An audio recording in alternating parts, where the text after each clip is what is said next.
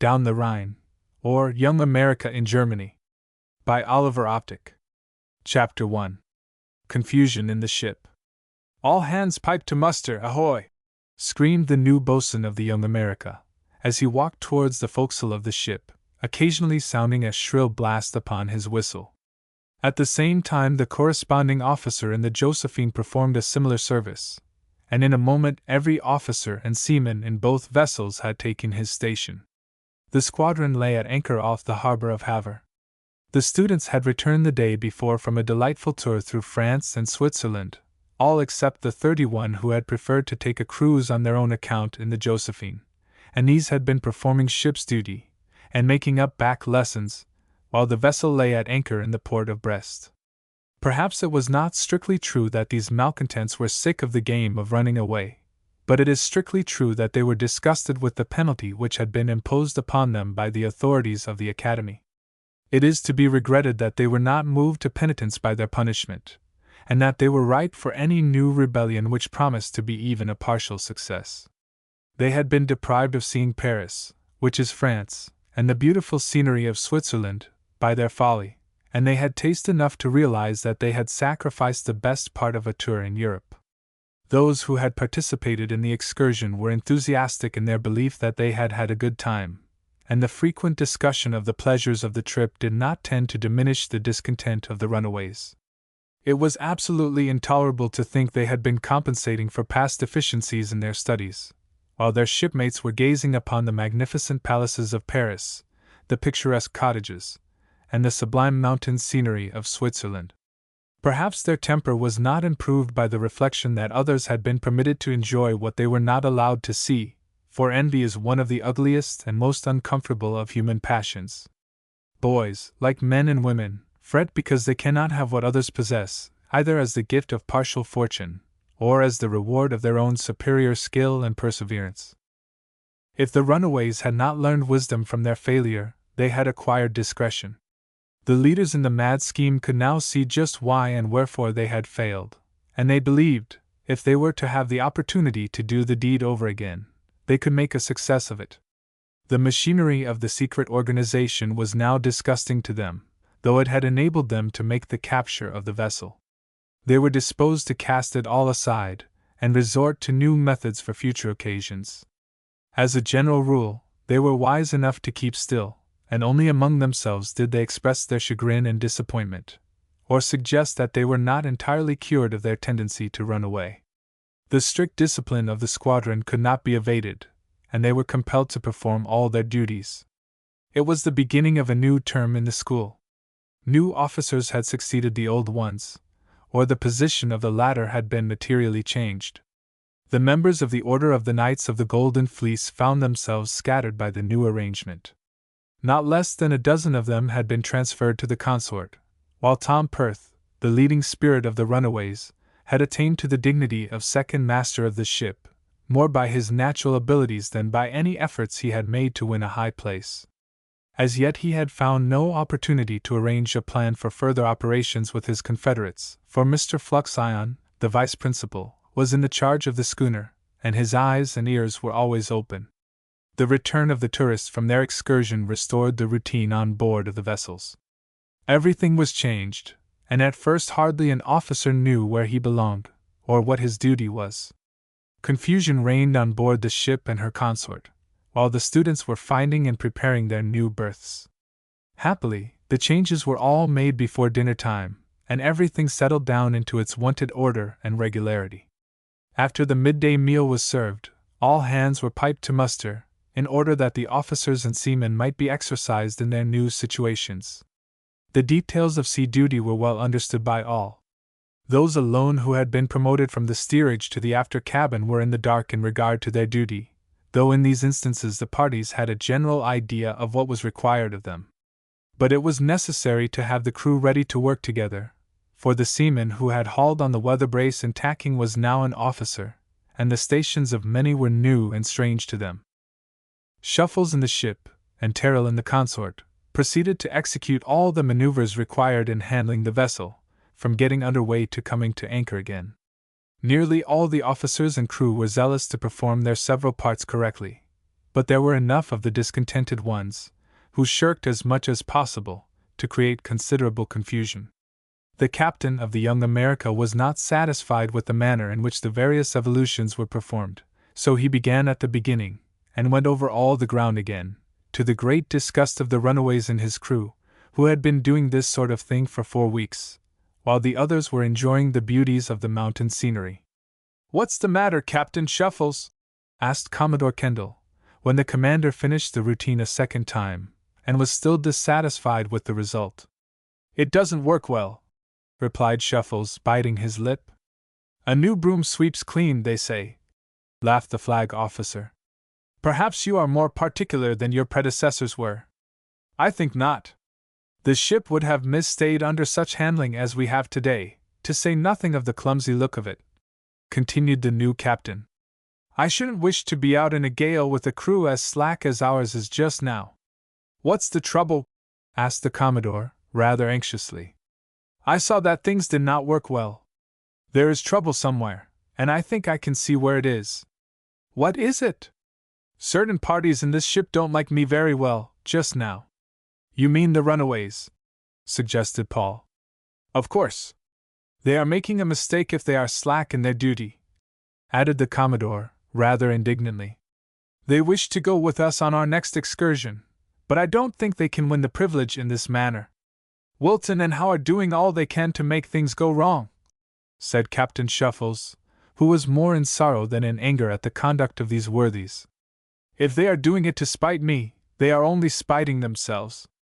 I am going through these maneuvers until they are a little more ship-shape, at least."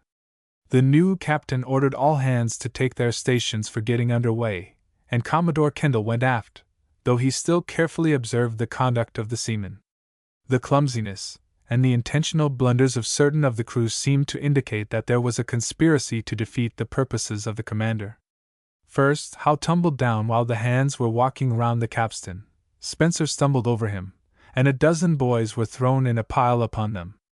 Then Richmond and Merrick dropped their handspikes overboard, through an open port, when the order was given to restore these articles to their proper places. Little snarled himself up in the gasket on the foretopsail yard, and dropped off, as though he had fallen, though he clung to the rope, and was brought up with a jerk 10 or 12 feet below the spar. Some of his gang, believing he had really fallen, screamed, and the attention of the whole crew was drawn off from their duty. When the foretopmast staysail and jib were to be set, somebody had fouled the downhauls, so that they could not be hoisted. There was a kink in the halyards of the main topgallant sail, so that it would not run through the block. Clewlines, clew garnets, leech lines, and buntlines were in a snarl. The zeal of those who were striving to do their duty faithfully seemed to make the matter worse, and the officers found it difficult to determine who really made the mischief, for the malcontents pretended to be as enthusiastic as their shipmates. Strong expressions and hard words were freely used by the vexed seamen, and certainly such a scene of confusion had never before been observed on board of the ship, even when a large proportion of the crew were green hands. Captain Shuffles was deeply grieved by the misconduct of the crew, for, standing on the quarterdeck, he could not distinguish between the intentional and the unintentional blunders of the crew, and therefore believed that the disaffection was much more extensive than was really the case. The zealous efforts of one portion of the crew to rectify the mistakes of another portion only increased the confusion, and some of those who were actually doing their best appeared to be the real authors of the difficulty. The captain was drilling his crew in simultaneous movements, and it was difficult, if not impossible, to ascertain exactly the source of the unwanted confusion.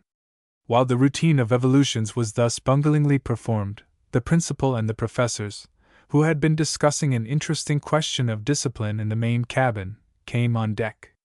Perhaps the fact that Mr. Lowington was not on deck had encouraged the conspirators in creating the confusion which pervaded the decks and rigging. As he was the last to ascend the companionway, he paused on the steps, with his head on a level with the deck, to note the precision of the drill. He was not noticed by the conspirators, and unfortunately for them, they continued in their career of insubordination. The quick eye of the principal readily detected the nature of the mischief, though it was as impossible for him as for the officers immediately to indicate the authors of the confusion which prevailed throughout the ship. "This does not look much like going down the Rhine this week," said Mr. Lowington to Commodore Kendall, as he stepped upon the quarterdeck. "I don't think it does, sir," replied Paul, grieved and indignant at the miserable exhibition of seamanship which the crew then presented. "This is a strange sight on board of this ship," added the principal, biting his lips with vexation, for, as usual, when the young tars displayed their seamanship, there were plenty of spectators on shore, and on board of other vessels in the roadstead. "I certainly never saw anything like it since we first began to learn ship's duty in Brockway Harbor. The crew appear to be hazing the new officers," continued Mr. Lowington, who could not fail to perceive that a large portion of the apparent blundering was intentional. "Of course there isn't a seaman on board who does not know his duty. They are not familiar yet with their new stations, and a little confusion is unavoidable," said Mr. Lowington, willing to make all reasonable allowances. "But they have already been through the routine 2 or 3 times, suggested Paul. "Are the crew dissatisfied with the election?" asked the principal. "I have not heard any dissatisfaction expressed, but I suppose some of them don't like Shuffles, especially those who went off in the Josephine. There are not 20 of them left in the ship, and it seems as though the whole crew were engaged in this frolic." At this moment a gang of the waist men, who were walking away with the main topsail sheets, were suddenly piled up in a pyramid on deck. The second fellow in the line had fallen down, the next had tripped over him, and those that followed tumbled into the heap. It is more than probable that some, whose estimate of the value of good order was not very high, though they were tolerably good boys in the main, were tempted by their love of fun to take part in what appeared to them only a frolic. A scene of violent confusion ensued in this particular part of the deck. Some, who were near the bottom of the pile, were hurt by those who fell upon them, and the tempers of others were not improved by the mishap. Hard words followed, those at the bottom blaming those at the top, and those at the top growling at those at the bottom. Some were rubbing their elbows, others their shins, and all appeared to be anxious to ascertain who had produced the mischief. "Pipe to muster, Captain Shuffles," said the principal, stepping up to the bewildered commander. "We have had about enough of this." Shuffles gave the order to the first lieutenant, and it was duly transmitted to the boatswain, whose shrill pipes soon assembled the whole ship's company in the waist. "We shall catch it now," said Spencer, one of the runaways, to Howe, as they met near the rail, a little outside of the crowd. "No matter, he is only going to preach to us," replied Howe through the corner of his mouth, while he tried to look as innocent as one of the chaplain's lambs. "We shall not have a chance to go down the Rhine if we do things in this way. I don't want to go down the Rhine, at least, not till I have been through Paris and Switzerland. But we want to go ashore with the other fellows, or we shall have no chance to go anywhere." "Shut up! Don't talk about that here. If we don't go, no one will go. This is bully. We shall get things mixed so that the officers won't know a lamb from a goat. Bob Shuffles hasn't made much yet as captain," laughed Spencer. "We'll get even with him yet," added Howe, still talking through the corner of his mouth, and looking all the time at the principal, who had taken his place on the hatch. Mr. Lowington, as the rogue had suggested, only intended to preach. He had observed the insubordination of the crew, and he regretted it exceedingly, for he was as careful of the reputation of the ship as of his own. There was an evident intention on the part of a large portion of the ship's company to haze the new officers. Such a purpose was unworthy of the character of young gentlemen, and he hoped that such conduct as he had just witnessed would be discontinued. In a day or 2 he purposed to start for Germany, but he could not leave the ship unless he was satisfied that every one on board knew his duty, for on their return they might be compelled, by some unforeseen event, to go to sea at once, and the crew did not appear to know how to set and furl a sail. The officers, from the captain to the lowest rank, appeared to have performed their duty faithfully, and all the trouble was in the execution of their orders. In conclusion, he announced that the drill would be resumed in half an hour, and directed the commander to pipe down. "That didn't hurt anybody," said Howe, as he walked forward with Spencer. "Let us keep it up. We may get caught at it." "No need of that. Accidents will happen." "Yes, but they don't happen all over the ship at the same time." "Well, they may, you know." laughed Howe. In fact, I don't see how accidents are to be avoided while we have such a fellow as Shuffles for captain. If there is any one in the ship that I despise, it is Shuffles. So say we all of us. The sniveling, canting, whining puppy! Have you any idea that his merit marks made him captain of the ship? Continued Howe. I suppose they did. Tell that to the Marines. Wasn't he acknowledged to be the worst fellow in the ship when we crossed the Atlantic? Wasn't he the ringleader in all mischief and scrapes? But he has reformed. Reformed? Sneered Howe. He has turned hypocrite, if that is what you mean by reformed. I don't believe in that sort of bosh. He's the pet of the principal and the instructors. Yes, and they have given him marks enough to make him captain, just to show good fellows, like you and me, what a saint can do. It is all humbug. Why, he got more marks than Kendall, Gordon, Haven, and the rest of those cabin knobs, who are fit to enter the senior class in a college. I am satisfied that his merit roll was doctored so as to make it come out as it did. I don't believe Lowington would do any such thing as that, suggested Spencer, shaking his head. Don't you? Well, I do. What's the use of talking? Didn't Shuffles jump from the steerage into the captain's stateroom? Any other fellow may do the same thing. Look at Tom Perth, who lost a heap of marks for running off in the Josephine, as the rest of us did. He is second master. If it hadn't been for our scrape, very likely he would have been captain. Don't you believe it? If Lowington had not been fair, and let every fellow go just where his marks carried him, Perth would not have had a place in the cabin. Oh, the principal only wanted to break us up by taking our best fellow away from us. He couldn't drive Tom Perth, and now he's going to lead him, bait him with sugar and offices. Some of the fellows say Shuffles can't handle the ship without the help of the principal, said Spencer. Of course he can't, exclaimed Howe. Hasn't he proved that already? If Paul Kendall had been captain, he would have spotted every fellow that made any trouble. Let us keep it up, Spencer, and we shall soon prove that Shuffles can handle the ship. That will be enough to satisfy me. The approach of an officer interrupted the conversation, but Howe passed from one to another of the malcontents, and instructed them what to do in the next drill. They were to create all the confusion they could in the discharge of their duty. They were to misunderstand the orders, and to blunder in the execution of them, in such a manner as to conceal their own agency in the mischief, and divide the responsibility of it among their companions. The runaway crew of the Josephine, mortified at their failure, were still fretting because they had not visited Paris and Switzerland. They were ready to listen to evil counsels, and regarding Howe as their leader since the promotion of Perth, they promised to follow his instructions to the letter. What are we going to make by it? Demanded Sheffield, who doubted the policy of the proceeding. We are going to prove, in the first place, that Shuffles can handle the ship, replied Howe. Perhaps you may prove it, even if you don't believe what you prove. But I do believe he can handle the ship. I don't. I hate Shuffles as bad as any fellow, but I believe he is as good a sailor as any person on board, man or boy. That's all in your eye, retorted Howe, contemptuously. He may be able to get along while we are lying in port, but I should like to see him work the ship in a gale of wind. He can do it, answered Sheffield confidently. But he is a flunky, and spoiled all our fun in the Josephine. I am willing to throw him over for being a hypocrite, and selling us out as he did. What else are we to gain? We shall help along our chances of going down the Rhine and, whispered Howe, of seeing Paris and Switzerland. I don't see it. Well, I do. If we cave in and pretend to be lambs when we are lions, we shall have to do duty while the rest of the fellows are having a good time on shore.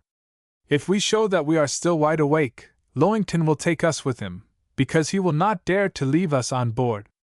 He will leave Flux Scion with us. Not much! I heard some of the fellows say that Flux Scion was going to Italy to see his mother, or his sister, or somebody that is sick there. I heard that.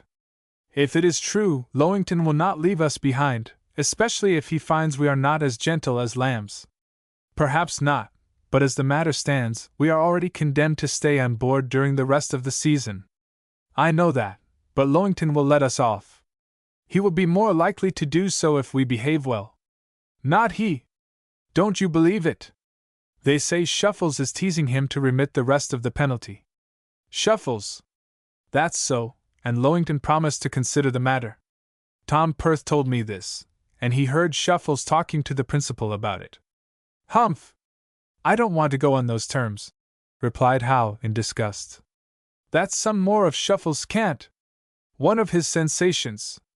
He thinks he whipped us out on board of the Josephine, and now he wants to be magnanimous with his victims. If we go with the crowd, it will be because Lowington is afraid to leave us behind. We are not a set of babies, Sheffield, to be whipped and sent to bed when we are naughty. Neither are we sailors before the mast, to be kicked here and there, at the pleasure of our masters.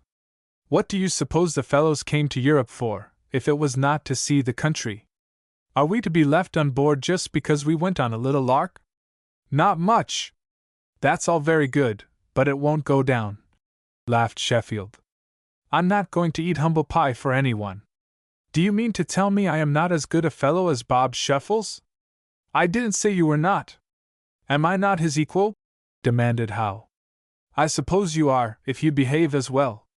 Behave as well? Sneered the orator. I behave well enough, and I'm not going to be put down, nor beg my rights of Bob Shuffles. If I am left on board, for one, when the fellows go down the Rhine, I intend to break things. Don't break your own head. Let me alone for that. If our fellows have any spirit at all, they will not be left behind. In the next drill, things will be mixed, and no one can tell who makes the mischief. Our fellows are not the only ones that don't like Shuffles, and you will find that about half the crew will help snarl things up. Now keep your weather eye open, Sheffield. Take my advice and don't whimper. Our fellows have a little business in Paris and Switzerland, and we shall attend to it in a week or two. There goes the pipe. Mind your eye, Sheffield. The boatswain's call sounded through the ship, and officers and crew hastened to their stations. Chapter 2. Close Quarters. The malcontents in the ship were, apparently, the most zealous seamen on board. Certainly no one would have suspected them of organizing any mischief. They looked so innocent, and so determined to do their duty promptly. Howe, Wilton, Little, and others had done their work thoroughly and secretly. They had arranged at least a dozen different tricks for making confusion among the crew. To each one of the discontented a part had been assigned, which he was to perform in such a way as to conceal his own agency. Captain Shuffles was planking the quarterdeck with the Commodore. Everybody could see that he was not entirely at his ease. His position was a novel one to him, and he was oppressed by its responsibilities, especially since the crew had behaved so badly at the first drill. He could not help knowing that a portion of the crew were opposed to him, and would do anything they could to annoy him. The situation was a difficult one, for, at the commencement of his term of office, he did not wish to have any of the seamen punished for neglect or disobedience, even if he could discover the guilty ones. Mr. Lowington was not on deck. He had purposely gone below, for he wished the new captain to act on his own responsibility, and overcome the difficulty alone. This was in accordance with his previous course, when, even in a gale of wind, he permitted the young officers to handle the ship without any dictation. Though the action adopted by the boys was not always in accordance with his own judgment, he never interfered unless an obvious and dangerous blunder was made. His policy had worked well thus far, and he was disposed to continue it. In the present instance, he was no better informed than the captain in regard to the real cause of the difficulty. He believed it was merely the effect of a fun-loving spirit on the part of the crew, a mere disposition to haze the new officers a little, and perhaps prove what they were made of. He hoped the new officers would satisfy them, and if necessary, send a dozen or 20 of the mischief-makers to the mainmast for punishment. All hands up anchor, ahoy! Piped the boatswain, after he had received the order from the captain, through the proper officers.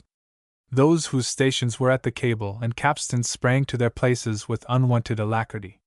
Bring to, forward! Added the first lieutenant, giving the order to attach the messenger. Ship and swifter the capstan bars! As it was not intended to get the ship actually under way, only a portion of the work indicated by the orders was really executed. The form of hooking on the messenger was gone through with, as also were the various preparations for catting and fishing the anchor. The capstan bars were inserted in the pigeonholes. "Heave round!" shouted the first lieutenant, and the order was repeated by the second lieutenant, whose station is on the forecastle. Everything appeared to be progressing with proper order and regularity, and Captain Shuffles hoped the warning words of the principal had produced an impression upon the minds of the mischief makers. But appearances are very deceptive. While the hands were walking around the capstan, 4 of the bars suddenly came out of the pigeonholes at the same instant, and a dozen of the seamen were thrown, apparently with great violence, upon the deck. The bars, confined at one end by the swifter, swung round and cracked the shins of others, and a scene of confusion ensued, which set at naught all ideas of discipline. No one was badly hurt, but every one was excited. Those who were not concerned in the plot caught the spirit of mischief from the others, and with but few exceptions, the crew joined in the sport. The seamen who originated the trouble had simply neglected to insert the pins which confined the capstan bars within the pigeonholes, or had left the bars with the heads against the pins. As nearly all joined in the frolic, there were none to inform against others, and it was simply impossible for Levitt, the second lieutenant, or Ellis, the first master, under whose eye this breach of discipline had occurred, to determine who the ringleaders were. Shuffles and the Commodore were intensely annoyed at this scene, and immediately went forward. By this time, those who had been thrown upon the deck, which included nearly all at the capstan, had picked themselves up. The knights looked even more innocent than those whom they had dragged into the scrape, and the high officers from the quarter-deck were no wiser than the lieutenant and master. In the midst of the confusion, Howe and Wilton had removed the pins from the bars, which still remained in the drumhead of the capstan. "Mr. Levitt, how did this happen?" demanded Captain Shuffles. "Half the bars dropped out of the capstan all at once, and the hands were thrown down," replied the lieutenant, who was hardly less annoyed than the captain. "Were the bars pinned in?" "I suppose they were, sir." Captain Shuffles walked up to the capstan. Not a single pin was inserted. "Let your midshipmen see that the bars are properly pinned and swifter next time," said the commander, as he walked aft to resume his place on the quarter-deck. "Unship the bars," said Levitt, and they were restored to the rack, leaving everything as it was before the drill began. The crew were piped to muster, and the order to weigh anchor repeated. The capstan bars were shipped, and this time, the midshipman whose station was on the forecastle satisfied himself that they were securely pinned, and so reported to the second lieutenant. As the rogues had made no provision for this state of things, they were thrown upon their own resources for the means of defeating the operation a second time. Commodore Kendall had placed himself in position to watch the movement, and the officers in charge had pinned their eyes wide open, fully resolved that the authors of the trouble should not escape a second time. Directly abaft the capstan was the forehatch, over which lay the path of those who walked around at the bars. Ordinarily the hatch was closed when the capstan was used, but on the present occasion, a plank had been placed across the aperture, to avoid the necessity of putting on the hatch, and thus excluding the air from the kitchen, where the cooks were baking their daily batch of bread. "Heave round!" said the first lieutenant. "Heave round!" repeated the second lieutenant, and the hands at the capstan began their circular march. By some means not observed by the vigilant officers, the plank over the forehatch slowly traveled along until one end of it barely caught on the coaming of the hatch. Half a dozen seamen had given it a kick with their heels as they passed over it, and it was soon in condition to drop into the steerage below. Little stepped upon it, and down it went. Releasing his hold of the bar, he dropped upon the steps below, and disappeared. Sheffield followed him, and then Ibbotson. The hands at the other side of the capstan took care that the party should keep moving. A few well-disposed boys, when they came to the hatch, which was not more than 4 feet wide, leaped across it, as any of them might have done, if they had not been infected with the spirit of mischief. "Avast heaving!" shouted the second lieutenant. At this instant one of the lambs was on the coaming of the hatch, and he must either go over or hang by the bar, so he pushed along, and his movement brought another into a similar position. Seeing how the case was, the rogues kept the capstan going, in spite of the commands of the officers, until 2/3 of the gang had dropped into the steerage. It was finally suspended by the efforts of the excited officers, who took hold of the bars with their own hands, and counteracted the efforts of the rogues. The young rascals in the steerage pretended to be hurt more seriously than they were, though some of them had struck the steps or the floor below with force enough to make them feel a little sore. They began to limp, and to rub their shins and shoulders, their heads and arms, very vigorously, as though they believed that friction was a sovereign remedy for aching bones. "Why didn't you stop, Hunter, when I ordered you to do so?" demanded Levitt, indignantly. "I couldn't, sir," replied the Lamb, speaking only the simple truth. "Yes, you could. I will report you for disobedience. I was right over the hatch, and I had either to go down or jump over. I couldn't stop there." "And you did the same thing, Hyde," added the officer. "I couldn't help it, sir," replied he. "When Hunter got over, he dragged me so far that I couldn't stop." "Why didn't you let go, then?" demanded Levitt angrily. "I was afraid the next bar would hit me in the head." Both of these boys were ordinarily models of propriety, and they had not, for an instant, intended to do anything out of order. The real culprits were all at the foot of the stairs, rubbing their limbs and making the most terrible contortions, as though their legs, arms, and heads were actually broken.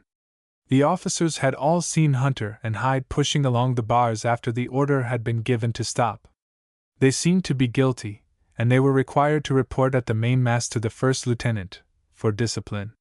The second lieutenant then went down the forehatch, where the appalling spectacle of a crowd of sufferers was presented to his view. "Are you hurt, Little?" he asked, turning to the most prominent victim of the catastrophe. "Yes, sir," groaned Little, twisting his backbone almost into a hard knot, and trying to reach the seat of his injury with both hands at the same time. "How happened you to fall through?" inquired Levitt, more gently than he had spoken on deck, for the sight of all this misery evidently affected him. "I don't know, sir," answered Little, with one of his most violent contortions.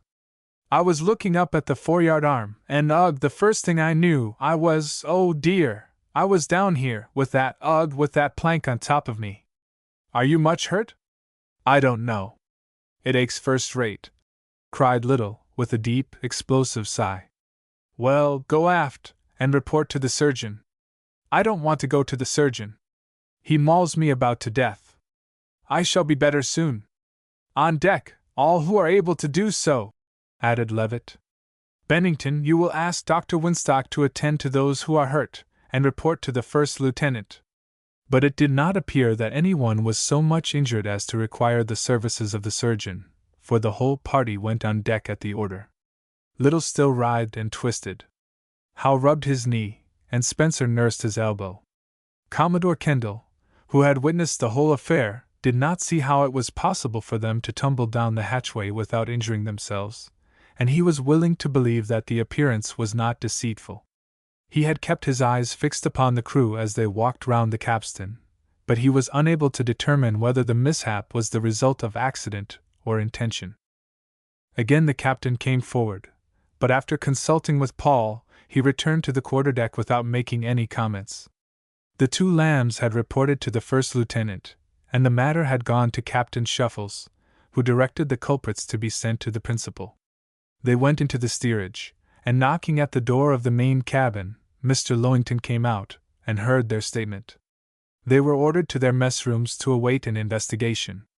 The hatchway was closed, and the order to man the capstan was given a third time. The injured seamen had in a measure recovered the use of their limbs, and though they still limped and squirmed, they took their places in the line.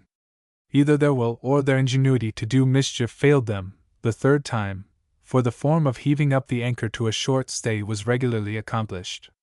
The Commodore and all the officers in the forward part of the ship watched the operation with the keenest scrutiny, and when it was successfully finished, they hoped the end of all the mishaps had come. "Pull the capstan! Unship the bars!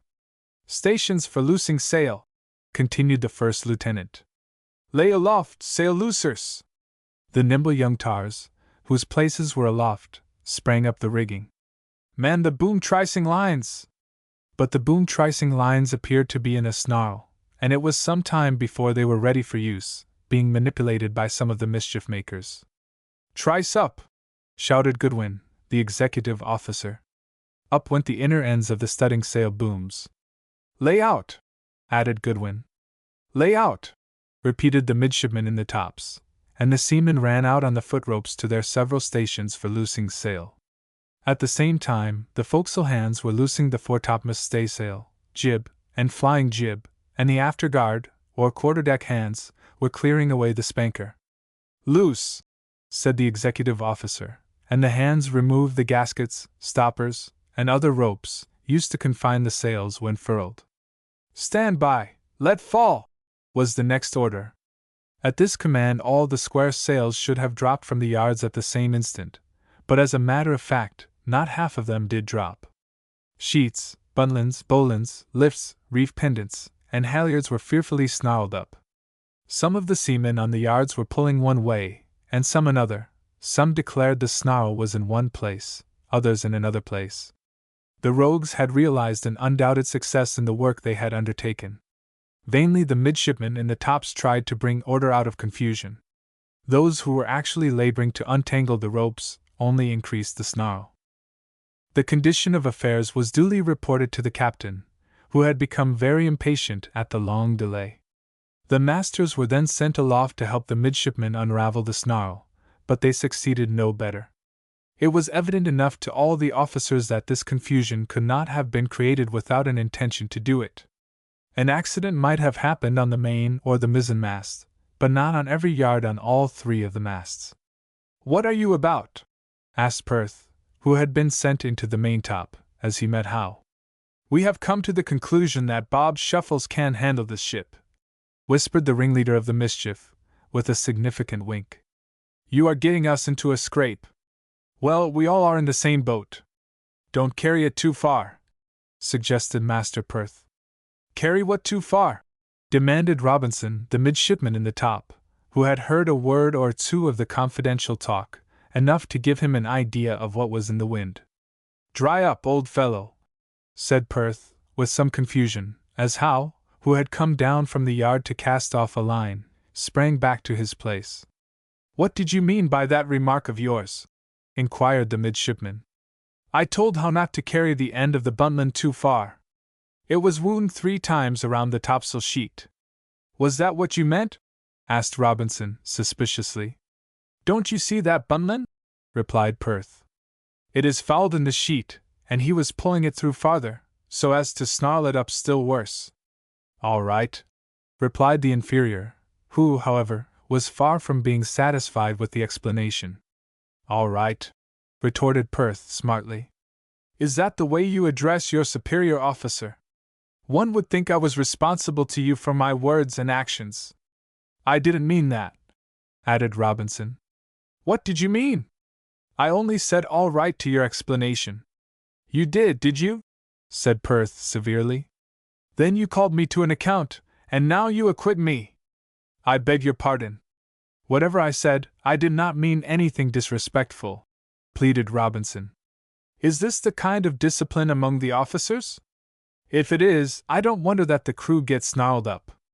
I don't like to blow on a fellow, but I'm tempted to send you to the mainmast." "I didn't mean anything." Master Perth turned from his abashed inferior, ascended the main rigging, and with a few sharp orders, compelled the top men to unsnarl the ropes. He was afraid the midshipman would report what he had said to the captain, and he had attempted to intimidate him into silence by threatening him with a similar fate. "On deck!" hailed Perth from the top. "All ready in the maintop, sir," he added, when the third lieutenant answered his hail from the waist. After a delay of half an hour, a like report came down from the fore and mizzen tops. The masters returned to their stations on deck, and everything was in readiness to continue the maneuver. Captain Shuffles was in earnest conversation with Commodore Kendall. A more unsatisfactory state of things could not exist than that which prevailed on board of the Young America. The conduct of the crew amounted almost to mutiny. Those who had maliciously made the mischief, and those who had been engaged in it from a love of fun, had succeeded in confounding those who meant to do their duty. It was impossible to tell who were guilty and who were innocent. For 3/4, at least, of the crew seemed to be concerned in the confusion. "It is clear enough that they are hazing me," said Captain Shuffles sadly. "I don't know that I have done anything to set the fellows against me." "Certainly not," replied Paul warmly. "You have only done your duty. I have no doubt those fellows who ran away in the Josephine are at the bottom of it. If I am not very much mistaken, I saw Howe, on the main topsail yard, tangling up the buntlines and sheets. I have heard that these fellows intended to get even with me," added Shuffles, with a smile, as though he had not much fear of them. "I should keep the crew at work until they did their duty. I would keep them at it night and day, till they can get the ship under way without any confusion," added Paul earnestly. "I intend to do that, but I do not like to be hard upon them." "There is no danger of your being too hard. Whether I am hard or not, I'm going to have the work done in ship-shape style, if we drill till morning.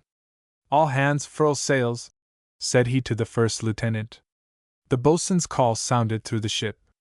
The necessary orders were given in detail, and after considerable confusion, the sails were all furled, and the ship restored to its original condition. "Pipe to muster," continued the captain. Under this order all the officers assembled on the quarterdeck. Captain Shuffles addressed them in the mild tones in which he usually spoke, as though he was not seriously disturbed by the ill conduct of the crew.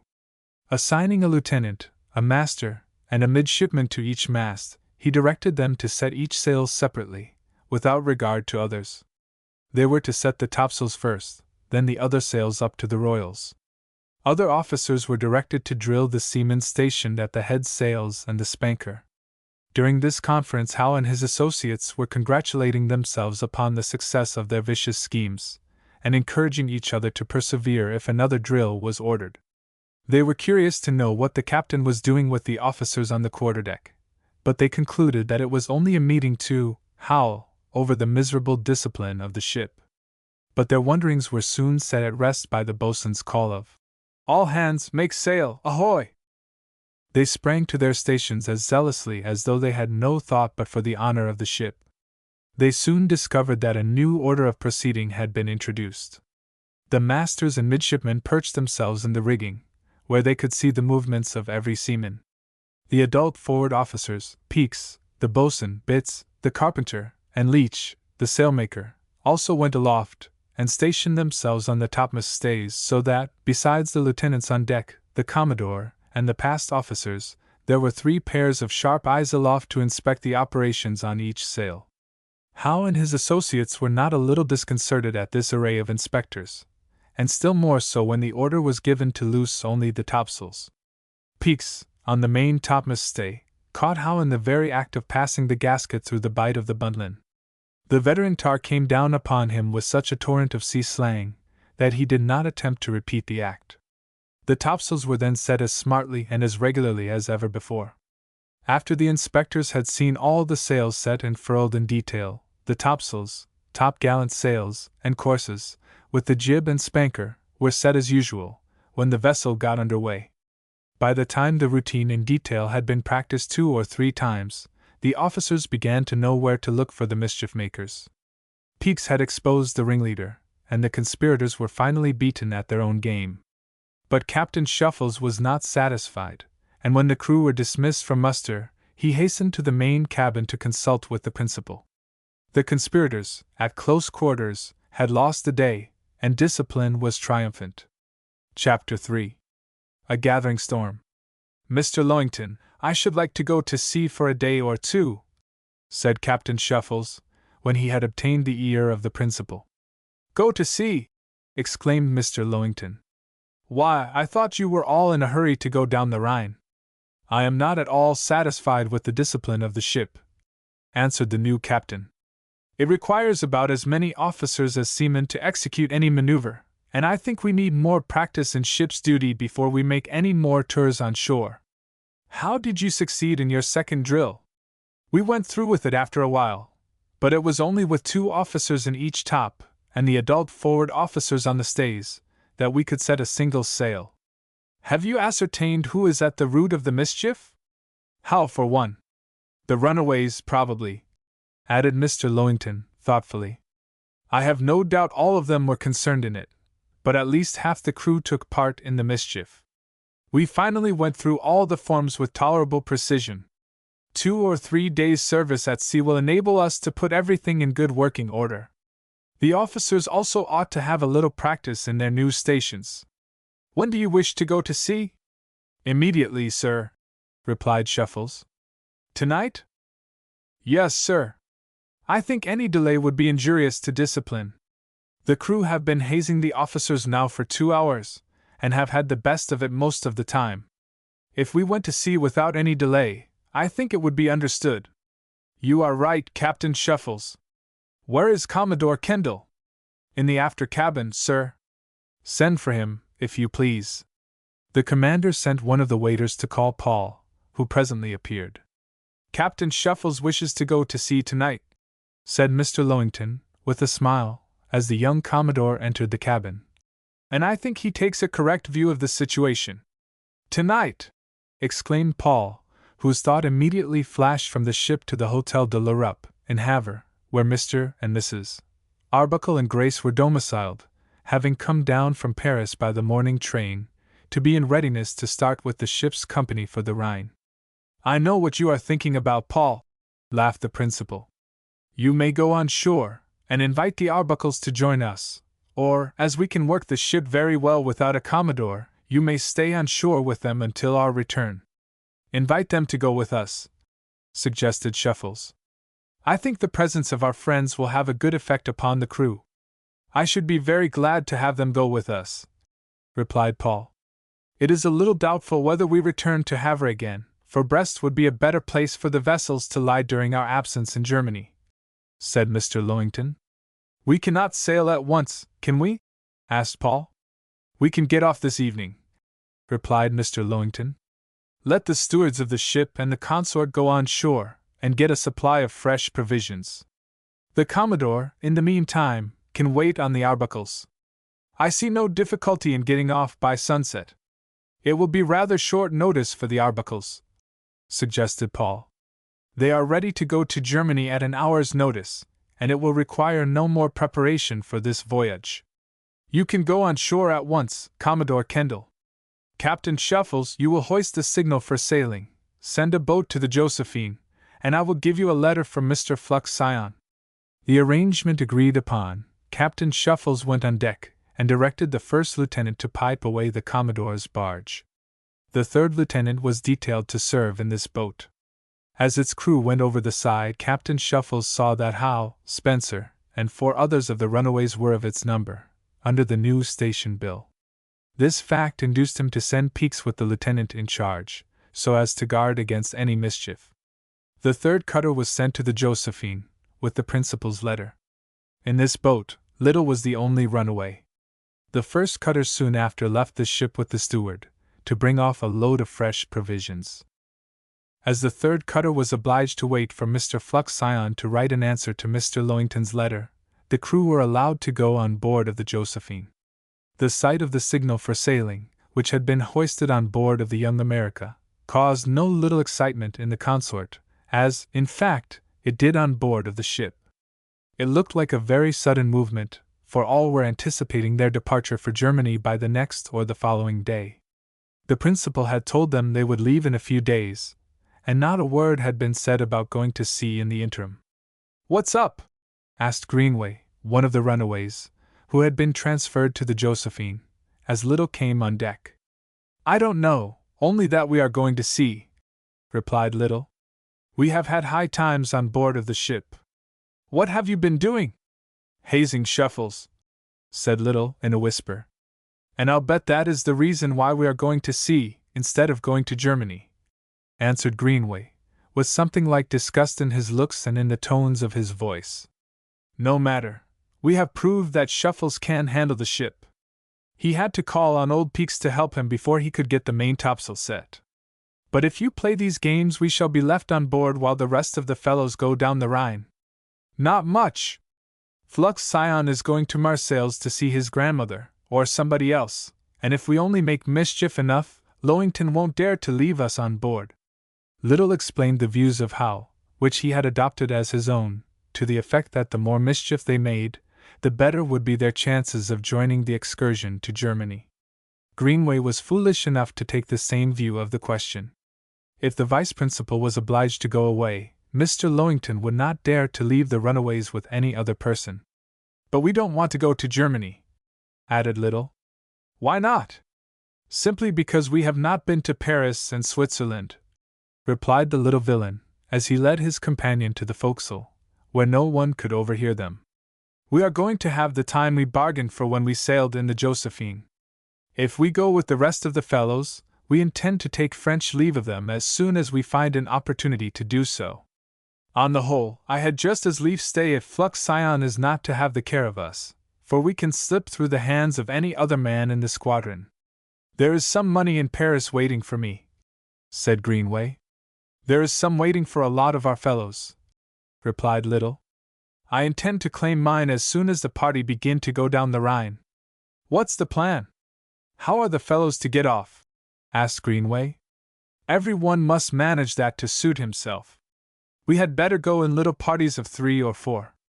"Oh, no, it's better to keep together," protested Greenway.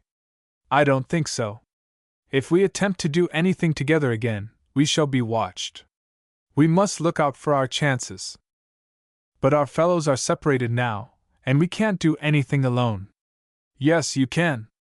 When you see a good opportunity to start for Paris, start. That's all you have to do. I don't like this way. It's the best way. Don't you see that when we are missed we can all be caught in a bunch again? If we go in a dozen different squads, they will to chase us in as many different directions. If we start with the fellows for Germany, we shall step out as we have the chance to do so. I don't believe in more than 2 or 3 going together. But some of us may not have any money," suggested Greenway. "Then they must borrow some of those who have it." Lowington got hold of 2 or 3 drafts, or bills, sent to the fellows. "Only 2 or 3, replied Little lightly. "Those fellows can either borrow, or go with the lambs." The Knights of the Red Cross, afterwards of the Golden Fleece, had written to their fathers, asking them for remittances to be sent to Paris, where, after sailing around to Marseilles in the Josephine, and going the rest of the way by railroad, they were to get their letters.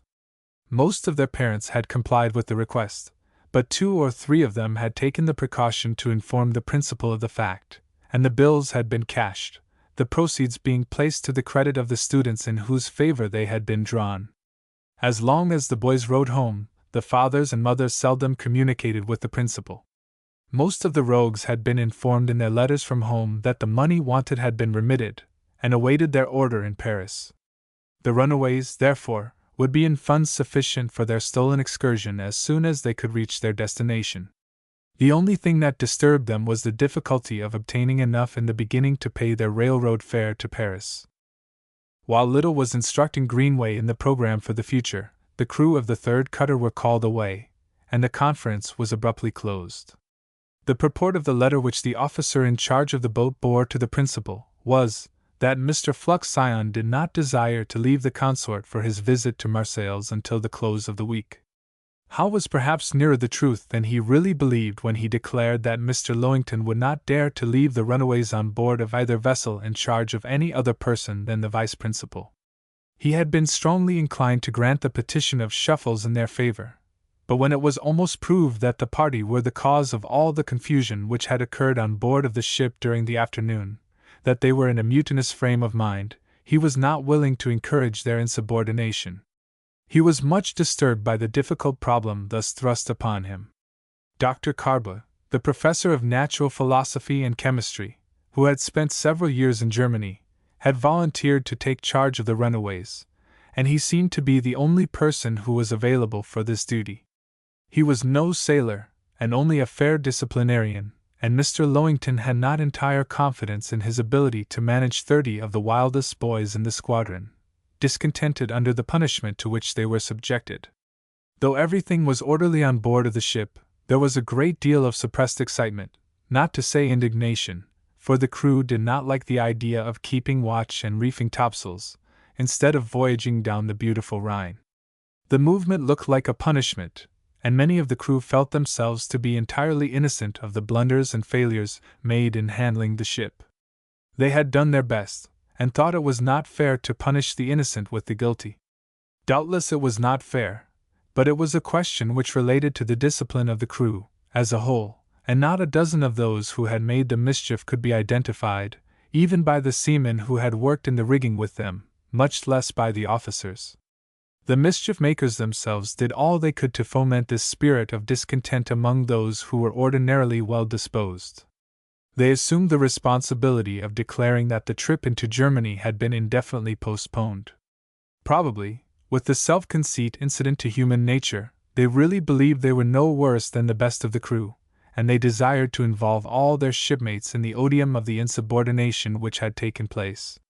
"No Rhine, except pork rind," said Little, as he met Raymond in the waist, after the latter had expressed his dissatisfaction at the new order of things. "Do you think so?" asked Raymond, who had read enough of the splendid scenery of the Rhine to make him very anxious to see it. "A fellow that isn't blind can see, can't he, if he opens his eyes?" demanded Little. "What did the new captain do this afternoon, the very minute the crew were dismissed from their stations?"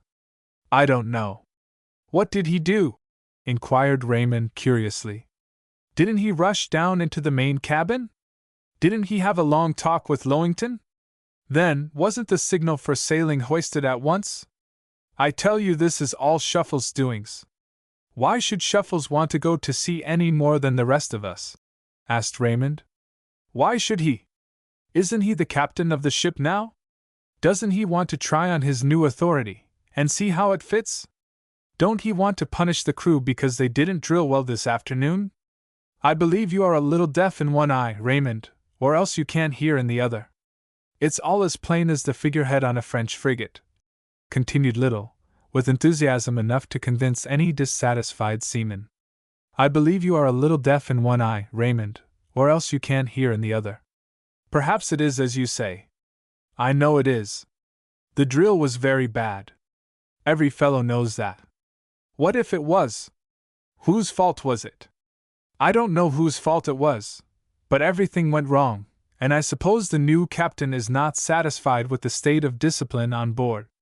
I should not be, if I were he. 2 of your little lambs are cooped up in their staterooms now for disobedience of orders." "Who are they?" "Hunter and Hyde.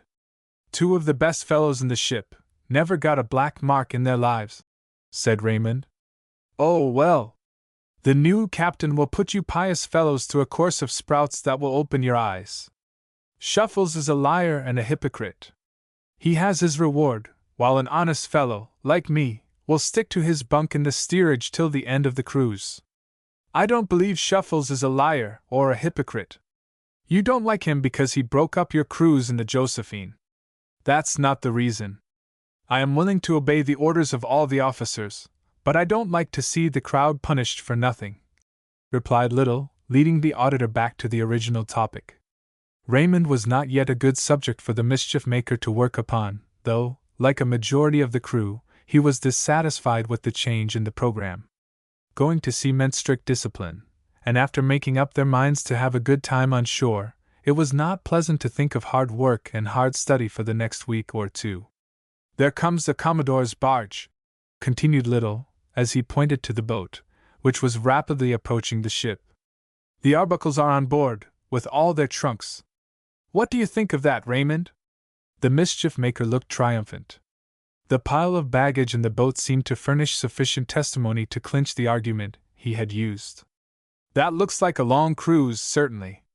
I suppose they are going with us," replied Raymond, with a sorrowful and disappointed look. "To be sure they are. In my opinion we are going to sail for Belfast, to convey the Arbuckles home. You won't see any Rhine, except a pork rind, on this cruise. If the fellows have any spunk at all, they won't stand this thing." "Stand it? What can they do?" asked Raymond, who really believed the crew to be unfairly treated. "Don't you know what they can do? Who works the ship?" "We do, of course. Who would work her if we did not?" "Well, I suppose she would not be worked at all," replied Raymond, smiling. "Then, if all the fellows respectfully refuse to man the capstan, or to unloose a sail, till they have their rights, who will get the ship under way?" We are not going to do anything of that sort, answered Raymond, rather indignantly. It would be mutiny.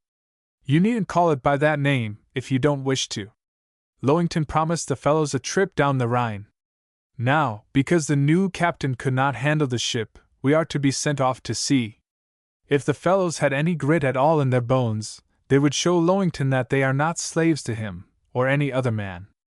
I think we won't talk any more about that, said Raymond, as he moved off, for the bold speech of the mischief-maker alarmed him, and caused him to realize that he was listening to one of the ringleaders of the runaways. The Commodore's barge came up to the gangway. The ladies were assisted up the steps, and the trunks hoisted on board and stowed away in the after cabin. The 2 staterooms, which had been built for the use of the Commodore and the past officers, were appropriated to their use. If Raymond, and such as he, were not willing to listen to the mutinous counsels of the runaways, he was not the less dissatisfied and discontented. The arrival of the Arbuckles, with their baggage, indicated that the trip to the Rhine had been abandoned. Perhaps the well-disposed students could have submitted to this disappointment, if it had not been inflicted upon them as a punishment. It seemed to them that they were to suffer for a whim of Shuffles.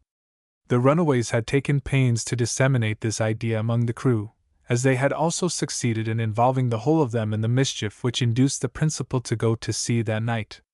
All over the deck and throughout the steerage, the boys were grumbling and growling like regular old salts, whose prerogative it is to find fault. When Howe and Spencer returned in the barge, they readily perceived the state of feeling on board. Little told them what he had said and done, and convinced them that the whole crew were ripe for a strike. The entire ship's company were discussing their grievances, and even a large portion of the officers were dissatisfied. Very likely the sudden elevation of Shuffles had created a feeling of jealousy in the minds of a portion of them. The mischief-makers were prompt in taking advantage of this state of feeling in the crew. They fanned the flame of discontent, and it was not difficult to convince their shipmates that they were very hardly used, that the new captain was imposing a heavy burden upon them. Some of the best disposed of them were in favor of waiting upon the principal, and representing their view of the case to him, but the more impetuous ones laughed at this plan. Shuffles was the principal's pet, and he would support his protégé against everybody else on board. The students talked as boys talk, and acted as boys act. At that moment Shuffles was the most unpopular fellow on board, for it was understood that he had proposed and advocated the obnoxious measure. The ship's company were willing to believe that Mr. Lowington had yielded his assent to please the new captain, rather than because he deemed it necessary to go to sea himself.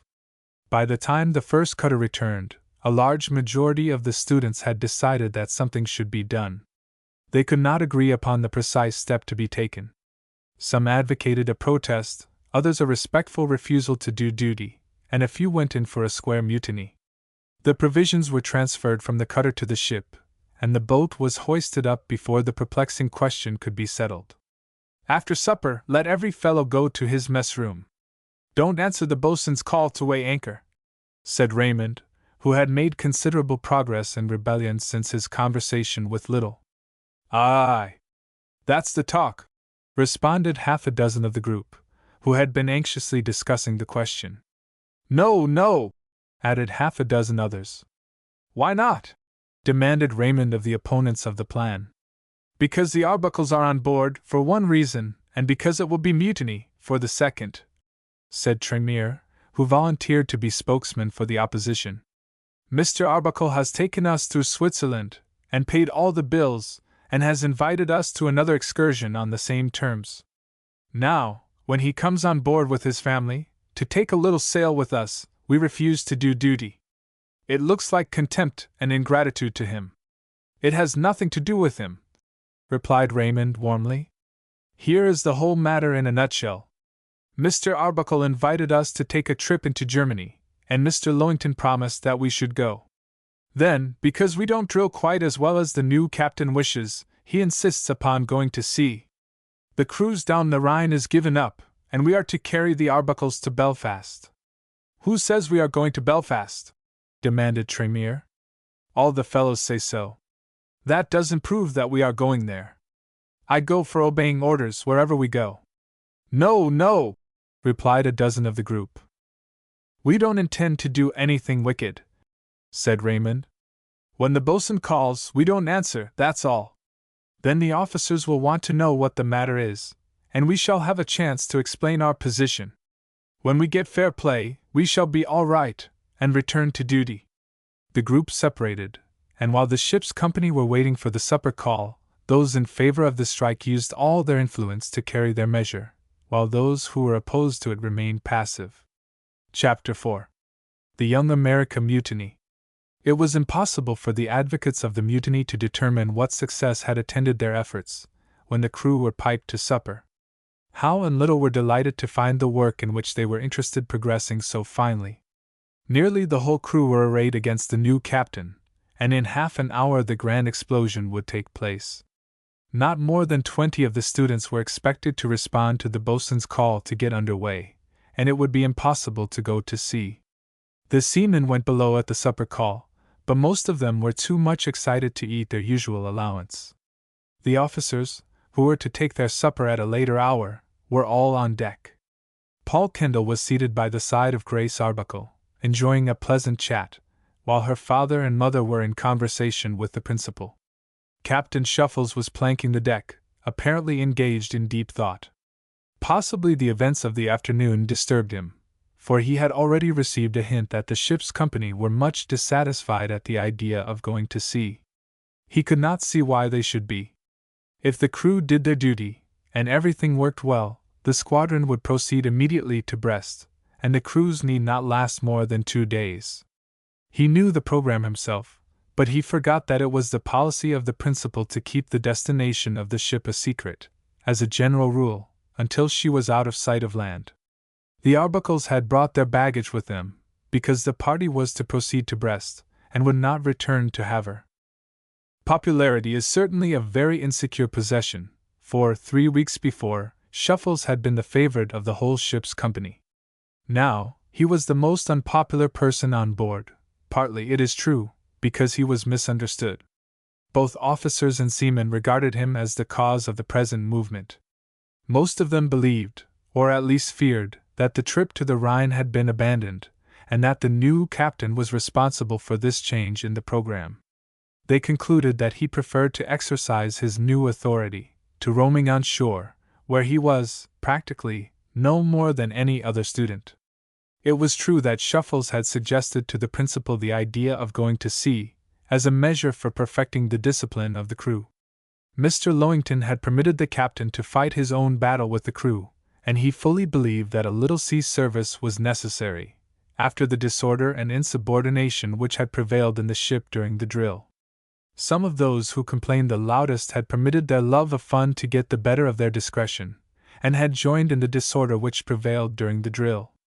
Many well-disposed boys had assisted the conspirators against the peace of the ship by joining in what appeared to them to be but a mere frolic, while it was, in fact, an organized attempt to make mischief. They had encouraged the spirit of insubordination, without supposing they were engaged in anything more than a mere lark, involuntary on their part, and suggested only by the circumstances of the moment. From the captain's standpoint, the confusion had a very grave aspect, while from that of the seamen, it was a matter of trivial consequence. The commander was mortified to find the discipline so weak, and he could have no confidence in himself or his crew until his orders were promptly obeyed. He was thinking only of the welfare of the ship and her crew. He had no intention of punishing the students, when he suggested the plan of going to sea, only of perfecting the discipline. It seemed to him just as though 3 weeks on shore had demoralized the ship's company. Though he was now aware that the runaways had done what they could to make trouble, the confusion seemed to be too extensive to be accounted for by their agency. 2 of the best boys on board had been sent to the mainmast for disobedience, and it was clear that the runaways had not produced all the trouble. The Commodore fully sustained him, and believed that it was best for the ship to go to sea. If the students had forgotten the ropes, or were so much embarrassed in their new stations, that they could not set a sail or get up the anchor without making a mess of it, the ship ought to go to sea. On the return of the excursionists from Germany, it might be necessary to put to sea without an hour's delay, as the principal had suggested. Shipwreck and disaster might follow if the crew were not in working order. It was a plain case to the captain. Paul Kendall had explained the situation to the Arbuckles as mildly as he could. He had told them that the seamen were a little disorderly, and that it was necessary to have them in perfect discipline before they went to Germany. Without intending to do so, he had produced the impression on their minds that the trip would be given up unless the boys performed their duty to the entire satisfaction of the principal. In talking with the officers, they had expressed their fear that the proposed excursion would not take place. Perhaps the guests were not far from right, for certainly the students would not be allowed to step on shore if the discipline of the ship was not satisfactory. Miss Grace was sadly disturbed at the thought of depriving the students of the pleasure of seeing the Rhine, its wonders and its beauties. "Why, I thought your crew were in perfect discipline, Captain, no, I mean Commodore Kendall," said she, as they sat upon the quarterdeck, discussing the great question of the hour. "They are, generally," replied Paul. "But you know we are a little world by ourselves, and we have our troubles just like other people. It will be all right, I hope, in a day or two. The students get a little wild sometimes. Captain Shuffles is such a noble fellow, I should think they would all wish to do their best. I'm sure I should, if I were a sailor in your ship. Shuffles is a capital fellow," added Paul, who was certainly more pleased to praise the commander himself than to have his fair companion do so. "I shall never forget his noble conduct on that terrible night when the steamer was burned," said Grace warmly. "Probably none of us will ever forget it. But I am sorry to say that there is a great deal of dissatisfaction with the new captain, just now, even among the officers," added Paul. "I'm very sorry. But it is not his fault, really it is not," continued Paul, fearing that he had said too much. "I'm sure it is not," protested Grace. "I wonder if I have any influence with the officers." "I think you have, indeed I know you have with one of them," replied Paul. But he began to choke before he had uttered the last clause of the sentence. "With one of them?" "Yes, with all of them, but perhaps more with one than with others," stammered Paul, studying the seams in the quarterdecks. "Who is he, pray?" asked Grace, rather timidly. "With the Commodore," answered he, desperately. "Thank you, Commodore Kendall. Then we will both use our influence to have the captain set right with the officers and the crew." "Well, it is not exactly the right thing for so dignified a personage as the Commodore to persuade his inferiors that his views are correct. He issues orders, and others obey them," laughed Paul. "But really I cannot, in courtesy, meddle with the discipline of the ship. I'm going to meddle with it, if I can do anything to set Captain Shuffles right," said Grace, who was very confident that it was quite impossible for her noble preserver to do, or even think, anything wrong. "The officers will do their duty, whatever they think," added Paul. "In due time they will be satisfied that the captain is right. I fully agree with him, and think that the ship ought to go to sea. Of course, I expect to find you on the right side, Commodore Kendall," said Grace. "Certainly I'm always on your side," he replied, becoming astonishingly bold for him. "Then we are both on Captain Shuffle's side. Who is the officer standing near us?" It happened to be Master Perth, and Miss Arbuckle called him, intent upon finding someone who was not on the captain's side. Paul, however, did not think it was in accordance with the dignity of the Commodore of the squadron to listen to any criticism of the captain's action, and he reluctantly left the pleasant seat he occupied by the side of the young lady. If there was any one on board who hated Shuffles, Perth was he. "I wanted to get acquainted with you, Mr. Perth, for it seems to me I have not met you before," she began. "Probably not, Miss Arbuckle, for I was not one of the party who went to Paris and Switzerland with you," replied the second master. "Indeed!" exclaimed she, understanding, without further explanation, why he was not one of the party, and that he was one of the runaways, though she could not exactly comprehend how he happened to be an officer if he had been a rebel. "I had the honor to command the Josephine during a portion of the time the ship's company were absent," laughed he, with anything but penitence for his past offenses. "I am very sorry you were not with the others." "So am I, for one reason: it deprived me of the pleasure of seeing your pretty face for 3 or 4 weeks," said Perth lightly. Perhaps I shall change my mind if I find your absence saved me from such annoyance as I feel at the present moment, replied Grace, blushing and looking much displeased. I beg your pardon. I meant no offense, stammered Perth. Grace smiled again, for she did not believe he would again venture to indulge in an impudent compliment. I am very sorry to learn from what you say that you were one of the runaways, she continued. I was one of them. I may say that I was the chief of them, replied Perth, without a blush. Of course you are very sorry for it, and very glad that Captain Shuffles brought you back. That's an open question, laughed Perth. I don't think Shuffles made much by what he did. I don't believe any fellow makes anything by being a hypocrite and selling out his friends. I don't think so either. But you certainly cannot mean to say that Captain Shuffles is a hypocrite, or that he ever betrayed his friends.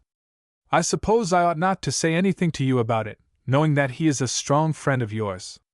Whatever you say, Mr. Perth, shall not be repeated. I have been told that some of the officers are opposed to the new captain, and I do not see how it can be true, when he is so noble and good. Noble and good! Ejaculated Perth. Certainly. You know what he did for me on the night the steamer was burned. There isn't a fellow on board that would not have given all he had for a chance to do the same thing for you, protested Perth. But all the students like him. I don't believe he has 20 friends in the ship. Then they do not know him as I do, replied Grace, indignantly. They know him better than you do. He's smart and a good officer. But when you have said that, you have said all that can be said, continued Perth, bluntly. I am sorry to hear you say so, added Grace, really grieved, even while she was incredulous. I am afraid you are prejudiced against him because he broke up your plan to run away with the Josephine. He didn't break it up. Our fellows disagreed among themselves. That's the reason why we had to come back, explained Perth, whose pride did not permit him to acknowledge that he had been beaten by the superior skill and energy of Shuffles. Now all the fellows are on the very verge of mutiny, because he insists upon taking the ship to sea instead of going down the Rhine. I'm sure he is doing no more than his duty, persisted Grace stoutly. It appears that Mr. Lowington thinks he is right, or he would not send the ship to sea. I am really sorry to hear you speak so unkindly of your captain, for I must say that I cannot believe a word you say about him. Thank you, replied Perth dryly. I think you are sincere in your belief, added she. Paul Kendall says that the captain is right. Well, he is Commodore, you know, and must believe everything the principal says, laughed Perth. It is not quite proper for any of us to have opinions of our own, but you see some of us have them.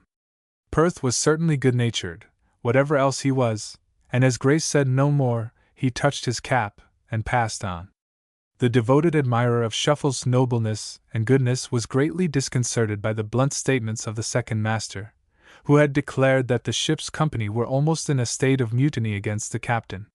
She continued her inquiries among other officers, but though some of them thought it was quite unnecessary to go to sea, they all spoke very handsomely of Shuffles. It was plain enough that Perth had injured himself more than the object of his calumny, by what he had said. Are you ready to go to sea, Miss Arbuckle?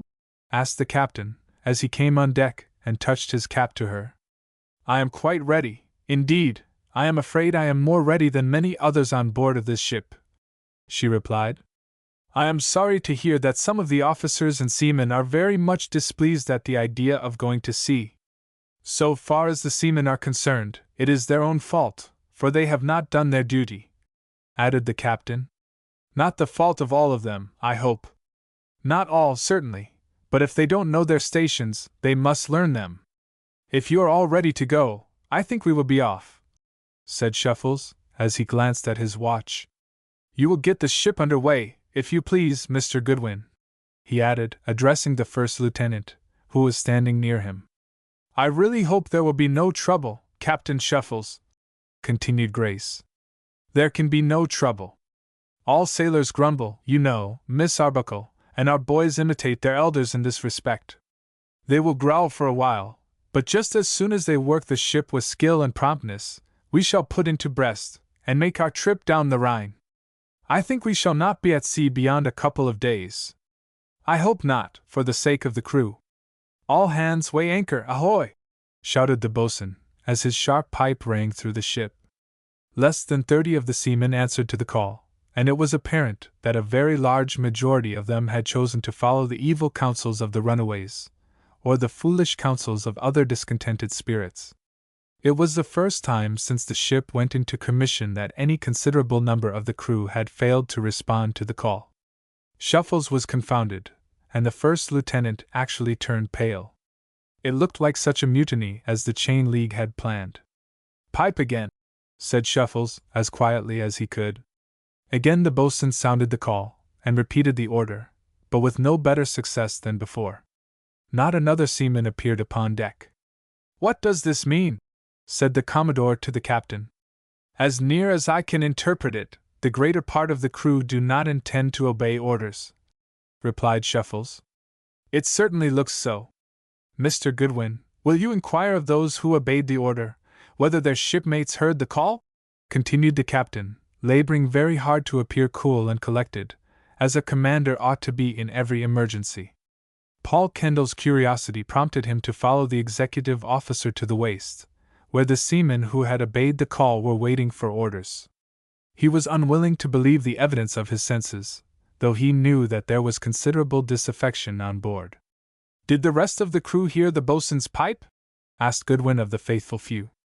"Yes, sir," replied Tremere. "Where are they now?" "In the mess rooms." "Why don't they obey?" "They say they don't want to go to sea. They say they haven't done anything to deserve punishment, and they object to being punished," replied the spokesman.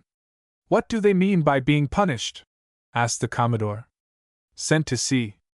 Mr. Lowington promised us a trip down the Rhine, and now that excursion is given up. The fellows say the ship is bound to Belfast, to convey the articles home. They say they are willing to do their duty, if they can have fair play." "What do the seamen intend to do?" asked Paul. "Nothing, sir. They say they will give their reasons when called upon." "Probably they will, when called upon," said Paul, who had very high ideas of discipline. The executive officer returned, and explained the situation to the captain. It was impossible to get the ship under way with less than 30 seamen, and he felt that his powers were exhausted. Fortunately, Mr. Lowington, who had heard the boatswain's pipe, came on deck at this critical moment. "Didn't I hear the boatswain's pipe?" asked the principal, surprised to find only a few hands in the waist. "Yes, sir, we have called all hands twice, and only about 30 answered the call. It was a mistake to call more than once," replied Mr. Lowington, who did not seem to be taken aback by the astounding intelligence. "What's the matter?"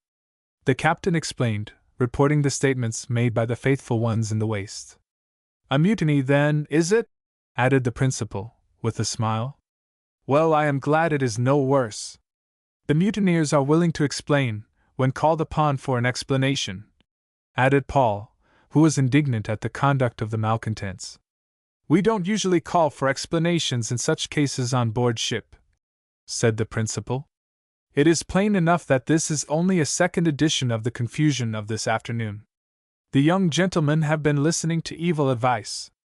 "What shall be done, sir?" inquired the captain, rather nervously, in spite of his laborious efforts to keep cool. "Mutiny is mutiny," replied the principal. "But in this case, I think we need not treat it with the severity which prevails in the Navy. The students below say, and probably believe, that the excursion to the Rhine has been abandoned, and that the ship is bound to Belfast. Though they are mistaken, we can only tell them so when they return to their duty. We will go to sea, as we intended."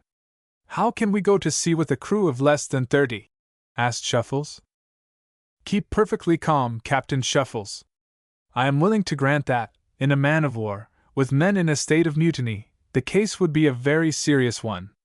I do not so regard it in the present instance, but we will profit by the lesson it may teach. For an officer to permit a sailor to see that he is disconcerted is yielding too much. Therefore, young gentlemen, I wish you all to be perfectly composed, whatever happens. This affair is rather ludicrous than otherwise, since the mutineers declare that they are ready to explain when called upon to do so, which is very kind and condescending on their part," the principal proceeded, addressing the officers who had gathered around him for the solution of what seemed to them a very difficult and trying problem. But they were not permitted to hear the solution, for the principal invited the Commodore and the captain into the main cabin to discuss the matter, desiring, even in the present embarrassing situation, to have everything done in accordance with his ideas of discipline. He meant that the captain should be the apparent, if he could not be the real, manager of the difficult affair. "How many hands responded to the boatswain's call?" asked the principal, when the party were seated. "Less than 30, answered Shuffles. 28. "I had the curiosity to count them," interposed Paul. 28, repeated the principal. "Very well, we can." "I hope you will excuse me, sir," said Shuffles, interrupting him. "If this state of thing is caused by any dislike to me, sir, I am willing to resign. So far as I know, you have done your duty, Shuffles, and to permit you to resign would be to abandon the plan of the Academy ship, and acknowledge that discipline is an impracticable thing. You cannot resign. Many of the fellows dislike me," added the captain. "That is not your fault, as I understand the matter. That the runaways, who, I suspect, are at the root of this mischief, should be prejudiced against you, was to be expected. If others are also, it is because they are misinformed. You can afford to wait till time justifies your good intentions. I am willing to own that I have no desire to resign. I like the place, but I am willing to sacrifice my own wishes for the peace of the ship. Peace is not to be bought on any such terms. Say nothing more about resigning. 28 hands, you say, are ready to obey orders?" "Yes, sir. On an emergency, the captain and 4 lieutenants can officer the ship. Masters, midshipmen, and pursers must do duty as seamen. They will gladly consent to do so. Let it be voluntary on their part. How many will that make?" 38. "Peaks, Bitts, and Leach will make 41. The Josephine is fully manned, and can spare us 9 more. That will make 50. If we lay aside the schoolwork, we can sail the ship round the world with that number." Shuffles displayed a smile of satisfaction at this solution. "But we will procure the services of a tugboat to tow us to sea, so that there will be no hard work in getting clear of the harbor," added the principal. "Send Levitt in the 2nd cutter to the Josephine for the extra hands, and let Foster go in the 3rd for one of the steam tugs up by the jetties.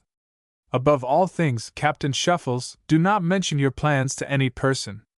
"I will not, sir," replied Shuffles, as he hastened on deck to put in force the solution of the problem. "What is to be the result of this, Mr. Lowington?" asked Paul. "I don't know, nothing serious, however. The young gentlemen are waiting very impatiently in their mess rooms to be called and asked for the explanation, which I doubt not is a very plausible one. Let them wait," continued the principal, leading the way to the deck, where he sat down with the Arbuckles, and was soon busy in conversation with them, as though nothing had happened. Chapter 5. The Order of the Faithful. The appearance of Captain Shuffles on deck produced a decided sensation among the officers, some of whom believed that the mutineers would be dragged from the mess rooms by the adult forward officers, and tied up to the rigging. The decided character of the principal certainly pointed to the most decided measures. Something terrible was to be expected, and the young gentlemen were astonished when Mr. Lowington came on deck, immediately after the captain, seated himself with the Arbuckles, and began to converse with them as pleasantly as though no mutiny had ever been dreamed of. The captain called the officers around him, and all of them eagerly obeyed the summons. "We are going to sea immediately," said he, with none of the anxiety which was visible in his face before. "As we are short-handed, I have a favor to ask. Those below the rank of lieutenant, who are willing to serve as seamen until the discipline of the ship can be restored, will signify it by walking over to the starboard side." All below the grade indicated, with a single exception, promptly marched over to the other side of the ship. The 4 lieutenants stepped out of the way, so that the single dissenter might stand alone. It is hardly necessary to say that Perth was the person who was so largely in the minority among the officers. "You decline to serve with the other masters?" said Shuffles. "I prefer to be excused." I have had considerable experience as a seaman, and would like a little more as an officer, replied Perth, politely. We shall dispense with the services of all the officers except the lieutenants, added the captain. There will be nothing for you to do, but you shall not be compelled to serve as a seaman. Permit me to take his place, interposed Gordon, the senior passed officer. Thank you, Gordon, replied Shuffles. Please enroll me also as a seaman, added Haven, good-naturedly. And me also, laughed Paul. I suggest that the past officers take the places of the second, third, and fourth lieutenants, who shall do duty as seamen, said Levitt, the second officer. By all means, added Foster, the third. With all my heart, followed Prescott, the fourth. The captain adopted this suggestion, and Gordon, as second lieutenant, was sent off to the Josephine in the second cutter, which was pulled by 3 masters and the 3 midshipmen. When it was ready to leave, Mr. Lowington stepped into the boat, for he desired to satisfy himself that the crew of the Consort were not also demoralized. Haven in the third cutter, with a volunteer crew, left the ship to procure a tug-steamer. Peaks, Bitts, Leach, and the head steward had been privately requested to be on deck, in case any unexpected demonstration was made by the mutineers. In the steerage everything was very quiet. The sensation below was decidedly superior to that on deck. The rebels were patiently waiting to be called upon for an explanation of their remarkable conduct. Probably none of them even noticed that the grating had been put upon the main hatch by the cautious Peaks, to prevent them from leaving the steerage. The boatswain's call had sounded twice, and they supposed the faculty of the academy were consulting upon the proper measures to be taken. Most of them believed that they would be invited on deck, where the principal would preach to them, as usual, and thus afford them an opportunity to state their grievances. Perhaps, with the exception of the runaways, they were willing to return to their duty after they had recorded their protest. The principal still purposed to let them wait.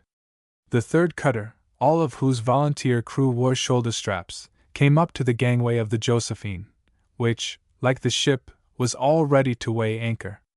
You come with a very nobby crew, said Mr. Fluxion, as the principal stepped upon the deck of the Consort. The ship is in a state of mutiny, replied Mr. Lowington, with a smile upon his face, which softened the astounding declaration. Mutiny! Exclaimed Mr. Fluxion. Precisely so. We called all hands to weigh anchor, and less than 30 answered to the summons. We learned from them that the rest of the crew refused to do duty till their grievances were heard. Do you know of anything of this kind on board of your vessel? We haven't called all hands yet, for we don't begin to get under way till the ship mans the capstan. It is possible that we shall have the same difficulty. Let your captain get under way at once, for the ship will be towed out. If your crew is all right, I should like to transfer a few seamen to the ship, for we are rather short-handed, added the principal. Mr. Fluxion called Captain Terrell, and the order was given to pipe all hands. As the boatswain's whistle sounded, the principal and the vice-principal descended to the cabin. Mr. Lowington had begun to explain his method of dealing with the difficulty, when a messenger from the captain reported that 12 seamen refused to answer the summons. Ascertain who they are, and get under way without disturbing them, said the principal, after the messenger had retired. That's a novel way to deal with a mutiny, added Mr. Fluxion, who was always in favor of decisive measures. Mr. Lowington stated his views fully, and explained his plan. Though the vice-principal did not agree with him in regard to his corrective measures, he consented to adopt them. When they went on deck, the captain handed Mr. Fluxion a list of the names of the Josephine's mutineers. They were the 12 runaways who had been transferred to the Consort. Little had succeeded in inducing them to engage in the plot, but the rest of the crew would not follow their vicious example, even with the assurance that the mutiny was general on board of the ship. Under these circumstances, none of the crew of the Josephine could be spared for service in the Young America, and the boat returned without them. The principal decided that the ship could be handled with the available force, which might include a portion of the cooks and stewards, some of whom were sailors. The tugboat had come alongside when the cutter reached the ship. In order to give any rebel, who had repented, an opportunity to return to his duty, the grating was removed from the main hatch, and the boatswain again called all hands to weigh anchor. Only 2 of them, however, answered the call.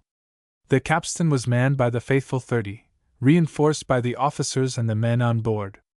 A long hawser had been passed from the bow to the steamer, and as soon as the anchor was up to the hawse-hole, the signal was given to go ahead. The Josephine followed as promptly as though every seaman on board performed his duty, though the sails were not set with the usual precision. The little squadron went off to the northwest, carrying its double mutiny with it. As soon as the ship began to move, after the anchor was secured, the officers devoted themselves to the duty of stationing the crew.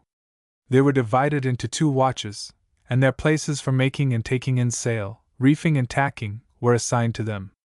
As the officers who had volunteered to serve before the masts were thorough seamen, the task was speedily accomplished. There were no green hands to be favored, for every one was competent to hand, reef, and steer.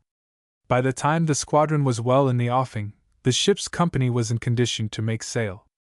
About 10 miles outside of the harbor, the steamer was discharged. "All hands, make sail, ahoy!" shouted the boatswain, and every officer and seaman sprang to his station. Lieutenants, masters, midshipmen, and pursers mingled with the seamen, and the work was done with promptness and precision. Topsails, topgallant sails, and courses were set, and with the wind abeam, the ship went off to the northwest as comfortably as though no mutiny had distracted her routine. When everything was made snug for a night at sea, the roll was called, and the names of the mutineers checked on the list.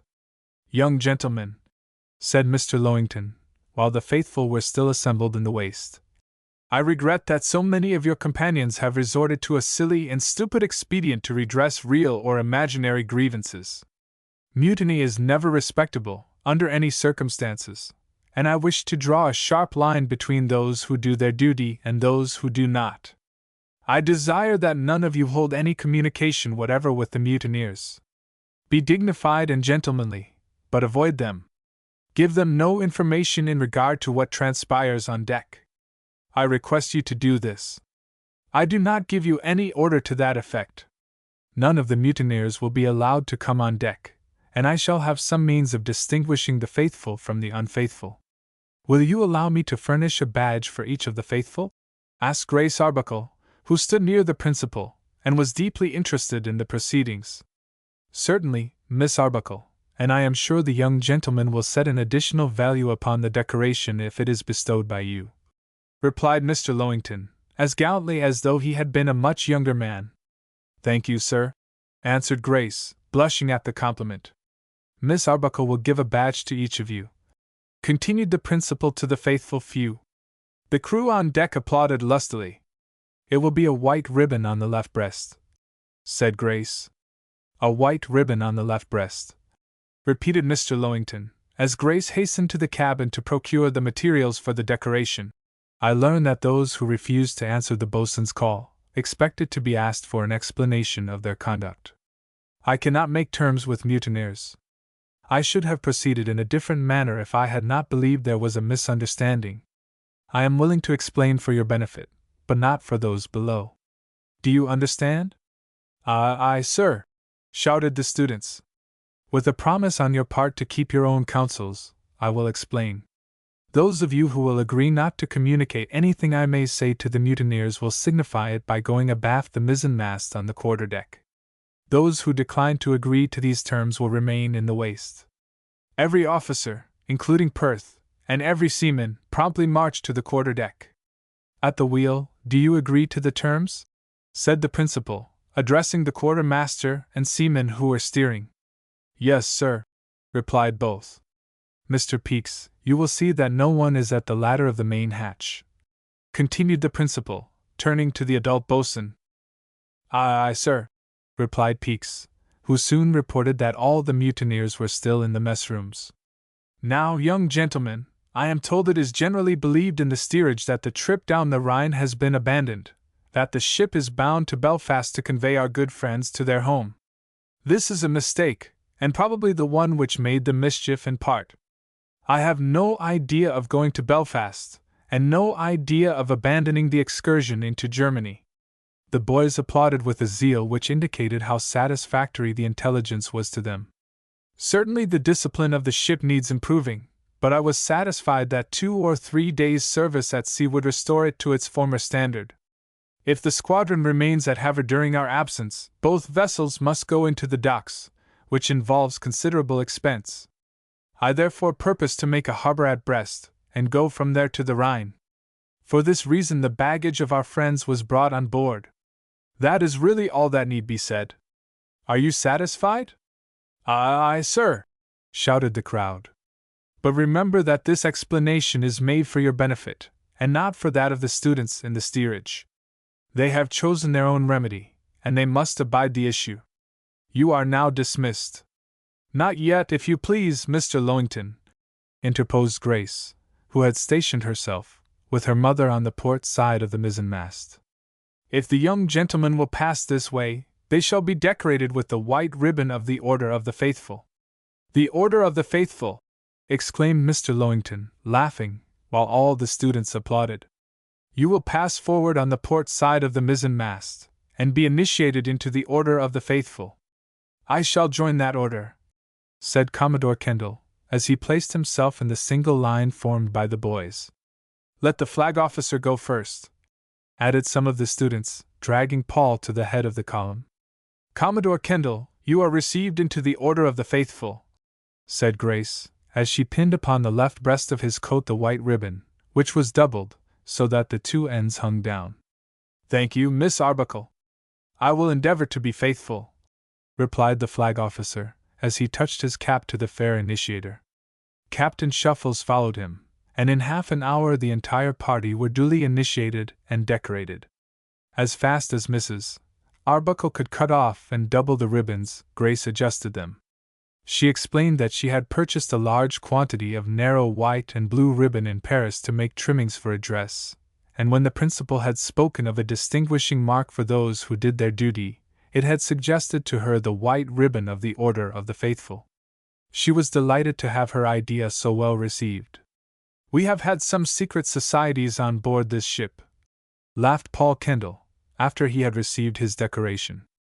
I move you we form another, the Order of the Faithful.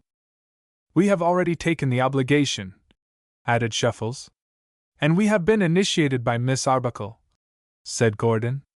The suggestion was received with favor, though rather as a pleasantry than as a serious matter, and, after the faithful had all marched by the mizzenmast, the subject was again taken up in the waist. I move you that Commodore Kendall be chosen Grand Commander of the Order of the Faithful, said Shuffles. I beg you will excuse me. I couldn't walk if I had to carry around with me such a magnificent title as that, replied Paul, shrugging his shoulders like a Frenchman. I suggest that Miss Grace Arbuckle be the chief of the order, and that no one be admitted unless initiated by her.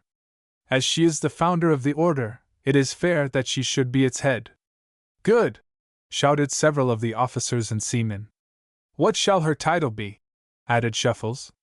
Queen, replied Gordon. No, that's too commonplace, answered Haven. What shall it be, then? Something outlandish, just for the fun of the thing, said Haven, who was not a very warm advocate of secret societies. The Amazon, suggested one of the seamen. Oh, no! Don't call her an Amazon, protested Paul. It would be a libel upon her. The Queen of the Fairies. We are not fairies, objected Haven. She is one, at any rate. Call her the Empress. Simply the President. No, the Directress. The question seemed to be a trying one, and one after another suggested titles which were satisfactory to no one but the proposers. How will the Protectress do? Inquired Shuffles. Rather formidable and commonplace, replied Haven. Make it the Grand Protectress, and I am with you. I like Protectress, added Paul Kendall. So do I, said half a dozen others. Grand Protectress is better, persisted Haven, who could not help making a burlesque of the affair. Grand Protectress! Shouted a dozen others, who believed in high-sounding titles. Put it to vote, suggested Shuffles. Aye. Put it to vote. Those in favor of Grand Protectress say aye. continued Haven. Aye, responded a large number. Opposed? No. The ayes have it. Grand Protectress it is. I move you that Commodore Kendall and Captain Shuffles be a committee to wait upon Miss Arbuckle, and inform her that she has been unanimously chosen Grand Protectress of the Order of the Faithful. Those in favor say aye, those opposed, no. It is a vote. The committee went to the quarterdeck, where Grace and her mother were conversing with Mr. Lowington. Paul, who was by seniority the spokesman, touched his cap, and looked as dignified as though he had been the minister plenipotentiary of one of the great powers. Miss Arbuckle, I have the honor, and I should do injustice to my own feelings if I did not add the pleasure, to inform you that you have been unanimously chosen Grand Protectress of the Order of the Faithful. The what? Asked Grace. The principal, usually very solemn and dignified, laughed heartily. Grand Protectress, replied Paul gravely. The order has been duly established, and, as you have initiated all the members, it is eminently proper that you should preside over its destinies. Please to assure the members of the order that I accept the high position, and that I am very grateful to them for the honor they have done me, answered Grace, when she could restrain her laughter so as to speak. I am happy to be the bearer of such a pleasant message, said Paul, as he bowed and retired. Grand Protectress! Laughed Grace, repeating in measured tones her magnificent title. Paul reported the acceptance of the Grand Protectress, and the society was further organized by the choice of a secretary, whose only duty was to keep a record of the names of the members. Now we want a motto, said Gordon. Something that will express, in few words, the objects of the society. I don't happen to know what the objects of the society are, replied Haven, but I suggest Honi soit Kamal y pence. The Queen of England has a mortgage on that motto, said Paul. Semper Paratus will be better. What does it mean? Asked a student. Some proddies, replied a wag. Let us have a motto in plain English, and one that has not been used by all the engine companies in the United States, added Haven. Semper Paratus is good, I think, persisted Paul. Always ready to answer the boatswain's call, and always ready to do our duty. But it is worn out, protested Haven. I move you we invite the Grand Protectress to give us a motto. The motion was carried, and the same committee appointed to make the request.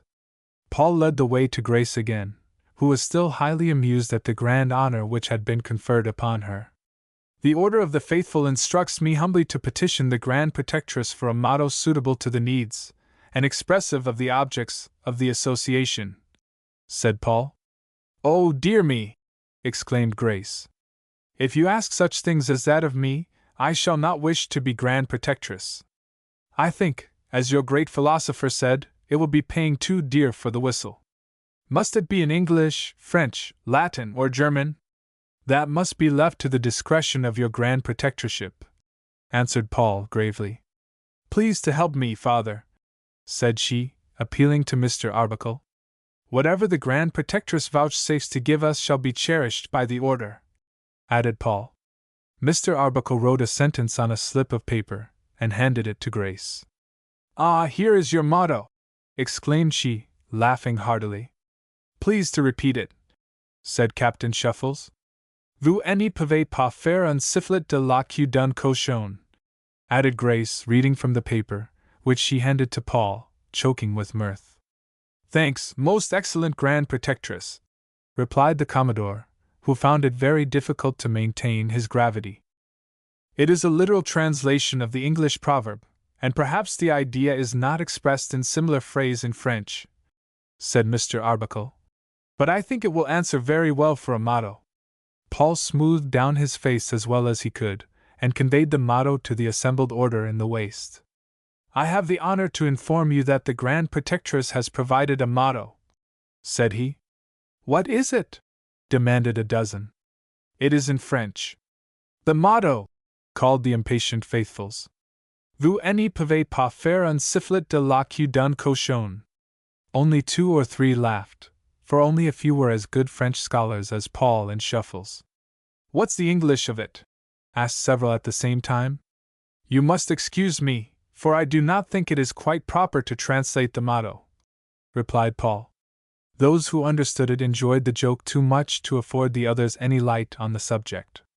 Haven was delighted with the motto, and moved that it be accepted. As it had been furnished by the Grand Protectress, it was unanimously adopted. The weak scholars were very curious to know the meaning of the mystic words. Most of them could make out a part of the sentence, but not enough to translate it. The business of the meeting was completed, and the members separated, all of them feeling that the mutiny of the Young America was more like a merrymaking than anything else. To be decorated with the white ribbon of the order by a beautiful young lady was a privilege which they appreciated, and all of them were thankful that they had not been led astray by the evil counsels which had prevailed in the steerage. "If you do not like the motto, I can give you another now," said Grace, when Paul joined the little party on the quarterdeck. "The one you gave was unanimously adopted by the order," replied Paul. "Was it really?" asked Grace, laughing more heartily than before. "Certainly it was." "Did they understand its meaning?"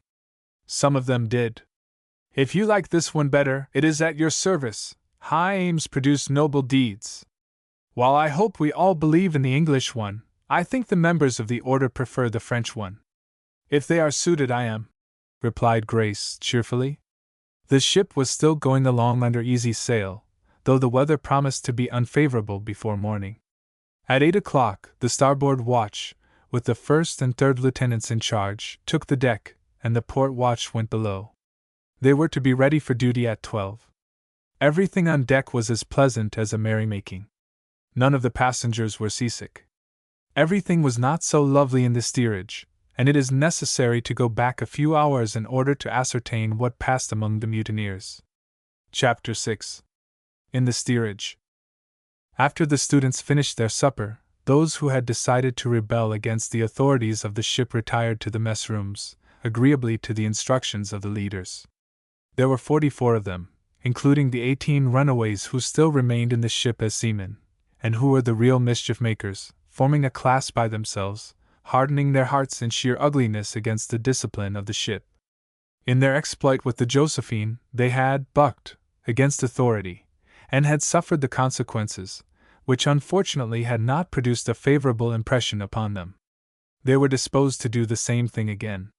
The rest of the mutineers belonged to a different class. They were generally well-disposed boys, fond of fun and excitement, not exactly the lambs of the flock, but certainly not the black sheep. If some of them had assisted in creating the confusion during the drill, they had not done so with any malicious purpose, as the runaways had, but from a thoughtless love of sport and excitement. They would never have thought of such an expedient as rebellion if they had not been cunningly worked upon by the real mischief-makers. They were not strong-minded young men, who dared to do right under all circumstances. With good impulses in the main, their principle was not hardened into that solid element which constitutes a reliable conscience. They were easily led away, and believing they had a real grievance, they resorted to doubtful means for its redress.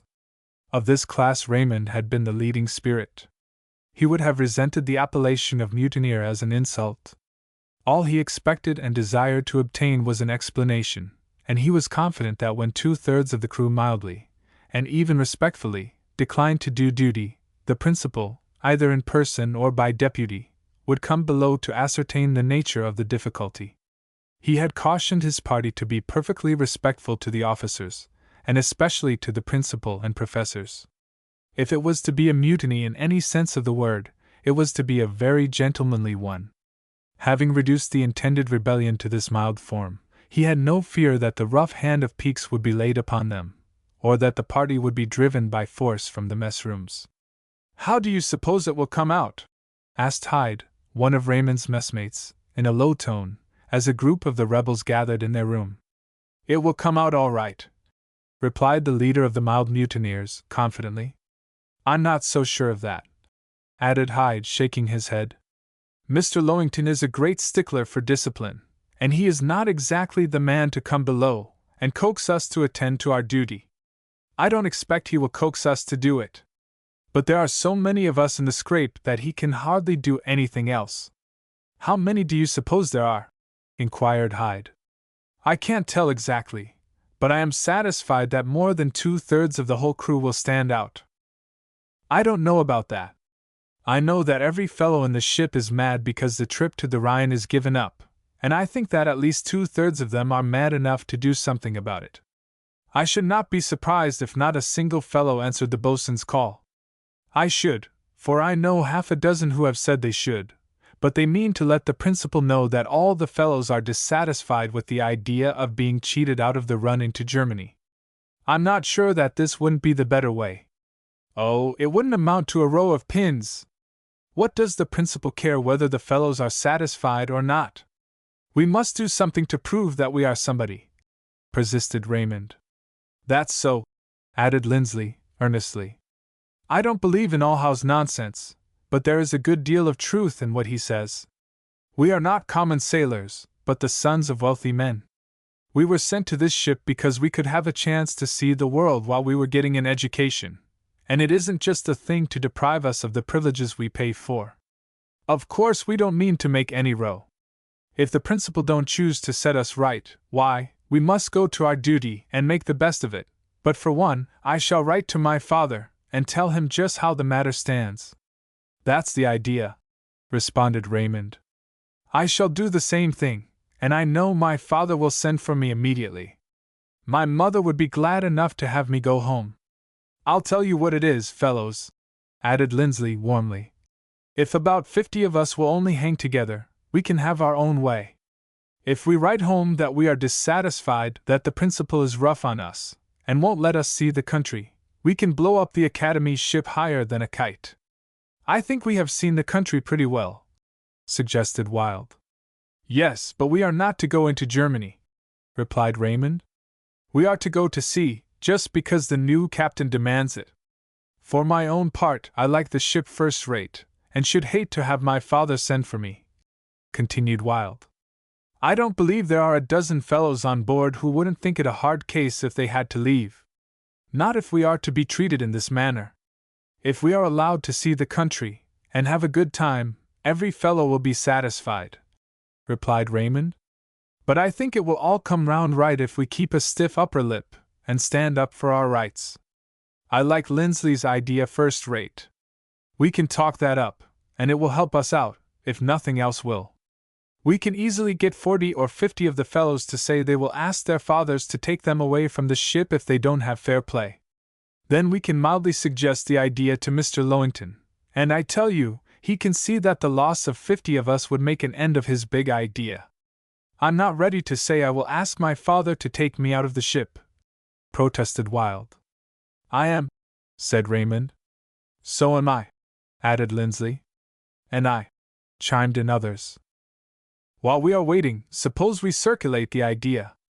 At this moment Tremere and Willis, who were the other occupants of the mess room, came in, and the proposition was stated to them. No! Exclaimed Tremere, very decidedly. When the boatswain pipes, I shall go on deck, and do my duty as long as I have 2 legs to stand on, and 2 hands to work with. So shall I, added Willis. I don't believe half the stories that have been told through the ship. In my opinion, if any of the fellows don't go down the Rhine this year, it will be because they are rebels or runaways. I shall take my station when the boatswain pipes, if I am the only fellow on board that does so. If you haven't spunk enough to stand up for your rights, you deserve to lose them, replied Raymond, disgusted with the answers of those high-toned students. My rights? Humph! I value them too highly to throw them away by any such stupid conduct as you suggest, answered Willis. Lindsley, thinking that Tremere and Willis did not understand their plan, volunteered to explain that they did not intend to use any violent measures, that they meant to be entirely respectful to the officers and to the faculty. Disobedience is disobedience, whether you are respectful or disrespectful, whether you say no squarely, or excuse me, only the former is less cowardly than the latter, said Tremere in reply. As I understand the matter, you are getting up a row, asking fellows to write to their fathers to take them away from the ship. All hands up anchor, ahoy! Shouted the boatswain at the main hatch. Raymond returned to the mess room, while the 2 incorruptible fellows hastened to their stations on deck. Now we are in for it, said Lindsley. Let us stick to our text, added Raymond, fearful that some of the party would back out as the decisive moment had come. Aye. Stick to the text, added Hyde. Hold on, and I will see how many fellows answer the call, continued Raymond, nervously, as he stationed himself at the door of the room, where he could see the seamen who went up the ladder. Count them, said Lindsley. It was an exciting moment to the rebels, for however real they believed their grievances to be, probably not many of them were satisfied with the expediency or the justice of the measure they had adopted to redress them. Only 12! Exclaimed Raymond, when the last of the faithful had ascended the ladder. That's bully, said Hyde, rubbing his hands with satisfaction at the assumed success of the scheme. Are you sure that you counted right? Inquired Lindsley. I counted 10, and added Tremere and Willis to the number, for they had gone up before I began. I didn't expect even as many as that would go. But the enthusiastic rebel had made a blunder. A portion of those who intended to obey orders, having no motive for remaining below, had gone on deck as soon as they finished their suppers. 16 of these, added to the 12 who went up from the steerage, made the 28 who first answered the call. Only 12, repeated Hyde. If we have nearly the whole crowd, we can do something more than explain our position, said Lindsley. I'm not in favor of doing anything more than that, added Raymond, shaking his head. All hands up anchor, ahoy! Shouted the boatswain, the second time, at the main hatch. It's all right, said Howe, appearing at the door. Not a fellow answers it. Only a dozen have gone on deck in all, added Raymond. Is that all? Asked the runaway. That's all, I counted them. Good! We shall make a big thing of it, answered Howe, as he left the room to look into others, in all of which it is safe to say that the strong-minded rebels were engaged in stiffening the backs of the weaker ones, for a large portion of them were in a very novel position. Someone will be down very soon to know what the matter is, said Hyde, fidgeting about his berth, where he had stretched himself to await the time. Who shall speak for us? Asked Raymond. You shall, replied Lindsley. Very well, I will do the best I can, answered Raymond, modestly. I am to say, very respectfully, that the fellows are dissatisfied with the idea of going to sea, and giving up the trip to the Rhine. Yes, and we respectfully request that the principal will make good his promise to take us into Germany, added Hyde. Don't you mean to say anything about the letters to our fathers, asking them to take us away from the ship? Inquired Lindsley. That looks a little like a threat, objected Raymond. Besides, we don't know how many fellows will agree to send such letters. Let us go round and see, suggested Lindsley. We will if there is time. As the record of the preceding chapter testifies, there was an abundance of time to carry out this or any other preliminary measure. Raymond and Lindsley proceeded to canvass the rebels in regard to the letters.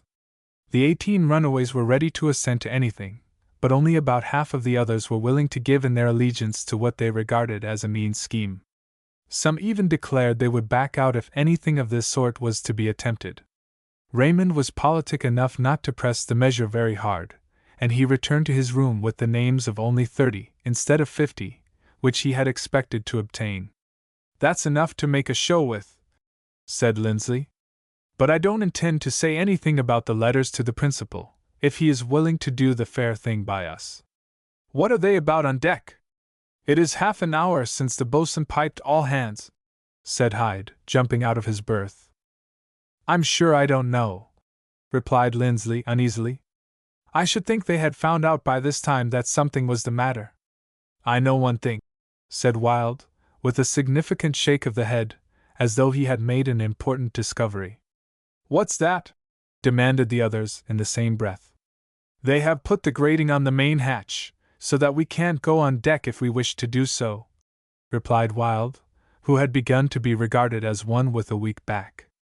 No matter for that, answered Raymond, with an effort to laugh, though he was far from being satisfied with the situation as indicated by the closed hatch. As we don't want to go on deck, it makes no difference to us. That's so, added Lindsley. They have put on the grating to make a show. They can't do anything while 60 of the crew are below.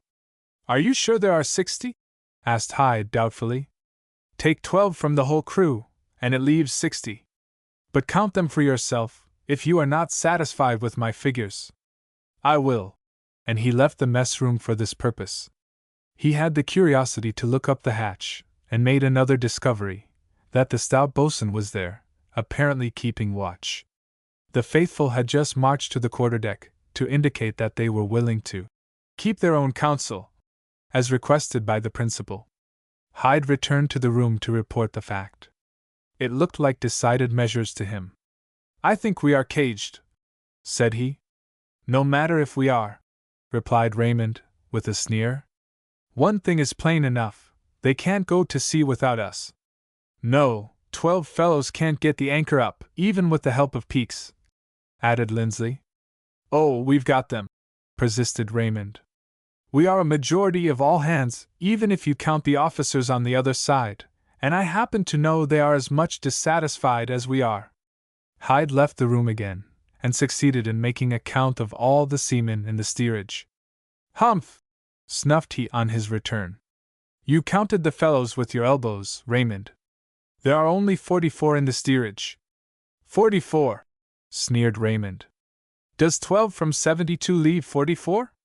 No, but 28 from 72 leaves 44, retorted Hyde. I'm sure I'm right. Raymond was not satisfied, and counted for himself, but with no different result, and Lindsley suggested that some of the 28 were on deck when the boatswain's call sounded. Well, what's the odds? Demanded the mortified leader of the moderate party. They can't get the ship under way with 28 much better than with 12. It takes 32 to man the capstan. What are they doing on deck? I don't know, replied Hyde. I was going up the ladder to ascertain, but Peaks drove me away. I heard them lowering boats, but I could not make out what they intend to do. Oh, it's all right.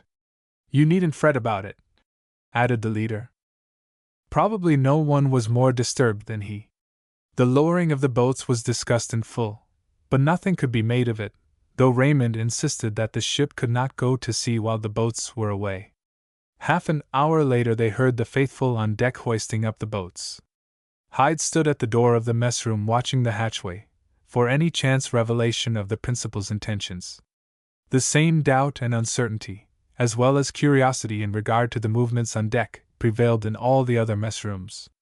It had been agreed that all hands should remain in their rooms, but this agreement was now violated, and most of the mutineers were gathered at the doors, anxious to obtain intelligence from the deck. Suddenly the grating was removed from the hatch. All hands up anchor, ahoy! Shouted the boatswain, for the third, and, as it proved, the last time. But no one came below to remonstrate, or ask for the explanation which a majority of the rebels were now exceedingly anxious to give. The moment the call sounded, Wild walked towards the ladder. Where are you going? Demanded Raymond angrily.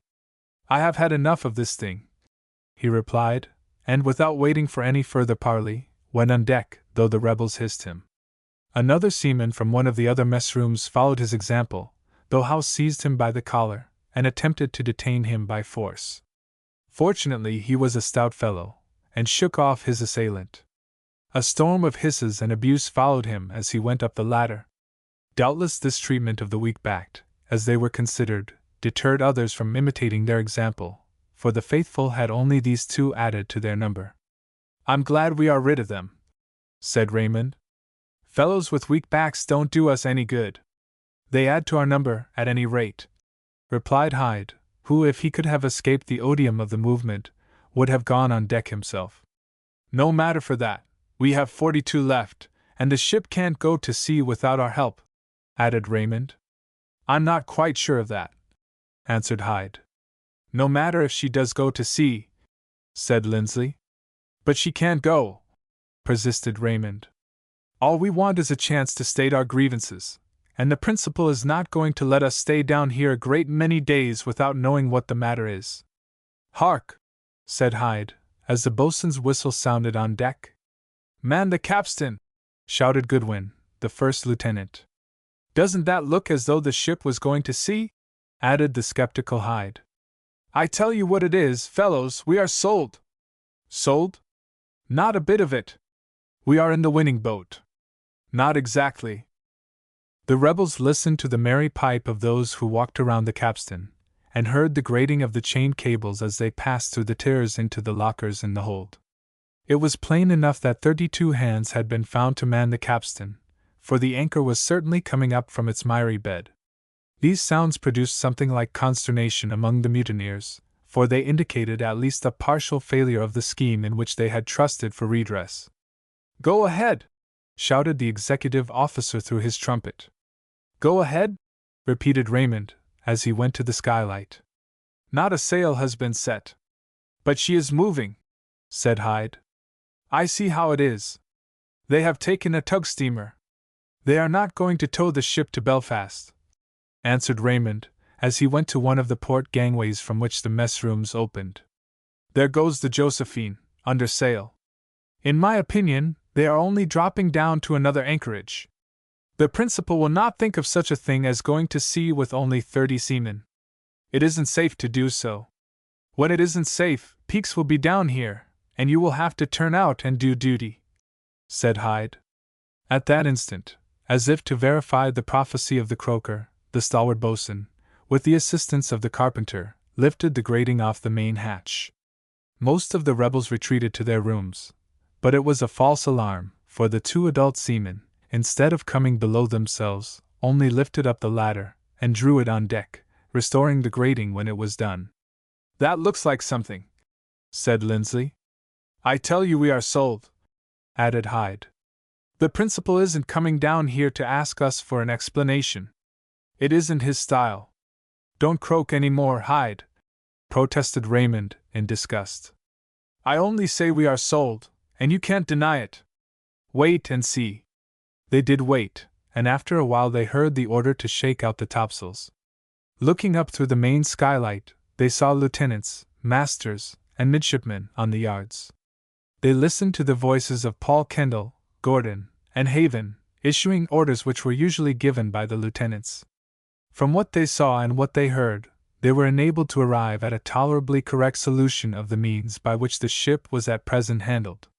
They understood that the larger portion of the officers were doing duty as seamen, while the past officers were serving as volunteers under the captain.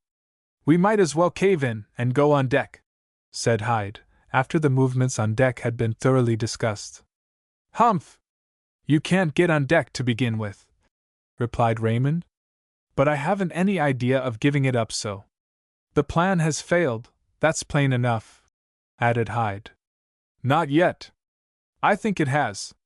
We are whipped out, and the sooner we make our peace with Mr. Lowington, the better it will be for us. If you mean to back out, say so, Hyde. I don't want to back out while the rest of the fellows stick." "How will it do to send a messenger to the principal, state our grievances, and have the thing over?" suggested Johnson. This idea met with considerable favor, but the principal objection to the measure was that the messenger could not get on deck, as the ladder was removed from the main hatch, and the forward one was closed. The ship careened, the waves dashed against the bow, and it was evident that she was going to sea in good earnest. A large portion of the rebels were now studying up a plan to get out of the scrape, rather than to establish their rights. The boatswain's whistle sounded on deck, and all hands were piped to muster. Vainly the mutineers tried to ascertain what was going on, while Mr. Lowington was making his explanation to the faithful, but the parties were on the quarterdeck beyond their sight and hearing. Only the applause which followed Grace's proposition to decorate the members of the Order of the Faithful reached their ears. The ceremony itself, which took place in the waist, indicated that those on deck were having an exceedingly jolly time, though the nature of the performance was not understood. Then, when the Grand Protectress was elected, the hilarious mirth of the faithful was positively sickening to the rebels. Those on deck appeared to be making fun of those below, for what else could they be laughing at, since the refusal of the rebels to do duty must be the all-absorbing topic on board? The situation was very unsatisfactory to the mild mutineers, and not very hopeful to the runaways. "Let them laugh," said Raymond, whistling up his courage, so that he could maintain the dignity and firmness of a leader. "If we hold out, we shall carry our point. I have looked at the telltale, and the ship is headed to the northwest. If the course means anything, it means Belfast. What's the use of talking? Exclaimed Johnson. The plan I proposed is the only one now. I move we send a messenger to the principal. You can't get on deck, retorted Raymond. We can hail someone on deck, or knock at the door of the main cabin. It looks like backing out, added Lindsley. That is what we shall have to do in the end, and we may as well do it first as last, said Hyde. Hold on. Here comes Howe, continued Lindsley. Let us hear what he has to say. I don't care what he says, muttered Hyde, who, like many other of the mild rebels, was not willing to join hands with the virulent and intense ones. I say, fellows, we are not making much on this tack, Howe began, as he joined the group at the door of the mess room. We are going to have a meeting abaft the foremast, to decide what shall be done next. All hands are invited. Howe moved on to extend the invitation to others. Chapter 7. The Visit to the Hold. I don't attend any meeting with those fellows, said the prudent Hyde, as the rebels began to gather at the place indicated. There is no harm in hearing what they have to say, replied Lindsley. I don't care what they have to say. I won't have anything to do with them. In my opinion, they are trying to get us all into a scrape. You are in one now, and you may as well be hung for an old sheep as a lamb. I would rather be hung for a lamb, answered Hyde, turning on his heel, and walking as far from the foremast as the limits of the steerage would permit. About a dozen others followed his example, for the meeting was understood to be called by the runaways, who represented the most virulent type of rebellion. They had already lost all their privileges for the season, which could be restored only by the grace of the principal, and they had nothing to sacrifice. It was not prudent to enter into their councils, and the mildest rebels, like Hyde and Johnson, avoided them. We are not making much on this tack, said Howe when the rebels, who chose to take part in the meeting, had assembled. That's so, exclaimed Lindsley. Well, what's to be done? That's the next question. Nothing, added Raymond, who dreaded any extreme measures, and did not mean that Howe's party should obtain control of the movement. As I understand the matter, all is going on right. We have only to hold out, and everything will end well for us. But we are shut up in the steerage. We are prisoners. The tables are turned upon us, replied Howe. Not at all. We have carried our point so far. We refuse to do duty, and we haven't done any. I am in favor of fighting it out in this manner to the end. It is a milk and water affair as it is now, and won't amount to anything. What's the reason it won't? Demanded the champion of the mild party. Suppose the main hatch were opened, and the boatswain should call all hands, how many of us do you suppose would be left? There are a dozen of your chickens that would back down so quick it would make your eyes smart, added the champion of the intense party, pointing to the group which had collected around Hyde, who appeared to be forming a party of his own. And the next time the call was made, a lot more would slump. Before long we should be so reduced in numbers that the brig would hold us all, and a few of us would have to stand the punishment for the sins of the crowd. You led us into the scrape, now you must help us out of it. Who led you into it? Asked Raymond, indignantly. You and your fellows, of course, retorted the heavy champion. I don't see it. Don't you? Then you are as green as a tame pigeon, continued Howe, smartly. Our fellows, of course you know I mean those who ran away in the Josephine, are under the ban already. Did you suppose we were going into an affair like this alone?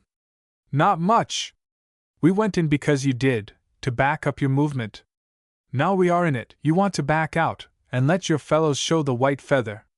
I don't mean to back out, protested Raymond. But those fellows out there do, added the wily rogue. Well, there are 30 of us here, who will stick to the end. What do you say, fellows? Of course we will, replied several, very mildly. Will you agree, upon your word and honor, to stick as long as any one does?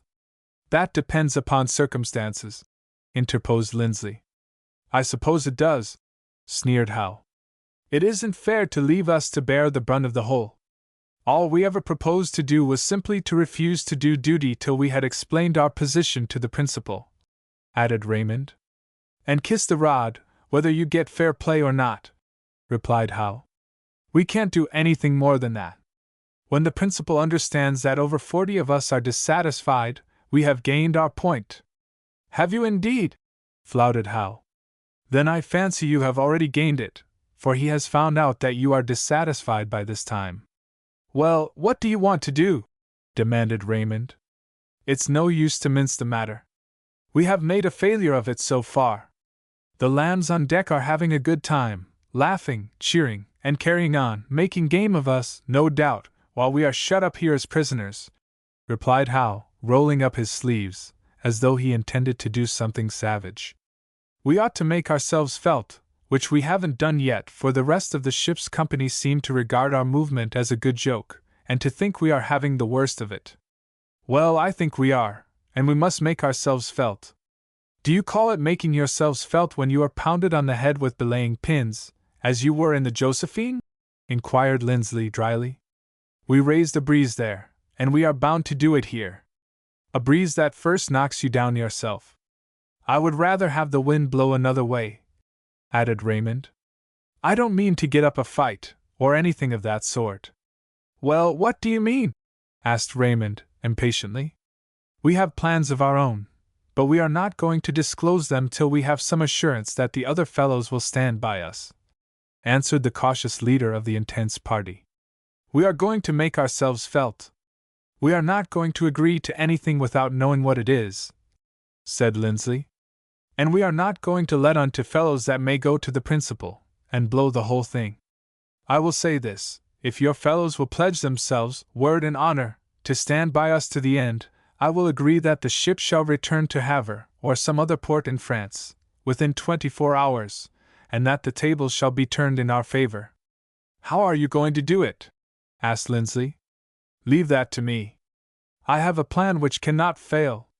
Do the fair thing by us, and we will get you out of the scrape. I will agree to this, and nothing more. I will stand out till we have a chance to be heard, replied Raymond, who began to have some hope of the mysterious movements of Hal. I will do nothing but stand out. We don't ask you to do anything else. We will do the rest if you back us up. We don't back you up, for we don't even know what you are going to do. We will tell you what we are going to do. Hold on. Perhaps we had better not know anything about it, interposed Raymond. No, you don't, exclaimed Hal. We will tell those who will take the oath. The oath, ejaculated Lindsley. Are we joining the Knights of the Golden Fleece? No, no! I mean the promise, answered Hal, impatiently. Word and honor, that's all I want. The runaway portion of the rebels were doubtless already familiar with the extraordinary means which was to turn the ship back to the ports of France. The others, who attended the meeting, were largely influenced by curiosity. They were intensely mortified at the defeat, which they were unwilling to acknowledge. It would afford them immense satisfaction to have the tables turned in their favor, but they were utterly unable to imagine what powerful machinery Howe and his associates could bring to bear upon the obdurate principal, how they were to compel him to put the ship about and return to France. The mild party retired to consider whether it would be prudent for them to enter into a compact of this description with such dangerous characters as the runaways. They were prejudiced against the measure, but victory in the undertaking, in which they had engaged, was so earnestly coveted, that they were tempted to join hands even with Howe, Little, Wilton, and other desperate fellows. When a person has once gone astray, the inducements to go farther increase.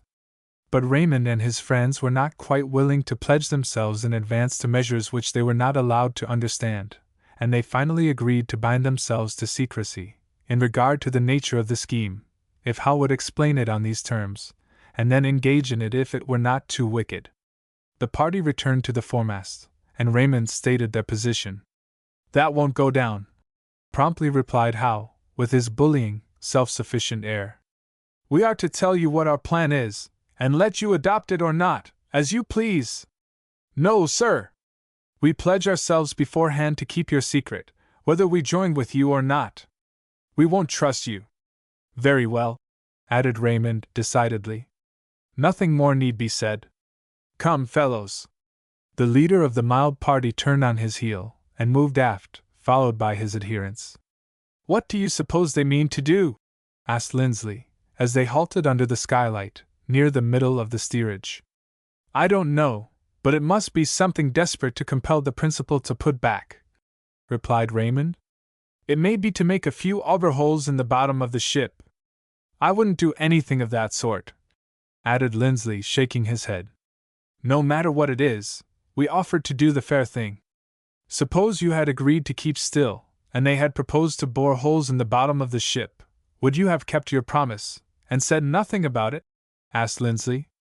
"I would not have let them do it, and then there would have been nothing to conceal," answered Raymond. "Precisely so. That's a good idea.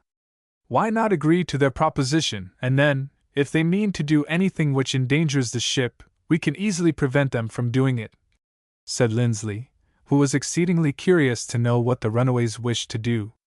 Others were affected with the same desire, and their curiosity was rapidly overcoming their prudence. While they were discussing the question, Hyde and his party, seeing that Raymond and his associates had withdrawn from the runaways, came to the spot and disturbed the conference with irrelevant questions. If all the mild mutineers could be induced to cling together, they could easily overrule Howe and his party. Just then, there was not that unity which alone ensures success. There were actually 3 parties in the steerage, and it was necessary to reconcile them, or the rebellion would end in an ignominious failure. But this was found to be quite impossible, so far as Hyde and his party were concerned, for if the boatswain's call had sounded at that moment, they would have returned to their duty, if permitted to do so.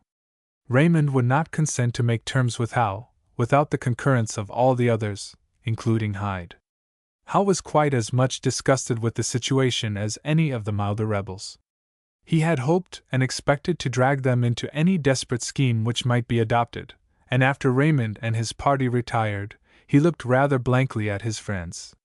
"They are nothing but babies, little spoonies," said he, contemptuously. "It isn't safe to do anything with them." "Nor without them," suggested Spencer. "I don't believe that," added Little. "They are in for it already. They will be held responsible for anything done below, as well as we. Let's go on with the job, just as we intended." After considerable discussion, the suggestion of the little villain was adopted, with a modification, however, proposed by himself, by which the whole party were to be implicated in the mischief. No time was to be lost, for a portion of the faithful, who appeared still to be having a good time on deck, would soon come below to turn in. Howe and Little went to the main scuttle, which opened into the hold, and raised it. "What are you going to do?" asked Raymond. "We are going to hide in the hold, just for the fun of the thing," replied Little. "Won't you come down with us?" "That's not a bad idea," suggested Lindsley. "When they come down to look for us, they won't find us. That will make a sensation, at least, and then we shall not be entirely ignored." "Are you going to stay there all night?" inquired Raymond. "Yes, why not?" answered Lindsley. "It is not quite so comfortable a place to sleep as the mess rooms, but we can stand it for one night." Even the mild rebels, Hyde and Johnson, were pleased with the plan, for it looked like an adventure. The persuasions of Lindsley induced them to yield whatever scruples they had. It would be a rich thing to have the principal or the officers come down into the steerage, and find it empty. There was still a chance to make the principal do something, even if it were only to call them up for punishment, for anything seemed better than being entirely ignored. Little and Howe, each with a lantern in his hand, which he had taken from the lamp room forward, led the way into the hold. All the members of the 3 parties followed, the mild rebels regarding the movement rather as a piece of fun than as anything which added to the guilt they had already incurred. When the last one had descended the ladder, Howe put on the scuttle, and the steerage was, like some banquet hall, deserted. For the stewards were either on deck or in the kitchen, where they spent their leisure hours. As soon as the rebels were all in the hold, they separated into 3 parties again, as they had been in the steerage.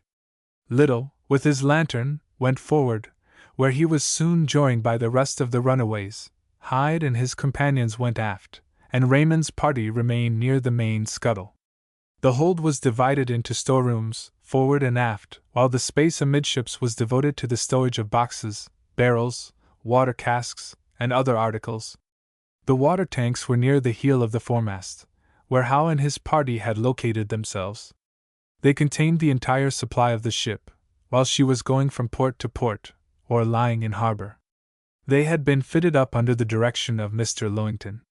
The water was drawn from them by means of a pump in the kitchen, the pipe of which could be adjusted to either of them with screw connections. "We must do the job quick, and get out of this place, or we may be fastened down here, as we were in the steerage," said Little, in a low tone, though he need not have troubled himself to use this precaution, for the dashing of the sea against the side of the vessel made so much noise that those who were 20 feet distant could not have heard him. "Are you sure we are not burning our own fingers?" asked Ibbotson. "My experience in the Josephine, when we were short of water, taught me what it was to be without it, especially when you have to feed on salt horse and hard bread." "That's so," added Spencer. "Can't we save some for ourselves?" inquired Wilton. "What's the use? We shall return to Havre as soon as the officers find that the water tanks are empty," added Little. "But why not save some?" persisted Wilton. "There are lots of bottles on the ballast, and a tunnel on the vinegar barrel. Hurry up, and fill a bottle for each fellow." A dozen of the rebels rushed aft, and procured the bottles, while Little started the faucets which were used in drawing off the water, when it was necessary to clean out the tanks, or for use when the pump above was out of order. This was the precious scheme by which the intense rebels intended to compel the principal to return to port immediately. There could be no doubt that it would be an effectual one, for with no fresh water the ship could not remain a single day at sea without causing great discomfort, if not actual suffering, to those on board. This happy expedient had been devised by Little, and it was diabolical enough to be the invention of his fertile genius. The bottles were brought up, and with the aid of the tunnel, 12 of them were filled, just enough for the Howe party, for they did not intend to look out for the comfort of those who would not fully join them in their plans. The water rushed from the tanks, and flowed away into the ballast underneath. The faucets were large, and in a short time the tanks were empty. As the ship rolled each way, almost the last drop in them was poured out. "Now let us get out of here before we are fastened in," said Little, after he had adjusted the faucets. "There will be a sweet row when they find out the tanks are empty," added Howe, fully believing that the party had now done something to make themselves felt. "It will please me to hear them howl," continued Wilton. "Keep your bottles out of sight," said Howe. "Don't let those fellows see them, or they will smell a mice." "Don't you suppose they know what we have been doing?" inquired Monroe. "How should they? The swashing of the sea made so much noise they couldn't hear the water running out," answered Little. "Don't let on." The party concealed their bottles under their clothing, and moved towards the ladder by which they had descended. "What were you doing with all those bottles?" asked Raymond. "What bottles?" demanded Little. "We saw you take a lot of bottles from the ballast there," replied Raymond, whose party had been discussing the probable use to which they were to be applied, though they reached no satisfactory conclusion. "Well, I'll tell you what they were for," answered Little. "We were going to have some fun, pelting them with stones, just as we used to play duck on shore, you know, but we concluded not to do so, lest the stewards in the kitchen should hear the noise, and make a row about it, that's all." "Where are you going now?" inquired Lindsley, who was not quite satisfied with this lucid explanation, as though fellows engaged in a mutiny would care to amuse themselves pelting bottles. "We have just made up our minds that it is not quite safe to stay down here any longer." "Why not? Suppose they should fasten us in?" "Suppose they should? I thought you intended to stay down here," said Raymond, who concluded that the runaways were very fickle in their purposes. "We did intend to do so, but we hadn't looked over all the ground. It has just occurred to us that the 30 lambs, who kiss the rod that smites them, would not come into the steerage tonight. It will take about the whole of them to stand watch, and if any of them go below, they will sleep on the floor of the main and after cabins, where they cannot be corrupted by such wicked fellows as you and I, Raymond. So, you see, if we can't get up any sensation by sleeping on the ballast, What's the use of making yourself uncomfortable for nothing? That's the idea. Let us go into the steerage, and turn in for the night. I don't believe in backing out, said Raymond, not very well pleased to hear little Classen with himself. Don't back out then, my dear fellow. Stay here all night, and have a good time, added the little villain, as he ascended the ladder and opened the scuttle.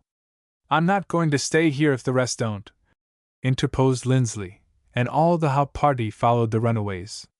Hyde's party, seeing that all the others were retreating, came to the ladder and asked for an explanation. Hal replied that the runaways were sick of the game and had returned to the steerage, and the third squad followed the example of the other two. The hold was left as empty of human beings as the tanks were of water. By this time the watch on deck had been stationed, and the rest of the crew were permitted to retire. As there was no danger that the mutineers would escape from the ship, the grating was removed from the main hatch, but a portion of the watch, including Peaks and the head steward, were posted near it, to prevent any seaman not wearing the white ribbon of the Order of the Faithful from coming on deck. 15 of the 30 who had done their duty came below to turn in. Their appearance created a sensation among the disaffected. Now they would ascertain what had been said on deck about their refusal to answer the call. Now they could hear, second-handed, the sermon which the principal had preached, and which they had heard the faithful applaud. Now they could learn what terrible fate had been marked out for the rebels. When the faithful came into the steerage, the first thing the rebels noticed was the white ribbons which adorned their breasts. Of course they wanted to know what it meant, but they felt a little embarrassed under the circumstances, and did not like to ask direct questions at first. They wished and expected the faithful to open the subject by telling them what a mistake they had made in not being good. But the lambs did not say a word to them, did not appear to notice them, or to indicate by their actions that any unusual event was in progress on board. There was a great deal of silent skirmishing in the steerage. Raymond, who had always been pretty intimate with Tremere, as they both berthed in the same mess room, continually threw himself in the way of the latter, in order to tempt him to speak of the evening's occurrences. Tremere was as silent as a marble statue, though he looked as composed and good-natured as ever, indeed, rather more so than usual. "How's the weather on deck, Tremere?" finally asked Raymond, when no hint would induce the faithful one to speak first. "It looks like a change. I shouldn't wonder if all hands were called to furl topgallant sails and reef topsails before 8 bells, answered Tremere. "How did you get along working ship?" "For further particulars, inquire of the principal," replied he. "What do you mean by that?" "Speech is silver, silence is golden." "Humph!" sneered Raymond, puzzled by the singular replies of his friend. "Yours truly," laughed Tremere. "Why don't you speak?" "I haven't learned my piece." "You have learned a piece of impudence." "He that hath but impudence to all things has a fair pretense." "Are you mad, Tremere?" "Though this be madness, yet there's method in it." "Quit your quotations." "What's that on your coat?" "A quotation." "If you are mad with me, Tremere, say so." "I am not mad." "No, no, I am not mad," shouted the member of the Order of the Faithful, with appropriate gestures and expression. "Come, quit fooling. Can't you talk sense?" "I can and will, for want of decency is want of sense. In college halls, in ancient times, there dwelt a sage called Discipline. But you didn't go to school to the old fellow, Raymond. I believe you have lost your wits. Now be reasonable, and talk like a sensible fellow." "What is this?" asked Raymond, putting his finger on the white ribbon. "A ribbon. What is it for?" "For me." "Who gave it to you?" "The person who had it next before I did." "Humph! How silly you are! Where did you get it?" "On deck." "But who gave it to you?" "The donor thereof." "Who is the donor thereof?" "The one who gave it to me." "If you won't answer me, say so. Don't try to make a fool of me. I usurp not nature's kindly office." "Do you mean to insult me?" "No, I mean to turn in, for I may be called before I have had my snooze out." And Tremere, yawning as if he were bored and very indifferent, walked into the mess room which contained his berth. Those who had listened to the conversation were very much amused by it, and the rest of the faithful took their cue from Tremere. Not one of them would answer a question or give a particle of information in regard to what had transpired on deck. All of them appeared to be astonishingly good-natured, and no one seemed to be disconcerted by the rebellion, except the rebels. Chapter 8. Short of water. They may play bluff as much as they like, but you had better believe there will be a sensation in the morning, if not before, said Howe, after the 15 members of the Order of the Faithful had retired to their rooms, addressing Raymond, who manifested no little vexation at the cavalier manner in which he had been treated by his friend and messmate. What will that be? Asked the milder rebel. Wait, and you will see, replied Howe, mysteriously. We didn't go down into the hold for nothing. What did you go down for? You will find out soon. Well, I want you to understand that I didn't have anything to do with your plots and schemes, added Raymond cautiously. You didn't? Who said you didn't? I say, Raymond, you are a good fellow to kiss the hand that smites you, and I hope you will keep on kissing it. What did you try to pump Tremere for, after you saw what he was up to? I wanted to know what he was up to. Don't you know? It is a game of bluff. Those fellows pretend to be indifferent to what we are doing. They certainly seem to be very indifferent. Have you any idea what that white ribbon means? Have I? Certainly I have. Can't you see through the side of the ship, when there's a port in it? That ribbon is to distinguish the lambs from the black sheep, like you and me. Pooh! What's the use of that? So that the officers can tell them in the dark as well as at noonday. But Little has given those fellows a name already. He calls them the White Feathers. We must laugh at them, make game of them, whip them with their own weapons. Hark! Said Howe, suddenly turning his head towards the kitchen, near the door of which they stood. What's the matter? They are trying the pump, replied Howe, as both of them plainly heard the sucking, squelching noise made by the copper pump, from which the cook was trying to draw water from the tanks below. What of it? Demanded Raymond, who did not see anything remarkable in the circumstance. Never mind, you will find out soon enough, answered the chief runaway, as he left his companion thoroughly mystified, and not a little alarmed, for it was evident that some terrible mischief had been perpetrated. The pump sucked and groaned under the efforts of the cook, who had been directed to make a pot of coffee for the use of the watch, and was now trying to obtain water for that purpose. None would come, and it was plain to him that the pump was out of order.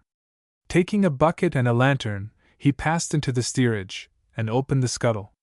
The runaways observed him with intense interest, for the time had come when they were to make themselves felt.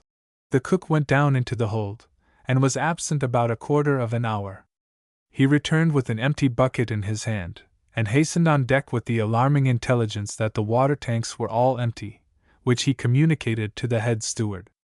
As the tanks had been filled just before the ship left the dock at Havre, the head steward was not willing to believe the startling report. He went into the hold himself with the cook. By this time the runaways thought it prudent to keep out of sight, and all of them retired to their rooms, and most of them to their berths. The head steward tried the tanks, and was satisfied with the truth of the report. When the ship rolled, the faucets on the lee side poured out a few drops of water. Sounded with a mallet, the tanks gave forth only a hollow, empty sound. The steward was astonished and mortified at the discovery, for he was responsible for keeping the ship supplied with water, as well as with all other necessaries in the culinary department. He inquired very particularly in regard to the state of the faucets when the cook had first come below to draw water, and was assured that they were firmly closed. He lifted up some of the ballast, and saw that it was wet. He went to the well, where all the leakage of the ship is collected to be thrown up by the pumps. The ship was regularly pumped out twice a day, and this duty had been performed just before the crew were piped to supper. There should have been but little water in the well, but there was enough to satisfy the head steward that the contents of the water tanks had flowed into it. Dipping one of his fingers into the water, he tasted it, and its freshness was another convincing proof of the fact. Has any one but the cooks and stewards been in the hold? He inquired. Not that I know of, replied the cook. I haven't been out of the kitchen since supper. Over 40 of the students have been in the steerage since the ship sailed. The stewards told me that the boys were standing out. In my opinion, some of them have been in the hold and started those faucets. You don't think they'd do that, do you? Exclaimed the cook. Some of them would sink the ship, if they dared. I think the principal did not manage this affair just right. He ought to have seized the young rascals up to the rigging, and kept them there till they were ready to do duty without grumbling. Now let us see if there is water in any of the casks. No, sir, the boatswain broke them out, and cleaned the casks, while we were in the dock. The head steward took the mallet, and sounded upon the head of each cask. They were all empty, and it was clear enough that there was not a drop of fresh water in the hold, except that which was already mingled with the foul bilge water under the ballast. The ship was going to sea, and both clouds and barometer indicated heavy weather. The steward was troubled, and immediately hastened to the principal with the alarming intelligence. He found Mr. Lowington in the main cabin, and announced the discovery he had made. "It is a scheme to drive the ship back to port," added the principal, after he had satisfied himself, by questioning the steward, that the tanks had really been filled while the ship was in the dock. "Well, sir, it seems to me that the plan must be successful," added the steward, with a grim smile. "Doubtless it will be, but we will not return to Havre. We shall be off Cherbourg in the morning, and we will make a harbor there. But there must be some water on board. Only what is in the water jars, sir? Possibly there are 10 or 15 gallons in all of them." There was a large water jar in the steerage, and one in each of the 2 cabins, which had been filled just before the ship sailed. The steward was directed to draw them off, and save the water, to be dealt out as sparingly as the emergency might require. There were several tons of ice in the storeroom, which had been filled at Havre, and there was no danger of any suffering for the want of the needed element. The principal went on deck with the steward, and observed that the wind was freshening, with a decidedly nasty look to windward. It might not be possible to go into Cherbourg the next morning with safety, and Mr. Lowington did not like the idea of being driven into port before the mutiny had been suppressed. The Josephine was half a mile to windward, under easy sail, and in the present state of the sea, it was an easy matter to communicate with her, as it might not be a few hours later. He therefore explained the situation to Captain Shuffles, who was still on deck with Grace and Paul, too nervous and too anxious to retire, and directed him to call all hands. The boatswain piped the call. Peaks and the head steward at the main hatch, in accordance with their instructions, would permit none who did not wear the white ribbon of the Order of the Faithful to come on deck. Hyde and his party proposed to return to their duty.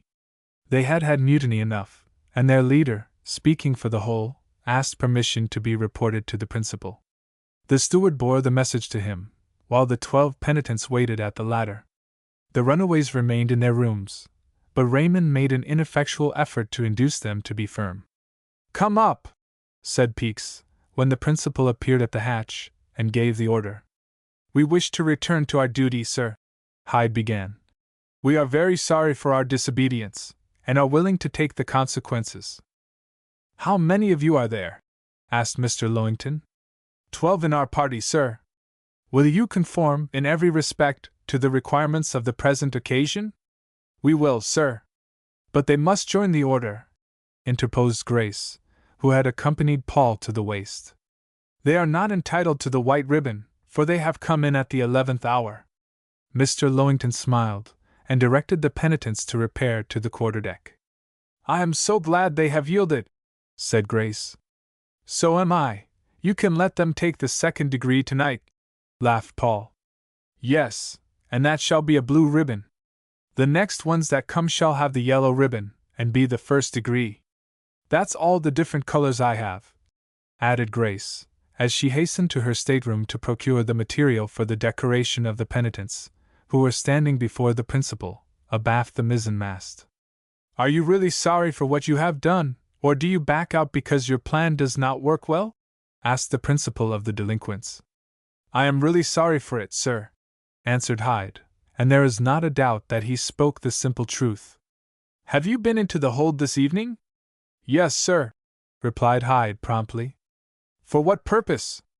"We only went because the others did, but we did not stay there long. Have you meddled with the water tanks? No, sir. Has anyone? I do not know, sir. Down in the steerage, we were divided into 3 parties, because we did not agree very well. And Hyde explained the views of each party, and the localities which they had occupied during their visit to the hold. Mr. Lowington readily comprehended the object of the runaways, when they induced the other 2 parties to visit the hold. In fact, he saw the whole truth just as it was, that the Howe party had made the mischief from the beginning, and that the others were the victims of their cunning schemes. He believed that his plan was working well, since it was eliminating the comparatively innocent from the guilty. You may return to your duty on this condition, that you have no communication with either the Howe or the Raymond party, added Mr. Lowington. You will not inform them in regard to anything which has transpired, or may transpire on deck. Do you accept the conditions? I do, certainly, sir, replied Hyde. Others gave the required pledge, astonished to be restored to their duty on such mild terms. They took their stations with the crew. But Grace Arbuckle soon appeared with the blue ribbons, and Hyde was conducted to her by the Commodore. I confer upon you the 2nd degree of the Order of the Faithful, and decorate you with the blue ribbon. When you have proved yourself faithful to your duty, and worthy of promotion, you will be advanced to the 3rd degree, the emblem of which is the white ribbon, said Grace, as she pinned the decoration upon his breast. Thank you, replied Hyde, rather bewildered by the ceremony. The rest of the penitents were brought up, and, in like manner, initiated into the Order of the Faithful. Of course they wanted to know more about it, and the new organization was explained to them. I'm glad you backed out, Hyde, said Tremere. When are the rest coming? I don't know that they are coming at all. I got enough of it. What do those fellows want to do? Get their rights. Well, they'll get them when they return to their duty, and not before, unless it is the right to be punished for their disobedience, added Tremere. I still think it was not fair to give up the trip to the Rhine, after the promise that we should go, though it was a great mistake of mine to refuse to do duty, added Hyde. Who says the trip is given up? All the fellows. And Hyde rehearsed the arguments which had been used to sustain the proposition. As you are now a member of the Order of the Faithful, you may know its secrets, laughed Tremere. Mr. Lowington made an explanation to those who did not take the law into their own hands, and he proceeded to give the substance of this statement. Hyde was all the more disgusted with the course he and his friends had adopted, and was fully resolved to do his duty in future, whatever his personal opinions might be. The mildest of the mutineers were thus disposed of, and a dozen pair of hands added to the force of the ship. While this conversation was in progress, the Young America had been headed towards the Josephine. Peaks had fired one of the guns on the forecastle, which was the signal, in the night, for the consort to heave to. Hyde's party had been restored to their several stations, while the volunteer officers still filled the places of those who did not answer the boatswain's call. The Josephine promptly obeyed the signal, and the ship ran up to her, as near as it was prudent to go, backed her main topsail, lying to on her quarter. The first cutter was manned and lowered, vacancies in her crew being filled with the stoutest hands available. A dozen breakers, or kegs used for boat service, were put on board, and with Peaks to assist in the stowage, the cutter shoved off, and pulled for the schooner. The officer in charge of the boat explained to Mr. Flux Scion what had occurred on board of the ship, and the 12 breakers, with 6 more belonging to the consort, were filled and stowed in the boat, which returned without delay to the Young America. The cutter was hoisted up, and again the squadron stood on its course. The new supply of water was immediately secured under lock and key, in one of the storerooms. The quantity was still very meager, being hardly enough for 2 days' consumption on full allowance. The watch below was again dismissed. It included 1/2 of the penitents, who were beset by Raymond's party with questions and abuse, but they were true to their pledge, and the rebels were none the wiser. The noise of the gun and of the lowering of the cutter had been heard by the runaways, and the appearance of the 18 breakers, as they were passed down into the hold, was the assurance of another failure to them. "We are dished," said Monroe, as the forward officer passed down the kegs. "Perhaps we are, and perhaps we are not," replied Howe. "The end hasn't come yet," I suppose there is room enough in the run for the contents of all those breakers, added Little. Hyde and the rest of those babies have returned to their duty, continued Monroe, who was always the first to despond. No matter for that, we will keep on this tack till something happens, persisted Howe. By this time we are pretty sure of being left behind when the fellows go to Germany, and for my part, as Flux Scion is going away, I think that is the best thing that can happen to us. We shall find a chance to strike out on our own hook. But the arrival of the water breakers carried consternation to the runaways, whatever they said and did. They were tired of the battle, though, if any of them had a thought of repentance, they subdued it. Raymond's party were angry at the defection of Hyde and his associates, and the future looked dark and hopeless, so far as remedial agencies were concerned, but their pride still prompted them to hold out. Wearied with anxiety and hope deferred, they turned in as the night advanced. At 8 bells, all hands were called again. The wind was blowing half a gale, and the starboard watch had taken in the light sails. It was deemed advisable still further to shorten sail, and a reef was put in the topsails. The starboard watch then turned in, the port having the deck till 4 in the morning. The wind came in heavy gusts from the southwest, and shortly after midnight it began to veer to the west, which brought up a dense fog.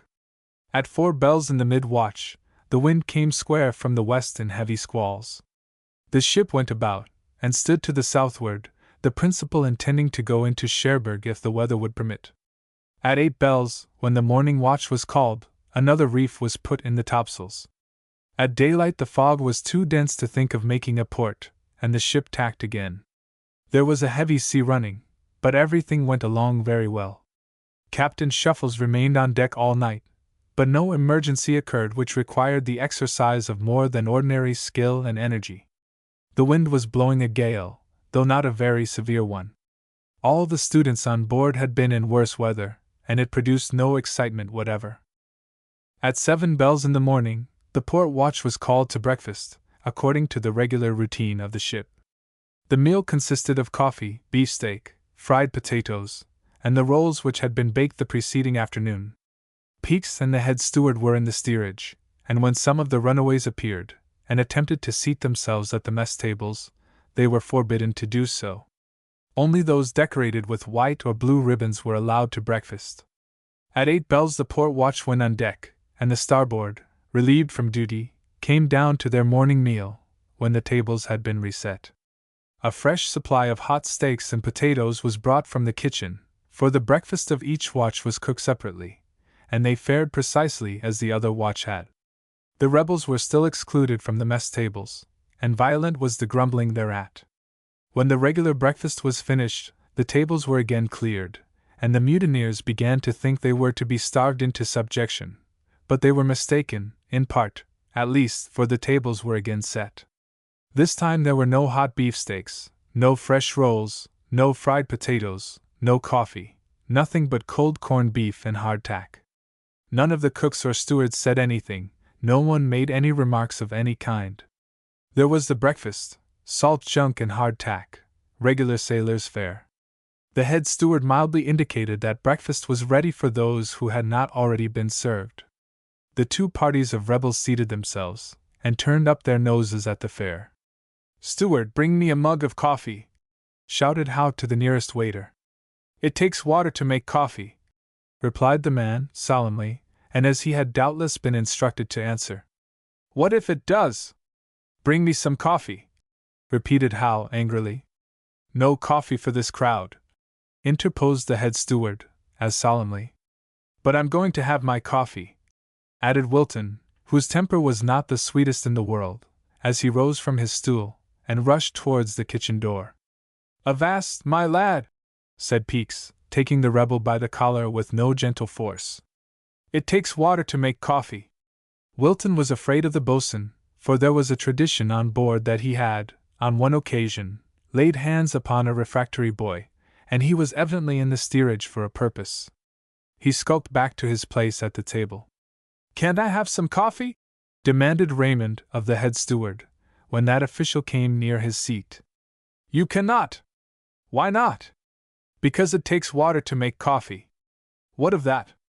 Owing to circumstances, the supply of water on board is rather short, answered the head steward, as solemnly as before.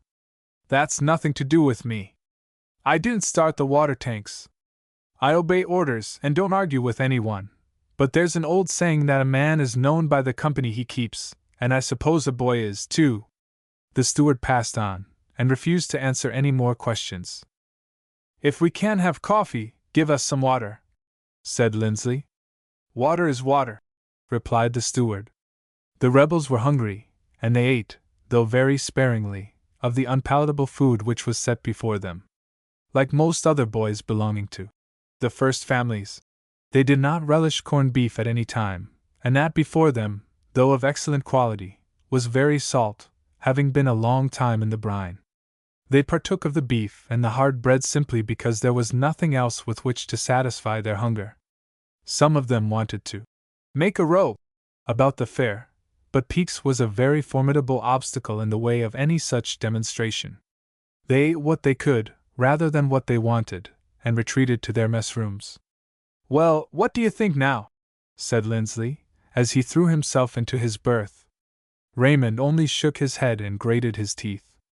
I think we are sold, and the sooner we back down, the better, added Lindsley. I won't back down, snapped Raymond, savagely. How long do you think you can eat salt horse, without any water to wash it down? I can stand it till I die. I don't think it is worthwhile to stand it quite so long as that. I do. What right has the principal to deny us even a drop of water? What right have we to stand out, and refuse to do our duty? Howe's fellows started the water tanks and— We didn't do it, interrupted Raymond, savagely. I won't stand it. Rushing out into the steerage, he went to the water jar, in one corner. It was empty, though there was a breaker of water on deck for the use of the faithful, who were thirsty. He was mad, and ready for desperate steps.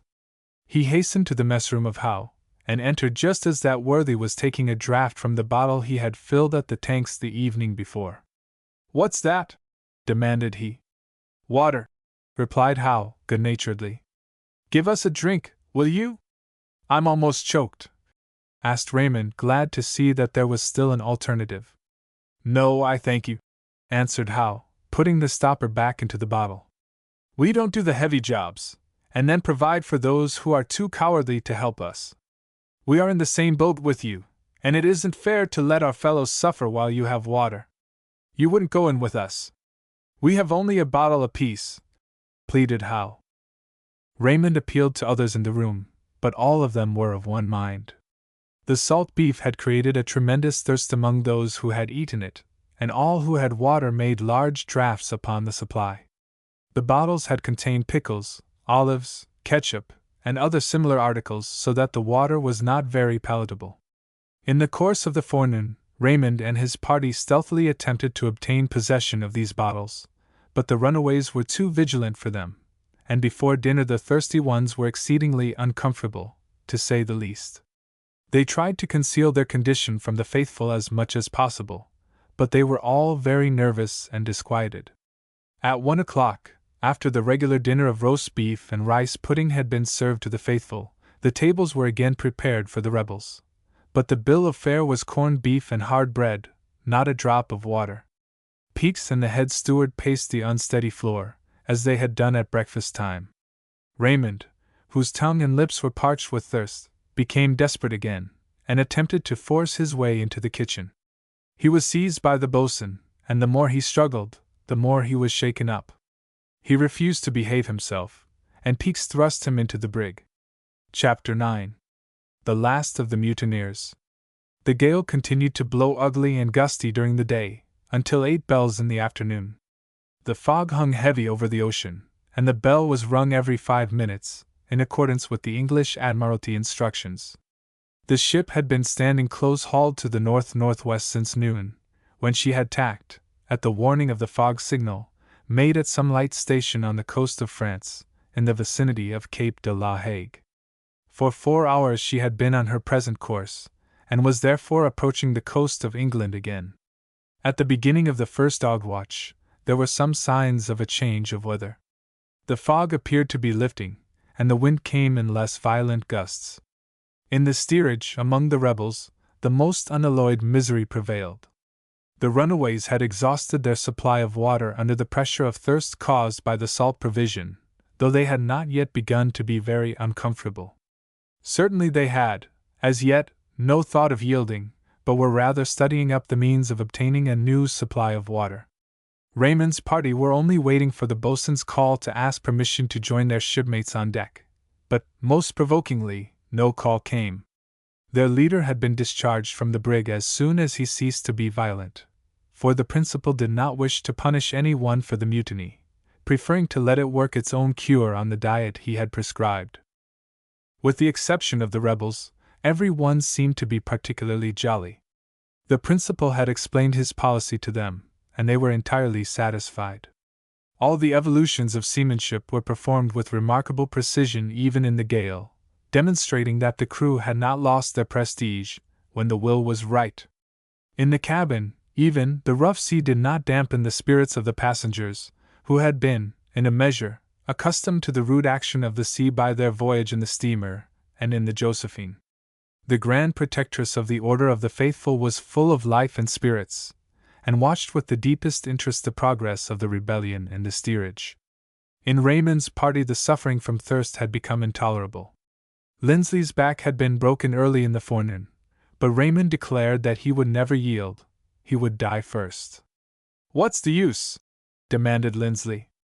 "We are whipped out, sold out, played out, and used up. My tongue is as dry as a piece of wash leather." "I don't like to give it up," replied Raymond. "It looks mean to back out. Just look at it a moment. We are suffering for the sins of Howe's fellows. They let off the water, saving a supply for themselves, and our fellows are really the only ones who suffer for their deed. We are sustaining them, even while they won't give us a drop of water to moisten our lips. For one, I never will get into such a scrape again.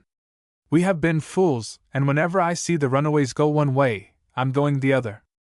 All hands on deck, ahoy!" shouted the boatswain at the main hatch. "That means me," said Lindsley, rushing to the ladder. "Come along, Raymond. Howe and his fellows have been stingy and mean enough to be left alone." Most of the crew were on deck when the call was piped. Lindsley led the way up the ladder, and Raymond followed him.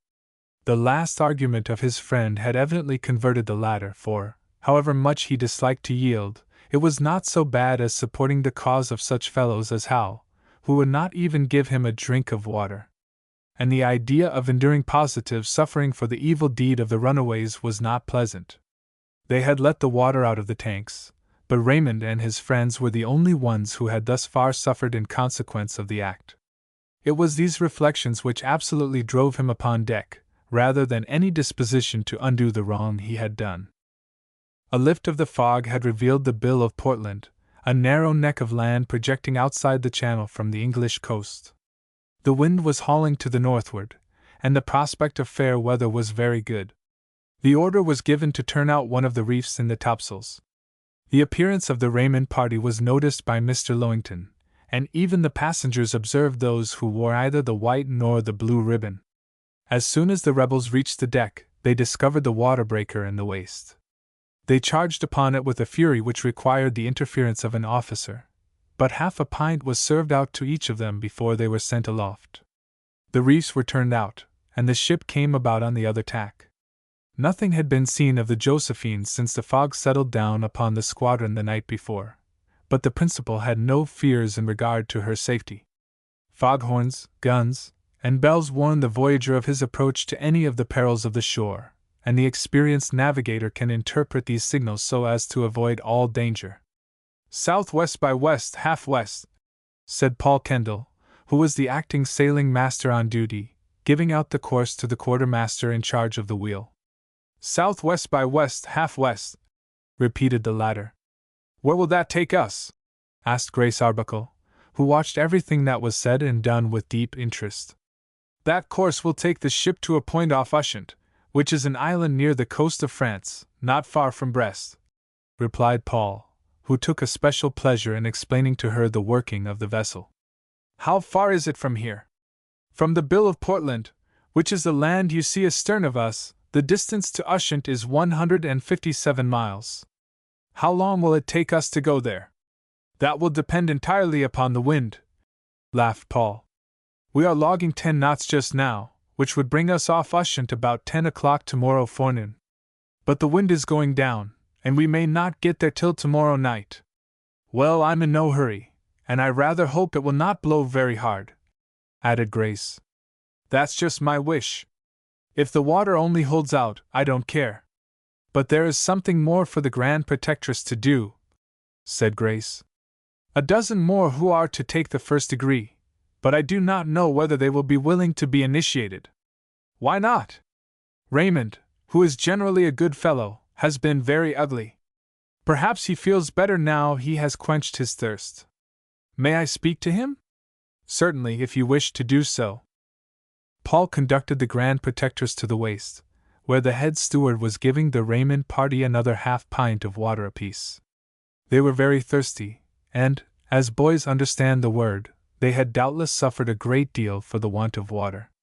As they had returned to their duty, and yielded the point, Mr. Lowington had directed that they should be frequently supplied, until they were satisfied. The general opinion was, that they had already been severely punished, not only by the thirst they had endured, augmented as it was by their diet of salt beef and hard bread, but in the mortification they had experienced at the failure of their scheme. The latter punishment was quite as severe as the former. Miss Arbuckle wishes to speak to you, Raymond, said Paul, addressing the discomfited leader of the mild party. What for? Demanded he. She will explain for herself. Does she want to preach to me? I think not. Of course you are not compelled to see her, if you don't wish to do so, added Paul, who could not see why anyone should not wish to converse with Grace. I will hear what she has to say, said Raymond, with a condescension which Paul did not like. The Commodore presented the delinquent to the young lady. Raymond touched his cap, and bowed politely. I am very glad to see you on deck, Mr. Raymond, for I have wished to make your acquaintance since last evening, Grace began. Thank you. I was not aware that I had any claims upon your consideration. I see you wear no ribbon. Shall I furnish you with one? I don't know what it is for, said Raymond, glancing at the white ribbon on the Commodore's breast. What does it mean? I can't tell you anything about it just yet. I suppose you are very sorry for what you have done. I feel better since I have had a drink of water, replied Raymond good-naturedly, and there was no doubt that he spoke the literal truth. I regret that it was necessary to deprive you of water. It was not my fault. I had nothing to do with emptying the water tanks, pleaded the culprit. It was the runaways who did that. Then you were in bad company. I think so myself, answered Raymond candidly, for he was still under the influence of the clinching argument which had induced him to come on deck. At this point the conversation was interrupted by the call of the principal, who summoned the Raymond party into his presence on the quarterdeck. Are you satisfied? Asked Mr. Lowington, with a pleasant smile on his face, when the rebels had assembled before him. No, sir, replied Raymond, promptly, and before any other of the party could give a different answer. Why did you come on deck, then? We couldn't stand it any longer without water. Is that the reason why you came on deck? Yes, sir. Then you may return to your former diet till you are satisfied, added the principal, pleasantly. We don't wish to do that, sir. Didn't I understand you to say that you were not satisfied? I am not, sir, continued Raymond stoutly. I don't think it was fair to. Stop, interposed the principal, rather sharply. I do not purpose to listen to your grievances. You have undertaken to redress them yourselves, and I see no reason why you should not persevere till you are satisfied. We can't live on salt junk and hard bread without any water, sir. Can't you, indeed? You should have thought of that before you joined hands with those who started the water out of the tanks. We did not even know that they meant to start the water or, afterwards, that they had done it, till the cook said so. We are not responsible for what they did. Perhaps not, yet you were in the hold, in full fellowship with them. But I do not intend to argue the matter with you. We are ready to return to our duty, sir, whether we are satisfied or not. added Raymond. Oh, you are? Yes, sir. Well, as long as you are willing to do your duty, I suppose it does not matter whether you are satisfied or not. Raymond made no reply, and could not help wondering that he had been so simple as to believe the principal would ask an explanation of mutineers. Are you willing to obey all orders? Continued Mr. Lowington. Yes, sir. And the others? Yes, sir, replied Raymond's followers. Will you refrain from all communication with those in the steerage who still refuse to do duty? I will, answered Raymond, who had before made up his mind to do this.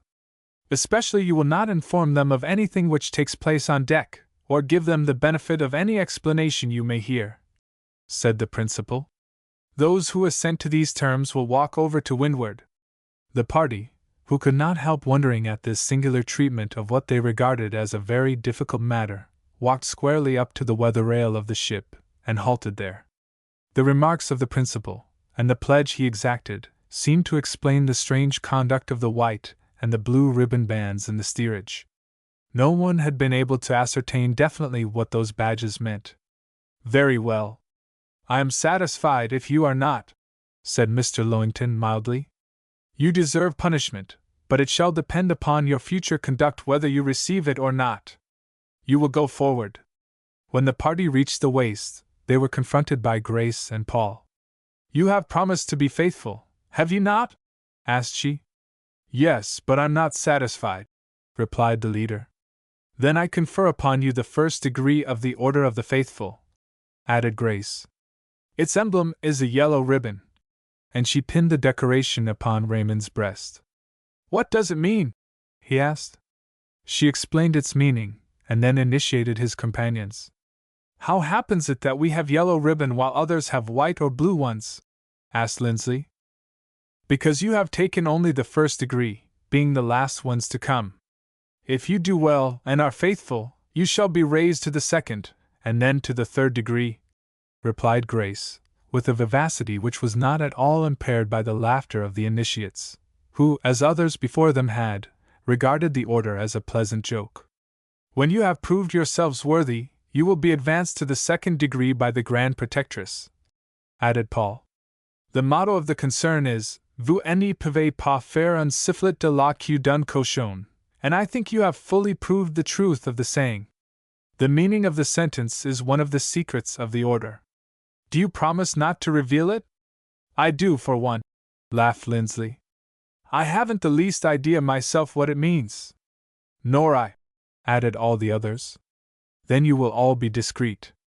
The motto contains a very valuable moral lesson, which bears on your case, and I hope you will take it to heart, said Paul. I should like to take it to head first, replied Lindsley. I hope you are satisfied now, Mr. Raymond, continued Grace. Not at all. I am willing to do my duty, rather than be starved on salt junk, and choked to death for the want of water, but I am not satisfied. Not satisfied, exclaimed Grace. Not after you have been initiated into the noble and magnanimous circle of the Order of the Faithful. Not much.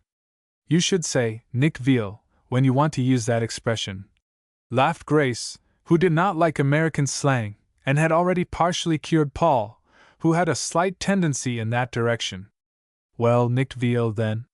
It was not fair, when we had been promised a trip into Germany, to send us off to sea, just to please Shuffles. Captain Shuffles is a good young man.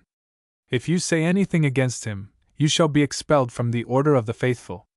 Well, I won't say anything against him, then, Miss Arbuckle, but they say the ship is bound for Belfast.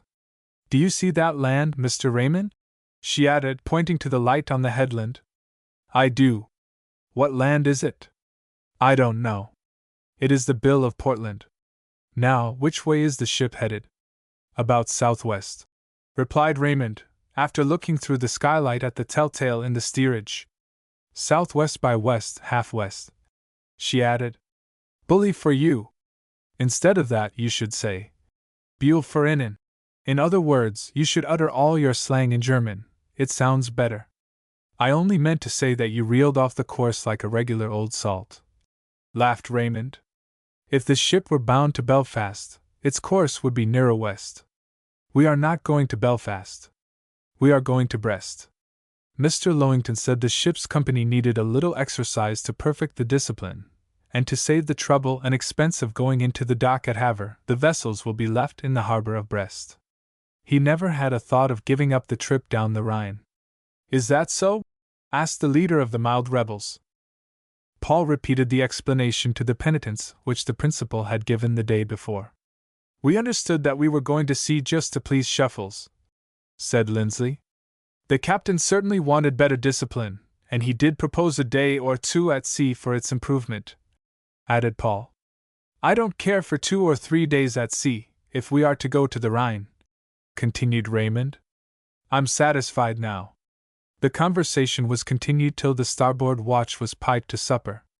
Raymond was fully satisfied now that he had made a fool of himself, and what was even worse, that he and his companions had been the dupes of the runaways.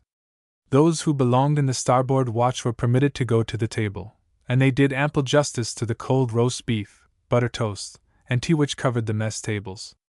Peaks and the head steward paced the steerage, as before, and no one without a ribbon was allowed to partake. At 6 o'clock, after the port watch had been relieved, the second supper was served, and the rest of the hungry and thirsty delinquents enjoyed the change in their bill of fare. Then the runaways sat down to their supper of salt beef and hard bread, without tea or water. The food did not suit them, and they turned up their noses at it. The thirst created by their salt breakfast in the morning had required large draughts upon their water bottles, and before dinner they had exhausted the supply. They were very thirsty, though none of them were actually suffering. The fact that they could not get any water made them want it all the more. They ate none of the salt meat, which by this time was loathsome to them. Ship bread was dry feed, and they could eat very little of it. Doubtless it was a hard case for them, the sons of rich men, but they had only to obey the boatswain's pipe, and eat, drink, and be filled. I can't stand this, said Monroe, when a group of them had gathered in their mess room after the unpalatable supper. Can't you? What's the reason you can't? Growled Howe. I'm almost choked. So am I, added several others. Are you going to back out? Demanded the leader. Rather than perish with thirst, I am, answered Herman. What's the use? All the rest of the fellows have deserted us, added Ibbotson. Even Raymond is sporting a yellow ribbon, and is as jolly as a lord now. We can't make anything by it, said Monroe. I move you we back out, and get a drink of water. All hands will be called at 8 bells, I think, to put on more sail. No, no! Don't back out, interposed Howe. We haven't made ourselves felt yet. That's so, groaned Herman. No one takes any notice of us. Even those fellows that went up last won't speak to us, not even to answer a civil question. The principal evidently regards us with perfect contempt. I go in for doing something, or backing out. As it is, we are making a milk and water affair of it. We are starved and choked. That's all we have to show for what we have done. Why don't you preach, and say, the way of the transgressor is hard, or something of that sort, which is original? Snarled Howe. I should judge from your talk that you did not feel very good, added Herman. I don't, I'm as dry as any of you, but I have no idea of backing out. What are you going to do? What's to be the end of this? Demanded Ibbotson. I've got enough of it. That seems to be the general opinion, continued Herman.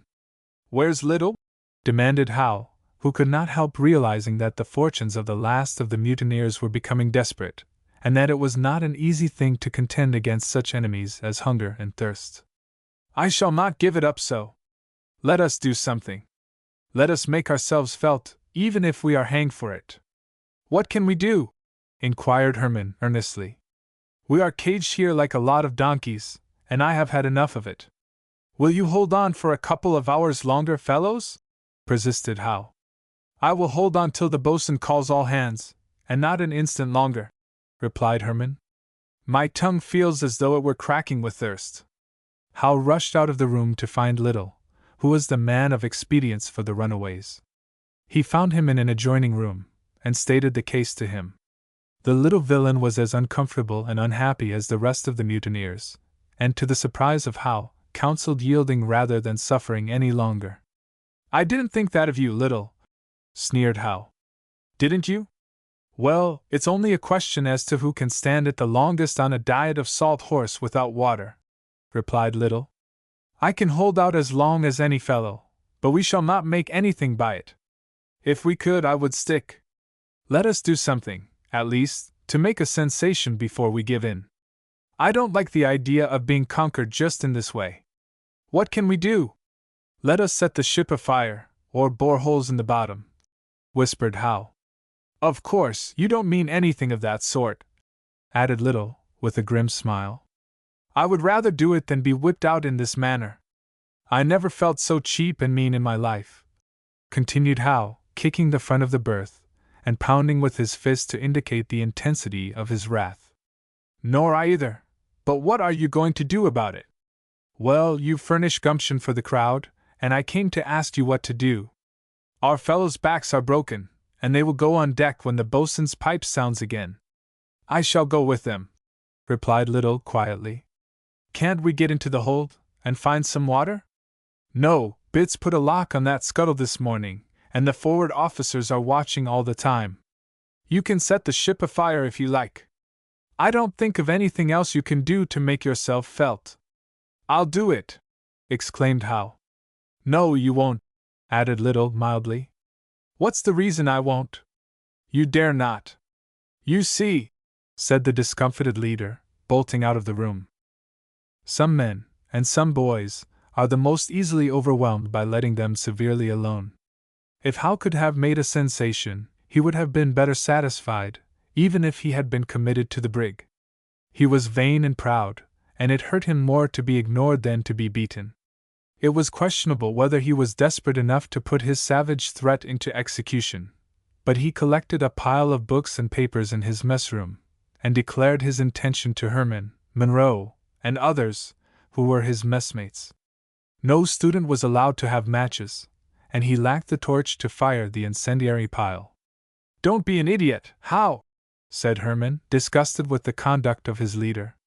I'm going to do something, persisted he. You are not going to do that. Yes, I am. As soon as the steward leaves the steerage, I shall borrow one of the lanterns, and there will be a blaze down here. No, there won't. What's the reason there won't? The fellows won't let you do any such thing. A fellow is a fool to burn his own ship at sea. Of course it won't burn up, but it will bring Lowington down here, and he will find out we are somebody. Nonsense! But I mean it. No, you don't. It is all bunkum. You wait and see if it is. If I can only bring Lowington down here, and see him scared out of his wits, I shall be satisfied. I shall be willing to go into the brig, then, and stay there for the rest of the cruise. You are a fool, Hal. I'm desperate. You shall not kindle any fire here. If you say you mean to do it, I will call Peaks at once. I said it, and I'll do it, said Hal, leaving the room. His messmates followed him. The steward had left the steerage, and Hal, in order to take down the lantern, leaped upon a stool. Herman kicked it from beneath him, and he fell upon the floor. What do you mean by that? Demanded Hal, with clenched fists. Don't you touch that lantern, that's all. Yes, I will. And he tried to mount the stool again. Herman, Ibbotson, and Monroe seized him, and dragged him back into the room. The noise attracted the attention of the rest of the mutineers, and some others, who were below. Go and call Peaks, Monroe, said Herman. I will hold him till you come back. Don't do that, interposed the desperate leader, becoming suddenly calm, and apparently reasonable. You are all cowards. Let me alone. I might as well yield, with such milk and water fellows around me. Don't say anything to Peaks. You are a bigger fool than I thought you were, added Herman, taking no pains to conceal his disgust at the conduct of his leader. All hands on deck, ahoy! Piped the boatswain. All hands, Hal included, answered the call. The mutiny was ended. Chapter 10. What the runaways were going to do. It was an astonishingly stupid mutiny, not relieved, even a shade, by the sensational conduct of Hal, the leader, in its last moments, that terminated 24 hours after its commencement, on board of the Young America. However, it was hardly more stupid than any other willful evil-doing.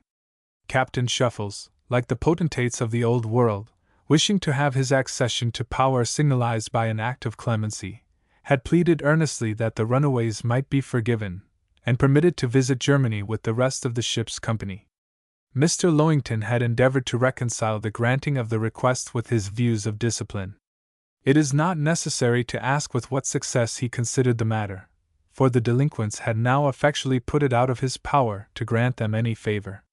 The fog had lifted, and from the northwest came up the clearing of the blue sky, as the sun went down.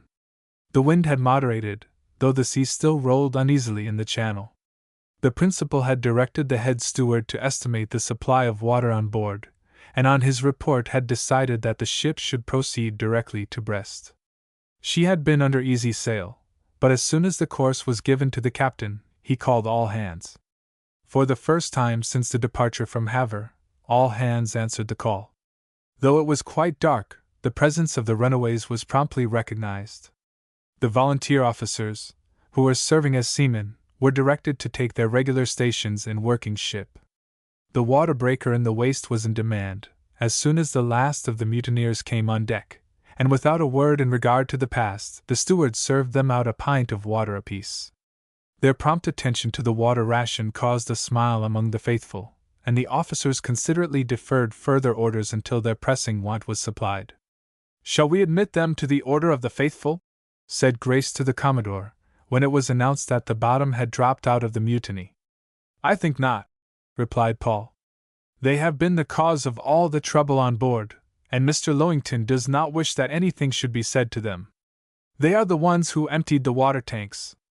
Really, I don't think they deserve to be admitted to the order of the faithful, at least, not till they have proved their fidelity to duty.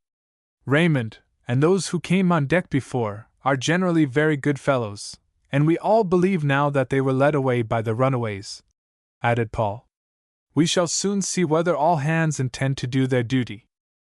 When the thirsty ones had been supplied with water, the order to set the courses was given, and the runaways severally took their stations, and performed their duty without making any confusion.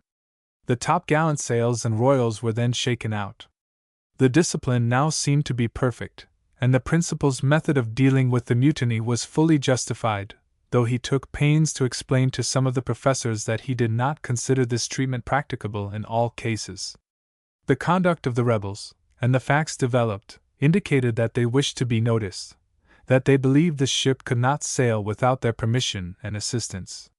This blunder was fatal to all their calculations, and they were unable to make themselves felt. But the runaways were no better satisfied than Raymond had been, and though they performed their duty in setting sail with entire precision, they were sour and morose. The sting of an overwhelming defeat thorned them. They were mortified, humiliated, and crestfallen. They were enraged at the conduct of their rebellious companions of the milder stripe, who had deserted them, and they were reaping the general consequences of evil-doing. They did their work, but when it was done they avoided their shipmates, and even avoided each other. Howe had ruined himself as a leader by his silly conduct, and there was not likely to be any further concerted action among them. Mr. Lowington had faithfully followed out his plan, and had directed Mr. Fluxion to adopt the same treatment for those who refused to do duty in the Josephine, to keep them in the steerage, and feed them on sailors' fare. The result of the treatment in the Consort was yet to be learned, for she had not been seen since the supply of water had been procured from her. At midnight the wind blew fresh from the northwest, and with all sails set, the ship logged 12 knots. The 3 lights on the Cascades, at the western extremity of the Channel Islands, were in sight, and the prospect of seeing Ushant early in the forenoon was good. As all hands were now on duty, the system of quarter watches was restored, so that each part could have 6 hours of uninterrupted sleep. There was nothing for the watch on deck to do, except to steer, and keep a lookout, and there was a great deal of discussion about mutiny in general, and the Young America mutiny in particular. It was generally conceded even by the rebels that it did not pay. After the runaways had in some measure recovered from the first blush of defeat, some of them wanted to know about the ribbons, but the members of the Order of the Faithful did not consider themselves authorized to impart the secrets of the organization, and declined to explain them.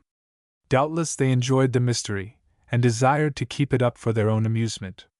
Howe, when he found a tongue, reproached his companions in mischief for their cowardice, and boasted of what great things would have been accomplished if they had supported him to the end. But his most intimate associates were disgusted with him, and avoided him as much as possible. At 7 bells in the morning, a breakfast of coffee, mutton chops, potatoes, and hot biscuit put most of the runaways in the port watch in better humor than before, and another did a similar service for those in the starboard watch half an hour later. They ate and drank all they could, rather than all they needed, and probably shuddered when they thought of the consequences of evil doing, as embodied in salt beef and hard bread, without a drop of water. At 1 bell in the forenoon watch, the lookout in the foretop shouted, "Land ho on the lee bow!" An hour after, the bold rugged shores of Ushant were plainly in sight, and Dr. Winstock informed Paul and Grace that they were in the very waters where the English fleet, under Admiral Sir Edward Hawkes, had won the great naval victory over the French in 1759. "Sail ho!" shouted the lookout. "Where away?" called the officer forward. "On the weather bow. It's a topsail schooner, and looks like the Josephine." Glasses were in demand, and the officers soon satisfied themselves that the sail ahead was the Consort. It was evident that, hugging the wind closely, she had gone farther from the coast than the Young America.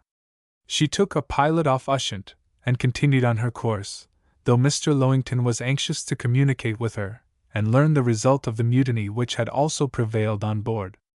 Off the island, the ship was boarded by a pilot, and following the Josephine, passed through the Galets de Brest, which is the only entrance to the harbor.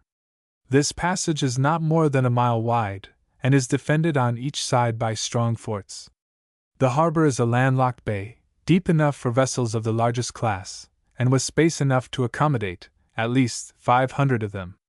Brest is the most important naval station of France, and its fortress and docks were full of interest to the young tourists. The city, which contains a population of 80,000, is built on the summit and slopes of a hill, some of the streets upon whose sides are so steep as to be impassable for vehicles.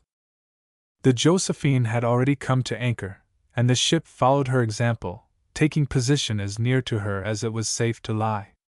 As usual, when the vessels came into port, there was a great excitement on board, for new sights and sounds are peculiarly agreeable after the voyager comes from the monotony of the swelling ocean, and the students made the most of them. In coming into port, all hands had been on duty, and after the sails had all been furled, Captain Shuffles declared that he was perfectly satisfied with the discipline of his crew. The runaways, who were generally good seamen, whatever else they were, did not deem it prudent to pipe to mischief again, or to attempt to create any confusion. All eyes were fixed on them if anything went amiss, and if they were disposed to do wrong, they made a merit of necessity. But Brest was an old story to them, and brought up unpleasant memories. They knew the harbor, and were familiar with the sights, having served on board of the Josephine in this port for 3 weeks after the runaway cruise. Indeed, their knowledge of the harbor brought them into favor with others, who asked them many questions about the objects to be seen. After everything was made snug on board of the ship, the yards squared, and every rope hauled taut in man-of-war style, the first cutter was lowered, and the principal visited the Josephine. As he went over the side, he saw Adler, Phillips, and others of the runaways, who belonged to the Consort, on deck, and he concluded that his plan had worked as well in her as in the ship. "Well, Mr. Fluxion," said he, as he grasped the hand of his able assistant, "I see the Josephine has not yet been taken away from you." "No, sir. We had but a dozen mutineers on board," replied the vice principal, "and they are about the sickest dogs you ever saw. I kept them in the steerage, and fed them on salt beef and hard bread, as you suggested to me. Did you give them any water?" "Not a drop.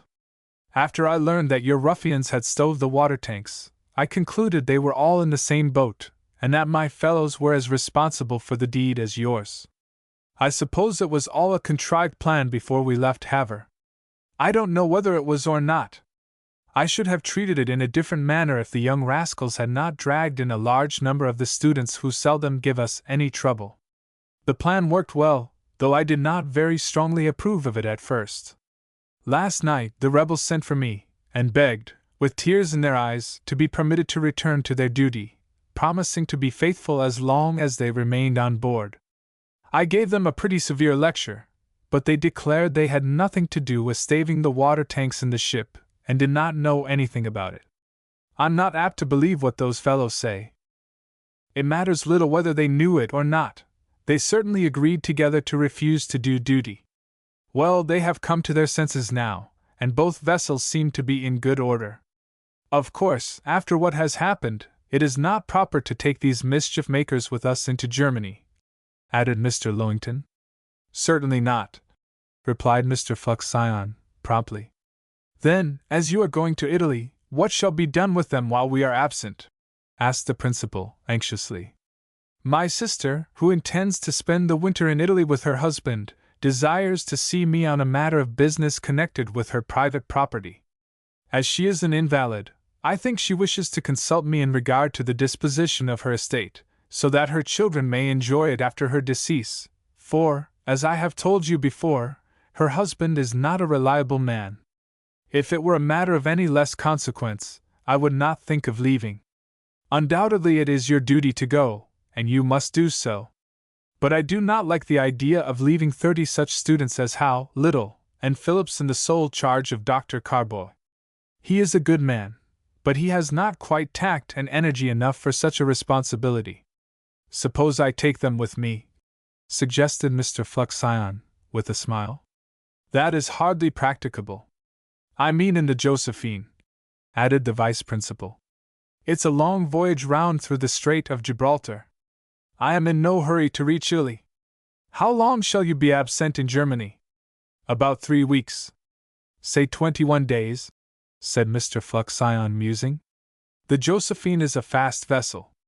Under the most favorable circumstances, she would make the run in 8 days.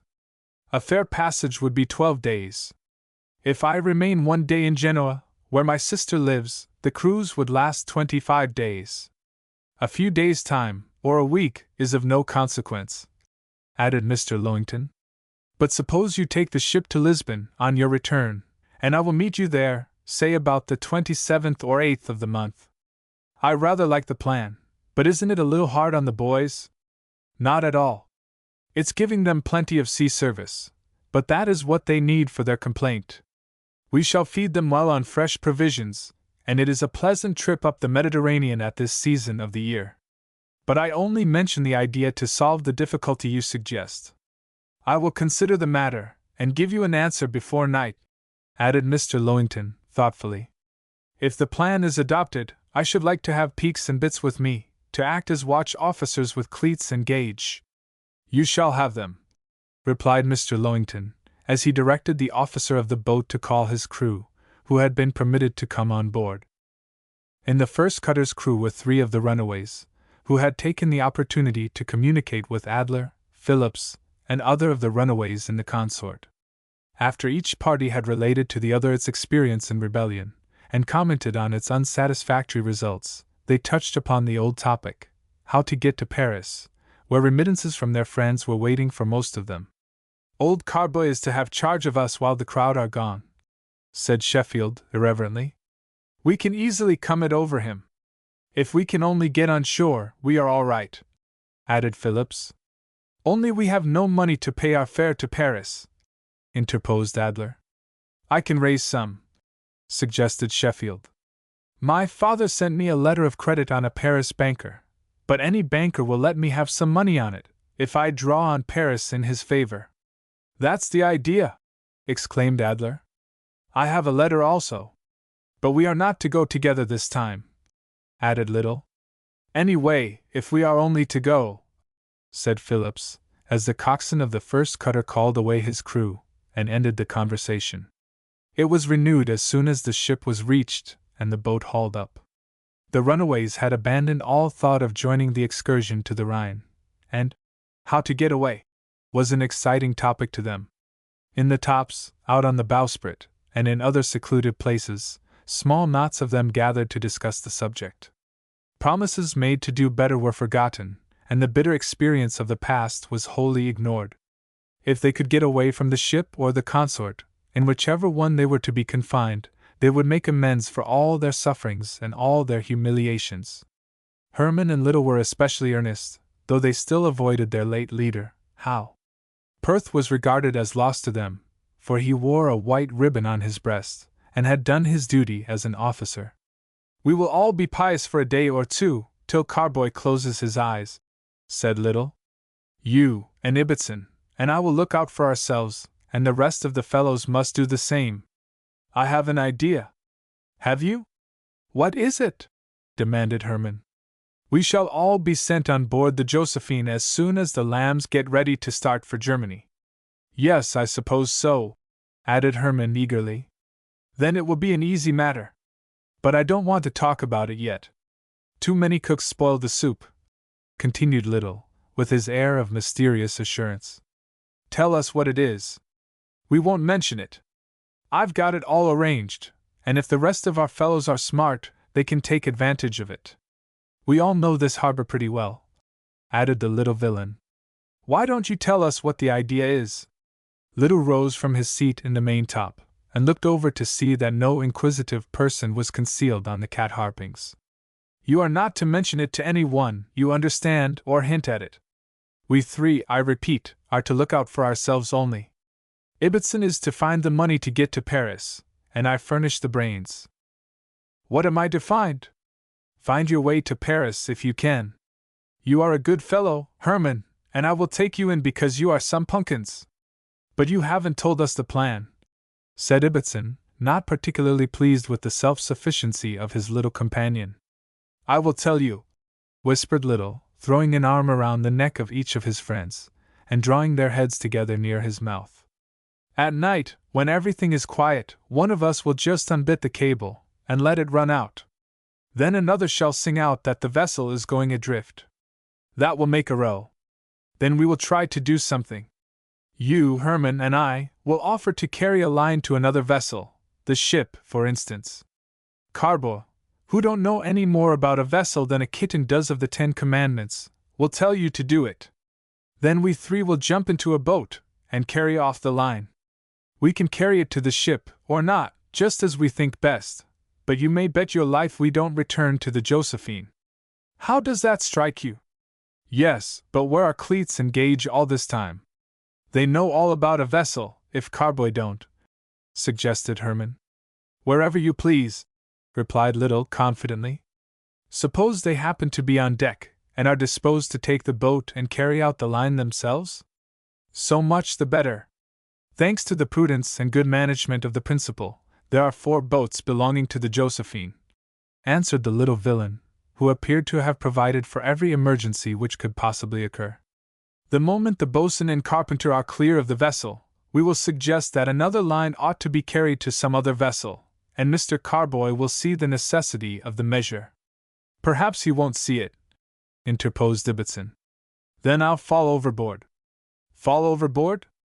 "Precisely so," replied Little. "I don't see what that has to do with it," said Herman. "Don't you? Well, I hope you and Ibbotson would have the courage and the energy to save me from a watery grave, and all that sort of thing." "What? Jump in after you?" inquired Herman. "No. How heavy your wits are today! You need not dampen your trousers. Just drop the 4th cutter into the water, pick me up, and then we will find our way to the shore. Some other fellows might take it into their heads to rescue you from a watery grave, and all that sort of thing," added Herman. "If they do, so much the better for them. You and Ibbotson must make sure that you get into the boat, whoever else does. There will be no officers to bother, unless Perth happens to be left on board. If he is, all right. He will know what to do. If the other fellows don't want to go to Paris with us, or rather on their own hook, they can return to the vessel, and mildly break it to the professor that we were all drowned. There will not be a particle of trouble about the business. There are 20 other ways of managing the case.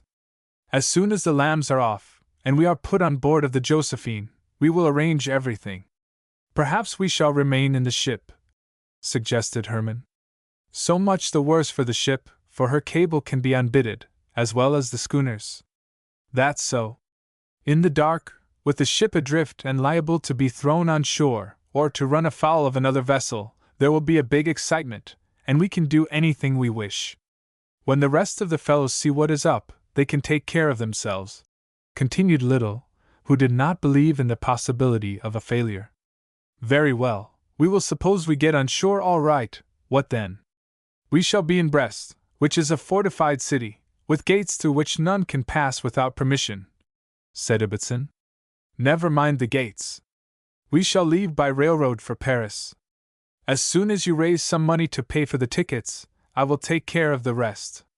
I have no doubt we can raise the money. My father sent me a letter of credit for 500 francs. I heard my cousin say he could get money in any large city on his letter of credit, for the bankers know each other, added Ibbotson. If he had only sent you a circular letter of credit, you could draw almost anywhere, said Herman.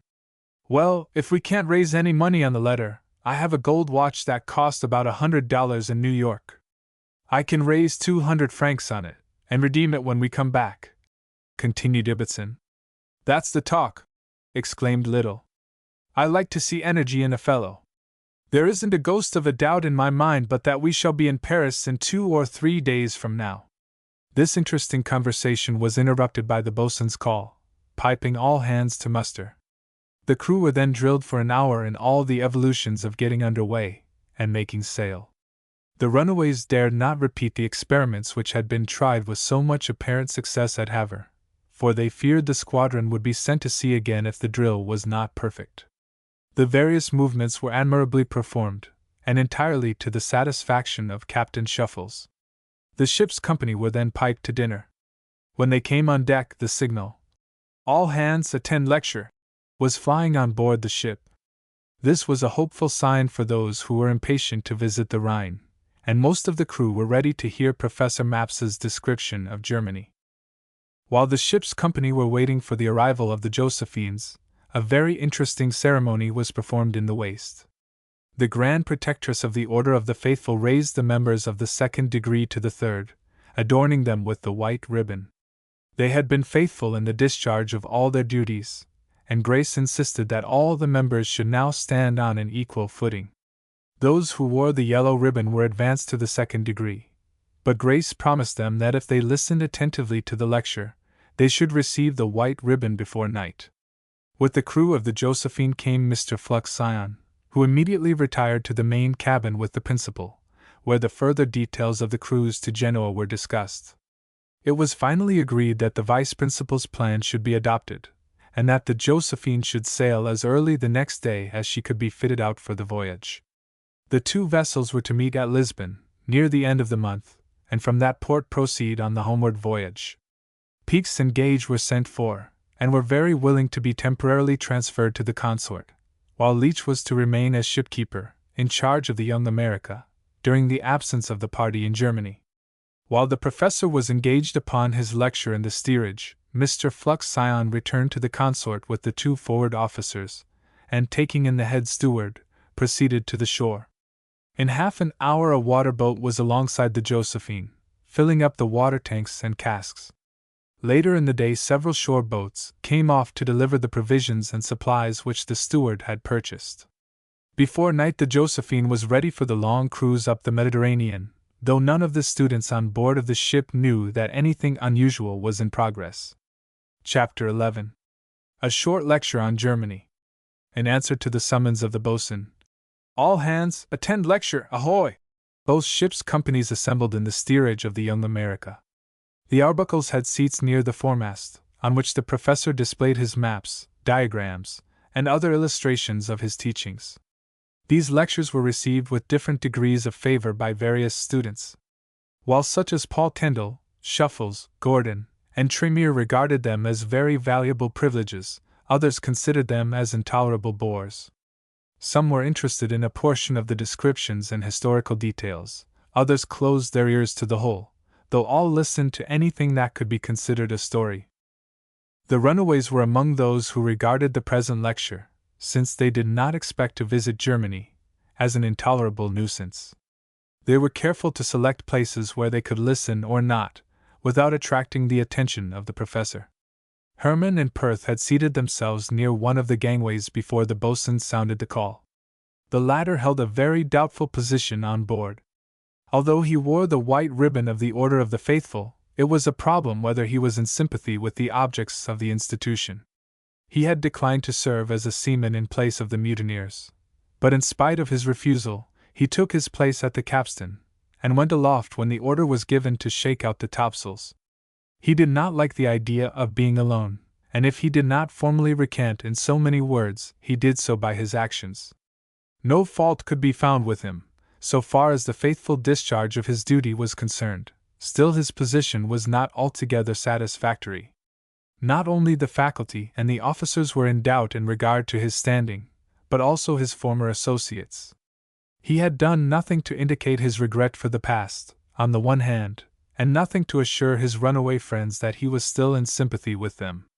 The principal did not know where to put him, and consequently was unable to decide whether or not he should be relieved from the penalty of his transgressions in the Josephine, and be permitted to accompany the party to Germany. "Are you going to the Rhine with the rest of the fellows, Perth?" asked Herman, as they seated themselves at the opening of gangway B. "That's more than I know, but I suppose not, for I am considered too wicked," replied the master lightly. "I thought you had joined the lambs." "Nicked veal? What do you mean by that?" "Not much. We all thought so. You have hardly spoken a word to one of our fellows since you went into the cabin," added Herman. "Well, I've prayed for you all the same. I declined to take a seaman's place when you fellows in the steerage slopped over, and wouldn't come to time. You didn't, though." "I did, though, but I couldn't stand alone, and I sort of backed out, just as the rest of you did, and went to work at the braces and buntlines." "Then you really are not a lamb?" "Not if I know myself. I didn't do anything to get into the cabin, so it isn't my fault that I'm there. Whether I go to the Rhine or not, I suppose it is certain enough that the rest of our fellows will not." "No, we have spoiled all our chances." "There's no doubt of that," laughed Perth. "But we are going to Paris," added Herman in a whisper. "We have the wires all laid down." "Are you, though?" said Perth, deeply interested in the communication. "I should like to go with you. But we are not going in a bunch, only 2 or 3 in a squad. Don't say anything to any of our fellows about it." "I never says nothing to nobody," laughed Perth. "But I want to know more about it. The arrangements are all made, and I don't think there is any chance to fail." "Good." But the professor commenced his lecture at this point, and the steerage was hushed, so that it was not prudent even to whisper. The students were all required, at these lectures, to be prepared with paper and pencils, so that they could take notes, especially of dates and statistics. "Our party consists of little Ibbotson and myself," Herman wrote on his paper, which he placed so that Perth could read it. "Have you any stamps?" Perth wrote. "No, but Ibbotson has a letter of credit on which he can raise some. My uncle in Glasgow sent me £20 for £5 notes, at the request of my father. I got it at Havre," wrote Perth. "I will join you in Paris if I go to Germany, if not I will start with you. Pop N, GR 28 mil, S, GR 12.5 mil, total 40.5 mil, about equal to Pop of France." The sudden change in the style of the second master's notes is accounted for by the fact that the principal entered the steerage at the moment indicated by the break in the conversation between the two runaways. They were in the rear of all the other students, and were fully exposed to Mr. Lowington's gaze as he passed out of the main cabin. Perhaps he did not think it was quite natural for such students as Perth and Herman to be engaged so industriously in taking notes. Or it may be that his practiced eye fully comprehended at a glance the nature of their occupation. The instant the door opened, Herman slyly slipped off the sheet on which he had been writing, and thrust it into his pocket. Perth had written over one of his small pages of note paper, and begun upon a second. He had, when his companion had read what he wrote upon it, slipped the first sheet into the atlas, which served as a desk for him. Mr. Lowington walked to the vicinity of gangway B, and paused there. Perth turned down the upper part of the sheet, on which he had written the last part of his message to Herman, so that nothing objectionable appeared on it, even if the principal took it into his head to look over his shoulder. Perth was not at all flurried. He was too old a rogue to commit himself by any weakness, and when he had written down the statement of the professor, he paused and looked at the speaker, as though he was wholly and entirely absorbed in the lecture. The entrance of Mr. Lowington caused many of the students to look behind them, as boys will do in school, on the smallest pretense.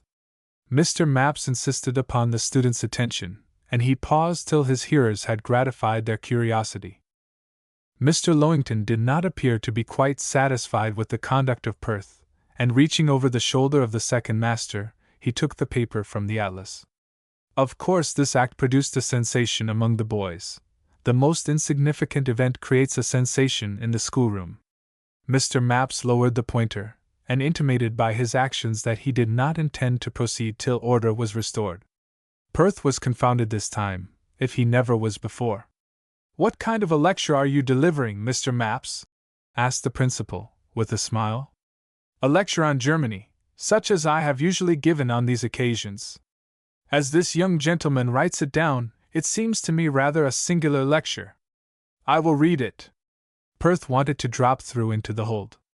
"I will join you in Paris if I go to Germany, if not, I will start with you. Population North Germany, 28 millions, South Germany, 12.5 millions, total, 40.5 millions, about equal to population of France. The latter part seems to be a little more germane than the first part. I will join you in Paris if I go to Germany, is rather paradoxical, and I conclude that the young gentleman has not correctly reported this part of your lecture."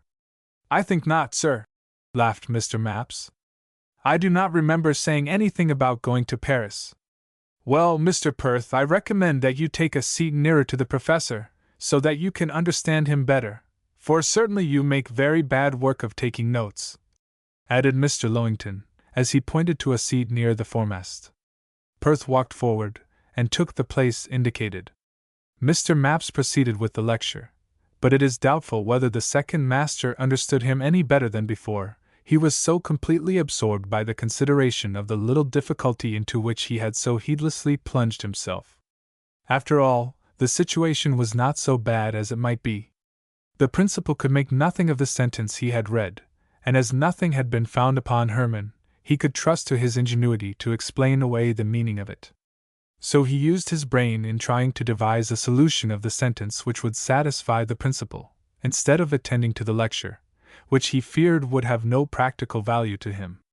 A large majority of the students were deeply interested in the remarks of the professor, and as they were to be in Germany in a few days, even the dry statistics were considerably valued.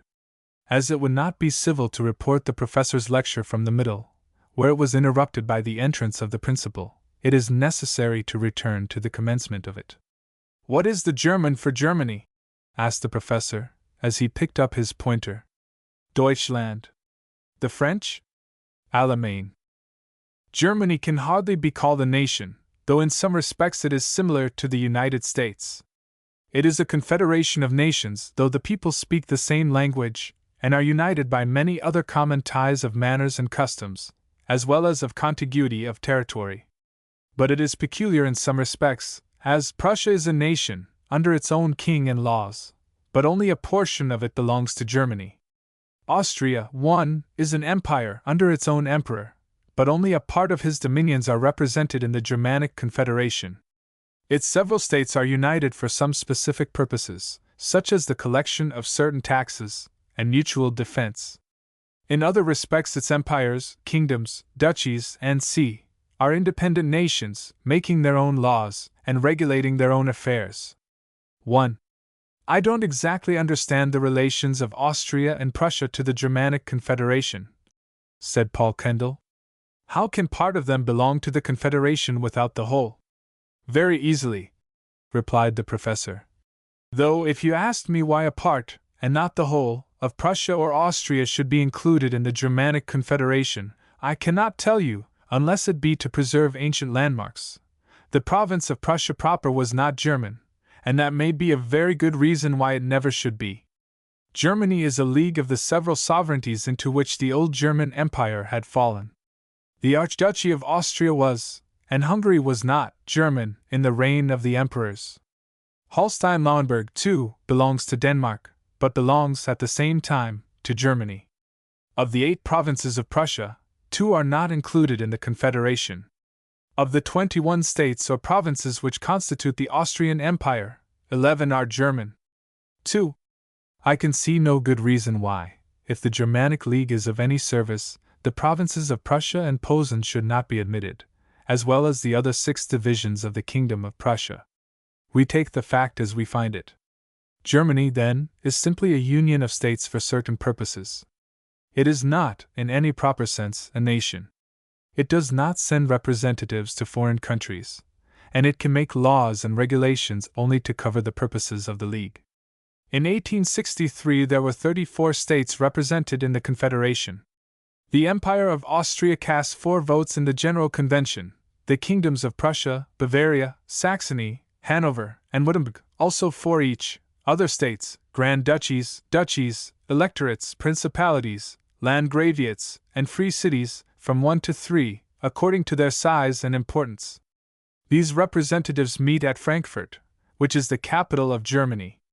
The population of northern Germany is about 28 millions, of southern Germany, 12.5 millions, making about 40.5 millions, or about equal to that of France.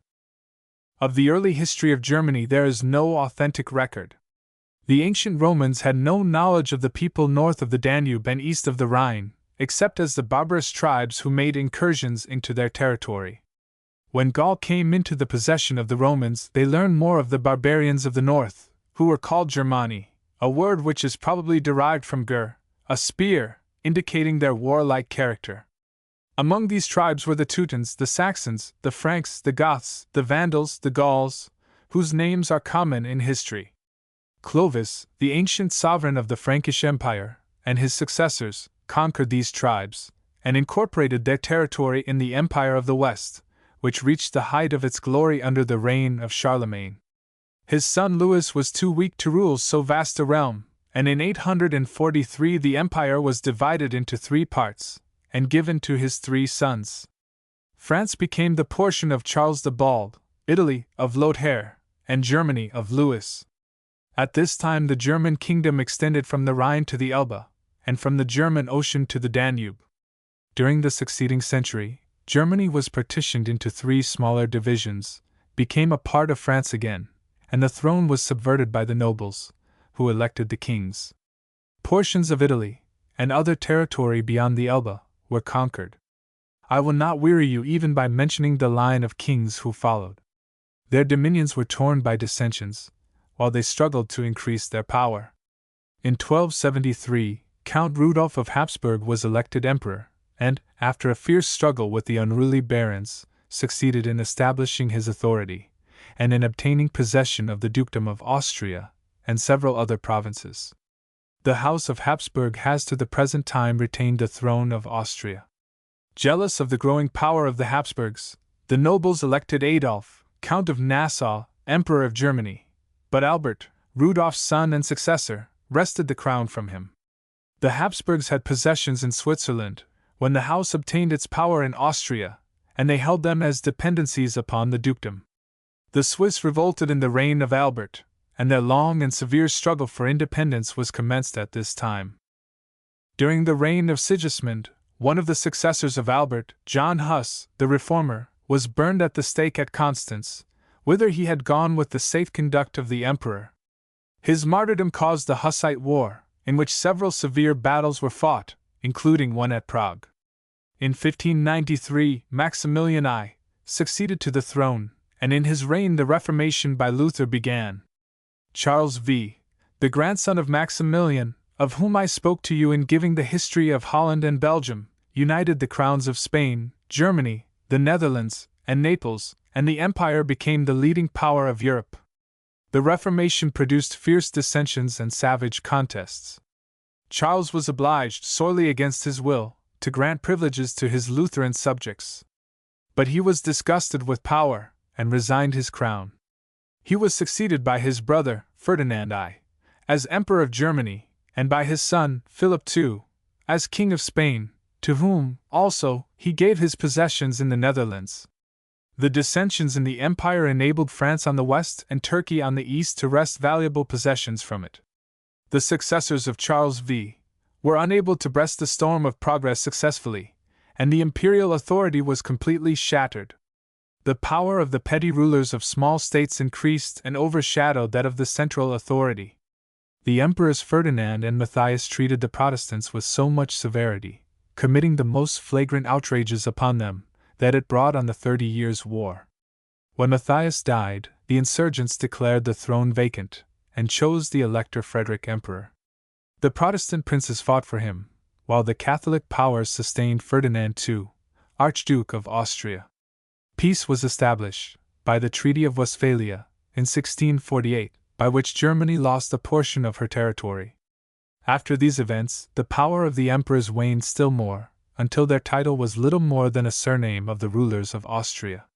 When Prussia became a great Protestant power, under Frederick the Great, she was a check upon Austria, and prevented the latter from re-establishing the ancient power of the German Empire.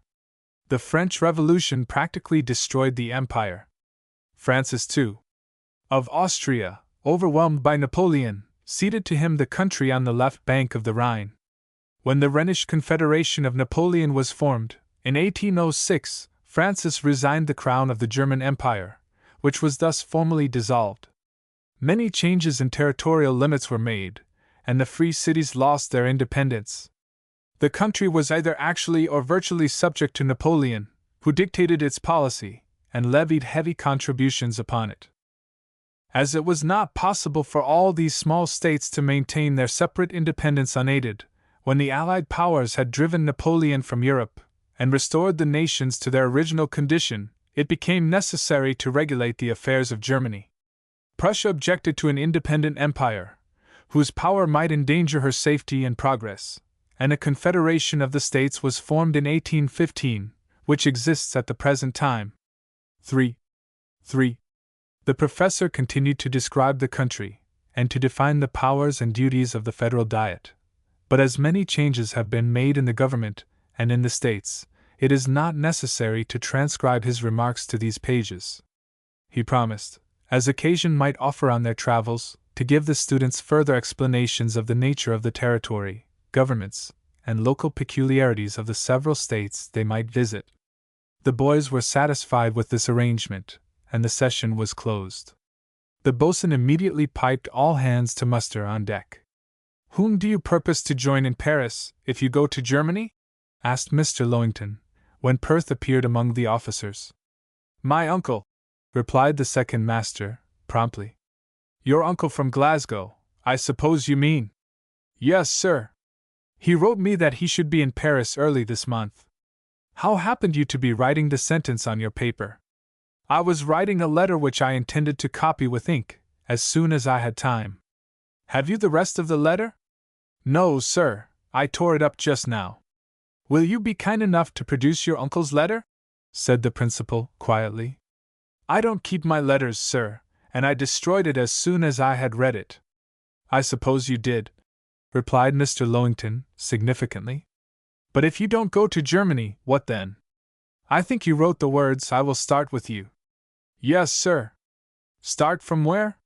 "From here." "I don't understand it." "I was going to write to Uncle Donald that, if I went to Germany, I would see him in Paris as we passed through that city. If I did not go, I wanted him to come here, and take me to Paris with him."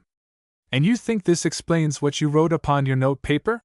inquired the principal. "As I understand it, sir, it does." "Was Herman expected to join your party?" "No, sir. I observed that he seemed to be much interested in what you were writing, and that you took some pains to let him see your paper. Your explanation is not satisfactory, and I should not dare to take you to Germany, lest you should miss your uncle on the way. Perhaps he had better come to Brest himself." "When do you expect him?" "I don't know when he is coming, sir," replied Perth, rather abashed to find his explanation had obtained so little consideration. "Have you any money, Perth?" asked Mr. Lowington, suddenly. "No, sir." "Not a few francs even?" Perhaps I have a few English pence. Haven't you a few English pounds? No, sir. Just think a little, before you answer. If I had even a pound, I should be likely to remember it, sir. I should say you would, and 20 times as likely to remember it, if you had 20 pounds, added the principal. Oh, I haven't anything like that, sir. You have an astonishingly bad memory, Perth. You received a letter from your uncle in Glasgow, while you were at Havre. Do you remember that? Certainly I do, sir, replied Perth, wondering what the principal could mean by such pointed questions. Was it possible that Mr. Lowington had read what he wrote on the first sheet of note paper? He thrust his hand into his pocket, and the sheet was there as he had taken it from the atlas. You do remember the letter? To be sure I do, sir. And don't you remember that there were 4 5-pound notes in it, numbering from 33,845 to 8 inclusive? It is very singular, indeed, that you have forgotten this little circumstance. Perth was confounded by this revelation. He saw that he was caught, and that it was useless for him to say anything more, so he wisely held his peace. If your uncle has not changed his mind within 3 days, he has no more intention of coming to France than I have of going to Glasgow. I received a letter from him today, since the ship came to anchor, forwarded from Havre after we left. The writer was confined to the house with a severe attack of rheumatism. In the quiet of his chamber, he had an opportunity to consider whether he had done right to send you 20 pounds, even with the advice of your father, without informing me of the fact. He thought the sum was a large one for a young man to have, and he desires me to see that you make a proper use of it. I will trouble you to hand me the money, which shall be placed to your credit, and receipted for by the pursers.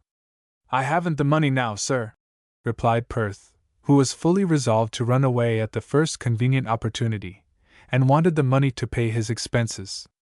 Where is it? I sent it to a banker. Silence! Don't blacken your soul with any more falsehoods, Perth, interrupted the principal, sternly. You may search me, sir, replied the second master, throwing out his arms, as though he were ready to submit to the operation. I may, but I do not choose to do so at present. Keep your eye on him, Peaks, added the principal, as he walked forward to his usual stand on the hatch. You are foolish, Master Perth, said the old boatswain, shaking his head, for he had been the only person who had listened to the interview, and appeared to be present for a purpose. Perth put his hands in his pockets. He felt the paper on which he had written during the lecture. It would be a dangerous document in case he should be searched, for its contents would expose him, and implicate others. As slyly and as quickly as he could, he took it out, tore it into small bits, and threw it out the open port into the water. What's that? Demanded Peaks, seizing him by the collar. You are too late, answered Perth. What was it you tore up? The 5-pound notes. Tell that to the Marines, exclaimed the old sailor. They are gone to Davy Jones's locker now, replied Perth, shaking his head. Peaks instantly reported the matter to the principal, who, however, did not deem it necessary to take any immediate action. Probably he did not believe the young wretch had destroyed the bills, or, if he had, it was his own loss. Perth stood silent and sullen, while Mr. Lowington spoke to the students, announcing the arrangements for the excursion to the Rhine. The delinquent was certain, by this time, that he was not to be one of the party, but he hoped, if he saved his money, that he should find an opportunity to escape from the squadron soon after his shipmates started on their journey. Chapter 12. A Mysterious Movement. Young gentlemen, said Mr. Lowington, as he stepped upon the hatch, after disposing of Perth's case, we shall commence our tour to the Rhine tomorrow morning. A hearty demonstration of applause greeted this announcement, and doubtless those who had been faithful from the beginning realized a certain sense of triumph, because they were justified in their hopes. We shall leave in the first train for Paris, where we will spend the night, and proceed to Strasbourg the next day.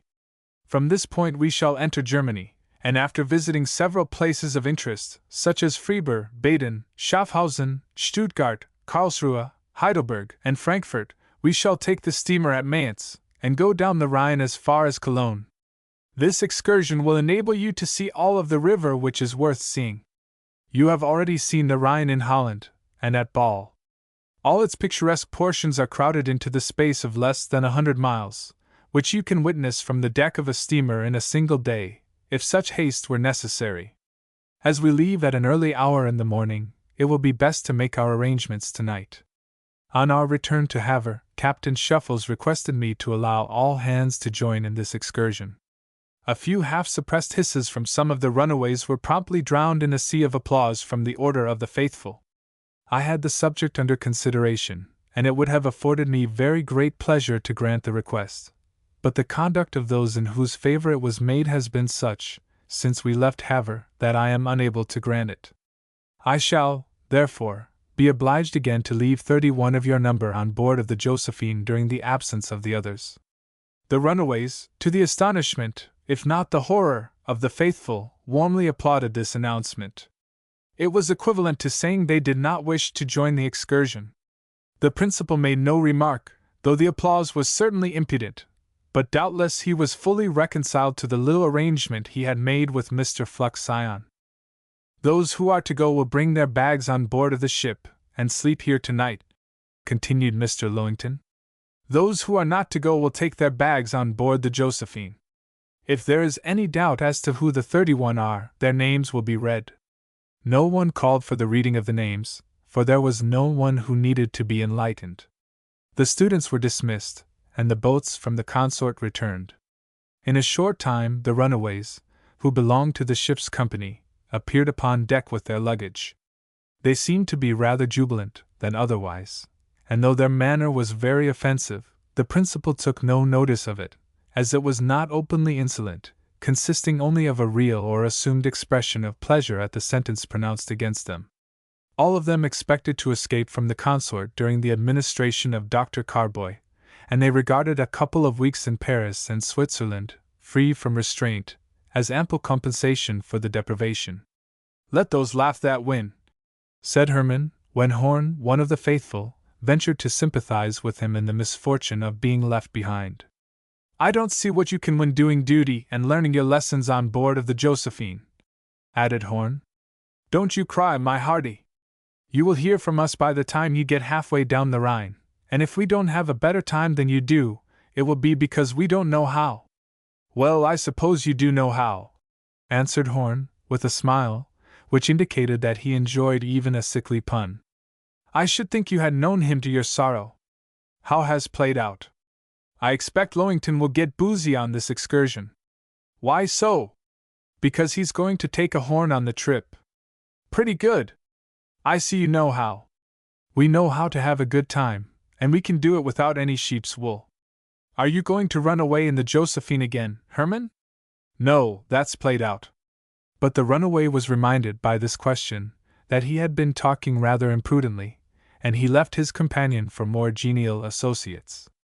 Perth still stood on the quarterdeck, waiting the action of the principal, who had sent the head steward to overhaul the stateroom of the delinquent. The money could not be found in the cabin, though several of the officers, who were there, assisted in the search. What have you done with the £20 sent you by your uncle, Perth? Asked Mr. Lowington, when the steward had reported to him. Thrown it overboard, sir, replied Perth, with a malignant glance at the boatswain. He threw some bits of paper he had torn up into the water, added Peaks. Whether it was the bank bills or not, I don't know, but I don't think it was. Very well, added Mr. Lowington, who never permitted a delinquent pupil to see that he was disturbed and annoyed, even if he was so. You will bring your bag on deck, and go on board of the Josephine. I'm ready, sir, replied Perth, with brazen assurance. As your conduct is hardly becoming an officer and a gentleman, you will clothe yourself in a seaman's dress, added the principal, taking the shoulder straps from his coat. When a young man can stand up and reel off a string of lies without blushing, he is not fit to associate with those who are competent to be officers of this ship. I earned my rank, sir, said Perth, who had an idea that he should sleep in the cabin of the Josephine during his intended short stay on board of her. And forfeited it by your gross misconduct. You will obey the orders given you, added the principal, as he turned and walked away. Peaks did not take his eye off the offender, but attended him to the cabin, where he was supplied with a seaman's suit. Perth objected to changing his clothing with a pertinacity which provoked the boatswain. "If you say you won't change the clothes, I will report to Mr. Lowington," said Peaks. "Well, I won't." "All right, my hearty." And the old sailor left the stateroom. But he had not reached the deck before Perth hailed him. "I will put them on, Mr. Peaks. I've thought better of it," said he, throwing off his frock coat, as the boatswain appeared at the door of the room. "All the better for you, my lad. I thought you wanted to spend a week or two in the brig," replied Peaks.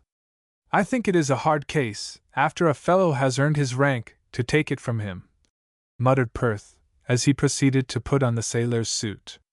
"An officer should be a gentleman," growled the old sailor. But the boatswain had been overreached, after all. The 4 5-pound notes had been sewed into the waistband of Perth's trousers, and this was the particular reason why he objected to losing his rank, if he had to lose his pants with it. Peaks would not take his eye off him long enough to allow him to tear out the bills, but when the boatswain went to report to the principal, the opportunity was obtained, and promptly used. The money was saved, and he yielded the point. He was conducted to the deck, and when the boats brought the Josephines, who were to visit Germany, to the ship, the runaways were sent to their new quarters, or rather their old ones, for they had spent 3 weeks in her before, under the superintendence of Mr. Fluxion. Before supper time the change was effected. Dr. Carboy, at his own request, for he preferred the trip to the Mediterranean to that into Germany, was transferred to the consort for the cruise, with Peaks and Bits. The happy family were now united on board the ship, and all the active discordant elements of the squadron were collected in the consort. With only a very few exceptions, both parties were satisfied with the arrangement. The runaways perhaps experienced a feeling of relief that they were no longer in danger of being watched and overheard by the lambs. They had only to look out for the adult officers now, and in the steerage they were by themselves. Yet the appearance of Peaks on board of the consort with his bag was rather ominous. Bits was not regarded with the same dread. There were now 4 adult forward officers in the Josephine, but the old boatswain was the only one who inspired any special terror. Little's brilliant scheme to enable his small party to escape seemed to be endangered by Peaks' coming, for he was an exceedingly prompt, decided, and vigilant man. The 4 old sailors, on an emergency, could handle the Josephine alone. "What do you think now?" said Herman, when everything on board the consort had settled down into order and quiet. "I don't like to see old Peaks on board," replied the little villain. "He is a tough customer, and may bother us." "That's so. But I think we can wax him." "I hope so. We have Tom Perth now to help us. We must take him into our squad, and then we shall just make up a crew for the 3rd or 4th cutter. I don't like too many. But Perth has the rocks in his pocket now, £20 or 500 francs, suggested Herman. That's an inducement. Certainly it is. We can cut for Paris the moment we get on shore. All right. We will try it on about tomorrow night. But don't say a word to a single other fellow. We must look out for ourselves this time, and not attempt to carry all the rest of the fellows on our backs, added the prudent Little. It looks mean to do so. No, it don't. I have told them all to look out for themselves. But they don't even know how the thing is to be managed. No, and they shall not know it. If they don't know enough to go ashore when the vessel is adrift, let them stay on board. Well, Perth is the only fellow to whom I mentioned it. That's all right, but don't let him say anything about how the thing is to be done. He don't know. I only told him we had a plan which could not possibly fail. It won't if Peaks don't make trouble. We must let off the gun when he is not on deck, continued Little. We shall be able to see, after tonight, how things are to be done on board, and whether any of the men are to keep watch, added Herman.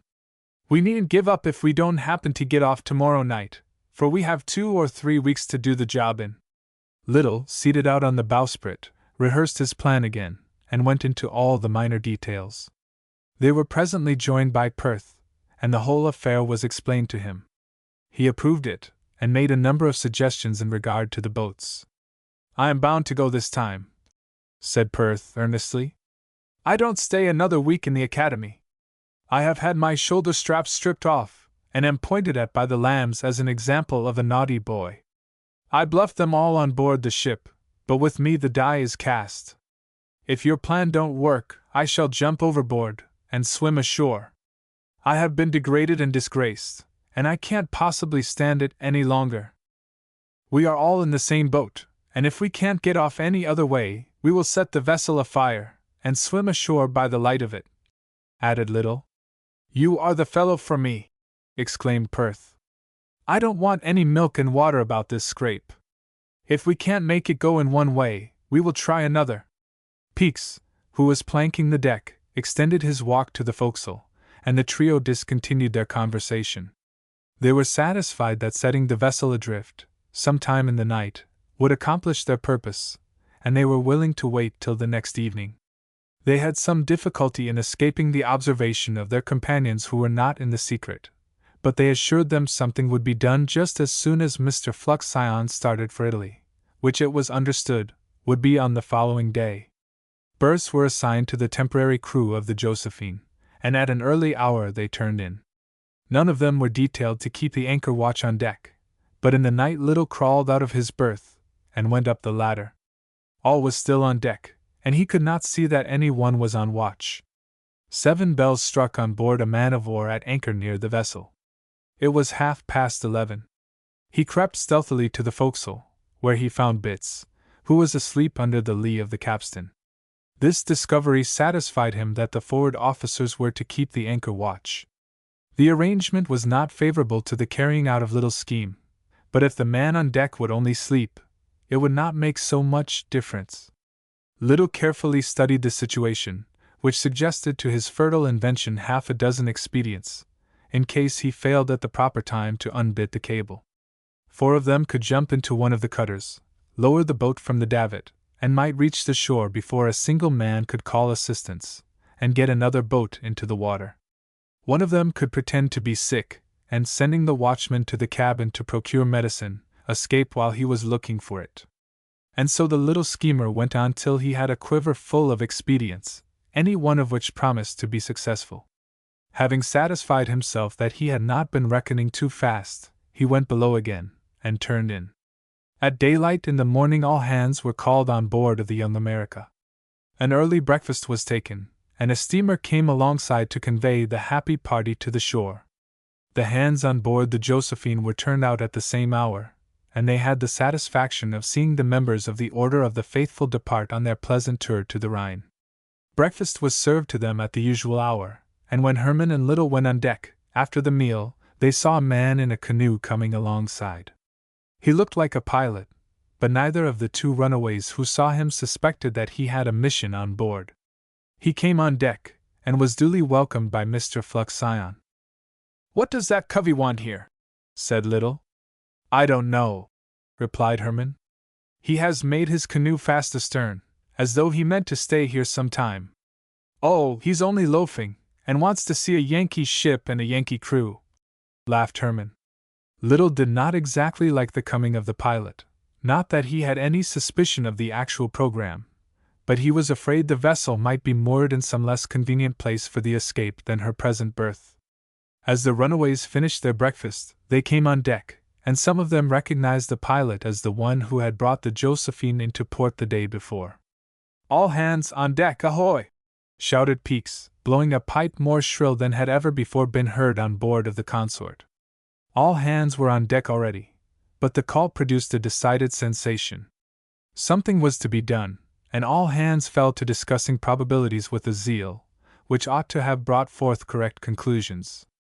The general opinion seemed to be that nothing more than a sermon was coming off, though the vice principal was not much given to preaching. If Mr. Fluxion was going to Italy, it would be necessary for him formally to transfer his authority to Professor Carboy. On the whole, therefore, the prospect was rather pleasing than otherwise.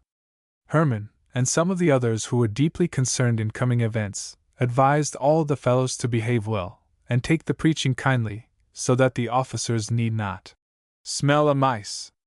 "All hands up anchor, ahoy!"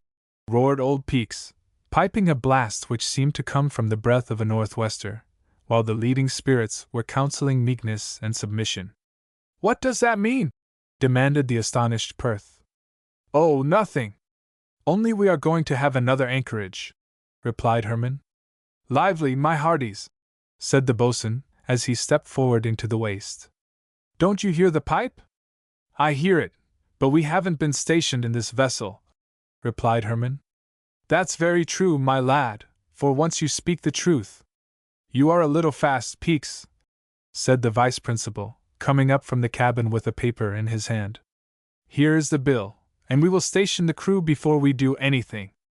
Every one of the runaways was stationed for each of the various evolutions of getting under way, making and taking in sail, reefing and tacking. They were all good seamen, and it was not necessary to drill them in their duties. The boatswain again piped, "All hands up anchor, ahoy!" The hands took their stations promptly enough, and when the anchor was hove up to a short stay, the foresail and mainsail were hoisted. "Clear away the jib and flying jib!" shouted Mr. Flux Scion, who gave all the orders himself, though they were repeated by Peaks and Cleats, who acted as first and second officers. "All ready forward, sir," reported Cleats.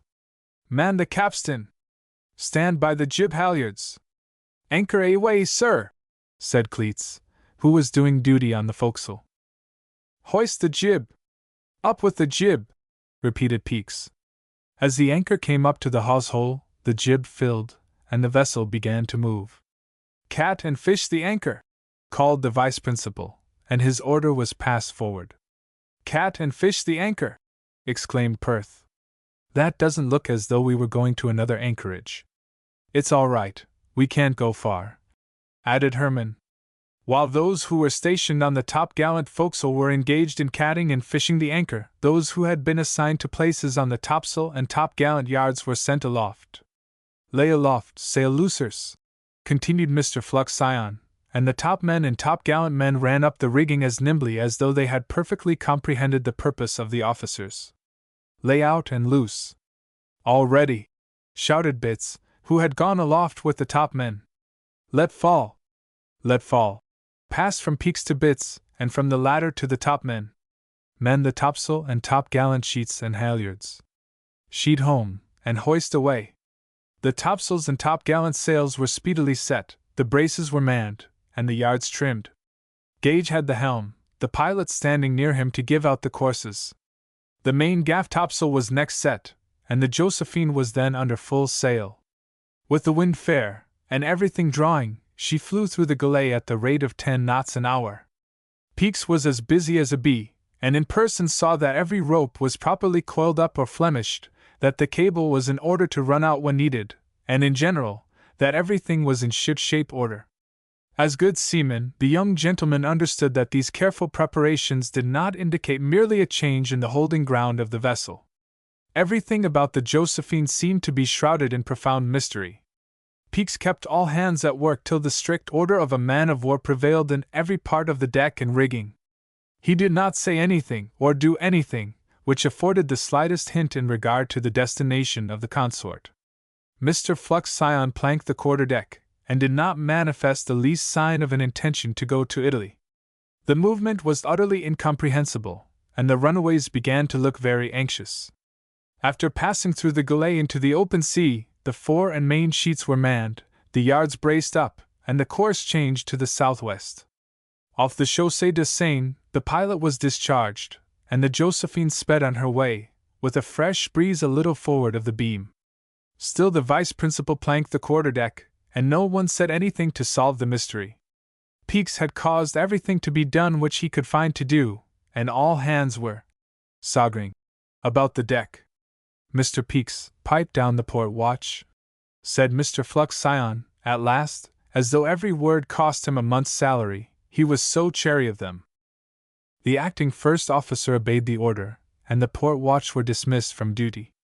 Like old sailors, they went below, partly from the force of habit, and partly to discuss the unaccountable movement of the vessel. Perth and Herman were both in the starboard watch, but Little and Ibbotson put their heads together as soon as they were in the steerage.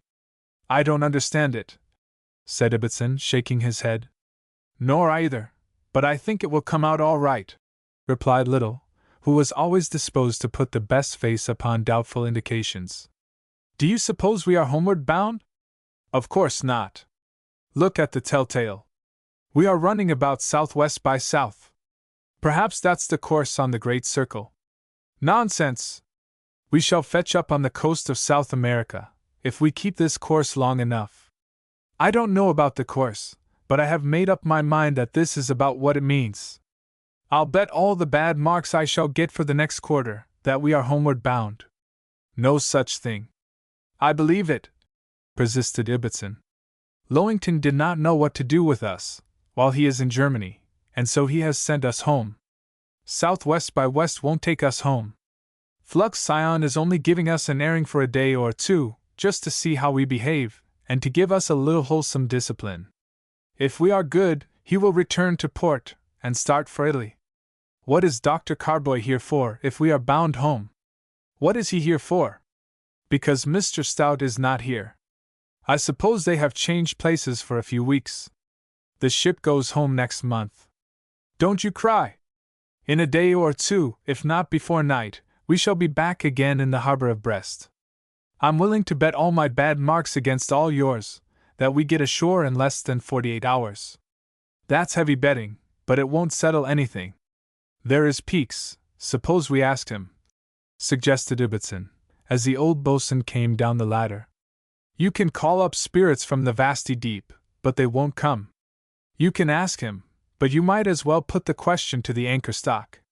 "Where are we going, Mr. Peaks?" asked Ibbotson, as gently as though he were addressing a lady. "Going to sea," replied Peaks gruffly, as he went on his way, deigning no further answer. "No use," said Little. "If we only wait, we shall know in a day or two. In the meantime we must be as proper as the parson's lambs." Still the Josephine sped on her way, and no one was the wiser. Chapter 13. From Strasbourg to Constance. The party on board of the Young America were in the highest spirits on the morning of their departure. All of them had now been decorated with the white ribbon of the Order of the Faithful. Even Raymond and Lindsley were entirely satisfied with the good faith and fairness of the principal, better satisfied than they were with their own conduct. What had before been regarded as defeat was now triumph, for a failure to achieve success in doing wrong is actually victory, especially if followed, as in this instance, by real regret, genuine penitence. Grace Arbuckle, perhaps conscious that she had exerted a salutary influence upon the students through the pleasantry of the Order of the Faithful, was as happy as the young gentlemen themselves. She appeared on deck at an early hour, and when the officers and seamen presented themselves, in their best uniforms, wearing the white ribbon, she was so delighted she could not help laughing heartily. "Commodore Kendall, are you going to wear that ribbon to Paris?" she asked, as Paul touched his cap to her. "Certainly I am. I should as soon think of going without my coat as without that," replied he. "But how absurd!" "Absurd? Vous ne pouvez pas faire un sifflet de la queue d'un cochon," added he, very seriously. "C'est vrai, but what has that to do with the ribbon? Do you mean to call that a pig's tail?" "No, on the contrary, it is the wing of an angel. It was bestowed by you. I only mean to say it would be quite impossible to go to Germany without this ribbon. It is our talisman to keep us faithful to duty, and I am afraid we should get into mischief if we went without it. Every member will wear his decoration. But, Miss Arbuckle, I think you ought to wear the white ribbon also." "I? Certainly. You are the Grand Protectress of the Order. Do wear it, Miss Arbuckle, with a rosette, to indicate your superior rank. It would please all the members very much." "I will if you desire it," replied Grace more seriously. "We all desire it. It shall be done if you wish it." "Thanks." Grace tripped lightly down the stairs to the cabin, but presently returned, wearing the white ribbon, surmounted by a very tasty rosette, composed of white, blue, and yellow ribbons, to denote the several degrees of the order. Paul was in raptures, and when the ship's company saw the decoration she wore, they saluted her with 3 rousing cheers, which she gracefully acknowledged. "We must perpetuate this order, Shuffles," said Paul, as they stood in the presence of the Grand Protectress. "I think we must," replied the captain. We will organize more systematically when we have time, and have a suitable emblem to distinguish the members. The white ribbon must not be discarded, protested Paul, glancing at Grace. Certainly not, but we will have a gold anchor, say, from which the ribbon shall be suspended, added Shuffles.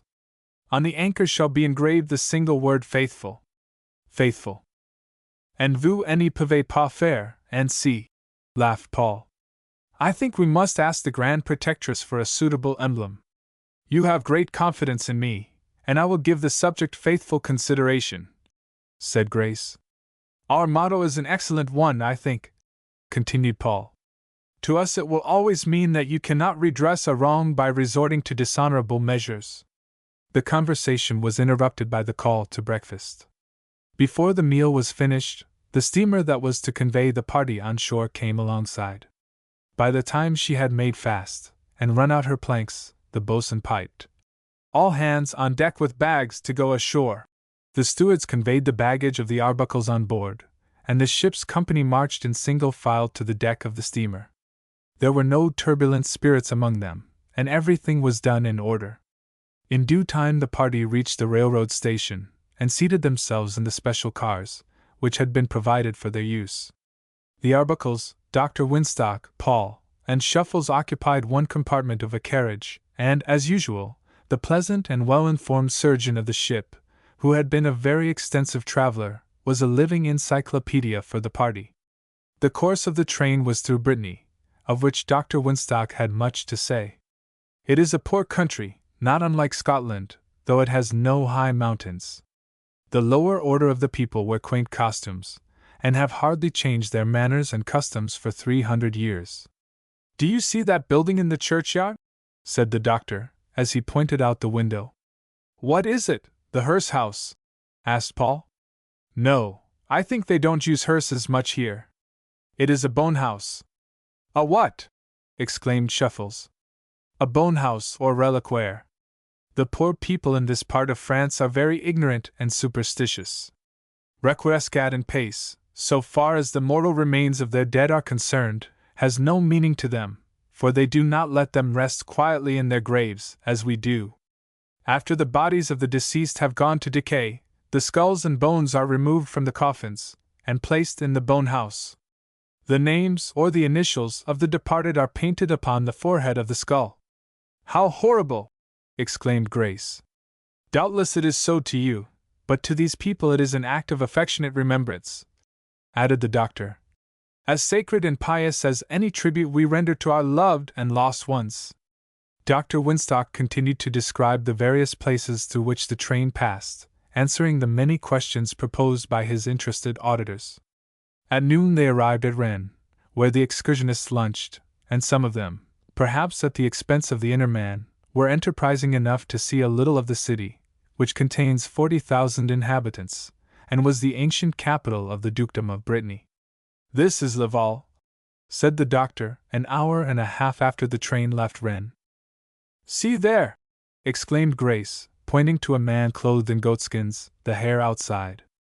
"Is that Robinson Crusoe?" "No, that is the fashion for the peasants in this part of Brittany. They don't depend upon Paris for the mode. I suppose you have all heard of the Vendéan War?" "Yes, sir. The people of La Vendée were royalists, and fought against the Republicans as long as there was anything left of them," replied Paul. "La Vendée lies south of the Loire, but one of their greatest battles was fought near Laval, in 1793. They conducted themselves with fearful desperation, and after the Republicans had sent word, as the battle waned, to the convention at Paris, that La Vendée was no more, the wounded leader of the insurgents was carried through their ranks, and they rallied, gaining the day in a decisive victory, by which the government troops lost 12,000 men. 56 miles farther brought the excursionists to Le Mans, where the Vendéan army was finally destroyed by the forces of General Marceau. The carnage was terrible, and extended even to the massacre of many of the wives and children of the Royalists. An obelisk to the memory of the Republican general, who was born at Le Mans, informs the reader that he was a soldier at 16, a general at 23, and died when he was 27. At Chartres, 47 miles from Paris, the train stopped half an hour, and the party had an opportunity to see the cathedral, the most magnificent in France, and one of the most ancient. It is 425 feet long. Henry IV was crowned in it in 1594, for the reason that Rheims, where coronations formerly took place, was in possession of the Leaguers. At 7 o'clock, the train arrived in Paris, and the party hastened to the lodgings which had been engaged for them. In the evening they attended the Grand Opera, at the invitation of Mr. Arbuckle, and the next morning proceeded to Strasbourg. After a short delay, the party continued the journey, crossing the Rhine into Germany, and halting at Offenburg, a small town, where hotel accommodations had been bespoken. After supper, the excursionists were collected in a large room, and Professor Maps took a position in front of them. "Young gentlemen, where are we?" he asked. "In Germany."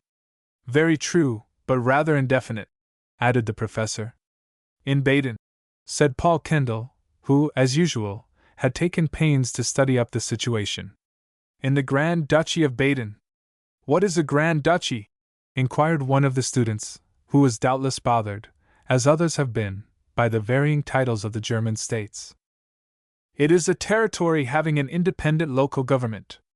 There is no reason why it should be called a Grand Duchy, unless it is because it is larger than a simple duchy, though this rule does not always hold good, for the Duchy of Brunswick has double the territory and double the population of the Grand Duchy of Mecklenburg-Strelitz. The titles of the states seem to be entirely arbitrary, and according to the fancy of their rulers, they were called kingdoms, principalities, electorates, palatinates, margraviates, grand duchies, or duchies. The Grand Duchy of Baden is larger than the Kingdom of Saxony. These designations have been occasionally changed, as the states increased in size, or as their rulers desired a grander title. In 1803 Baden was a margraviate of 1/4 its present extent. Napoleon gave the title of Elector, and afterwards of Grand Duke, to the Margrave Charles Frederick, as his territory was increased. Baden has about 6,000 square miles, or is about equal in size to Rhode Island and Connecticut united. It has a population of 1,300,000, which has hardly increased during the last 50 years, for the reason that so many of its people have emigrated to the United States. The country is mountainous, and contains the Schwarzwald. "What does that mean?" "The Black Forest," replied several. "A mountainous region, which has been the paradise of storytellers. The highest peak is the Feldberg, 4,650 feet high. Its principal river is the Rhine, which forms its western and southern boundary, and has many branches in this country. The Neckar is the largest, crossing Baden in the north. The river which you observed in this place is the Kinzig. The Danube, which the Germans call the Donau, rises in Baden. In the southeast the country borders on Lake Constance, or, in German, Bodensee. The climate is salubrious, but it is cold in the mountains, where they have snow during the greater part of the year. Baden is divided into 4 circles, or provinces, which are again divided into bailiwicks, or counties, and communes, or towns.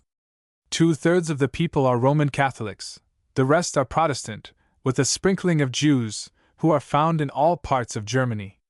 There is a Catholic university at Freiburg, and a Protestant one at Heidelberg, which is so celebrated that it has not a few American students. There are 2,000 common schools, and several establishments of higher grade.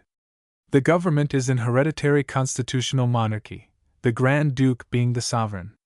It has a legislative body, composed of 2 chambers, the upper of which consists of the nobility and members appointed by the Grand Duke, and the lower of 68 deputies, chosen indirectly by the people. But I do not think it is necessary to describe, at any great length, these small German states, and I give you Baden as a specimen of what most of them are. The next morning the company took the train for Freiburg, and in a couple of hours reached their destination, where they immediately divided themselves into small parties, in order to see the cathedral, or minster, and other sights, within the allotted time. Those who traveled in the same compartment of the railway carriage usually came together on these occasions for the same reason that united them on the road. Paul Kendall zealously placed himself at the side of Grace, though she was as impartial as a just judge between him and the captain of the ship. The minster is a Gothic church, and almost the only one in Germany which is actually finished. It was commenced in the 12th century, and one of the princes of Zähringen, from whom the present Grand Duke is descended, contributed largely to the vast expense. But it would probably have been unfinished, like many similar grand structures, if the people of Freiburg had not taxed themselves to the utmost, and made great sacrifices to ensure its completion. The spire is of beautiful fretwork, nearly 400 feet high. The interior is grand, and something about it gives the beholder a peculiar feeling of solemnity, perhaps the thought that men have worshipped there for 600 years. It contains some choice paintings, which are carefully cherished as the productions of the old masters. A glance at the university, the Kaufhaus, the statue of Schwartz, the inventor of gunpowder, and a walk around the Schlossberg, or Castle Hill, which commands a splendid view of the Black Forest Mountains, exhausted the place, and at the time appointed the party reassembled at the railroad station, where Mr. Arbuckle had gathered together half a dozen diligences, in which the company were to proceed to Schaffhausen, in Switzerland. He knew how much interest the story readers feel in the Black Forest, and as the party had already visited Bâle, he proposed to take his charge across the country, which would enable them to see some of the finest mountain scenery in Germany, and more of the manners and customs of the people than could be observed in the large towns on the railroad. He had already sent forward his courier to make preparations for the accommodation of his party. 2 days were to be occupied in reaching the Rhine. The first part of the journey was over a level plain highly cultivated. The road soon begins to ascend, and this locality is called Himmelreich, or Heaven, to distinguish it by contrast from the Hallenthal, or Valley of Hell, a deep and romantic gorge which lies beyond. The students enjoyed the scenery, and those who were disposed, walked for miles up the long hills, to the great satisfaction of the driver. The students of the German language had abundant opportunities to practice their gutturals, and none but sufferers know what a pleasure it is to have a genuine native understand their sentences. The pedestrians made brief halts at the watermills, houses, and fields on the way, and were invariably treated with the utmost kindness and consideration. Bit Geben Sie mir ein Glas Wasser was repeated so many times that all understood it. The fact that they were Americans ensured them a warm welcome, and many an inquiry was made for Meinem Sohn in America. The walkists enjoyed this intercourse with the people so much that they walked till they were unnecessarily fatigued. Bit Geben Sie mir Geld, said a German, stepping up to the carriage which contained Dr. Winstock, and those who were so careful to keep near him. He was a young man, with a big pipe in his mouth, a big stick in his hand, and a big knapsack on his back. He was pretty well dressed, and was in company with 3 others, who asked for money in like manner of different persons of the party. The doctor asked him a few questions, and then gave him 2 or 3 kreutzers, which he accepted with many thanks. "Those are very respectable beggars," said Paul, as the man left the diligence. "They are not beggars, but Handwerksburschen." "What are they?" "Traveling journeymen. No apprentice can obtain his freedom, and be competent to set up in business for himself, till he has spent several years in traveling, and in working at his trade in foreign countries. This is to increase his knowledge and his skill, and you will see hundreds of them on the roads all over Germany.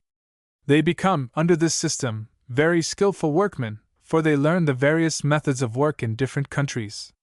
They often understood 2 or 3 languages besides their own. They keep a kind of diary of their travels in a book furnished to them by the trade society to which they belong, in which also their employers write testimonials of their good conduct. It is often the case that they cannot obtain work, and are compelled to ask charity on the roads. It is a hard life to lead, but it produces skillful mechanics." "What was that man's trade?" asked Grace. "He is a baker." At a solitary inn in Stieg the party found a dinner ready for them, consisting mainly of trout, which were very nice. From this point the road went up a steep hill, which required an extra horse to each diligence, though most of the boys walked up. At Neustadt, a town of 1,500 inhabitants, vast numbers of wooden clocks are manufactured, and the raising of singing birds is a common occupation. Just before sunset the excursionists arrived at Denauschingen, where they were to spend the night. The place contains about 3,000 inhabitants, and is the residence of Prince Fürstenberg, who was one of the mediatized sovereigns, his territory having by treaty been assigned to Baden. A walk to his palace was immediately taken by the tourists. It is a plain modern edifice, with an extensive garden, which the travelers were permitted to visit. In one corner a circular basin was pointed out to them by their guide. The water, clear as crystal, bubbled up from a spring in the bottom, and was conveyed from the basin, by an underground tunnel, into the Brigac, a stream which flows down from the mountains. This spring is said to be the source of the Danube, said Dr. Winstock. From this point the stream takes the name of Danube, though that into which it flows comes from miles away. Large streams from little fountains flow, replied Paul. Yes, and from a great many of them, added the surgeon. The country in this vicinity is like a sponge, it is so full of springs, which feed the great river. The Neckar rises a few miles north of us.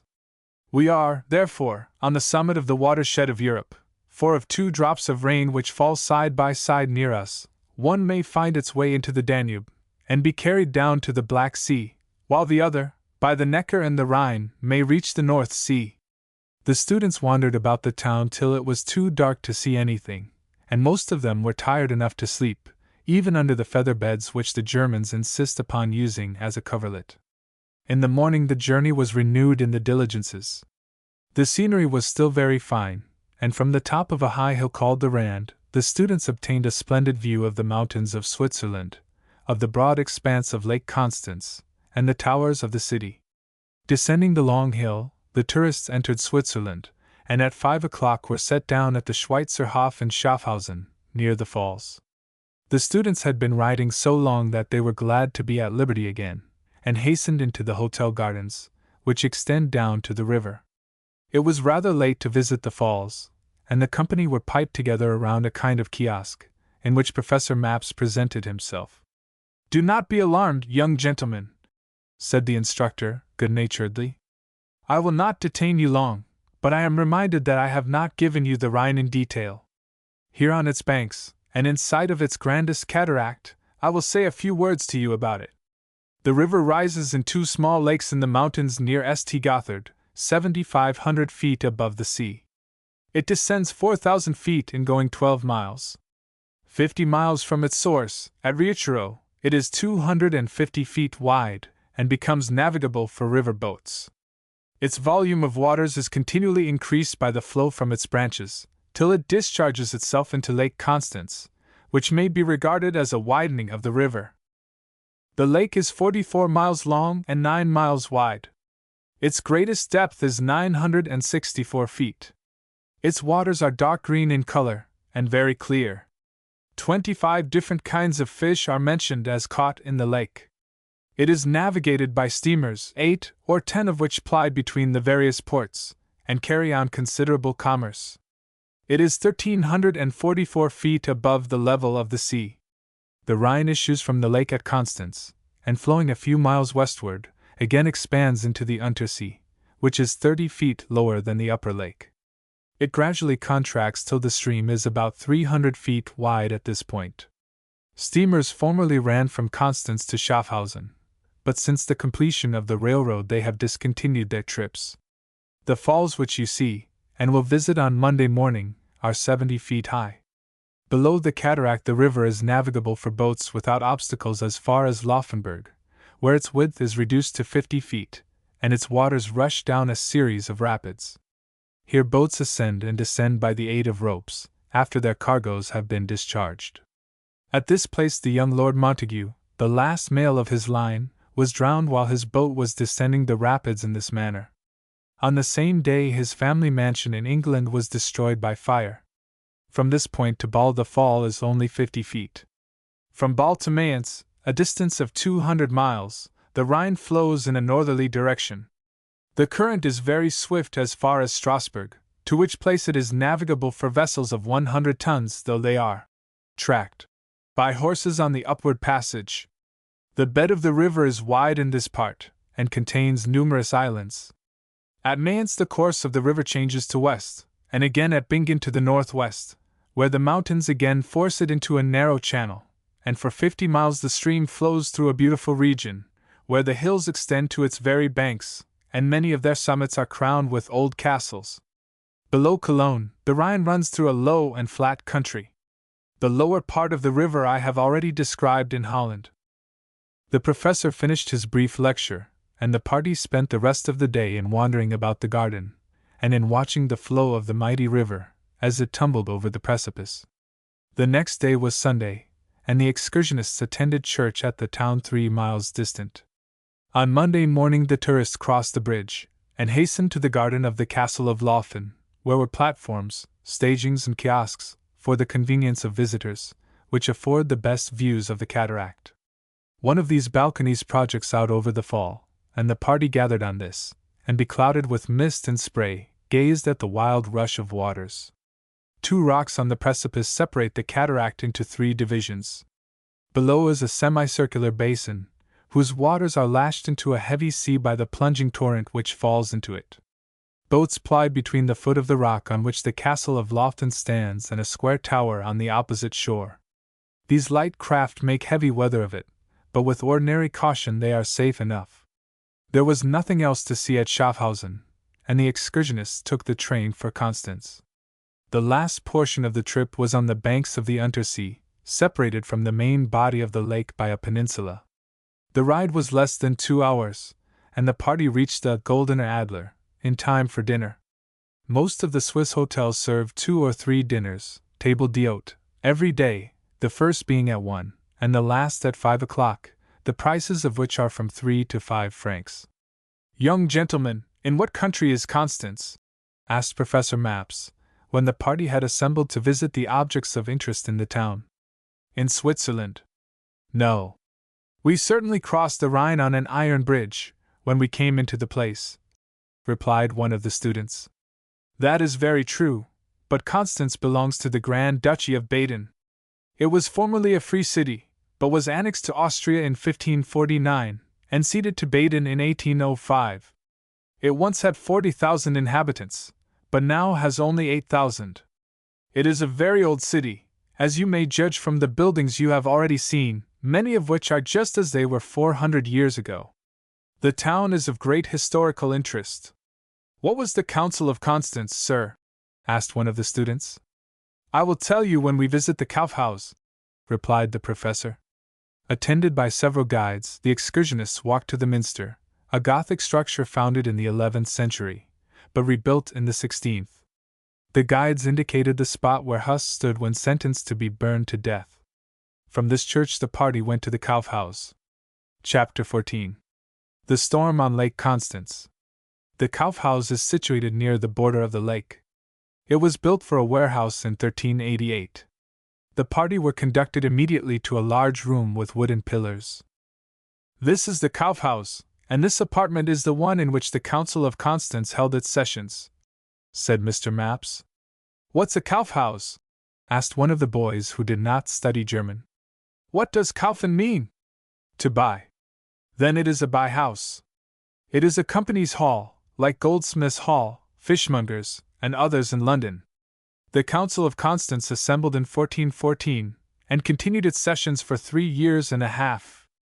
It was called to regulate the affairs of the Catholic Church, especially in regard to the schism caused by some of the popes taking up their abode in Avignon, France. Gregory XI went from the residence of his immediate predecessors to Rome in 1377, where he died the next year. The Romans wanted a native of their own city to be pope. In Italian, Urban VI. Was elected by the cardinals, but, as he was not a Roman, there was much dissatisfaction. The French cardinals protested against the election, and created Robert of Geneva pope, under the title of Clement VII, who established himself at Avignon. Urban had 3 successors, the last of whom was Gregory XII. The Avignon pope was followed by Benedict XIII, who maintained his claim to the papal chair till his death in 1424. There were 2 popes. The church was divided, and in doubt as to which was the rightful successor of St. Peter. Gregory declared, at his accession, that he would resign if Benedict at Avignon would do the same. An attempt was made to get rid of both of them, so that they could agree upon a third. The Council of Pisa deposed both, and elected Alexander V. Benedict refused to vacate his chair, and Gregory retained his position because his rival refused to compromise. Instead of getting rid of one, the church had now 3 popes who claimed the chair. Alexander died in 1410, and his successor, John XXIII, called the Council of Constance. It was not a meeting of bishops merely, but was attended by cardinals, archbishops, ambassadors of kings, knights, and delegates from universities. John presided at the first session, and was invited to resign the pontifical office. He promised to do so if Gregory and Benedict would do the same, but the next night he fled secretly to Schaffhausen, and from thence to Freiburg. After much trouble, negotiations were opened with him, and he resigned his office. He was afterwards thrown into prison with Huss. Gregory was a good man, and gave the council no trouble, and for the sake of peace yielded up his high office. But Benedict was obdurate to the end, claiming to be pope, even after all his followers had forsaken him. The council attempted to make terms with him, but when he refused to yield, it condemned and deposed him, electing Martin V. to the papal chair. The council also gave its attention to the heresy of Wycliffe, whose doctrines it condemned, commanding that his books should be burned, and decreeing that his remains should be disinterred and burned. Huss was condemned to the stake, and his disciple, Jerome of Prague, having retracted his anti-Catholic doctrines, and then relapsed, shared his fate a year afterwards. In the hall are the chairs occupied, at the sittings of the council, by the Emperor Sigismund and by the Pope, a model of the dungeon in which Huss was confined, with the real door and other parts which had been preserved, and the car on which the reformer was drawn to the place of execution. The house in which he lodged is pointed out in one of the streets. The field wherein he suffered, with the spot where the stake stood, is shown to those who are curious enough to visit it. The students examined the quaint old buildings in the town with much interest. In the middle of the afternoon, they embarked in the steamer for Friedrichshafen. The weather had been warm and oppressive, for the season, for the last 2 days, and there were strong indications of a change. A barometer at the hotel in Constance indicated an unusual depression. The students dreaded a storm of long continuance. They were so impatient to see the wonders which were yet in store for them, and the idea of being shut up in a small hotel, for 2 or 3 days, was not pleasant in the anticipation, whatever it might prove to be in reality. By the time the steamer was halfway to her destination, the wind began to come in fitful gusts, increasing in force, till the captain of the steamer wore a rather anxious expression on his face. The young salts laughed at the idea of a fresh water tempest, and if anybody else was alarmed, they were not. The steamer began to tumble about, but nothing serious occurred, though some of the lady passengers were seasick. Others, who had never seen a storm at sea, were frightened, and screamed every time the boat gave a heavy lurch. "Do you think there is any danger, Commodore Kendall?" asked Grace, thrilled by the cries of the females. "I don't see how there can be. If this boat is good for anything, she ought to ride out one of these freshwater gales," replied Paul. "It is going to be a fearful storm." "I should think it would be, from the indications of the barometer." "Do you see that boat, Paul?" said Shuffles, pointing to one of the Swiss small craft, which was laboring heavily in the billows. "She is making bad weather of it," added Paul, as he examined the position of the storm-tossed craft. "The boatmen don't seem to know what he is about," continued Shuffles, who had for some time been studying the movements of the boat. "She lowered her sail a while ago, and she seems to be rolling at the mercy of the waves." The steamer was headed towards her, and the party on board of her soon discovered that the boatman was trying to put a reef in his sail. Besides himself, the boat contained a lady. "I suppose that is a Swiss boatman," said Shuffles. "If he is, he knows no more about a boat than a mountaineer who never saw one." "That's so," added Paul anxiously. "He has put her before the wind, and is trying to hoist his mainsail." A fierce gust struck the canvas, as he began to hoist it, carrying out the boom, and whirling the boat up into the wind. Certainly the person on board of her had pluck enough, for he stuck to the halyards, though he was nearly jerked overboard by the sudden pitching and rolling of the craft. Recovering the sheet which had run out into the water, he took his place at the helm. He flattened down the sail, when the flaw had spent its force, and headed his boat towards Friedrichshafen. The next gust that struck the sail carried her down so that the water poured in over her lee rail by the barrel. The lady screamed lustily, and the tones of her voice indicated that she did not belong to the Swiss peasantry. "Help! Help!" she shrieked, and her voice thrilled the souls of all on board the steamer. "Cannot something be done?" cried Grace. "I don't see what can be done," replied Paul. "The boatman is a fool," said Shuffles impatiently. "Why don't he let out his sheet or luff her up?"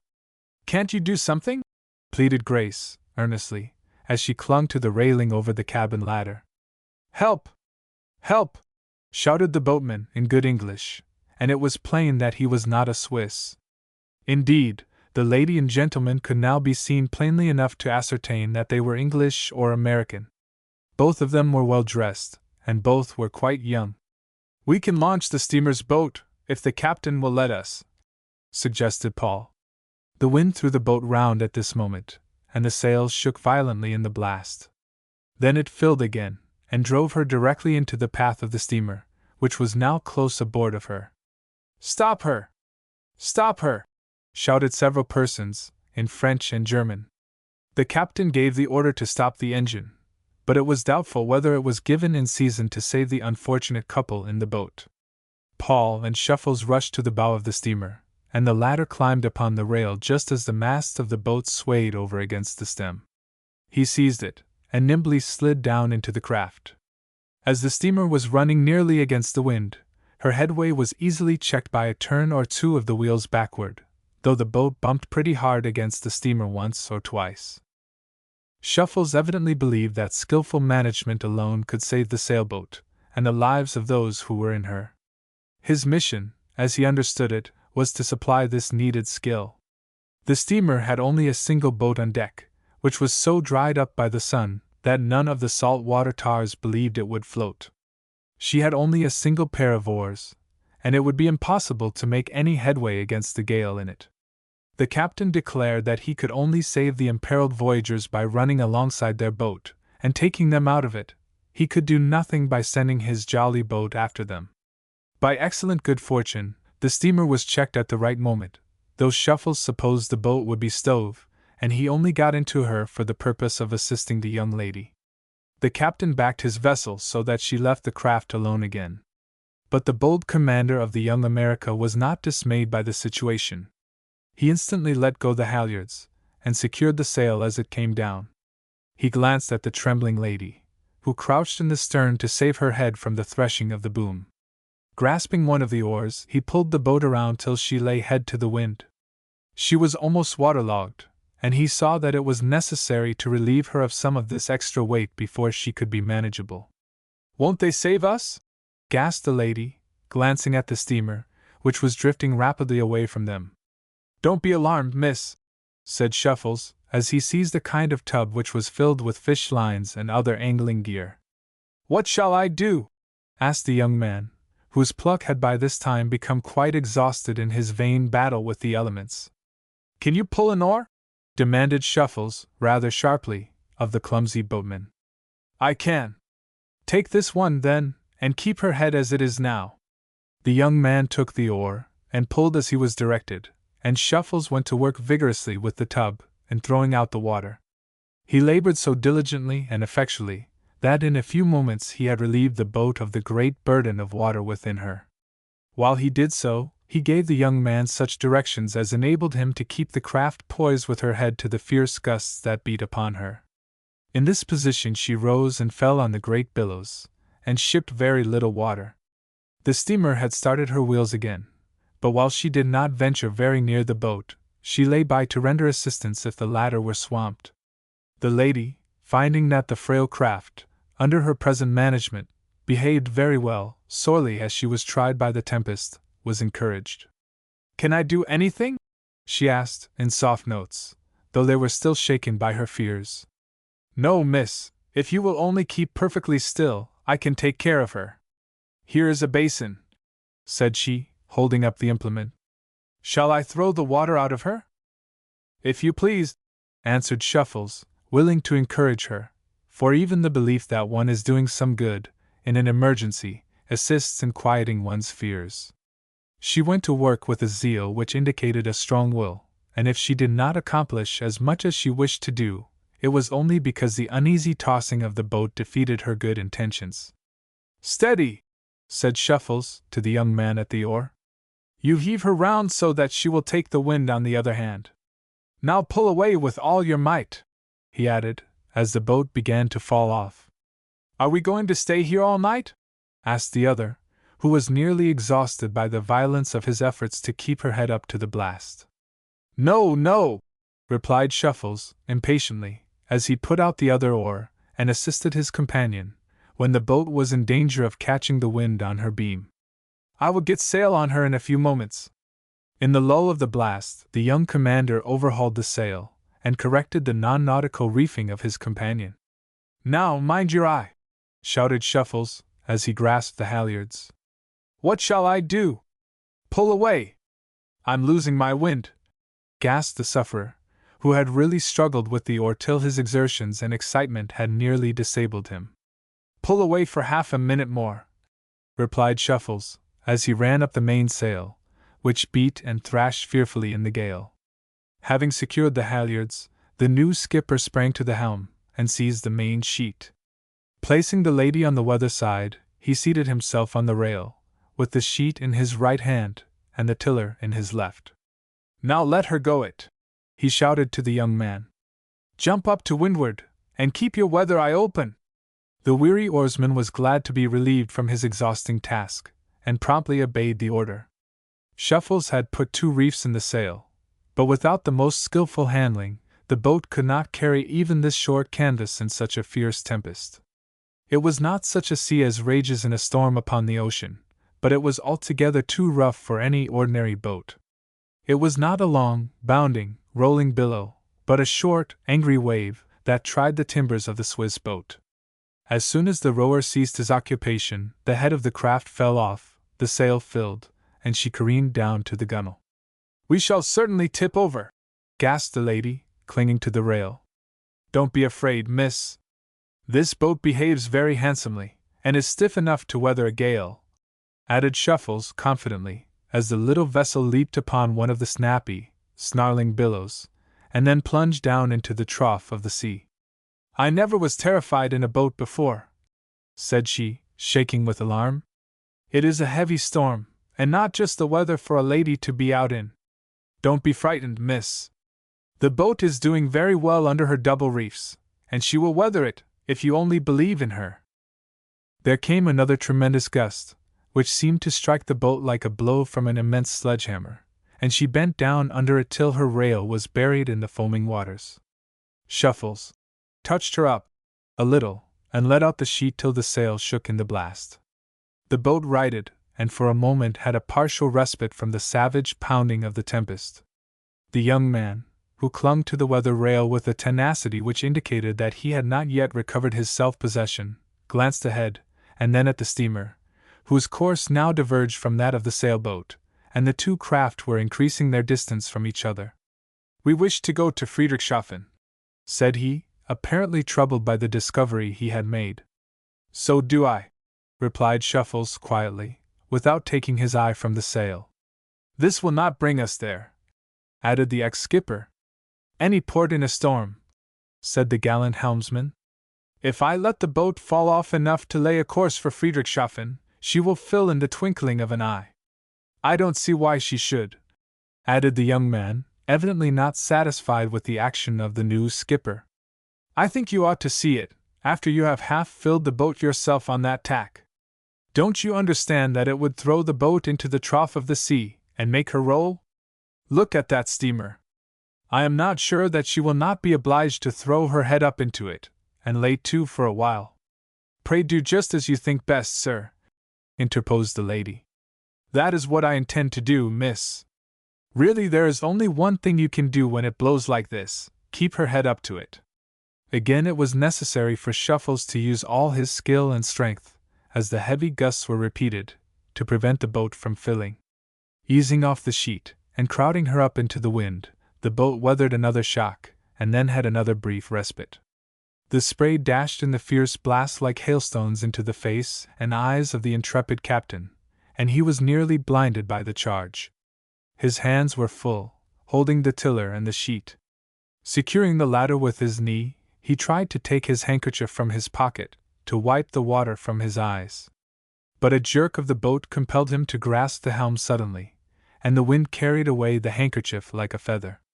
"My eyes are full of spray," said he, without even glancing at the flight of the lost article. "You have lost your handkerchief," replied the young lady tenderly. "Pray take mine. I am obliged to use both hands. May I trouble you to wipe the water from my eyes? I can hardly see, I am so blinded." The young lady promptly complied with the request, and holding on to the rail with her left hand, she wiped the water from the captain's eyes. "Thank you," said he, greatly relieved by the act. "Let me change seats with you, Theodora," interposed the young man. "Perhaps I may be able to assist in working the boat." "Sit still! Don't move!" shouted Shuffles sternly. "I only wish to help you," replied the other. "You will help me most by keeping entirely still," answered Shuffles, as another fierce blast struck the sail, and required the skipper's whole attention. Again the cutting spray blinded him, though, as any other skillful boatman can, he was able to comprehend by the feeling the motion of the boat. "Shall I wipe your eyes again?" asked the young lady. "If you please." Gently, her eyes beaming with interest and sympathy, the lady wiped the drops of water from his eyes. Though her companion said nothing, he did not seem to regard the operation with much favor. Very likely he thought it was quite unnecessary to wipe the skipper's eyes at every fresh gust. Again he proposed to change places with her, but Shuffles peremptorily forbade the movement, either because he thought the young lady could wipe his eyes better than the young man, or because he was afraid some accident would happen in making the change. The storm rather increased than diminished in violence, and for an hour Shuffles held on his course. The steamer had gone into Friedrichshafen, though she had been obliged, in some of the fiercest blasts, to throw her head up into the wind, and hold on till its fierceness subsided a little. After every gust, the young lady wiped the eyes of her gallant preserver, for as such she regarded him, and such he doubtless was, for the boat would have gone to the bottom long before without his skillful assistance. She soon learned to perform the kindly office without a word, though the captain did not fail to thank her every time. The boat did not make rapid progress. By keeping her close hauled, continually easing off the sheet, and touching her up, she made considerable leeway. At the end of 2 hours, and when it was beginning to grow dark, Shuffles found himself nearing the shore on the north side of the lake. He must either make a harbor or go about on the other tack. It was impossible to land on the exposed shore, against which the waves were beating in the madness of their fury. He was at least 10 miles above the port to which he and his passenger wished to go. Directly ahead of him was a point of land, which projected out into the lake. Beyond it there was an indentation in the shore, within which he might possibly find a partial shelter from the fury of the storm. It was doubtful whether he could weather the point, but he did not wish to tack and stand farther out into the lake. The night was coming on, and all his skill and courage could not ensure the safety of the boat in the darkness and on unknown waters. Hauling in the sheet a little, he braced the craft sharp up, and struggled with the elements to clear the headland. He looked anxiously into the green waters for any shoals on the lee bow. Fortunately there was no obstruction in his path, and the boat weathered the headland, though without the fraction of a point to spare. Easing off the sheet, he ran the boat into the bay, and in a few moments she was slightly sheltered by the shore to the eastward. This friendly relief enabled him to keep her away a little, and run for the head of the bay, where he perceived an opening, which looked like the mouth of a river. No longer cramped by the helm and the sheet, the boat flew on her course, and Shuffles presently satisfied himself that the opening he saw was really the mouth of a stream. He realized that the battle had been fought and won, but he said nothing to his fellow voyagers, who were silent and anxious. On sped the boat, and as the waves became less furious, he gave her more sheet, and she darted into the still waters of the river, which was not more than 100 feet wide, and with banks high enough to afford perfect protection to the storm-shaken craft. As she rushed into the quiet stream, Shuffles let go the sheet, and the boat gradually lost her headway. Putting the helm down, he ran her gently upon the shore, and the grating of her keel upon the gravelly bank was sweet music to the ears of the voyagers. "You are all right now," said Shuffles, as he rose from his seat in the stern sheets. Almost for the first time since he boarded the sailboat, he looked into the face of the young lady. Her clothing was thoroughly drenched by the spray, and her face was moist as though she were a mermaid just emerged from the depths of the ocean. But even in her present plight Shuffles saw that she was a very pretty girl. She was shivering with cold, and it was necessary to do something for her comfort. "We are really safe," replied the lady, with a grateful smile. "We owe our lives to you, sir." "We are exceedingly grateful to you for your service," added the young man. "I am very glad to have had an opportunity to serve you," replied Shuffles, addressing his words to the young lady. "I shall remember you, and be grateful to you as long as I live," continued the lady, warmly, as she bestowed upon him an earnest look, which a skillful observer would have interpreted as one of admiration. "But where are we?" asked the young man. "I don't know, except that we must be 10 or a dozen miles to the eastward of Friedrichshafen," answered Shuffles. "What shall we do?" asked his male companion. "There are probably houses not far distant. You had better go on shore, and when you see one, let us know it. Perhaps you would prefer to go," suggested the young man, glancing at the lady. "Having worked hard in the boat, I prefer to rest a little while," replied Shuffles. "Go, Sir William," added the lady, reproachfully. Sir William. Captain Shuffles was rather taken aback to find he had been sending a young baronet to look for a house. But then he regarded himself as the peer of any baronet, and he did not apologize. Sir William leaped over the bow of the boat to the shore, and climbed up the bank. He cast a glance back at the companions of his voyage, and then disappeared. "I think you must be a sailor, sir," said the young lady, when her friend had gone. "I am, miss. I am, at least I ought to be, since I am the captain of a ship." "A captain, and so young!" "Oh, I know what you are!" exclaimed she. "You belong to the American Academy ship." "I do. But I did not see you at the Emperor's ball in Paris." "No, I was absent on duty. I had the pleasure of dancing with the captain on that occasion. I was appointed on the 1st of this month," explained Shuffles. "I know your uniform very well, and I am glad to see you. I am sure you are worthy of your high position." "Thank you, miss. You are very kind. I should have been at the bottom of Lake Constance at this moment, if you had been less gallant and skillful."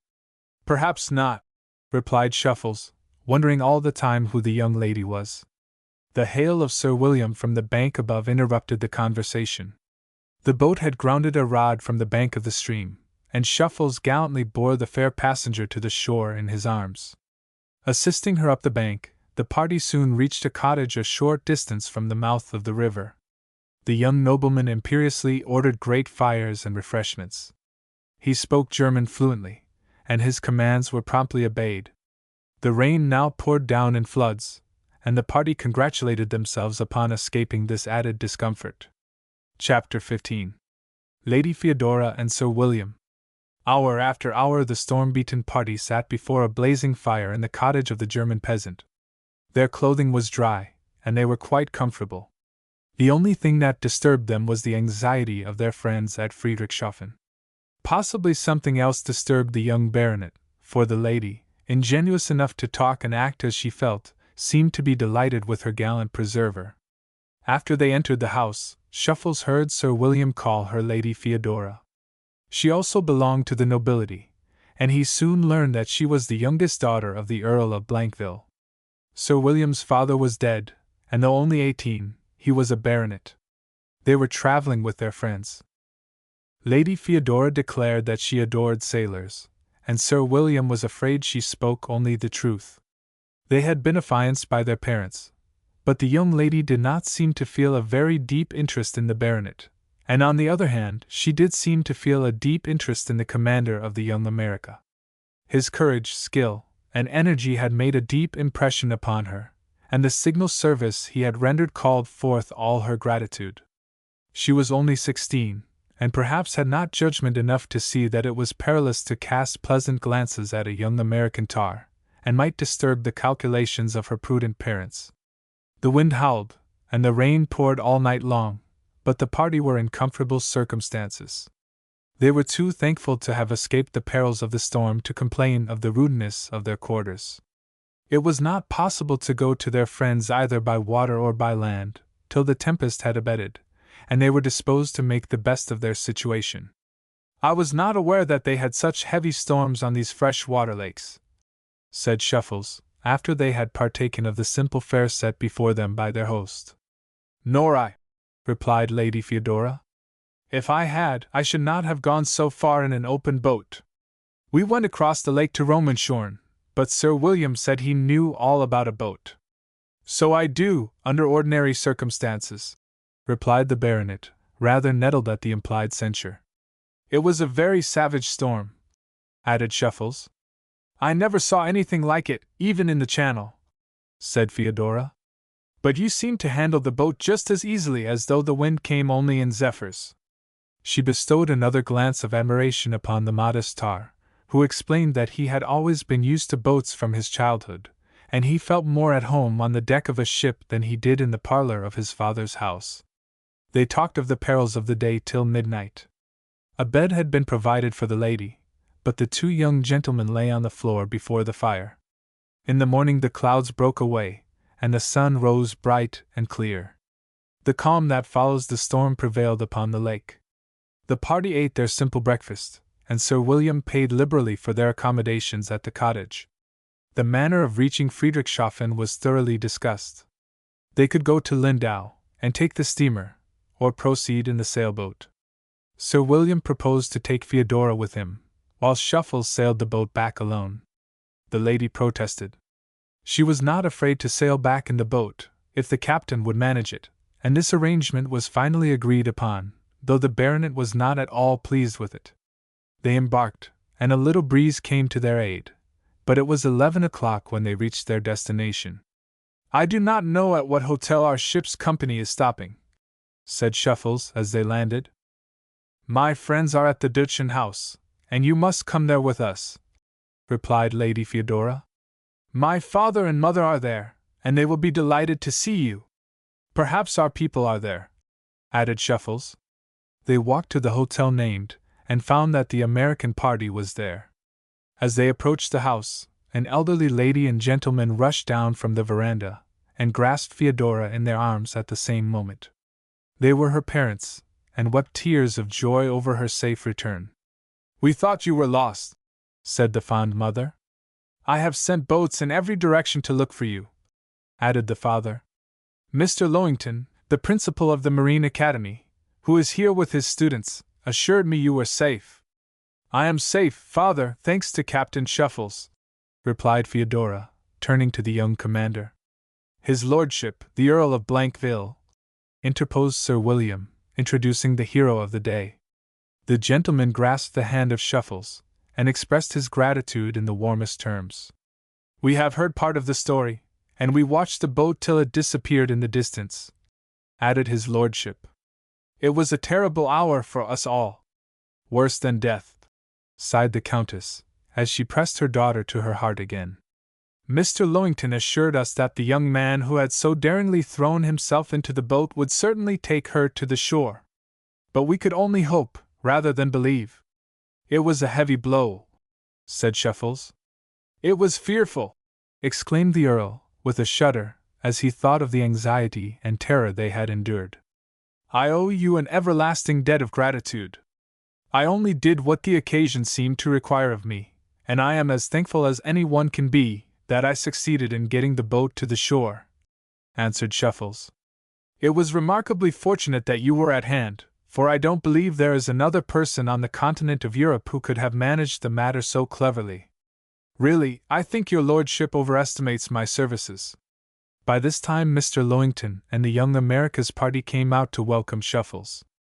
They astonished him by giving 3 rousing cheers, and the captain was again on the top of the wave of popularity. Mr. Lowington said he was satisfied, at the time of it, that he would take the boat to the shore, and save both of his passengers, so great was his confidence in Shuffles. The Earl acknowledged that his prediction had been fully verified. "You had a rough time, Shuffles," said the principal. "Rather, sir." And the affair was discussed at length. "We have seen the town, but we cannot leave by train for Ulm till 2 this afternoon. If there is anything here you wish to see, you must improve your time," added Mr. Lowington. "What is there to be seen?" "Nothing but the chateau of the King of Württemberg, and some old buildings. But Mr. Maps is about to give a lecture, from which you shall be excused if you desire it." "No, sir, I think I will hear the lecture," replied the captain, as he followed the principal into the coffee room, where all the students had collected. Lord Blankville's party had been informed of the lecture, and desired to attend. Shuffles had hardly seated himself when they entered the room. Lady Theodora had hastily made her toilet, but she looked like a queen, and the captain could hardly believe she was the same person. Those who had attended the Emperor's ball in Paris recognized her, and paid their respects. Ben Duncan declared she was as stunning as when she wore her white ball dress. Shuffles gave her a seat, and had the courage to take one by her side, before Sir William could secure the enviable position. "Württemberg is a kingdom belonging to the Germanic Confederation," the professor began. "It has an area of about 7,800 square miles, varying but a few miles from that of the state of Massachusetts. It has a population of 1,700,000, which during the last 10 years has diminished on account of the large emigration to the United States. The government is an hereditary monarchy, and like so many English stock companies limited, freedom of person and property, liberty of speech, and liberty of conscience are guaranteed by the Constitution, but liberty of the press, like the monarchy and the stock companies, is also limited.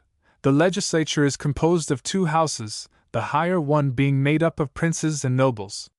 The present king is Charles I, whose wife is the daughter of Tsar Nicholas I, of Russia. The royal family is quite numerous in its various branches, and is connected by marriage with many of the royal houses of Europe. The former Duchy of Württemberg was made a kingdom in 1806 by Napoleon, after having been enlarged by the annexation of several smaller states. Stuttgart, the capital, is also the largest town, containing a population of 50,000. I close this lecture, which I think has not been a very tedious one, with this remarkable fact. In 1840 there was not to be found an individual in the kingdom, above the age of 10 years, who could not read and write. "Is that all?" asked Lady Theodora. "That's all this time, but sometimes we have to take it for a couple of hours," laughed Shuffles. "I'm sure I wish he had said more. What do you do now?" "We go to Ulm at 2 this afternoon. After that we go to Stuttgart, Karlsruhe, Baden, and then down the Rhine. We must go with them, Pa," added she, turning to the Earl. "We shall be ready to go to Ulm this afternoon in the same train," replied her father. "I am delighted!" exclaimed Theodora. "I hope we shall go with you down the Rhine." Sir William, for some reason or other, did not hope so. In fact, he was rather dumpy and morose. "Possibly you will," suggested Shuffles. "What a happy life you must lead, Captain! Perhaps you would not think so if you were at sea with us, when we have to stand watch in the night and the storm, whether it blows high or blows low. But you are the captain. I was a seaman. It is nearly an hour till dinner time, and I think I shall take a run down to the chateau of the king."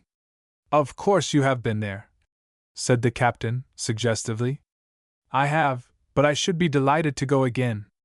A carriage was called by the Earl. It had seats for only 4, and Theodora's father and mother had decided to go. So had Sir William, but his lordship hinted that, as the baronet had already visited the chateau, he might stay at the hotel and play with her ladyship's poodle dog. It would require too much space to narrate all that was said and done on this little excursion, but the 2 young people were very much pleased with the chateau, and very pleased with each other, probably more pleased with each other than with the chateau, though the latter was a very beautiful place, as it ought to be for the summer residence of a king. Captain Shuffles handed the noble young lady out, and in the carriage, handed her up various steps, into various grottos. Indeed, he handed her up and down everything that would afford him any excuse for offering his assistance. Lady Feodora certainly appreciated his kindness, and rewarded him with many a smile. They returned to the hotel, and though the noble party were in the habit of dining at the aristocratic hour of 6, they took places at the table d'hôte with the republicans. The party hastened to the railroad station after dinner, and at the appointed hour, were on their way to Ulm. The compartment in which Dr. Winstock, Paul, and the Arbuckles rode contained one less than usual, for Captain Shuffles, not entirely to the satisfaction of Sir William, occupied a place with the party of the Earl. The railway carriages in Germany are generally built with a first-class compartment at one end, while the rest of the space is devoted to the second-class passengers. The former is very luxuriously furnished, the seats having stuffed arms and backs, with a table between the 2 rows of seats, while the latter has about the same arrangement as is found in the ordinary cars in the United States. "We have lost our good friend Captain Shuffles," said Grace, with a pleasant smile. "Perhaps our loss is his gain," added Paul. "Lady Feodora is very pretty. Very, and interesting, too. I really pity her every time I look at Sir William." "Why?" asked Paul, curiously. "Because she is doomed by her parents to be his wife, and he is a selfish, supercilious fellow, if he is a baronet. Her parents seem to be very fond of her, and I am sure they will not sacrifice her, if she don't like him. There are a great many considerations of policy which influence these great families," replied Grace. "She seems to like the captain much better than she likes Sir William, and I know that he likes her." "Let us hope for the best," said Grace, gaily, as she glanced out the window at the fine mountain scenery. "How far is it to Ulm, Dr. Winstock?" asked Paul. 14 miles, replied the surgeon, with a twinkle of the eye which seemed to mean something. 14 miles! Exclaimed Paul, glancing at his watch.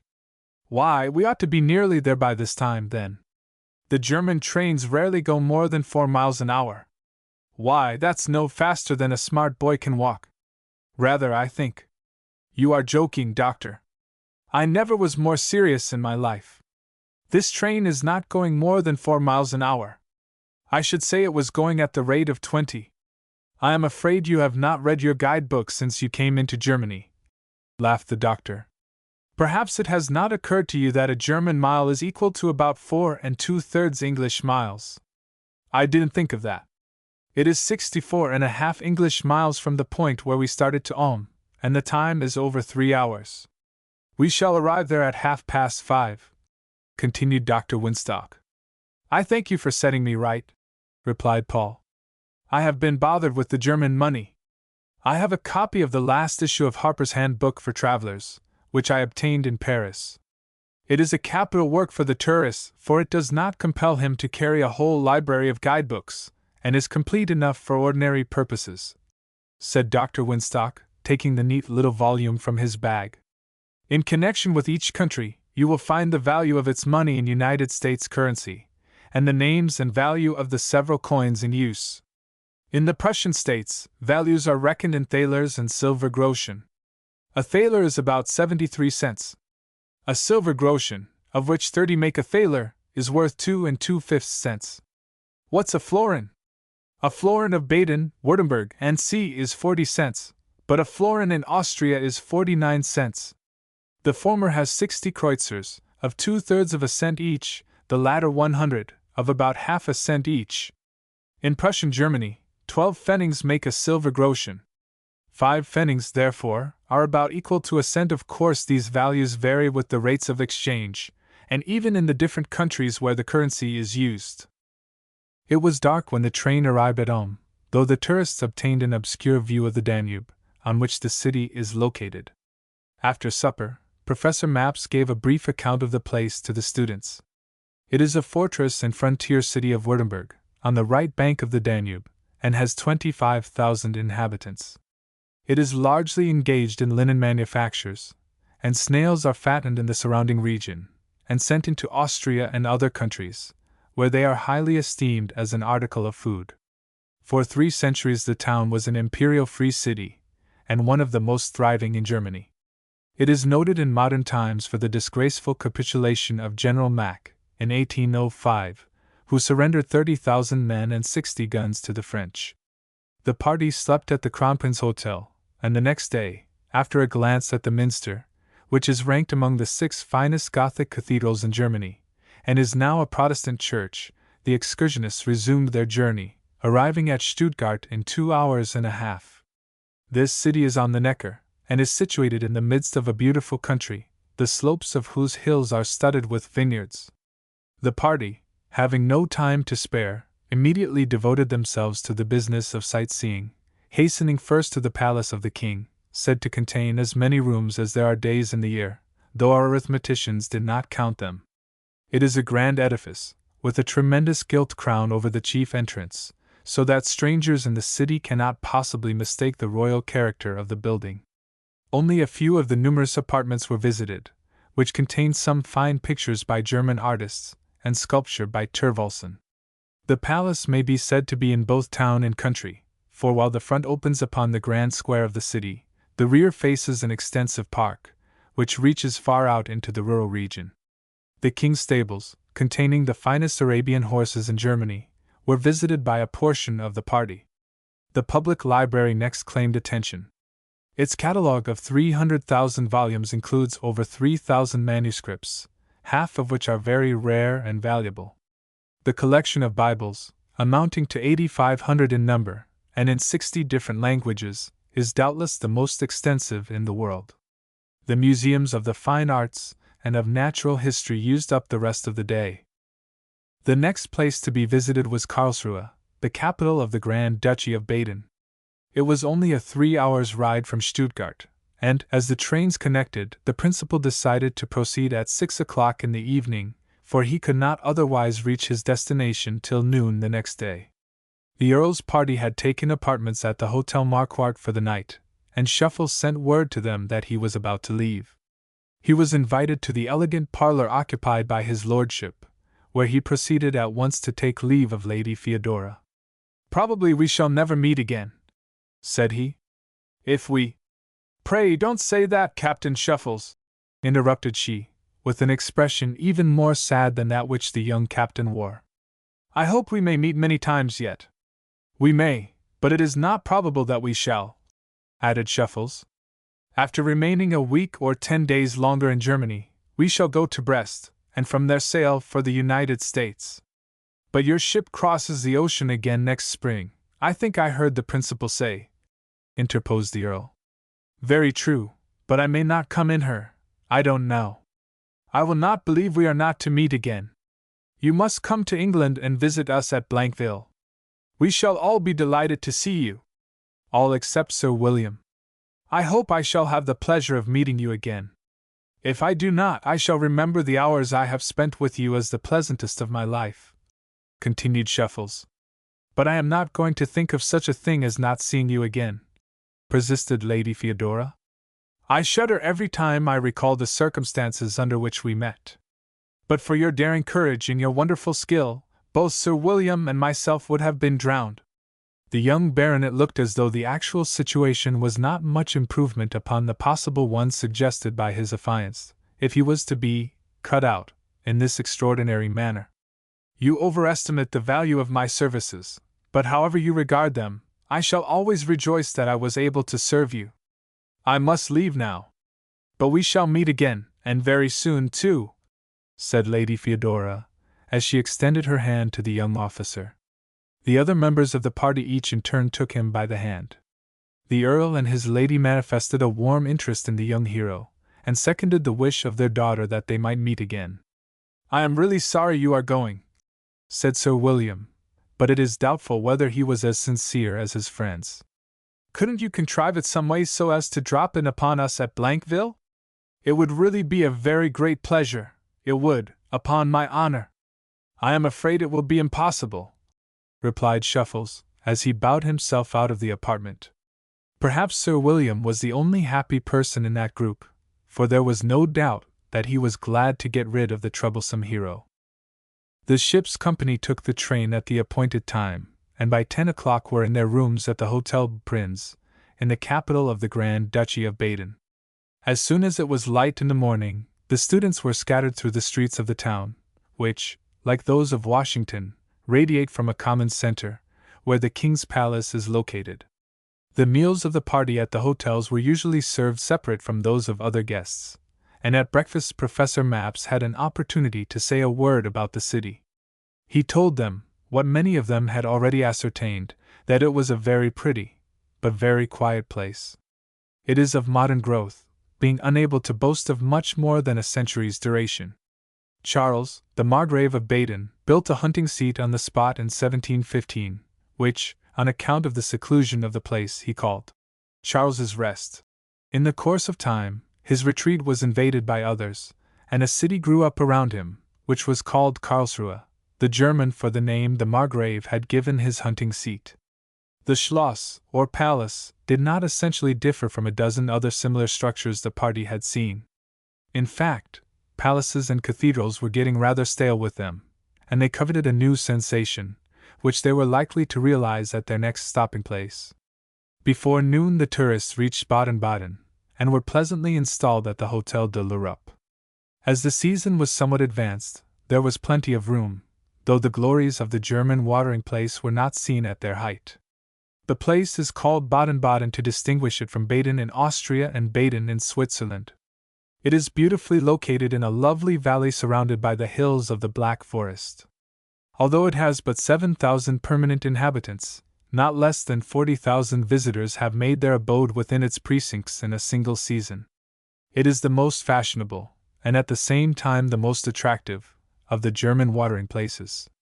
The nobility and gentry, as well as the blacklegs and swindlers of all the nations of Europe, gather there.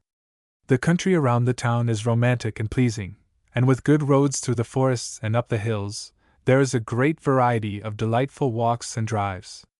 Everything which nature and art could do to make the place and its surroundings an attractive abode has been done. On the rocky hills above the town are the old and the new castles of the Grand Duke of Baden. The former is of Roman origin, and was occupied by the reigning dukes in the Middle Ages. The latter is the summer residence of the present sovereign. At the foot of the rocks on which the modern structure is located are the hot springs, 13 in number, to which the town owes its origin as a health-giving abode.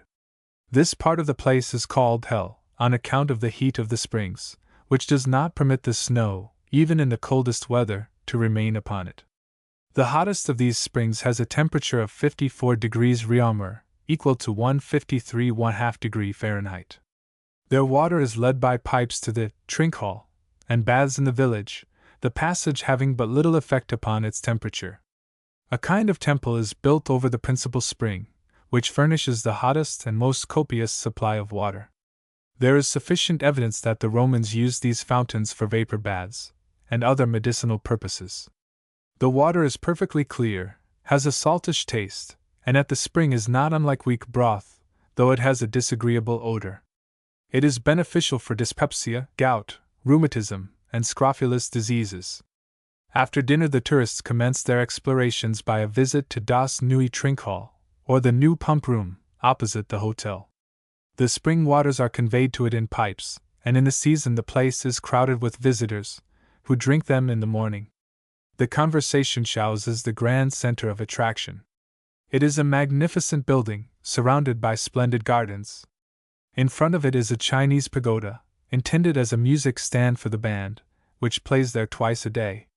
It contains a large assembly room, where the company dance at times, a restaurant, a theater, and other apartments. There are also rooms for gambling, which is the staple amusement, not only for the blacklegs and swindlers, who resort to the establishment, but for the nobility and gentry.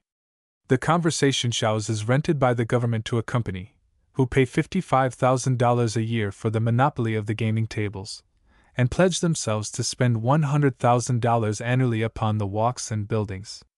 Of course, players must lose vast sums of money to enable the keepers of the establishment to pay these large prices. All classes of people gamble, and about 1/4 of those who engage in the seductive play are ladies, or rather women, though they include not a few of the nobility.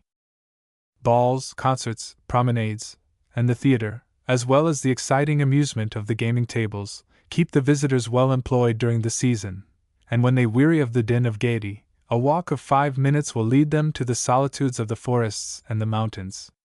There is a library and reading room in operation, in the midst of the scene of the revelry.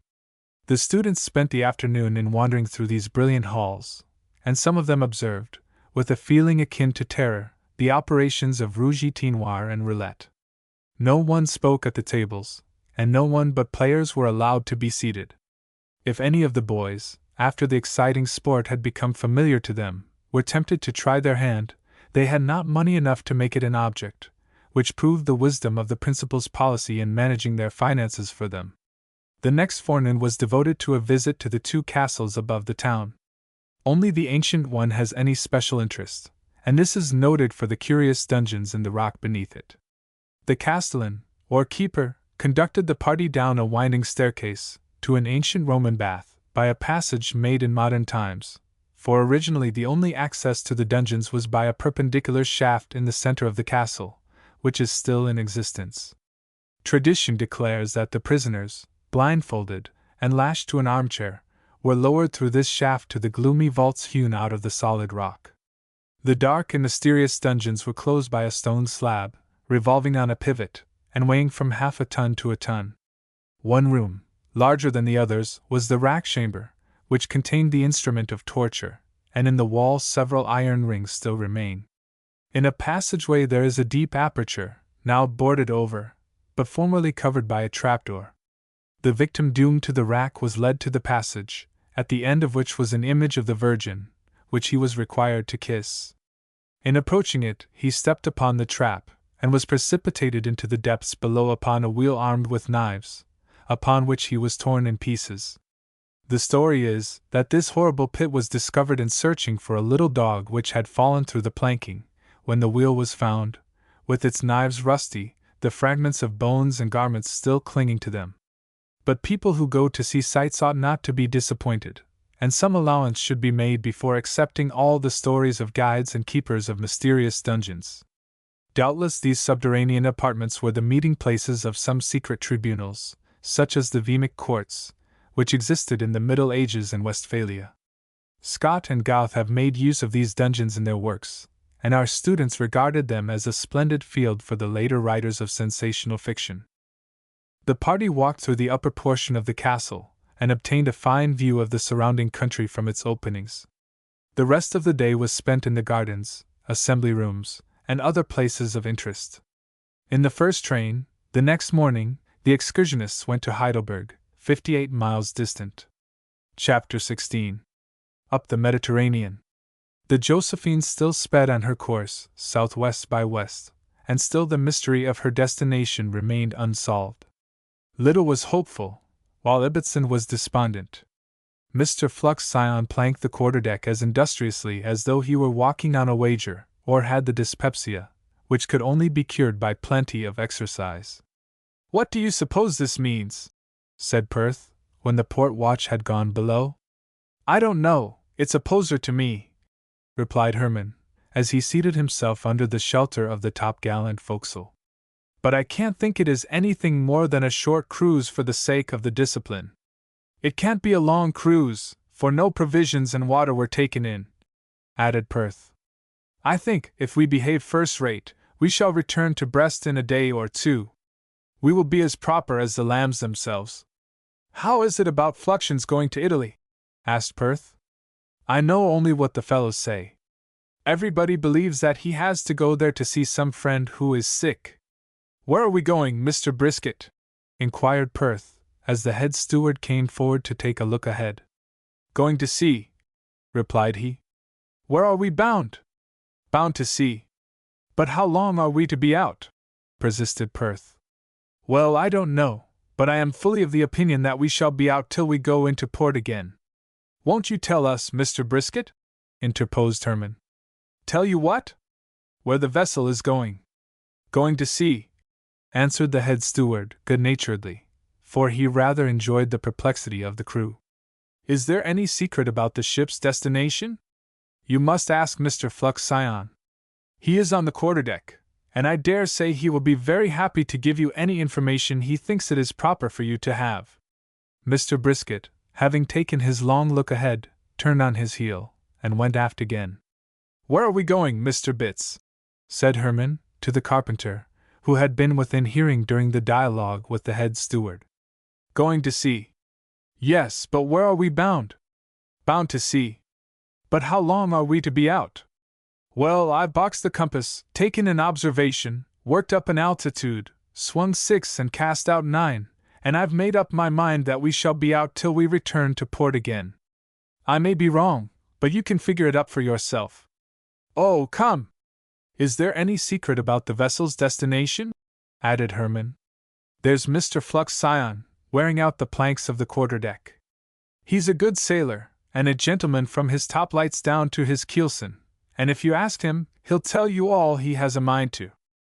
If he's a gentleman, I hope the forward officers will take lessons of him, added Herman, disgusted with the conduct of the carpenter. I shall, for one, for we have so many unlicked cubs on board now, that I am afraid my manners have suffered by being among them, laughed Bitts. But do you really want to know where we are going, young gentleman? I do, for one, replied Perth promptly. You won't say a word if I tell you, eh? Added Bitts very seriously. Not a word. Well, we are bound down to the coast of Africa to get a cargo of gorillas. Mr. Flux Scion is going into the show business. You get out! Exclaimed Perth, vexed to find himself sold.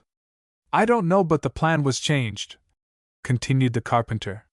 Some of them were afraid we might get things mixed on board, and after we got the cargo in, we couldn't tell the gorillas from the runaways. Bitts thought he had said a clever thing, and chuckling at his own wit, he turned on his heel and walked aft to the waist. It's no use to ask them anything, said Herman. I suppose we may as well keep still and wait till something turns up, added Perth. I don't see that we can do anything else. Unless we start the water in the tanks, suggested Perth, and have our own supply cut off. I had enough of that sort of thing in the ship. If we don't behave well, the first thing Flux Scion will do will be to put us on salt horse and hard bread. We won't do anything yet. In my opinion, we shall go into port in a day or two. At 8 bells the starboard watch were piped to dinner, being relieved by the port watch. The wind continued fresh and fair, and the Josephine flew on her course, logging from 10 to 12 knots all day. The portion of the crew off duty were not required to recite any lessons, or do anything else. The severe course of study to which Mr. Flux Scion had subjected them, during the absence of the rest of the company in France and Switzerland, had enabled them to make up all deficient lessons. The principal had requested Mr. Flux Scion not to assign any studies to his charge, unless it became necessary to do so in order to keep them out of mischief. The crew were to serve in quarter watches, from 8 at night till 8 in the forenoon, though the acting watch officers were to serve full time. Night came on with the breeze freshening, and the topgallant sail was furled. The Josephine then had all she could carry, for Mr. Flux Scion was not a fair-weather sailor, and always crowded on all the vessel would stagger under.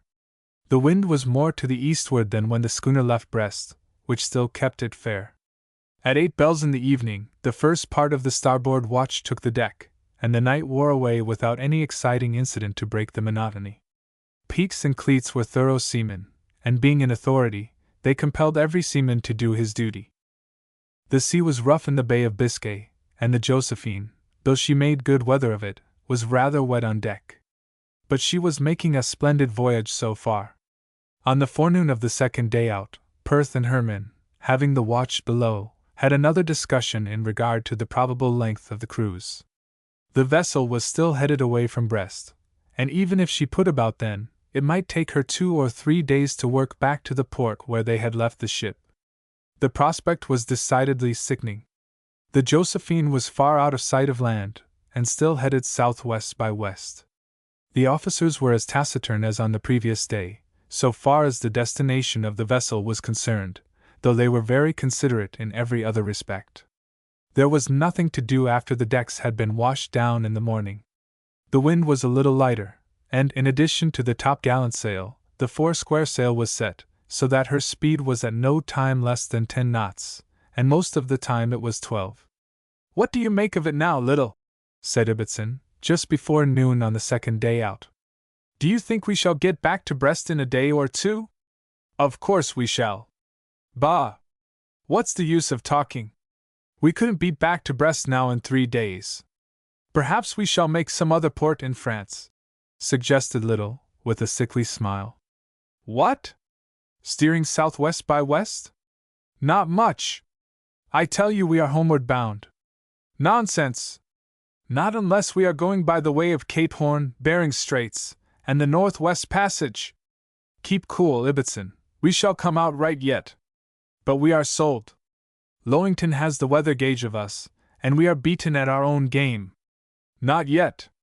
Yes, we are. We shall not see the coast of France again this year. I'll bet you Fluxion starboard whisker, our cruise for this season is up. Don't croak. They all croaked when the vessel had been out 30 hours, and was still persistently headed to the southwest. The day wore wearily away, crowded with doubt, anxiety, and perplexity to the runaways.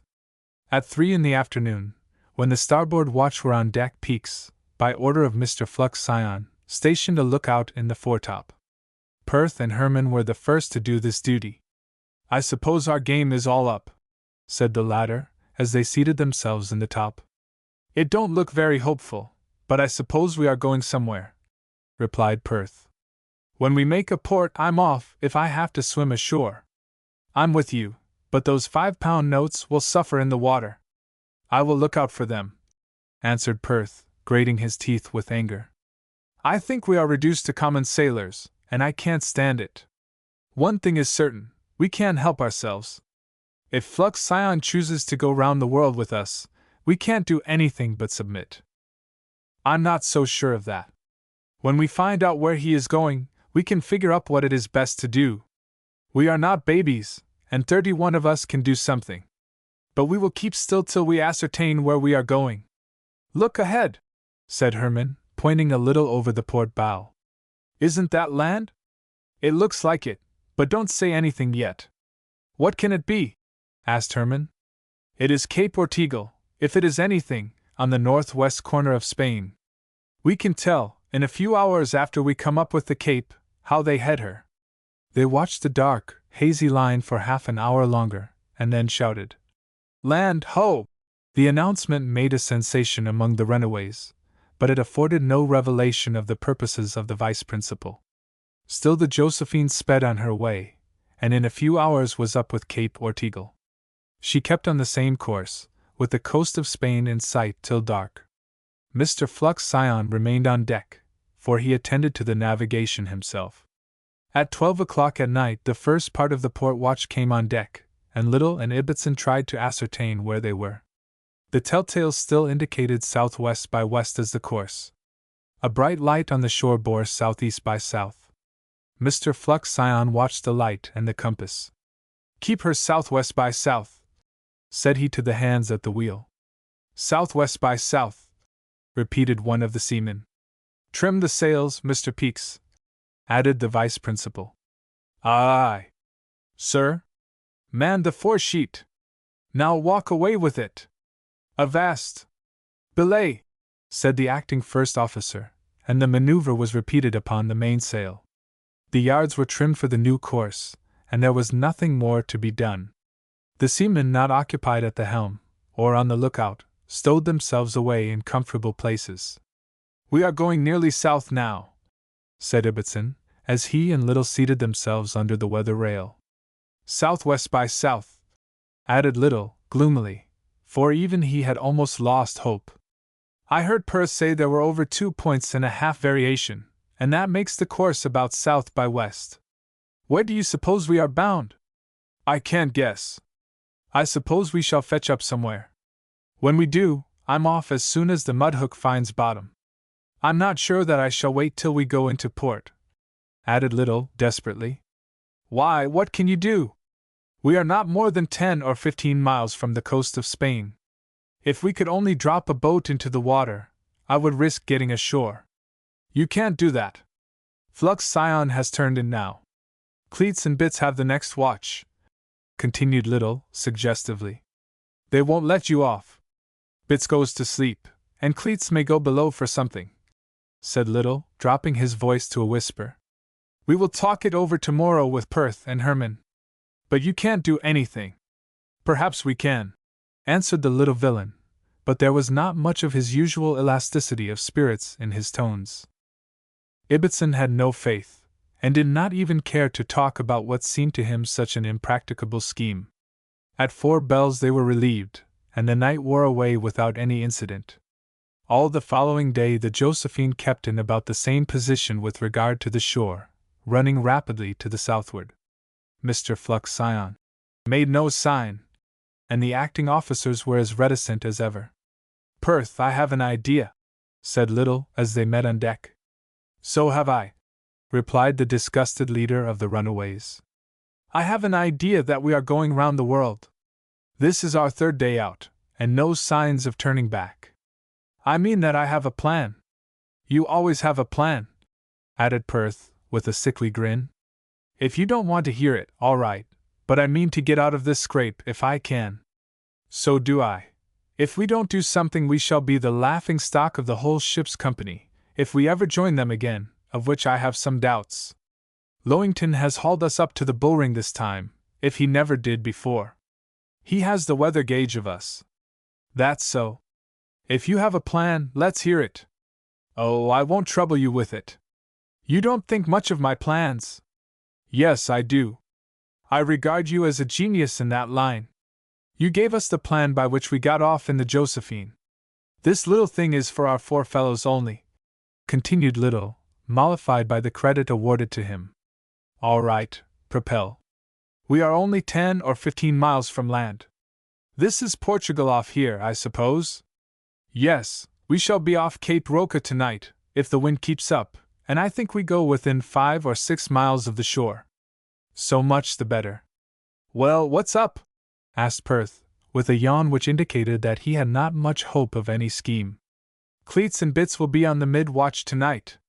I noticed that Cleats goes into the cabin once or twice in our quarter watch, and I suppose he does in yours." "Yes, after his coffee, I suppose. He always comes back eating a biscuit." "Just so, and Bits goes to sleep." "Not often. I've seen him asleep. The officers on duty have to keep on their feet all the time," said Perth. "No matter if they do. Bits leans against the foremast, and goes to sleep. He isn't used to being on watch lately." "Well, go ahead. When Peaks goes below, we will draw the slide on him, and lock him into the cabin," added Little. "Good. Go on," replied Perth, beginning to be interested. "Bits is still on deck. Pass a line around him, and make him fast to the foremast while he is asleep. It will be apt to wake him." "No matter, he is fast. He will make a noise." "But the other officers are locked into the cabin." "It might work." "What then?" "Lower the second cutter and go ashore. They would pick us up as soon as they broke out of the cabin. The other fellows would work against us if we don't take them with us." "Well, make a big thing of it, and take all the fellows and all the boats," said the accommodating little villain. "That would do better, and there isn't a fellow on board who isn't up to such a move." "That's so. It will take some time to work up the idea, though we have the steerage all to ourselves," added Perth, musing. The conspirators discussed the scheme at every opportunity during the day, and imparted it to the rest of the crew. Some of them suggested objections, but all of them were willing to take part in the enterprise, for they were so utterly disgusted with the course of Mr. Flux Scion that anything was preferable to submission. "Suppose we get ashore," said Sheffield. "We shall be in Portugal, perhaps 50 miles from any large place." "Cape Roca isn't 20 miles from Lisbon," replied Perth. "We can walk that distance in a day." "What are you going to do in Lisbon? Not one of us can speak a word of Portuguese." "We can do just the same as we should have done in Brest, and raise money on our letters of credit, and get to Paris. We can take a steamer back to Brest. The fare will not be more than $10 apiece in the fore cabin." "Why not wait till we see where we are going?" suggested Sheffield. "It may be too late then," answered Perth. "If Flux Scion should suddenly head the vessel to the westward, that would mean home. The cook says we have fresh provisions enough for 30 days, which they took in while we were attending lecture." "Does he know where we are bound?" "No, Or if he does, he won't say anything. I don't believe in landing at any such place as Lisbon, or anywhere in Portugal, though, of course, I will do what the rest of the fellows wish. Perth and Little were too impatient to postpone the enterprise, though they acknowledged the difficulty of landing in Portugal. They worked up the details of the plan, and a part was assigned to each of the runaways. Phillips was to secure Bits, with the assistance of half a dozen others. Perth was to close the companionway, lock it, and also drive a nail into the slide to make it sure. Greenway was to cover and secure the skylights.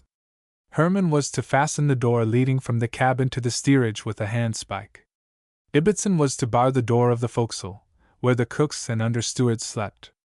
Others were to back the head sails, so as to lay to the vessel, and when all these things had been done, the boats were to be lowered, the places of all the party having been assigned to them, and they were to pull for the shore. The night came on, and the light on Cape Roca was identified by Perth, at 4 bells. But a fog set in from seaward, and he decided that it was not prudent to take to the boats under such circumstances, for the reason that the boat compasses were in the cabin, and could not be obtained. At 7 bells on Saturday morning the Josephine was off Cape St. Vincent. "Keep her southeast," said Mr. Flux Scion to the quartermaster at the wheel, when the headland bore northeast from the vessel. "Southeast!" exclaimed Perth, when the order had been repeated. "That means the Straits of Gibraltar. Fellows, we are bound up the Mediterranean." "What does it mean?" inquired Herman. "Flux Scion is going to Italy," replied the leader bitterly. "He is taking us with him." Perth's conclusion was passed along till every seaman on board understood it. The mystery was solved at last. There could be no doubt of the correctness of the solution, and great were the wrath and indignation of the runaways. It was abominable to compel them, the sons of gentlemen, to work the vessel as foremast hands, while she was employed on Mr. Fluxion's private business.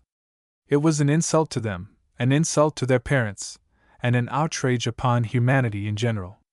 It was not to be endured, and rebellion was a duty. Little's plan was in higher favor than ever. The wind was light, and the vessel, close-hauled, made but 5 and 6 knots during the day. At night she was out of sight of land.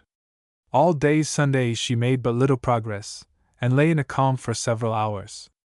Towards night, however, a fresh westerly wind came to her aid, and on Monday morning the crews saw the mountains of Europe and Africa vying with each other in sublimity, though they were too sour to appreciate the grandeur of the scene.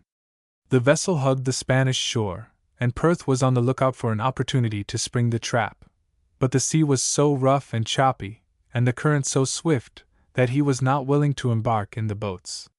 It looked altogether too perilous. Besides, Bits did not lean against the mast and go to sleep, and Cleats sent a hand down to bring up his luncheon, and the vice principal stayed on deck nearly all night. "I think Flux Scion smells a mice," said Perth, the next day. "Why so?" asked Little. "Because he stays on deck more than half the night. He is anxious about the navigation, perhaps. It is plain sailing here," added Perth. "I think he has seen our fellows talking together a great deal." That was really the case. The vice principal understood boys thoroughly. He had observed the earnest talks among little squads, and cautioned the acting officers to be very vigilant.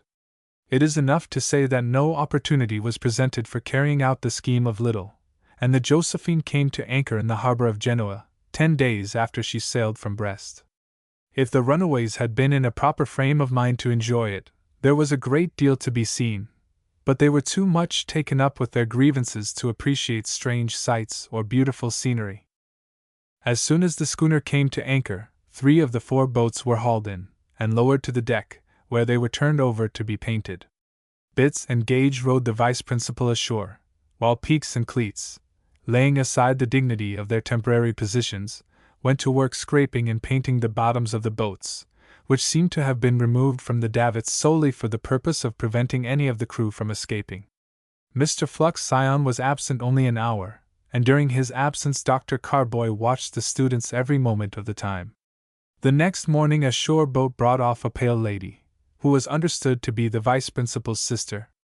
They spent the whole forenoon in the cabin, but in the afternoon they went on shore together, to draw up and execute certain papers. Perth, in behalf of the crew, asked permission of Mr. Fluxion, just as he was departing, to go on shore. "Quite impossible, young gentleman," replied the vice principal. "They are painting the boats, which are not in condition to be used. Besides, there is hardly time, for I hope we shall be able to sail before night." Perth was very angry, and so were all the others, though they hardly expected the desired permission. Mr. Fluxion went on shore with the Pale Lady, and Dr. Carboy Peaks, and Cleats watched the crew with Argus eyes. It was of no use for Little to fall overboard, for there was no boat to send after him. Perth was not quite willing to attempt to swim to the shore, for a fresh southwest wind kept up an ugly swell in that part of the port where the Josephine was anchored. Shore boats were driven from alongside by Peaks.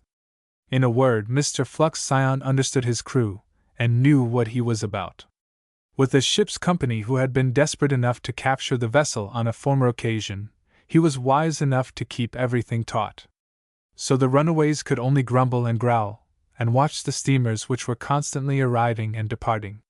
Before sundown Mr. Fluxion returned alone. He had finished his business with his sister, and the order was given to get under way, after the boats had all been restored to the davits. There was no chance to execute any of the desperate schemes which had been adopted. Discipline was triumphant, and the Josephine sped on her way to the Straits of Gibraltar. 4 days out, Cape Antonio, on the coast of Spain, was sighted, and for the next 2 days the vessel sailed along the coast, with the lofty mountains of Spain in full view. Mr. Fluxion was communicative enough to say that the Josephine would put into Lisbon, and await the arrival of the Young America. The intelligence was not pleasant to the runaways. Perth declared that something must be done at once, or at least before the vessel had passed Cape de Gata. Alicante and Carthagena were near, and from either of them steamers frequently departed for Marseilles. They had actually made the trip in the Josephine which they had contemplated before their runaway excursion in her, but under different circumstances from those they desired. If they could get to Marseilles, the rest of the plan might be realized. They had kept everything in readiness for the enterprise which Little had planned, and for a fortnight had been on the lookout for an opportunity to strike the blow. After the vessel had come up with Cape Antonio, Perth told the fellows he should make the attempt that night, though it would be bright moonlight. The signal for those below to perform the part assigned to them was 3 raps on the deck, over the steerage, with the heel of the leader. But Perth was not in Cleats's watch, so he and Herman hid themselves under the topgallant forecastle, when their watch was relieved. About 3 bells in the mid-watch, Little informed the leader that Cleats had gone below. "Where's Bitts?" whispered Perth. "In the waist, planking the deck." "Call Phillips, quick!" added the leader, as he came out of his hiding place. Phillips promptly appeared. He was a great, stout fellow, as ugly as he was big. He immediately prepared to do his part. Herman was sent below to see that every seaman in the steerage was awake and ready to act, and he succeeded in eluding the sleepy vigilance of Bitts. Perth gave the signal for those in the steerage, and at the same time whistled for the information of those on deck. Bitts was not so obliging as to lean against a mast, or anything else, and the conspirators were compelled to take him flying. Phillips had prepared, with a piece of whale line, a kind of lasso, and stepping up behind him, threw it over his head, drawing it tight around his neck, before the astonished carpenter suspected any mischief. The end of the whale line was then hooked to the clewline of the foursquare sail, which had been detached for the purpose. The hands at the clewline walked away with it, until the rope bore hard on the throat of the carpenter. All this was done in an instant, for Phillips had carefully adjusted all the details of his share of the work. Bitts tried to cry out, but when he did so, Phillips ordered the hands at the buntline to haul taut. "Keep still, old fellow, or you shall be hung," said the ruffian in charge of the deed. Bitts was obliged to keep still, for when he struggled to release his neck with his hands the rope was tightened. In the meantime, Perth had secured the slide, and those below had barred the doors. "Clear away the boats!" And all but Phillips, who was obliged to watch Bitts, sprang to their stations for lowering the boats, and in a couple of minutes all 4 of them were in the water, with the oars tossed, ready to pull for the shore. In the cabin there was a tremendous din, made by Cleats and the other officers, who had been aroused by the noise. They were trying to batter down the door leading into the steerage, but as yet with no success. "All ready!" shouted Perth. Phillips, who was the only one of the crew remaining on board, hastily belayed the clewline at the fife rail, hauling it just taut enough to hold Bitts, without choking him to death. As the ruffian leaped into the boat, to which he had been assigned, Perth gave the order to shove off, and the runaways pulled with all their might for the shore. Chapter 17. Heidelberg and Hamburg. On the arrival of the excursion party at Heidelberg, they were conducted by Mr. Arbuthnot's avant-courier to the Hotel Prinz Karl in the marketplace, and near the castle, which is the principal object of interest in the town. One of the first persons that Shuffles saw, as he walked up to the hotel, was Lady Theodora, promenading the veranda with Sir William. She looked a shade paler than when the captain had met her last, but her color deepened when she discovered her gallant friend. "I am delighted to see you, Captain Shuffles!" exclaimed she, deserting her titled companion, and rushing towards him, her cheeks suffused with blushes. "This is a very unexpected pleasure," replied the commander, his brown face flushing, "but none the less welcome because unexpected. How glad I am to see you again," said she, taking his offered hand, as they met. "Thank you, but not so glad as I am," added he, in a lower tone. "I hope you are very well, Captain Shuffles," interposed Sir William, stiffly. "Quite well, I thank you. Lady Theodora has been quite ill," added the baronet, "or we should have been in Brussels by this time. I have not been very ill, but father thought we had better remain here a few days. Now I am almost glad I was ill, since it gives me the pleasure of seeing you again," continued the young lady, with a childish candor which brought a frown to the brow of the little baronet. "You are very kind, Lady Theodora." Sir William thought so too. "We have been all over the castle, Captain Shuffles, and I am going to be your guide," continued she, playfully. "I am afraid your health will not permit you to do so much," suggested Sir William. "Oh, I feel quite strong now." The conversation was interrupted by the appearance of Theodora's father and mother, who extended to Shuffles a cordial and hearty greeting. Mr. Lowington and the party were warmly welcomed by the Earl's family. The business of sightseeing required immediate attention, and Shuffles was taken into a carriage with his English friends, for the daughter insisted upon redeeming her promise. Sir William evidently did not enjoy the excursion, but he was apparently unwilling to be left at the hotel. Heidelberg is beautifully located on a narrow strip of land between the river Neckar and the vast, high rock on which the castle stands. It has one principal street, nearly 3 miles long, and contains a population of about 17,000. It is situated in the midst of some of the finest scenery in Germany, and all tourists agree in calling it one of the most delightful residences in Europe. The students walked through the principal street, and along the banks of the Neckar until dinner time, when Professor Maps found an opportunity to say something about the place.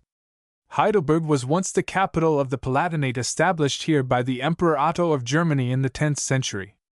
The Palatines were subrulers, whose duty it was to look after the interests of the Emperor. This Palatinate, including the northern portion of Baden and a part of Bavaria, became the most powerful in the empire, and was divided into the Upper and Lower Palatinates." "What does Palatinate mean, sir?" asked a student. "It means merely the territory of a subruler, who was called a Palatine, from the Latin word palladium, a palace. When the throne of Germany became elective, these Palatines chose the emperor, and for this reason were called Electors Palatine, or simply electors. The castle here was the residence of the elector of this division. The town has suffered more from the ravages of war than almost any other in Europe. It has been bombarded 5 times, burned twice, and captured and pillaged 3 times. The university is one of the most noted in the world, as well as one of the oldest in Germany, having been founded in 1386. It has had at one time nearly 900 students, and generally has 700 or 800. It employs the most celebrated professors in Europe, especially in the departments of law and medicine. Its library contains some very rare and valuable works, printed and in manuscript." "What about the duels, sir?" inquired Haven. The students here are noted for the duels which take place among them. 4 or 5 have occurred in a single day, and perhaps they average a dozen a week. But I wish to say, in the beginning, that dueling and other vicious practices charged upon the University of Heidelberg are confined to about 1/5 of the whole number of students. They are not all duelists, nor all inordinate beer drinkers. Probably they are no worse than the residents at other universities, though the duels are certainly exceptional. 4/5 of the students here are devoted to their studies, improve their time to the utmost, and never engage in, or even see, a duel. These combats, which they are, rather than duels, take place at the Hirschgasse, a lonely hotel on the other side of the Neckar. The fighting and dissipated students form themselves into clubs, called chores, among which a great deal of jealousy and ill-feeling prevails. The fights are to avenge insults, to see who is the best fellow, or between representatives of different chores, who battle for the honor of their clubs. The champions fight with blunt swords ground sharp on the two edges. They slash each other, but do not thrust, so that the combats seldom result in mortal wounds. In a fight for the honor of the clubs, the parties tie up their necks and right arms in bandages and cushions. When they fight for the satisfaction of an injury or insult, they have no protection. The combat, in all cases, is decided in 15 minutes, and at the end of this time, the one who has the fewest cuts is declared to be the best fellow. If one of the champions is severely injured in less than 15 minutes, so that he cannot continue the fight, it is finished up on another occasion. A surgeon is always in attendance to decide whether a wounded contestant is able to go on. The police are on the watch for these fights, but the students station sentinels for some distance from the arena of contest, and the approach of an officer is communicated to them in season to enable the combatants to escape. I need not add that these duels are brutal and disgraceful. It looks as though the police winked at them. In some of these clubs, the ability to drink from a dozen to 30 glasses of beer at a sitting is a necessary qualification for admission. But these beastly and brutal tendencies belong, I repeat, to a minority of the students. After the lecture, the party started for the castle, Shuffles riding with the Earl's family, and Paul with the Arbuckles, while the rest walked. Heidelberg Castle has the reputation of being one of the most imposing and interesting ruins in Europe. The grounds are quite extensive, and full of curious objects. The students wandered through the halls and subterranean vaults till they came to the famous tun, which is 36 feet long, and 24 feet high, having a capacity of 800 hogsheads. It was employed to contain the wine of the vineyards, but it has not been used during the last 100 years. A run to the Königstuhl, or King's Seat, a high hill behind the castle, which commands a magnificent view of the valleys of the Neckar and the Rhine, and of the mountains in the vicinity, finished the work of the week. As the next day was Sunday, the party remained at Heidelberg, and attended church at the English chapel in the forenoon. In the afternoon they visited the Church of the Holy Ghost, which has a partition through the entire length of it, dividing it into 2 equal parts, one of which is used by the Catholics, and the other by the Protestants. Services in both take place at the same time. On Monday morning the excursionists, including the Earl's party, proceeded to Darmstadt. When Lady Theodora had taken a back seat next to the window, in a compartment of the railway carriage, she insisted that Shuffles should have the seat opposite, much to the disgust of Sir William, who usually occupied that position. In fact, he was angry, and did not take much pains to conceal his ill will. It is doubtful whether Shuffles understood the matter, but the young lady was very strongly interested in him. She did not like the baronet, and she did like the young commander. As the latter had rendered her a signal service on Lake Constance, she felt justified in extending unusual attentions to him.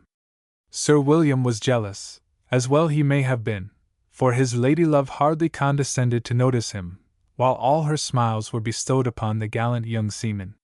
There was nothing especial to be seen in Darmstadt, and after the party had walked through the principal street, and glanced at the Grand Ducal Palace, they were ready to continue their journey to Frankfurt, where they arrived in less than an hour, and repaired to the Hotel de Russie for dinner.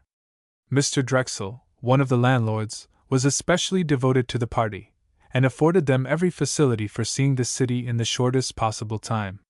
The dinner was capital, and when it had been disposed of by the hungry students, they were in condition to hear Professor Maps. Darmstadt, where we spent an hour this forenoon, said the professor, is the capital of Hesse-Darmstadt, which consists of 2 divisions of territory, separated by a strip of land belonging to Hesse Castle and Frankfurt. It has an area of 3,200 square miles, being about 2/3 of the size of Connecticut, and a population of about 850,000. It is a constitutional monarchy in its government, the Grand Duke Ludwig III being the sovereign. The word Hesse, applied to several of the German states, indicates that they are parts of the original territory which bore that name. One of its rulers divided his country into 4 unequal parts, and gave them to his sons. 2 of the descendants of these sons dying without children, there remained only Hesse Castle and Hesse-Darmstadt. Hesse-Homburg formerly belonged to Darmstadt, but was ceded to another branch of the reigning family in 1622. It is composed of 2 parts, the smaller, containing 43 square miles, and 11,500 inhabitants, is about 10 miles north of Frankfurt. The other portion, having 85 square miles, and 14,500 inhabitants, is on the other side of the Rhine. 4. Frankfurt on the Main, so called to distinguish it from Frankfurt on the Oder, is a free city, and the capital of the Germanic Confederation. It is a little nationality by itself, having the right to make its own local laws, levy duties, and other powers belonging to a state. It is represented in the Federal Diet. This territory includes 9 villages, besides the city proper, with a population of about 75,000. It is a very old city, and is mentioned in history in the time of Charlemagne, who had a palace here. This city is the original home of the Rothschilds, the great bankers, upon whom even princes wait, when they are short of money. The family are Jews, who form a considerable part of the population of Frankfurt. The house in which several, if not all, the prominent sons were born, is shown in the Judengasse, or Jews' Street. The laws were formerly very severe upon the Israelites. They were compelled to reside in their own quarter, where the gates were closed upon them at an early hour. A regulation forbade the celebration of more than 13 marriages among the race in the city within a year. All these stringent laws have been rescinded. Goethe, the German poet, was born in Frankfurt, and you will see his house, which contains some relics of him. Luther, the reformer, also resided here for a time. The city is noted for the wealth of its merchants, and there are many magnificent private residences within its limits. The professor finished his lecture, and the party started to see the sights to which he had alluded. The old cathedral, with its unfinished tower, was very much like many others they had seen. Within its chapel all the elected emperors were crowned in front of the high altar. The town hall was the scene of the festivities which followed the election of an emperor. He was feasted in the banquet hall, where the kings and princes of his empire waited upon him at table, in token of their subservience. A whole ox was roasted in the marketplace, into which the students looked from the windows, and the emperor ate a slice, while from a fountain flowing with wine the cupbearer filled his flagon. The room is hung with portraits of the emperors, under most of which are placed the models adopted at their coronation. Passing across to the Hirschgraben, the tourists visited the house where Goethe was born. Over the front door is the coat of arms of the poet's father, which consists of 3 lyres, as if to prefigure the destiny of the genius who first saw the light within its walls. Goethe's room is a garret, wherein his portrait, his autograph, and his washstand are exhibited. His statue stands near the theatre, and one of Schiller in front of the guardhouse. From the house of the poet, the party went to the Stadel Museum, filled with fine pictures, mostly by Dutch and German artists, which is named for its founder, a liberal banker, who gave $400,000 to the institution, besides a collection of artistic works. From the museum, the students, after a walk of over a mile, reached the Jewish quarter, glanced at the Rothschild house, the synagogue, and other buildings, returning to the Hotel de Russie at dark. On the following morning the party went to Hamburg, 9 miles distant, where they spent the rest of the day. The town is another watering place, and has increased in popularity till it outrivals Baden-Baden, Wiesbaden, or any other fashionable resort in Germany. It has its medicinal springs, which are beneficial in a variety of diseases. The Kurhaus is the most magnificent in Europe, containing lofty halls, elegantly frescoed, for dancing, gambling, for restaurants and reading rooms. As in Baden-Baden, the gambling monopoly is in the hands of French speculators, and the lavish expenditure upon the gardens, buildings, and other appointments is an instructive commentary on the chances which favor the visitor disposed to try his fortune. "Commodore," said Ben Duncan, who was now the second master of the Josephine, as they met at the Hotel Cotter Saisons in the evening, "I have lost 200 florins." "What?" exclaimed Paul. "Certainly, Mr. Duncan, you have not been gambling," added Grace Arbuckle, looking as sad as though she had lost a dear friend. "I lost 200 florins out in that doghouse," replied Ben, who was the wag of the party, and a general favorite. "What doghouse?" inquired Paul. "Why, the big one, auf dem Platz." "Do you mean the Kursaal?" asked Paul. "Mr. Fettridge calls it a doghouse, in Harper's Handbook." "No. The Kurhaus, what's the difference? You in German is pronounced like double O. But you don't mean to say you have been gambling, Ben?" added Paul. "I said I had lost 200 florins," replied Ben, with a most lugubrious expression. "Impossible! I was standing near the table, in the grand gambling hell, I beg pardon, hall, watching the play, when I saw a Russian Tsar, King, Grand Duke, Pollywog, or something of that sort, win 200 florins at one fell swoop. Now, thinks I to myself, if I should put down 200 florins, and win, I should make 200 florins by the operation. I didn't do it, so I'm 200 florins out." Ben dropped his chin, and looked very sad, while Grace and Paul laughed heartily, perhaps more at the face the wag made than at the joke he had perpetrated. "I hope your losses will always be of this description, Ben," added Paul. "Probably they will be while each student is allowed only a florin a day for pocket money," replied Ben. "There is to be a grand concert in the doghouse this evening." "Of course we shall go." "Certainly. Suppose we walk down now?" "If you please, but don't call it a doghouse." "Well, it is a gambling hole, and I don't know but it is a libel on the dog to call it so," answered Ben, as they walked towards the Kursaal. Most of the excursionists were headed in that direction. Shuffles was with the Earl's party, though, strangely enough, Sir William was not at the side of Lady Theodora.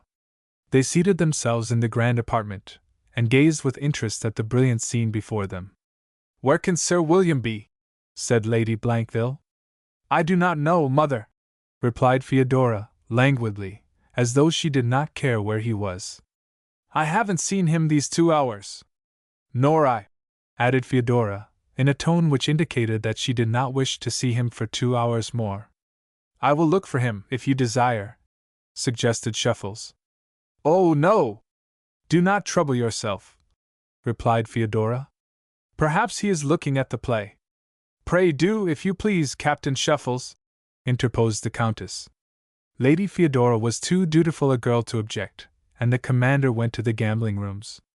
At the roulette table he found the baronet, playing with a zeal which indicated that this was not the first time he had indulged in the baneful game. He was not staking large sums, but he was losing about 3 out of 4 times that he put down his money. "I beg your pardon, Sir William, but Lady Blankville is anxious to see you," whispered Shuffles in his ear. "Lady Blankville!" exclaimed the baronet, turning from the table as he lost his last stake, and walking towards the concert room. "Lady Blankville?" repeated the captain. "Lady Theodora is not anxious to see me, is she?" said Sir William bitterly. "She did not say that she was," replied Shuffles. "No, she did not," added the baronet, stopping suddenly, and looking his companion in the face. "Will you do me the favor to walk in the garden with me? While the ladies are waiting for us, it is hardly proper to be absent from them," replied Shuffles, troubled by the manner of the young gentleman. "Perhaps you are right," mused Sir William.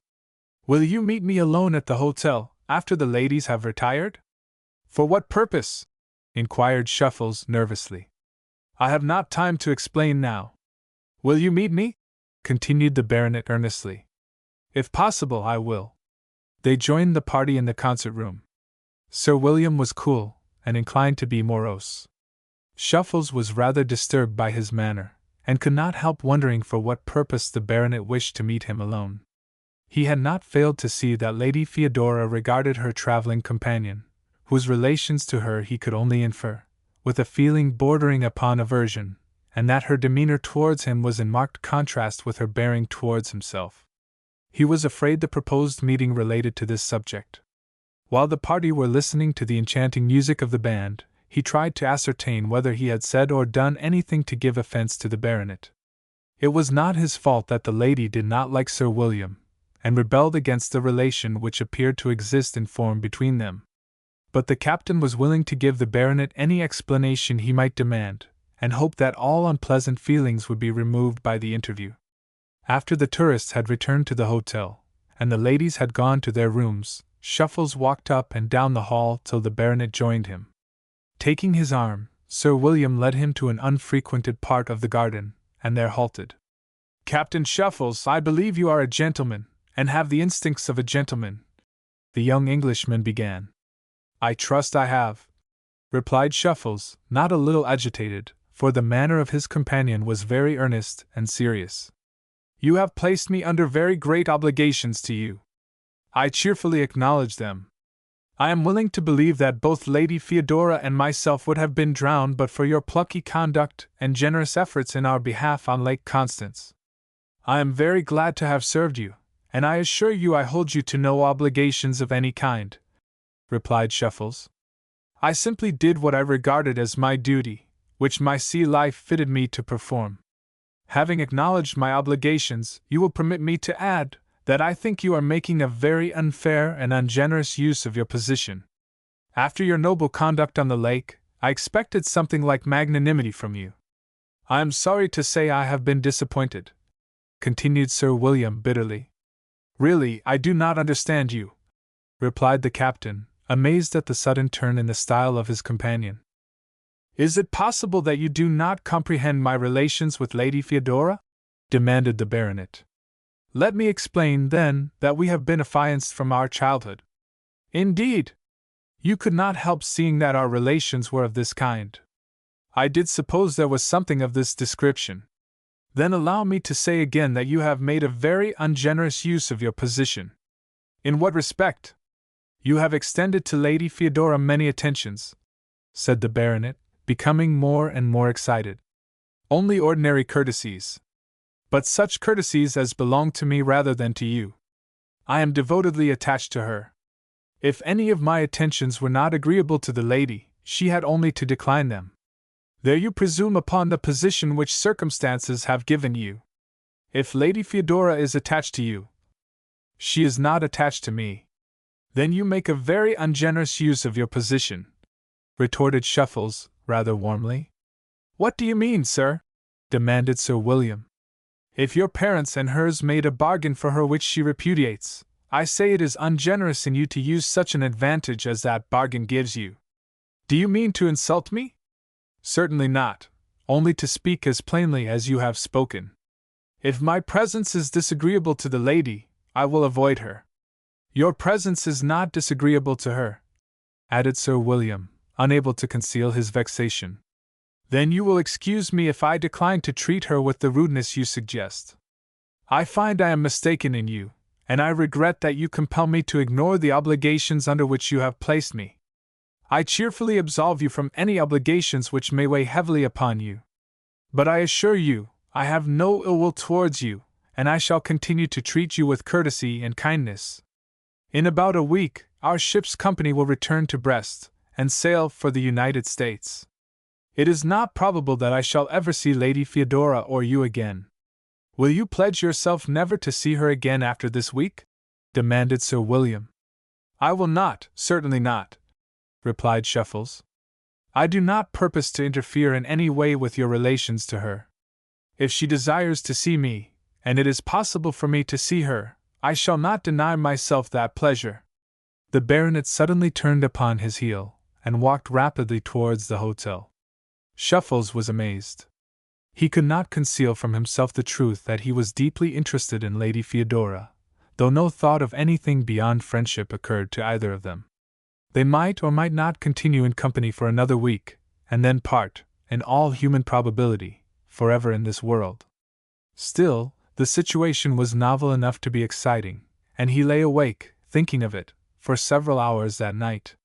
But in the morning Sir William appeared as usual, and probably, on reflection, had decided not to do any desperate deed.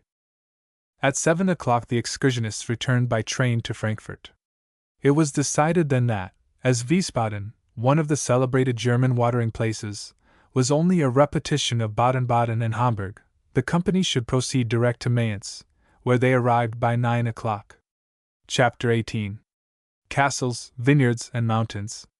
As the students were crossing the bridge to Mayence, they obtained a full view of one of the great rafts of timber which float down the Rhine, and of which Professor Maps had spoken to them at Dort, in Holland. However, it was much smaller than those of which they had heard, and they hoped to see another. The students were not disposed to do Mayence, being too impatient to witness the glories of the Rhine. But most of them, from a sense of duty rather than from an interest in the place, visited the principal attractions of the city. Mayence is the French name of the town, said the professor of geography and history, as the students collected in the railroad station, previous to the tramp. The German name is Mainz, which is pronounced Mynts, Y like long I. If you pronounce it in any other way, a German will not know what you mean. It was an old Roman town. A fortress was established here to keep back the barbarians. It was formerly a larger and more important city than at present, having now a population of only 40,000. This place has done two grand things for civilization and for Europe. It was the cradle of the art of printing, and furnished the man who suppressed the robber knights. As you go down the Rhine, you will see the ruins of many old castles on the hills by the banks of the river. The nobles, who occupied them as strongholds, carried on a system of robbery, levying duties upon all who traveled on its waters or passed through their territory. Arnold von Walpoden suggested the plan which led to a confederation of the cities for the driving out of the nightly highwaymen, and the destruction of their strongholds. They were feudal lords, and the breaking of their power opened the way for the progress of civilization. Mayence was the birthplace of Gutenberg, who invented movable types for printing, and reduced the art to practice. You will see the site of the house where he was born, and the building which contained his first printing office. After this brief explanation the party walked to the cathedral, a very ancient structure, possessing much historical interest. Opposite the theatre they saw the statue of Gutenberg, and the guide pointed out the place where his house stood, and the old building in which he and Faust took their first proofs from types. At 12 o'clock the tourists went on board of the steamer Königin von Preußen, and realized that they had actually embarked for the trip down the Rhine. They had seen the river at Bâle, Constance, and Schaffhausen, had crossed it at Strasbourg, and obtained views of it from different points on their route. The steamer was unworthy of the noble river, and if the palatial boats of the Hudson could be run upon its waters, they would lend a new charm to the scenery. The Rhine steamers are small, compared with the Hudson River boats, and far from being elegant. They have no saloon on deck, though a couple of small apartments, abaft the paddle boxes, are pretentiously called pavilions. They are appropriated to first-class passengers, and are seldom used except by travelers who wish to be very exclusive. The second-class passengers occupy the main cabin and the deck abaft the wheels. Meals are served below, or, for an extra price, upon little tables on deck. The third-class travelers have the forward deck, with piles of luggage to lounge upon. The relative fares are as the ratios 4, 6, and 9. From Mayence to Bingen the time is about 2 hours, and the fares are 8, 12, and 18 silver groschen. The steamers stop at all the principal landings, and passengers are occasionally brought off in small boats from other places. The company dined in the cabin before the Königin started, so as not to lose a single view. The dinner was an excellent one, and cheap, the ordinary price being 17 silver groschen, or about 41 cents. When served to private parties on deck, the price is 1 thaler, or 72 cents. Are those steamboats? Asked Paul, pointing to a number of boats with houses on deck, and having immense wheels. No, replied Dr. Winstock. They are mills for grinding grain. But what turns the wheels? They are moored as you see them in the river, and the current turns the wheels, which are very large so as to gain power. That's a new idea to me, added Paul. I have seen just such in the Alabama River, in our own country, replied the surgeon. It is certainly a very good way to obtain the power. The boat started, and soon made a landing at Unabridged, on the other side of the river, where passengers from Frankfurt, Hamburg, and Wiesbaden usually take the steamers. As the Königin proceeded on her way, a feeling of general disappointment pervaded the minds of the party, who had not seen the river before. It does not compare with the Hudson, protested Paul. Wait, Paul, said the doctor, with a smile. How long shall I wait? 2 hours. You must not be hasty in your judgment. What is this town on the right? Asked Grace. Eltville. Do you see the white building in the midst of the vineyards some distance down the river? Said the doctor, pointing to the shore. I see it.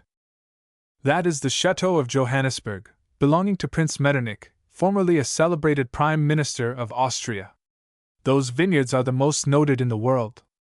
The famous Johannesburger wine is made from these grapes. It sells here for $5 or $6 a bottle, where ordinary kinds can be bought for 20 cents, and even less. The grapes are very precious, and are kept upon the vines till they are nearly rotten. Those that fall off are picked up with a kind of fork, so valuable are they deemed. Of the 70 acres contained in the vineyard, only a small portion produces the best wine, which is not found except in the cellars of kings and princes.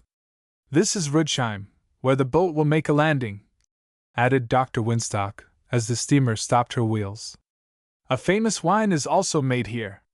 It is said that Charlemagne, seeing from his castle windows near Mayence how early the snow disappeared from the heights below us, ordered vines from France to be set out here, and from these vines is produced the noted Rudesheimer wine.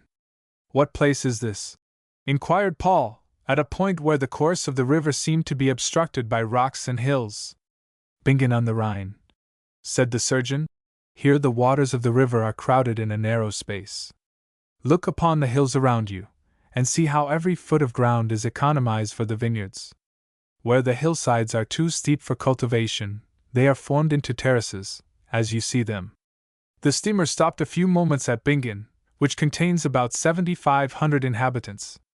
On our left, now, are the dominions of the King of Prussia, the Rhenish provinces. On our right, as before, is the Duchy of Nassau. What do you think of the Rhine now? Asked Dr. Winstock. It is improving, certainly, laughed Paul. The scenery is really very grand and very fine. I will give it up now. It is finer than the Hudson. But where are the old castles? There is one of them, answered the doctor, pointing to a ruin which crowned a hill on the right. That is the castle of Ehrenfels. There is a legend connected with about every one of them. There is the Mouse Tower.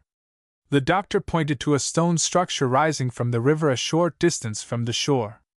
It was certainly a very romantic building, and in a very romantic situation. What is the story about this tower? Asked Paul. If you take Southey's works when you return to the ship, you will find in them the tradition of Bishop Hatto. He was the Archbishop of Mayence, and during a famine kept his granaries, well filled with food, locked, and by his own profusion and high living, excited his starving subjects to revolt. The prelate ordered the rebels to be arrested, confined them in a building, and set it on fire. Not content with this outrage, he added insult to injury by mocking the wail of the sufferers, and comparing their cries with the squeaking of mice. In the night which followed the diabolical deed, a swarm of mice penetrated to the apartments of the Archbishop's palace, attacked him, and tried to tear the flesh from his bones. Appalled by this poetic justice, the cruel prelate fled, and taking to the river, reached this insulated tower. Suspending his bed in the upper part of the structure, he struggled to escape from the mice, as merciless as he had himself been. But the mice followed him, and he could not avoid the doom that was in store for him. Vainly he resisted. The rats attacked him, and he suffered a lingering and horrible death. It is but fair to add that history gives the Archbishop a different character. Do you happen to know the meaning of the German word moth? A duty or a toll, replied Grace. The German for mouse is mouse, and probably it is in this instance corrupted from moth, for nothing could have made the tower and its owners more odious than the collection of duties from voyagers on the river. There is a sad story connected with the Bromsberg castle, which we saw above. Bromser of Rudesheim went to Palestine with the Crusaders, and while there, distinguished himself by slaying a dragon which made itself very annoying to the Christian army. He was immediately after captured by the Saracen forces, and reduced to slavery. While in this condition, he made a solemn vow that if he were ever permitted to return to his castle again, he would give his only daughter to the church. Improving an opportunity to kill his guard, he succeeded in reaching his home, where he was met by his daughter, a lovely young woman, who was betrothed to a young knight. Her father told her of the vow he had taken. Tearfully she entreated him to change his purpose, but his pledge to the church could not be set aside. Bromser threatened her with his curse if she refused to obey. Life had no charms apart from the young knight, and she determined to die. In the midst of a violent storm, she threw herself from the castle battlements into the river, and her corpse was found the next day, by a fisherman, near the Mouse Tower. The boatmen and peasants say, to this day, that they sometimes see the pale form of Gisela hovering above the castle, mingling her wails with the moanings of the storm. That's a very pretty story, and I suppose young ladies in that age were like those of the present, added Paul. Perhaps more so, for now they don't throw themselves from walls into a damp river for such a cause. There's another castle, exclaimed Grace, pointing to the left. That is Rheinstein, a castle which has been restored, and is the summer residence of a Prussian prince. Below the castle, where the road runs between the rock and the river, tolls were levied upon Jews who passed that way. And it is even said that the collectors had little dogs trained to know a Jew from a Christian, and to seize him with their teeth. Castle-crowned heights succeeded each other in rapid succession, and in this part of the river they are so thick that our students had to keep their eyes wide open in order to see them all. Rocky steeps rose from the verge of the water, and wherever there was any soil, or any earth could find a resting place, the spot was made into a vineyard. Sometimes the vines have to be planted in baskets, while all the steep hillsides are terraced to the height of 1,000 feet above the river. To reach these plats of ground, the peasants, male and female, must climb the steeps, and everything used there must be carried up on the shoulders. The vine-dressers are a very industrious people, and nothing but the most determined perseverance could induce them to cultivate these lofty artificial beds. The towns on the banks of the Rhine are picturesque, and one never tires of looking at them. Indeed, half a dozen voyages down the Rhine no more than enable the tourist to see all its wonders and all its beauties. Stahler Castle, said Dr. Winstock, pointing to a ruin on the left. It was the palace of the Elector Palatine. Between the castle and the hill are the remains of St. Werner's chapel. In the Middle Ages, it is said that the Jews at Oberwiesel, farther down the river, crucified a Christian named Werner, and threw the body into the stream. Instead of descending with the current, it was carried by a supernatural agency up the river, from which it was taken at Bacharach, the town we are approaching, interred, and afterwards canonized. The chapel was built over the grave. Doubtless the story was invented to afford a pretext to rob and persecute the Hebrews, though in former ages such excuses seem to have been hardly needed. There is another castle in the river, said Grace, as the boat left Bacharach. It is an odd-looking building. That is the Pfalz, and the town on the right is Cobb. A toll was paid here by all vessels navigating the river. The Duke of Nassau inherited the right to levy this tax, and exercised the right to collect it, until 3 or 4 years ago. The Pfalz was his toll house. In the Middle Ages, 32 tolls were levied at the different stations on the river. Schomberg Castle is on the left. What does the word mean? Beautiful hill, replied Grace. It is called so because the occupant had 7 beautiful daughters, who were sad flirts. All the young knights in the vicinity were bewitched by their beauty, but they were so hard-hearted that they would accept none of them, and, as the penalty of their obduracy, they were changed into 7 rocks, and planted in the middle of the river, where you will presently see them. Passing Oberwiesel and the 7 Sisters, the water was considerably agitated where the current had formerly produced a whirlpool, in its course among the rocks, which have now been removed by blasting. There was also a rapid just above it, and the place was very perilous for the long rafts, which were sometimes dashed to pieces upon the sunken rocks. The bank of the river on the right rises abruptly to a great height, and the precipice is called the Lurlei. It has an echo which gives back 15 repetitions of the original sound. It sometimes makes intelligent replies, and wicked students put to it the question, "Who is the burgomaster of Oberweasel?" To which it responds, "Essel," which, in English, means an ass. The burgomaster intends to have it indicted for slander. This echo, which repeats the sounds from below, and the wild character of the region, have produced a legend that the place is haunted by a beautiful but wicked water nymph, who lured the voyager, by her witching voice, to the rocks and the whirlpool, where his boat was dashed to pieces. St. Gore and St. Gorhausen are opposite each other, on little shelves under the brow of the continuous range of hills which wall in the Rhine for miles. The railroad extends along the left bank of the river, in the rear of which is Rheinfels Castle, the most extensive ruin on the river, nearly 400 feet above the water. The mouse, on the other side, is supposed to have some unpleasant relations with the cat, farther up the stream. On the right, opposite the small town of Salzig, are two twin castles, which go by the name of the brothers. Their owners, bearing this relation to each other, unfortunately fell in love with the same beautiful lady, fought for her, and both were killed. "This is Boppart, a very old place, occupied by the Romans," said Dr. Winstock, as the steamer made a landing. "You have noticed that the shelf of land on each side of the river grows wider and the hills are farther from the stream. Between this point and Bingen, the Rhine makes its passage through the mountains. Some suppose the river, at a remote period, forced its way through the range, and formed the narrow gorge which we have passed, and that the country as far back as Ball was a vast lake, for various seashells and fossils are found there. Marksburg Castle, on your right, is very much like the one you saw at Baden-Baden, and a walk through its deep dungeons hewn out of the rock, its torture rooms, and its subterranean galleries, is enough to inspire a sensation novel." "Dear me," yawned Grace, "I am almost tired of castles." "I think Captain Shuffles is also," added Paul. "I notice that he hardly looks at them." "Well, he has something better to look at." "What?" "Lady Theodora," laughed Paul. "The best way to go down the Rhine, if one has the time, is to go from town to town by railway, and then pass through the region in a steamer, to put the effects together." "I am sorry you are tired of it," said the surgeon. "I enjoy the scenery, but I have had about castles enough for one day. There are not so many below Koblenz.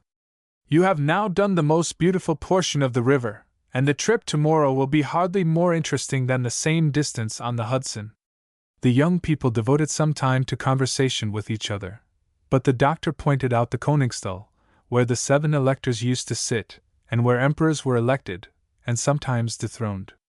"Lahnach Castle has a peculiar interest," he continued, as he called the attention of the group to a chateau on the right. "It belonged to the Order of Knights Templars, which was founded, in 1118, for the protection of pilgrims, and the defense of the Holy Sepulchre at Jerusalem. The institution became renowned, and extended all over the world. It was very rich and powerful, and therefore disliked by the clergy, who finally overthrew it. Those residing here were attacked in their castle, which was captured only after the last of its brave defenders had been slain. On the other side is Stotzenfels, or Proud Rock, a title which it deserves. Upon it is the beautiful chateau of the King of Prussia." A short time after, the steamer reached Koblenz, where the excursionists were to spend the night. Chapter 19. Koblenz and Cologne. Apartments had been engaged at the Ries, or Giant Hotel, near the landing. It was too dark to see anything of the town, but the students wandered about the streets, looking into the beer shops, which they dared not enter, and observing the evening life of the Germans. To many of them this occupation was more interesting than visiting old castles, or even modern palaces, especially after they had become old stories. Paul, Shuffles, and some others found themselves more pleasantly entertained at the hotel. After breakfast the next morning, the tourists made a business of seeing the place. The town occupies a tongue of land at the junction of the Moselle with the Rhine. It is strongly fortified on the land side, with works which it required 20 years to build, and there are forts all around the city, which is intended to be a stronghold for the defense of Prussia against an invading army from France. The church of St. Castor, at the confluence of the rivers, is a very ancient structure, in which the grandchildren of Charlemagne met to make a division of the empire. Napoleon, on his march to invade Russia, caused a fountain to be erected in front of this church, bearing an inscription commemorating the event. The French army was overwhelmed, and a Russian force, pursuing the remnant of it, arrived at Koblenz. The general saw the obnoxious record, but instead of erasing it, he added the sarcastic sentence, "Seen and approved by us, the Russian commandant of the city of Koblenz," which remains to this day. The party visited some of the principal edifices in the city, including the palace, in which the King of Prussia sometimes resides, and then crossed the Rhine on the bridge of boats to the immense fortress called the Renbreitstein, the meaning of which is Honor's Bright Stone. It was a fortress in the Middle Ages, and was unsuccessfully besieged by the French in 1688, though it was less fortunate in 1799, when the garrison was starved into a surrender, and it was blown up. In 1814 the Prussians commenced the work of restoring it, and since that time they have been continually strengthening and enlarging it. The series of military works, of which this fortress is the principal, are capable of holding 100,000 men, but 5,000 are sufficient to garrison them. The magazine will hold provisions enough to supply 8,000 men 10 years. It mounts 400 pieces of cannon. The rocks have been hewn out into bomb-proofs and battlements, and art has done its utmost to strengthen the place. The parade is on the top of the rock, beneath which vast cisterns have been constructed, which will contain a 3 years' supply of water. In addition to these, a well, 400 feet deep, cut in the rock, communicates with the Rhine, which is to be used only on an emergency, as the river water is unwholesome. The river seen from the parade is very beautiful, but the company were obliged to hasten back to Koblenz, in order to dine in season for the afternoon steamer to Cologne. At 1 o'clock the voyage down the Rhine was renewed, and the students, after their long ramble in the forenoon, were glad to use the camp stools on the deck of the steamer. Village after village was passed, but the scenery was less grand than that seen the day before. There were fewer castles to be seen on the heights, though Dr. Winstock could hardly tell the story of one before another required attention. The railroads which extend along each side of the river, in several instances, passed under castles, towers, and ruins, whose foundations have been tunneled for the purpose. At Andernach, the mountains on both sides come close to the river again, and the water flows through a kind of gorge between them. At Brawl, which you see on the left, a peculiar kind of stone is found, which has the property of hardening under water, and is, therefore, in great demand for the manufacture of cement, said Dr. Winstock. The ancients used it for coffins, because the stone absorbed the moisture from the bodies. These quarries were worked by the Romans, who had a road to Cologne on the left bank of the river. There are mountains on the right, said Grace some time afterwards. Those are the Siebengebirge, as they are called. Though the name indicates 7 mountains, there are 30 summits. They are very picturesque, but they are only 10 or 1,500 feet high, continued the doctor. There is a beautiful island in the middle of the river, added Paul. It has an old building on it, and is covered with trees. That is Nonenworth, and the building is a convent. Do you see the castle on the left bank, opposite the island? I see it. You must read her Bernard's Legends of the Rhine. You will find the book in Cologne, both in German and in English, though the English of the latter is execrable. You will find in it the story of Rolandseck, the castle on the left, and Nonenworth. Roland was the nephew of Charlemagne. He was engaged to a daughter of the Lord of Drachenfels, whose castle you see on the opposite side of the river. He went away to the wars, and during his absence, a false report came back that he was killed at Roncesvalles. His betrothed, in despair, entered the convent on the island, and took the black veil. Roland returned, but could not reclaim the bride. He built the castle on the left, where he could overlook her retreat, and lived the lonely life of a hermit. One evening, while he was gazing down upon the convent, he heard the bell toll, and saw a procession of nuns escorting a coffin to the chapel. His page soon brought him the intelligence that his lady was dead.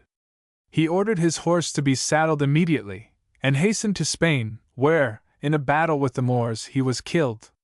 Then these are the Drachenfels on our right, said Grace. They are the castled crags of Drachenfels, as Byron sings. From the top of this precipice, Cologne, 20 miles distant, can be seen. And that large town is Bonn, said Paul. Yes, the electors of Cologne, not the city, but the electorate, formerly resided here. The vast palace built for them in 1730, which is nearly a quarter of a mile long, is now used by the University of Bonn, where Prince Albert, Queen Consort, of England, was a student. The city has about 20,000 inhabitants, and is a very beautiful place. When I was here 6 years ago, I went out about 1.5 miles to a church on the top of the Kreuzberg. It formerly belonged to a convent, and in a chapel behind the high altar are exhibited what are called the sacred stairs, which led up to Pilate's judgment hall. No one is allowed to ascend them except upon his knees, and the stains of blood falling from the wounds caused by the Saviour's crown of thorns are pointed out. Those believe who can and will. There is a vault under the church, reached by a trapdoor in the floor, which, by some remarkable property, has preserved undecayed the bodies of 25 monks. They lie in open coffins, clothed in cassocks and cowls. They are dried up, and look like mummies. Some of them were buried there 400 years ago. What a horrible sight! Exclaimed the sensitive Grace. I did not see anything very horrible about it, replied the doctor, with a smile. But I am a surgeon by profession. In Italy and Sicily there are many such exhibitions of the dead. Below Bonn the banks of the river are level, or gently undulating, reminding the traveler of the Delaware above Philadelphia. The scenery is pleasant, but rather tame after the experience of the Drachenfels. At 5 o'clock the steamer reached Cologne, and passing under the great iron bridge, and through the bridge of boats, made her landing at the quay.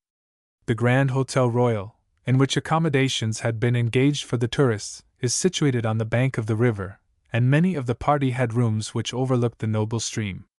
There is no pleasanter occupation for a tired person than that of sitting at one of these windows, watching the flow of the river, and the variety of scenes which its surface presents. It was a lively scene at the hotel in the evening. A few of the students took a walk through the narrow streets, but Cologne is not a pleasant place to walk in the evening. There are no sidewalks, and some of the streets are not wide enough to allow 2 vehicles to pass abreast, though in the more modern parts of the place this defect has been remedied. The Hotel Royal has broad halls, though there is no such thing as a public parlor, where the guests may meet together, as in American hotels. Captain Shuffles and Lady Theodora were promenading, while Paul and Grace had seated themselves in the coffee-room. I suppose when we leave Cologne, we shall depart in different directions, said Shuffles. Papa says we shall go direct to Calais, replied Theodora, looking very sad, as, indeed, she felt when she thought of the separation. I believe our company are going by Charleroi to Paris, and from there to Brest. Probably we shall never meet again.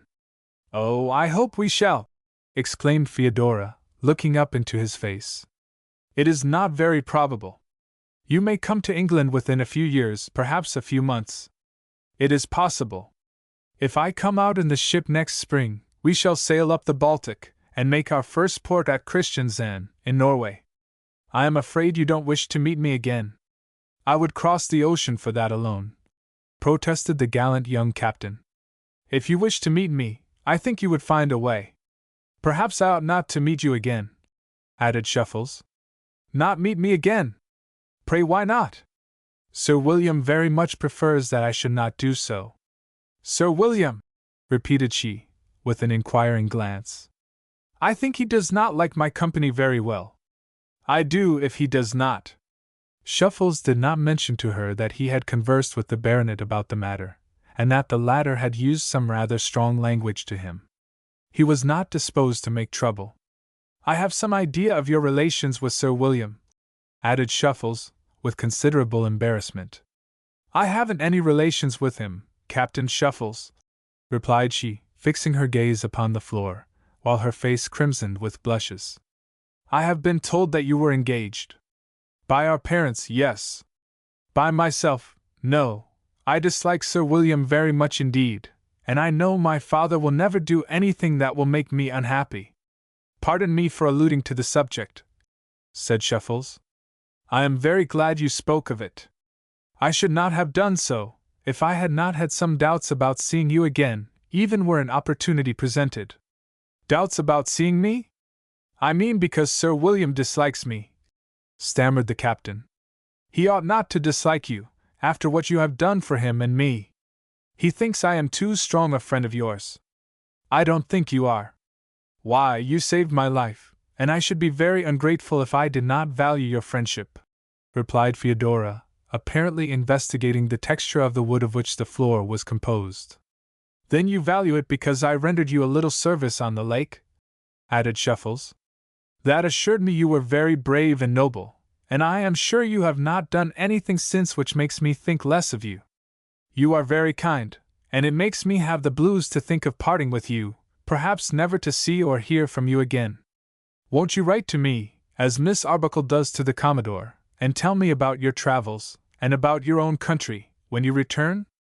It would be a great satisfaction to me to have the privilege of doing so, said Shuffles eagerly. I should prize your letters above all others, she replied. Will your father allow you to receive them from me? Why should he not? On account of Sir William. My father is one of the best and kindest men in the world, and he loves me with all his great soul. He has even told me that I might dismiss Sir William, when we return to England, if I found it impossible to like him, answered Fyodora, artlessly, and English girls speak on such subjects with less reserve than American damsels. Here comes Sir William.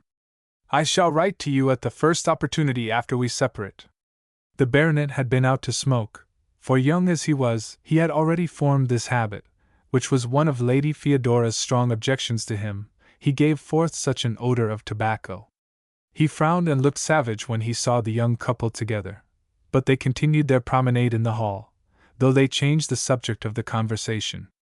Good evening, Sir William, said Ben Duncan, the inveterate joker, who saw the effect produced by the coming of the baronet, and wished to relieve the young couple of his company. Good evening, sir, replied the baronet stiffly, for he was not disposed to be on very familiar terms with the young republicans. A friend of mine at the gas-house. At the what? Demanded Sir William, with a look of contempt. I beg your pardon. I mean the Gasthaus. But there were 2 or 3 English knobs there who were so gassy in their style, that I forgot my Deutsch for the moment. A friend of mine at the Gasthaus, am Holländischer Hof, expressed a strong desire to see you. Indeed? What friend of yours could desire to see me? Well, I call him Elphinstone. If I were more polite than I am, I should say Lord Elphinstone, but he's just as good a fellow as though he were not a lord. Is it possible that Lord Elphinstone is in Cologne? Added the baronet. Do you know him? I have not that honor. I have. I used to sail him in my father's yacht, when he was in New York, replied Ben, who, however, under any other circumstances, would not have troubled himself to make the young nobles better acquainted. I will introduce you if you like. Thank you, answered the baronet, with a promptness which indicated that he appreciated the honor in store for him. I shall be under great obligations to you. Taking the arm of Ben Duncan, who had suddenly risen in the estimation of Sir William, because he was on familiar terms with so distinguished a young gentleman as Lord Elphinstone, they left the hotel, very much to the satisfaction of Shuffles and Fyodora. Perhaps there is another objection to our meeting again, or at least to permitting a friendship to grow up between us, said Shuffles, continuing the subject. What can there be? Asked Fyodora. You belong to the nobility of England, while I am only the son of a Republican American. A fig for the nobility, exclaimed she. They are just like other people. I think so myself, replied Shuffles. But there is some difference of opinion on that subject. Sir William was duly presented to Lord Elphinstone, at the Holländischer Hof, and they did not part till after 9 o'clock, so the young couple had the evening all to themselves. After the ice was broken, they probably made some progress in establishing a friendship, but as it is not fair to listen to such conversations, it cannot be reported. The Earl and his lady did not interfere, whatever they thought of the confidential relations which appeared to be gaining strength between the captain and their daughter, and they separated only when it was time to retire. After breakfast the next morning, Professor Maps had something to say about Cologne, and with the consent of her Deitzman, the landlord, it was said in the coffee room. As many of you do not study German, you would not know what was meant by the name of the city if you saw it printed in that language, the professor began. It is written Köln, with the umlaut, or diaresis, over the vowel, which gives it a sound similar to, but not the same as, the E in the word Met. It is the third city of Prussia, Berlin and Breslau alone being larger, and has a population of 120,000. On the opposite bank of the Rhine is Deutz, with which Cologne is connected by an iron bridge and by a bridge of boats. The former is a grand structure, and worthy of your attention. Cologne was originally a colony of Rome, from which comes its name. Portions of walls built by the Romans will be pointed out to you, and in the museum are many relics of the same ancient origin. Agrippina, the mother of Nero, was born here, her father, the Emperor Germanicus, being a resident of Cologne at the time. Trajan was here when he was called to the throne. Clovis was declared king of the Franks at Cologne. In the 14th century it was the most flourishing city of northern Europe, and one of the principal depots of the Hanseatic League, of which I spoke to you on a former occasion. It was called the Rome of the North, and many Italian customs, such as the Carnival, are still retained in Cologne, though in no other city of this part of Europe. Several causes, the principal of which was the closing of the Rhine by the Dutch in the 16th century, nearly destroyed the commercial importance of the place. But the river was opened in 1837 and the city is now growing rapidly. One of the principal objects of interest in Cologne is the great cathedral, called in German the Domkirche. It is one of the largest churches in the world, and if completed on the original plan, it will rival St. Peter's at Rome. It is 511 feet long by 231 feet wide. The choir is 161 feet high. It has 2 towers in process of erection, which will be 500 feet high, if they are ever completed. It was commenced in the year 1248, and the work went on, with occasional interruptions, till about 100 years ago, when it was suspended by war. Frederick William, King of Prussia, on his accession to the throne, caused the work to be resumed, and it required years of labor and vast sums of money to make the needed repairs, for the structure was a ruin even while it was unfinished. An association has been formed to ensure its completion, and the present king, as well as his predecessor, has contributed large sums of money. As you came down the river, you saw the huge crane on the summit of one of the towers, used to hoist up stone and other materials. It has been there for hundreds of years. When it became insecure by years of decay, it was taken down, but a tremendous thunderstorm, which occurred soon after, was interpreted by the superstitious citizens as a wrathful protest of the deity at its removal, indicating that the people did not intend to complete the work, and it was repaired and restored to its original position. Not less than 20 years, with the utmost diligence, will be required to finish the building, and $5 millions is the estimated expense. When the professor finished his lecture, the excursionists organized themselves into little parties to see the sights. As the unruly elements of the squadron were all in the Josephine, the students were permitted to go when and where they pleased. The Blankvilles and the Arbuckles, with Shuffles and Paul, hastened to the cathedral, as it was but a short distance from the hotel. Sir William was not in attendance, being engaged with Lord Elphinstone. Dr. Winstock, as usual, did much of the talking, being entirely familiar with all the localities and traditions of the city. The Domhof, or square in which the cathedral stands, is partly filled with rude sheds, in which the stone for the building is hewn, and much of the space around the grand structure is covered with stone. Entering the church, the party walked to the middle of the choir. Its vast height, its lofty columns, its arches, chapels, and richly colored windows filled them with awe and amazement. It was the most magnificent sight they had ever beheld, and with one consent they were silent as they gazed upon the architectural glories of the structure. They were interrupted very soon, however, by the appearance of an official in the livery of the church, who presented a salver for contributions for the completion of the building. The Earl and Mr. Arbuckle each gave a Napoleon, and other members of the party gave small sums. The gold won the heart of the official, and he was very polite. Having observed the effect as a whole, the tourists proceeded to examine the church in detail. Behind the high altar is the shrine of the three kings of Cologne. They are represented as the Magi, who came from the east with presents for the infant Savior. Their bodies are said to have been brought by the Empress Helena, mother of Constantine the Great, from the Holy Land to Constantinople, and then sent to Milan. And when this city was captured by the Emperor Frederick, he presented them to the Archbishop of Cologne, who placed them in the principal church. They have always been cherished with the greatest veneration, were enclosed in costly caskets, and adorned with gold and silver of immense value, though these have been mostly purloined, or otherwise appropriated. The skulls of the three kings are inscribed with their names, in rubies, Gaspar, Melchior, and Balthazar.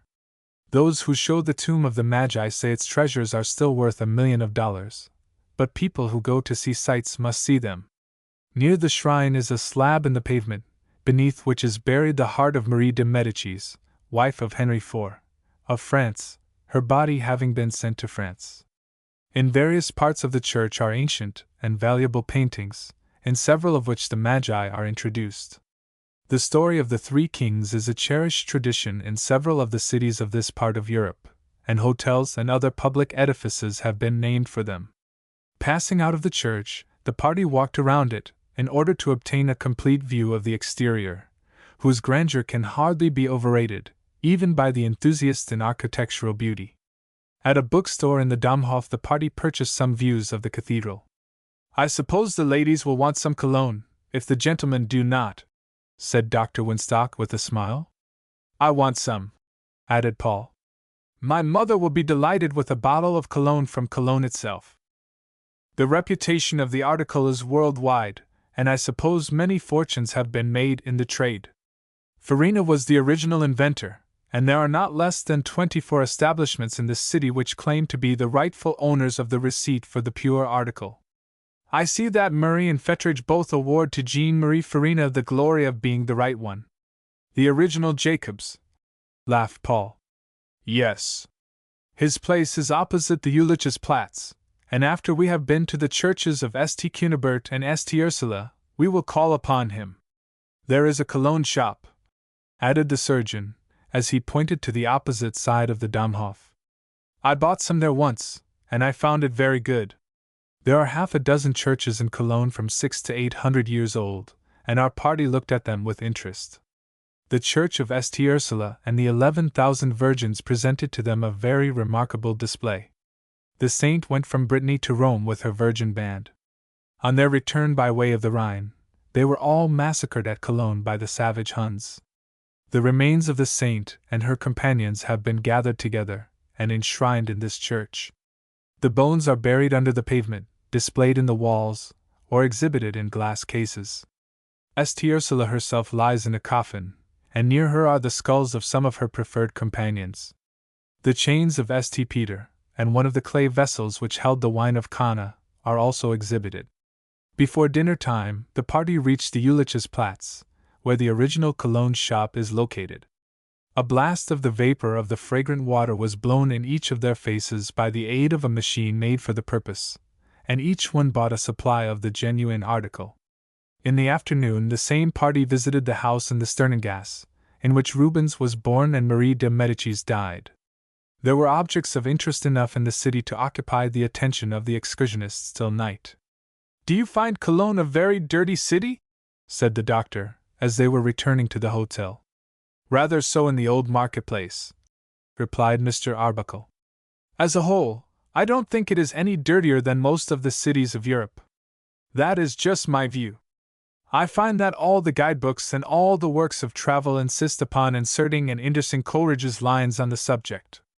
"What are the lines?" asked Paul. Dr. Winstock took his guidebook and read, "Ye nymphs who reign o'er sewers and sinks. The river Rhine, it is well known, doth wash your city of Cologne. But tell me, nymphs, what power divine shall henceforth wash the river Rhine? I protest that it is a slander, whatever it may have been in former times." The next morning the tourists took the train for Dusseldorf, where they spent the forenoon in examining the pictures of the School of Art, which has its headquarters in this place, and in a walk through the beautiful Hofgarten. From this place a ride of 2 hours brought the party to Aix-la-Chapelle, where they dined at the Hotel Grand Monarch. Aix-la-Chapelle was the birthplace of Charlemagne, who also died here, said Professor Maps, after dinner. The German name of the city is Aachen, which is derived from ox, meaning a spring. There are several warm medicinal springs here, which have a considerable reputation for their curative properties. The city is called Aix-la-Chapelle from the chapel which Charlemagne built. From him the place derived its chief importance. He raised it to the rank of the second city in his empire, made it the capital of all his dominions north of the Alps, and decreed that the sovereigns of Germany and of the Romans should be crowned here. Between 814 and 1531, the coronations of 37 kings and emperors took place here. It has been the scene of many diets and church councils, and in modern times several treaties have been signed here. The excursionists left the hotel and walked to the cathedral, which is probably the oldest church in Germany. This is the chapel for which the city is named, and was intended by Charlemagne as his burial place. It was consecrated by Pope Leo III, assisted by 365 archbishops and bishops. It was partially destroyed by barbarians, but was rebuilt by the Emperor Otho III, and much of the primitive structure still remains. Under the center of the dome is a marble slab in the floor on which are the words Carolo Magno, indicating the spot where the tomb of Charlemagne was located. It was probably a little chapel above ground. It was opened in 1165, and the body was found sitting on a throne, clothed in imperial robes, a scepter in the hand, and a copy of the Gospels on the knee. The crown was on the bony brow, and his sword and other articles near him. All these relics were subsequently used at the coronation of the emperors, but are now kept at Vienna, except the throne, which is still here. Carolo Magno. The church has an abundance of relics, including the skull and arm bone of Charlemagne, though the latter has, unfortunately, turned out to be a leg bone. It is said that the rest of the bones of his body were found here in a chest in a dark closet, but we are not told by what means they were identified. If some of the apostles, martyrs, and worthies of the past had had a dozen skulls each, sightseers might be more credulous. There are also in this church a lock of the Virgin's hair, the leathern girdle of Christ with the seal of Constantine upon it, a nail of the cross, the sponge which was filled with vinegar for the Savior, blood and bones of St. Stephen, and bits of Aaron's rod. In addition to these precious articles, the cathedral has what are called the grand relics, which are shown only once in 7 years, and then for but 2 weeks. At the exhibition in 1860, 500,000 people resorted to Aix to see them. Charlemagne received them direct from the Patriarch of Jerusalem, and from Haran al-Raskid. They are enclosed in a shrine of silver gilt, of the workmanship of the 9th century. There are 4 principal articles: the cotton robe, 5 feet long, worn by the Virgin at the Nativity; the swaddling clothes, of a coarse yellow cloth like sacking, in which the infant Savior was wrapped; the cloth on which the head of John the Baptist was laid; and the scarf worn by the Savior, at the crucifixion, which bears the stains of blood. Other articles, such as religious emblems, are doubtless of great antiquity. The party visited the Hotel de Ville, on the spot where stood the palace of the Frankish kings, in which Charlemagne was born. This was the last sight to be seen in regular course, and the last city in Germany which the tourists were to visit that season. It had been put to vote whether the company would remain in Aix over Sunday, or make a night trip to Paris, and the latter had been almost unanimously adopted. Captain Shuffles voted against it, because the Earl's party were to remain till Monday, but he gracefully yielded, and the tourists left at 8 o'clock. Lady Theodora was very sad, and so was Shuffles. Sir William was very glad. His lordship was kind enough to hope that the acquaintance thus begun would be continued by letter, if not possible in any other way. The excursionists were in Paris at 8 o'clock the next morning, and most of them had slept very well in the cars. They were allowed to attend such churches as they pleased, and while some heard the fine singing in St. Roch, others listened to Mass in Notre Dame, while not a few attended at the American chapel. On Monday forenoon, After breakfast had been disposed of in the Hotel du Louvre, Mr. Arbuckle requested all the students to assemble in the grand dining room. When they were all in the apartment, their kind and liberal friend rose, and was received with hearty applause. "Young gentlemen, I thank you for this kindly greeting," said he. "I shall never forget the debt of gratitude I owe you, and I hope, when your squadron goes up the Baltic, you will put into Belfast on your way. It has afforded me very great pleasure to contribute something to your instruction and amusement, and I most sincerely regret that we must part today. For myself and my family, I thank you for all you have done for us." Mr. Arbuckle paused, and Mr. Lowington, for the ship's company, thanked him for his liberal hospitality, and assured him that all hands would remember him and his family as long as they lived. "I thank you, Mr. Lowington, you are very kind," continued Mr. Arbuckle. "Allow me to speak a word now for my daughter, the Grand Protectress of the Order of the Faithful. Some of the young gentlemen were saying something about perpetuating the association formed on our voyage from Havre to Brest, and Grace desired me to provide a suitable emblem for that purpose. I took the liberty, when we reached Paris, nearly 3 weeks since, to order a sufficient number of badges for all the members, and this morning I obtained them. They are very neat, and I hope they will please you." He held up one of the emblems.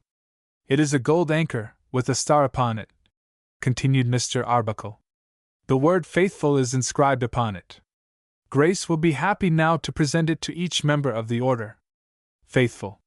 The students applauded lustily, and one by one they passed before her, and she attached the badge, which was made like a breast-pin, to the coats of the members, over the white ribbons. They were admonished always to wear them, and always to be faithful. The Grand Protectress was warmly cheered by the boys, when the ceremony was concluded. The hour of parting had come, for the ship's company was to return to Brest, while the Arbuckles proceeded to London. There was a general shaking of hands, and a general exchanging of kind words. Paul and Grace found the occasion a very trying one. What promises they made to each other need not be repeated. The Arbuckles attended the party to the station, and when the last words of farewell had been spoken, the train moved off. The excitement of the excursion was ended, and the ride to Brest was rather dull. The buoyant spirit of youth, however, soon furnished a new hope, and they now looked eagerly forward to the meeting of dear friends at home. The train arrived at Brest in the evening, and the students slept that night in their berths on board the ship. The next morning the young America sailed for Lisbon. She did not make so quick a passage as the Josephine had made, and after a 3 days' run, dropped anchor in the Tagus. But the consort had not yet arrived. Chapter 20. Homeward Bound. The moon shone brightly on the deserted deck of the Josephine after the runaways had departed in the 4 boats, deserted by all save Bitts, who was endeavoring to free himself from the rope by which he had been secured. Before the conspirators had gone a cable's length, he succeeded. Reaching the rope over his head, he went up, hand over hand, till he had slack enough to make a bight for one of his feet. Then, holding on with one hand, he loosed the rope from his neck with the other, and descended to the deck. Rogues always overreach themselves. Phillips had intended to secure the arms of his prisoner by winding a line around his body, but, considering him safe without it, he had neglected to do so. If he had done this, the runaways might have reached the shore before any one could come to the aid of the sufferer. He was free in 3 minutes after Phillips left him. The boats were pulling for the shore, and those below were laboring to release themselves from their imprisonment. He went to the companion-way, and tried to open it, but the nail held it fast. Descending to the steerage, he removed the handspike with which the cabin door was fastened. "What does all this mean?" demanded Mr. Fluxion, as he hastened on deck. "The boys have taken all the boats, and left the vessel," replied Bitts. "Left the vessel!" exclaimed Mr. Fluxion. "Were you asleep on deck?" "No, sir. 6 of them hung me by the neck till I was nearly choked to death," pleaded the carpenter. "Where was Cleats?" "I stepped below for half a minute, and they clapped the slide on over me," answered Cleats, very sheepishly. "You stepped below. I ordered you not to leave the deck," added the vice-principal, angrily. "You are responsible for this." I did not think the young rascals would do such a thing as this, pleaded the culprit. I did, and I told you they would do anything. You have disobeyed my orders. Take the helm, Gage. Mr. Fluxion glanced at the boats, and gave a few hasty orders, by which the Josephine was headed towards the shore. The cooks and stewards in the forecastle were released, and the chase commenced. I did not think they were quite so bold as this, said Dr. Carbo. They will do anything. Cleats thinks more of his stomach than of his duty, or it would not have happened, replied Mr. Fluxion. I have seen the boys talking together a great deal on this cruise, and I was sure something was brewing. I charged all the officers not to leave the deck for a single instant. Probably the young rascals have been watching for this opportunity during the whole cruise. It is a very foolish movement on their part, added Dr. Carbo. Yet if they had kept us in the cabin half an hour longer, it might have succeeded, for the boats would have been out of sight. If they had tied Bitz's arms behind him, it might have been half an hour before we could have broken out of the cabin. Mr. Fluxion questioned the watch officers very closely in regard to the conduct of the crew on deck, and he soon understood the whole matter. He was very severe upon Cleats for leaving the deck, declared that he could not be trusted, and that he should be discharged. The latter was very humble, acknowledged his error, and made no attempt to palliate it. He had always been faithful, so far as was known, and probably had never been guilty of any graver offense than that of leaving the deck for a few minutes during his watch. But he had been expressly cautioned not to do this, and had sent a hand below for his lunch, until the present time. In the boats the runaways were pulling with all their might to get out of sight of the Josephine before the officers should set themselves at liberty. Perth urged the oarsmen in the captain's gig to the most tremendous exertion. But in less than 10 minutes, and before they had made a single mile, they saw the Josephine fill away, and stand towards them. Did you fasten Bitz? Said Perth, to Phillips, who was in the gig with him. I did. He couldn't get away, I know, replied Phillips. They are after us, and I'm afraid the game is up, added Perth. The Josephine can make 2 knots to our 1 in this breeze. The leader was very anxious for the result. The plan had really failed because the officers had released themselves so much sooner than was expected. But Perth hoped to make it partially successful. Standing up in the gig, he ordered the other boats to separate, so that the Josephine could not capture them all at once. He directed the first cutter to pull to the northwest, while the gig went to the southwest, and the second and third cutters were to take intermediate points. The Josephine was headed to the northwest, with the evident intention of getting between the boats and the shore. The second cutter would therefore be her first victim, and Perth hoped that, by the time she had picked up the other 3 boats, his own would be in shoal water, where a schooner of her tonnage could not come. Little was in command of the first cutter. He obeyed the order of Perth, though he saw it would be a losing game for his boat. In less than half an hour the Josephine came up with him. The wind was due east, which gave the vessel every advantage, and she came about under the lee of the cutter. Hold water! Back her! Shouted Little, who had prepared his plan of operations, and intended to pull dead to windward of her, so that she would have to go in stays before she could come up with the boat again. Peaks spoiled his plan by throwing a boat grapnel into the foresheets of the cutter, and hauling her alongside of the Josephine as her sails shook in the wind. Cleats dropped into the boat, and leaping aft seized Little by the collar. Gage followed him, and 10 of the runaways were captured. Mr. Fluxion ordered them on board the vessel, and the 2 men in the boat expedited their movements by some rather rough usage. The vice principal said nothing to the discomfited crew of the first cutter, but gave his orders to chase the second cutter.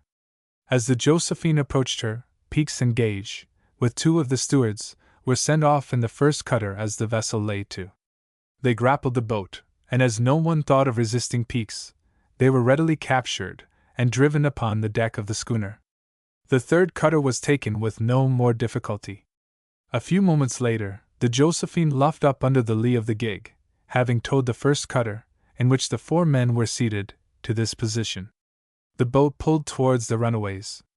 Perth was desperate when he saw how easily he was to be captured. "Bat them over the head with your oars, fellows!" shouted he. Don't let them take you! The oarsmen attempted to obey this order, and to beat off their pursuers. A brief struggle ensued, in which Perth and Phillips fought with desperation, but Peaks succeeded in getting into the gig, and the strife was ended. With a blow of his fist the stalwart boatswain justified the traditions of himself, and Perth was knocked senseless in the bottom of the boat, while Phillips, with a bleeding face, yielded the day. The runaways in the gig were driven to the deck, as their companions had been, while Perth was handed up by the grim Peaks, put in his berth, and attended by Dr. Carboy. The long-cherished scheme of Little had ended in disaster, and all hands had been captured. The runaways looked at each other with a sort of astonishment when they found themselves on board again. Doubtless they were satisfied that they had not bettered their condition by what they had done. They obeyed whatever orders were given them, for the terrible Peaks had verified all the stories told of him. He had knocked Perth insensible, and badly damaged Phillips. It was not safe to refuse to do duty, as some of them, in their chagrin, wished to do. As soon as the boats were hoisted up, and the Josephine headed on her course again, all hands were piped to muster. By this time Perth was able to appear, for he had only been stunned by the boatswain's fist. A savage lecture from the vice-principal was expected, but instead of that, every one of the crew was searched. Perth's £20 was discovered and confiscated, as well as numerous bills on Paris, letters of credit, and similar valuable papers. The conspirators had put them in their pockets to use on shore. Without any further notice of the affair of the night, the vice-principal stationed the watch, and dismissed the rest of the crew. Mr. Flux Scion probably acted on the principle of the celebrated schoolmaster who charged all the faults of his pupils upon himself. If Cleats had not left the deck, the conspiracy could not have been even partially successful, and he charged all the blame upon him. After the affair he increased his own vigilance, adding Dr. Carboy to one watch, and the head steward to the other, so that another attempt to escape must certainly fail. "I never believed much in that plan," said Herman, the next day, as he and Perth met on deck. "I did. I won't go back on it now. If we had had half an hour more, we should have been safe." "Phillips didn't do as he agreed with Bits," answered the leader. "He ought to have put a line a dozen times around his body, so that he couldn't move his hands. He said he was afraid of actually choking him to death. Tying his hands would not have choked him. Well, whatever the reason was, the plan failed. We are played out for this cruise." "Yes, and haven't seen Paris, Switzerland, Germany, or the Rhine," growled Perth. "I suppose it is our own fault." "Humph!" snuffed the conquered leader. "I am satisfied, now, that if we had done our duty, we should have had a better time." "Repent, then," said Perth, as he turned on his heel. Possibly there was no other runaway in the crew who confessed as much as this, but it is doubtful whether there was one who did not realize the truth of the statement. All of them were satisfied that it was useless to contend against the discipline of the academy while it was administered by such men as the principal and the vice-principal. The Josephine had a fair passage, and reached Lisbon on the day after the Young America had anchored in the river. She was loudly cheered when she luffed up under the quarter of the ship, but not a sound came from the disappointed and disheartened runaways in response, and more fully than the sufferers themselves did the members of the Order of the Faithful believe that the way of the transgressor is hard. Mr. Flux Scion immediately went on board of the ship, and reported to the principal. For an hour they discussed the events of the cruise of the Josephine up the Mediterranean, but both were satisfied that the discipline of the squadron had been triumphant. Mr. Lowington was more indulgent towards Cleats than the vice-principal was disposed to be, and he was put on probation. Before night the original order on board both vessels was restored, and again the runaways mingled with the faithful ones. Each party had a story to tell, and the glories of the beautiful Rhine lost nothing in the description given by the tourists. The narrative of the adventures of the excursionists was galling to the others, for the latter had nothing but sea life to speak of, unless it was the harbor of Genoa. It was painful to be obliged to say that they had been up the Mediterranean without putting a foot on shore during their absence. Certainly those who had done their duty could appreciate the pleasures of their trip, after contrasting it with that of the runaways, and perhaps they needed this contrast to enable them fully to realize the satisfaction which follows right doing. Fresh provisions and water were taken in by both vessels. Only a few of the students went on shore, and those on duty, and at noon on the day after the arrival of the Josephine, the squadron got under way, homeward bound. The usual routine on board was restored, and the studies of the schoolroom were mingled with the duties of the ship. Only one gale disturbed the serenity of the passage, and both vessels came to anchor in Brockway Harbor, after a voyage of 30 days. The runaways had behaved tolerably well during the trip, for they had learned that there was no safety or satisfaction in rebellion and disobedience. They were not reformed, and perhaps never will be, but they were controlled, and saved from a vicious life on shore during the period of the cruise. Others had been reformed, and converted from evil-disposed boys into well-meaning ones. Shuffles and Pelham were not the only ones who had been turned aside from the error of their ways, though their individual experience has not been detailed. The moral results of the voyage were very good. If the discipline of the ship and her consort had not reformed all the vicious characters, it had restrained their evil tendencies, and kept them away from the haunts of vice, though its most pernicious haunt is within the soul of the evildoer. On the other hand, the intellectual results of the cruise were abundantly satisfactory. The students had made excellent progress in their studies, and not a few of them were already competent navigators. There had been hardly a case of sickness on board, and the boys were all in rugged health. Mr. Lowington, therefore, had every reason to be satisfied with the success of his great experiment. He intended to make some changes in the vessels, and return to Europe the following spring, after spending the winter in various ports of the United States. The Academy had a vacation during the Christmas holidays, and all the students went home. Perth and some others declared they should not return, but their parents thought otherwise, and with hardly an exception, they did return, and the institution continued to prosper. Shuffles, it need not be said, kept his promise to Lady Theodora, and hardly a week passed in which a letter did not cross the ocean from him to her, and from her to him. One of the latter informed him that Lady Theodora had not seen Sir William for a month, for, with her father's consent, she had dismissed him. Paul Kendall spent much of his spare time in writing letters which went to Belfast. No doubt Lady Theodora will, in due time, become Mrs. Shuffles, and Grace Arbuckle Mrs. Kendall. It may even be said that promises to this effect have already passed between the respective parties. Our readers will wish them joy, and we heartily join in the hope that life will be as happy to them as duty faithfully done can make it. For the present we take our leave of the Academy Squadron, though we hope in the future to be the chronicler of more of the travel and adventure in foreign lands of Young America Abroad. Young America Abroad. Footnotes. Professor Mapps describes Germany as it was before the War of 1866, and the subsequent reconstruction of North Germany.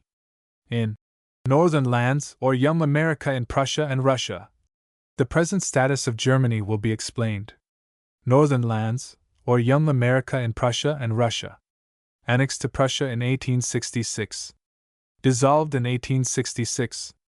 Hanover, Hesse Castle, Hesse Homburg, Nassau, the part of Hesse-Darmstadt north of the Main, Hohenzollern, and Frankfurt were annexed to Prussia in 1866. Lee and Shepard's Juvenile Publications. By the author of Spartacus to the Gladiators. Elm Island Stories. To be completed in 6 volumes ill. Per volume, $1.25. Lion Ben of Elm Island. 16 mo. Illustrated. $1.25. Elm Island lays off the coast of eastern Maine, a wild and romantic region, and the incidents of the story are recorded as happening when this country was just emerging from its struggle for independence. It is a capital story of the rough-and-tumble life of the early settlers. Chicago Journal of Commerce. Charlie Bell, The Waif of Elm Island. 16 mo. Illustrated. $1.25. This volume tells the story of Charlie Bell, who was thrown upon Elm Island like a waif from the ocean, and adopted by Lion Ben. With Yankee boys he shares the exciting adventures of a new country and a rude state of society. The Ark of Elm Island. 16 mo. Illustrated. $1.25. This volume of the series is by no means inferior in interest to its predecessors, dealing principally with adventures at sea, which are always delightful to boys. The Boy Farmers of Elm Island. 16mo. Illustrated. $1.25. The fourth volume of the series gives, in graphic and earnest style, the efforts of three lads to transform Elm Island from a wilderness to a fruitful and productive land. It is full of life, adventure, and fun. The Young Shipbuilders of Elm Island. 16mo. Illustrated.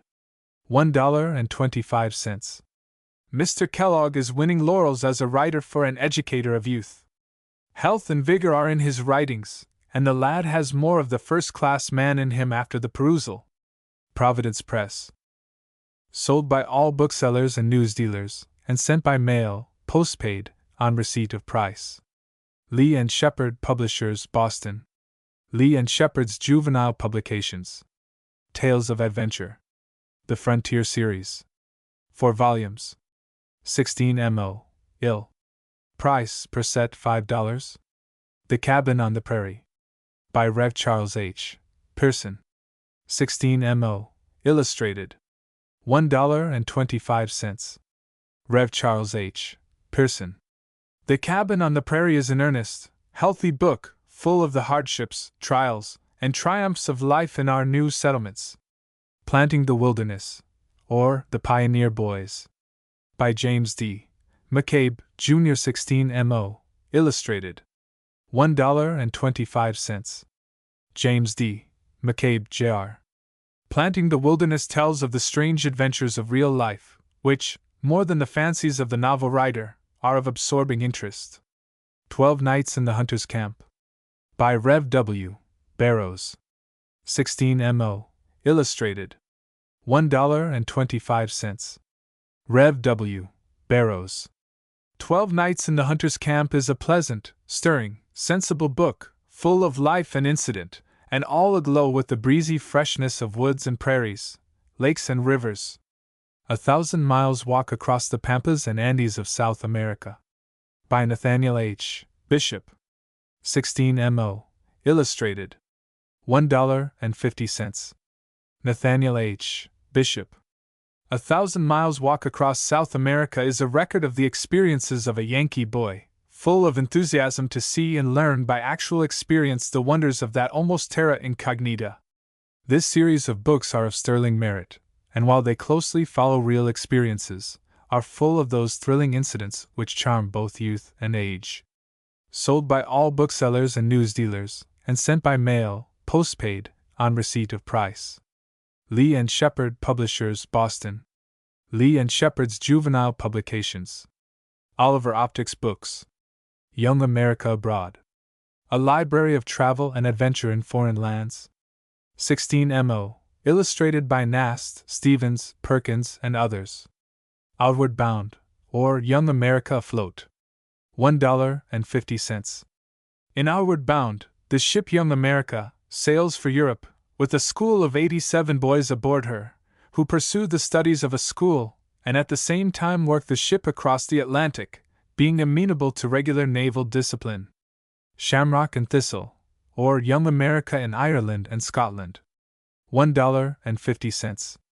This volume continues the history of the Academy ship and her crew of boys, with their trips into the interior as well as voyages along the coast of Ireland and Scotland.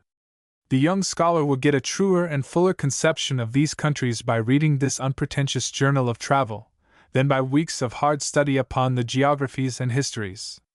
Red Cross, or Young America in England and Wales. $1.50.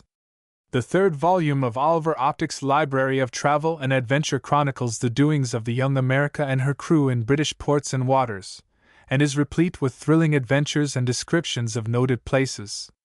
Dikes and Ditches, or Young America in Holland and Belgium. $1.50.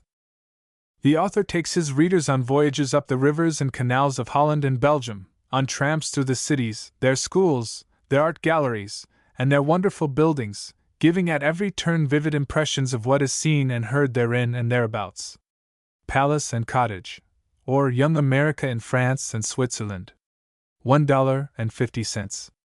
This volume relates the history of the American squadron, Young America and Josephine, in the waters of France, with the journey of the students to Paris and through a portion of Switzerland. As an episode, the story of the runaway cruise of the Josephine is introduced, inculcating the moral that the way of the transgressor is hard. Down the Rhine, or Young America in Germany. $1.50. This volume concludes the first series of Young America, and is as interesting and instructive as the preceding volumes. So great has been the success of this series, that Oliver Optic is now preparing a second. Up the Baltic will be the first volume, to be followed by Northern Lands, Vine and Olive, Sunny Shores, Cross and Crescent, and Isles of the Sea, sold by all booksellers and newsdealers, and sent by mail on receipt of price. Lee and Shepherd Publishers, Boston. Lee and Shepherd's Juvenile Publications. Oliver Optic's Books. The Boat Club Series. A library for young people. Each volume illustrated. In sets or separate. The Boat Club, or The Bunkers of Rippleton. $1.25. One noticeable feature of this author's books is their purity. Not a line is to be found in any work of his but what will tend to elevate and purify the mind of the boy or girl who may peruse it. All Aboard, or Life on the Lake. $1.25. All Aboard was written to gratify the reasonable curiosity of the readers of the Boat Club, to know what occurred at Woodlake during the second season, and though it is a sequel, it has no direct connection with its predecessor. The introduction in the first chapter contains a brief synopsis of the principal events of the first season, so that those who have not read the Boat Club will labor under no disadvantage on that account. All Aboard. Now or Never, or The Adventures of Bobby Bright. $1.25. The author has been for many years a successful teacher in one of the Boston public schools, and the knowledge of youthful character thus obtained has been used to good advantage in his works. Try Again, or The Trials and Triumphs of Harry West. $1.25. The story of Harry West is a record of youthful experience designed to illustrate the necessity and the results of perseverance in well-doing. The true success of life is the attainment of a pure and exalted character, and he who at 10 has won nothing but wealth and a name, has failed to achieve the noblest purpose of his being. This is the moral of the story contained in this volume. Little by Little, or The Cruise of the Flyaway. $1.25. Paul Duncan, the hero of this volume, is a nautical young gentleman, and most of the events of the story occur upon the water, and possess that exciting and captivating character for which this author's books are famous. But the author hopes that something more than exciting incidents will be found upon his pages, that though he has seldom, if ever, gone out of his way to define the moral quality, or measure the moral quantity, of the words and deeds of his characters, the story will not be found wanting in a true Christian spirit. Poor and Proud, or The Fortunes of Katie Redburn. $1.25. The history of a smart girl, where fortunes are made to depend upon her good principles, her politeness, her determined perseverance, and her overcoming that foolish pride, which is a snare to the feet. In these respects she is a worthy example for the young. Sold by all booksellers and newsdealers, and sent by mail, postpaid, on receipt of price. Lee and Shepherd Publishers, Boston. Lee and Shepherd's Juvenile Publications. Oliver Optic's Books. Woodville Stories. 16mo.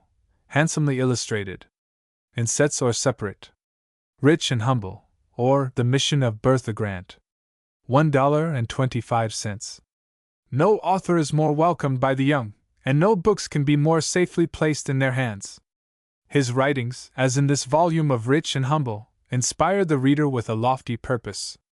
They show the wrong courses of life only to present, by contrast, the true and right path, and make it the way which youth will wish to walk in, because of its being the most pleasant and inviting. Mass. Teacher. In School and Out, or The Conquest of Richard Grant. $1.25. Oliver Optic is as well known and as highly appreciated among the young people of our land as Charles Dickens is among the older folks. In school and out is equal to anything he has written. It is a story that will deeply interest boys particularly, and make them better. Notices of the press. Watch and Wait, or The Young Fugitives. $1.25. The author has used, to the best advantage, the many exciting incidents that naturally attend the career of a fugitive slave, and the seeds that he may sow in youthful hearts will perhaps bear 100-fold. Work and Win, or Not a Newman on a Cruise. $1.25. A nautical story of adventure and endurance, written to delineate the upward progress of a boy whose moral attributes were of the lowest order, in consequence of neglected education, but in whom high religious principles were afterwards developed. Notices of the press. Hope and Have, or Fanny Grant among the Indians. $1.25. This is a story of Western adventure and of peril among the Indians, and contains the experience of Fanny Grant, who, from a very naughty girl, became a very good one by the influence of a pure and beautiful example exhibited by an erring child, in the hour of her greatest wandering from the path of virtue. Philadelphia Age. Haste and Waste, or The Young Pilot of Lake Champlain. $1.25. This is a story of boyish daring and integrity upon Lake Champlain, and older heads than those of 16 may read and profit by it. The stories in the Woodville series are hinged together only so far as the same characters have been retained in each. Sold by all booksellers, and sent by mail, postpaid, on receipt of price. Lee and Shepard Publishers, Boston. Lee and Shepard's Juvenile Publications. Oliver Optic's Books. Army and Navy Stories. The Soldier Boy, or Tom Summers in the Army. 16 mo. Illustrated. $1.50. This is a story of the rebellion, narrating the adventures of a patriotic youth, who left the comforts of home to share the dangers of the field. He is carried through several battles, and for a while shared the hospitalities of the rebels as a prisoner. The story is true to history, giving in the form of personal adventure correct accounts of many stirring scenes of the war. Hartford Courant. The Sailor Boy, or Jack Summers in the Navy. 16 mo. Illustrated. $1.50. Jack is the brother of Tom, the soldier boy, whose adventures in the army were so much enjoyed. We have only to repeat that there are few better stories for boys than these of Mr. Adams. Always bright and even sparkling with animation, the story never drags. There are no stupid tasks or tiresome descriptions. The boys whose characters are drawn are real boys, impulsive, with superabundant animal life, and the heroes are manly, generous, healthy creations. Hartford Press. The Young Lieutenant, or The Adventures of an Army Officer. 16 mo. Illustrated. $1.50. The Young Lieutenant is a sequel to The Soldier Boy, and carries the reader through the stormy scenes of the rebellion, creates Thomas Summers an officer, and as such he performs much difficult work in the rebellion. Yankee Middy, or Adventures of a Naval Officer. 16 mo. Illustrated. $1.50. The incidents of the story are those which have occurred on the ocean, and on the bays, inlets, and rivers of the South, common in the experience of all our naval officers who have been actively employed during the war. Notices of the press. Fighting Joe, or The Fortunes of a Staff Officer. 16 mo. Illustrated. $1.50. The description of battles and sieges, of picket and skirmishing, of camp life and marching, are wrought out with thrilling detail, making the story truly fascinating, while, in connection with this, useful and practical information respecting men and places is conveyed, and a proper spirit of morality and patriotism inculcated. Notices of the press. Brave Old Salt, or Life on the Quarterdeck. 16 mo. Illustrated. $1.50. A book of adventure, of personal experience, describing a living hero, and exhibiting the great truth that, by fidelity of conscience, country, and God, earthly and heavenly blessings are secured. Sold by all booksellers and newsdealers, and sent by mail, postpaid, on receipt of price. Lee and Shepard Publishers, Boston. Lee and Shepard's Juvenile Publications. Oliver Optic's Books. Starry Flag Series. Each volume handsomely illustrated. In sets or separate. The Starry Flag, or The Young Fisherman of Cape, and $1.25. The early history of Levi Fairfield, the boy hero of this volume, as it is graphically traced by Oliver Optic, will be apt to hold boy readers spellbound. His manly virtue, his determined character, his superiority to mean vice, his industry, and his stirring adventures will suggest good lessons for imitation. Presbyterian. Breaking Away, or The Fortunes of a Student. $1.25. In this volume, Oliver Optic opens the schoolroom door and shows the nature, construction, and workings of the school system, its lights and shadows, its discipline, and the serious consequences that come from want of discipline. Patriot. Seek and Find, or The Adventures of a Smart Boy. $1.25. Ernest Thornton, the smart boy of this story, is a clear-headed, well-intentioned, plucky boy that has a high aim and means right even where he is wrong, and his adventures will be read with interest. Freaks of Fortune, or Half Around the World, a sequel to The Starry Flag. $1.25. The adventures of Levi Fairfield, the noble young captain of the Starry Flag, excited such an interest among the young folks that the continuance of his story was called for, with which demand the ever-ready author has complied, with a story equally attractive and interesting. Make or Break, or The Rich Man's Daughter. $1.25. This is a lively, stirring volume, full of interest and instruction from one cover to the other. Just a book a smart, wide-awake boy will enjoy intensely. Press. Down the River, or Buck Bradford and His Tyrants. $1.25. These stories are not only written in a manner well calculated to enchain the attention of young readers, but teach at the same time such important lessons of sobriety, industry, and cheerfulness, that we should like to see them in the hands of every boy in the land. Galesburg Free Press. Sold by all booksellers and newsdealers, and sent by mail, postpaid, on receipt of price. Lee and Shepard Publishers, Boston. Lee and Shepard's Juvenile Publications. Vacation Story Books. 6 volumes. Each volume handsomely illustrated. 80 cents. Worth Not Wealth. Country Life. The Charm. Carl Kiegler. Walter Satan. Holidays at Chestnut Hill. Rosie Diamond Story Books. 6 volumes. Each volume handsomely illustrated. 80 cents. The Great Rosie Diamond. Daisy, or The Fairy Spectacles. Violet, A Fairy Story. Minnie, or The Little Woman. The Angel Children. Little Blossom's Reward. These volumes are finely and profusely illustrated from designs by Hoppen and other eminent artists. They are elegantly bound, and neatly packed in ornamental boxes. As gifts for holidays and birthdays, where a uniform value and appearance is desired, they are excellent. Mrs. Madeline Leslie's Books. Play and Study Series. 4 volumes.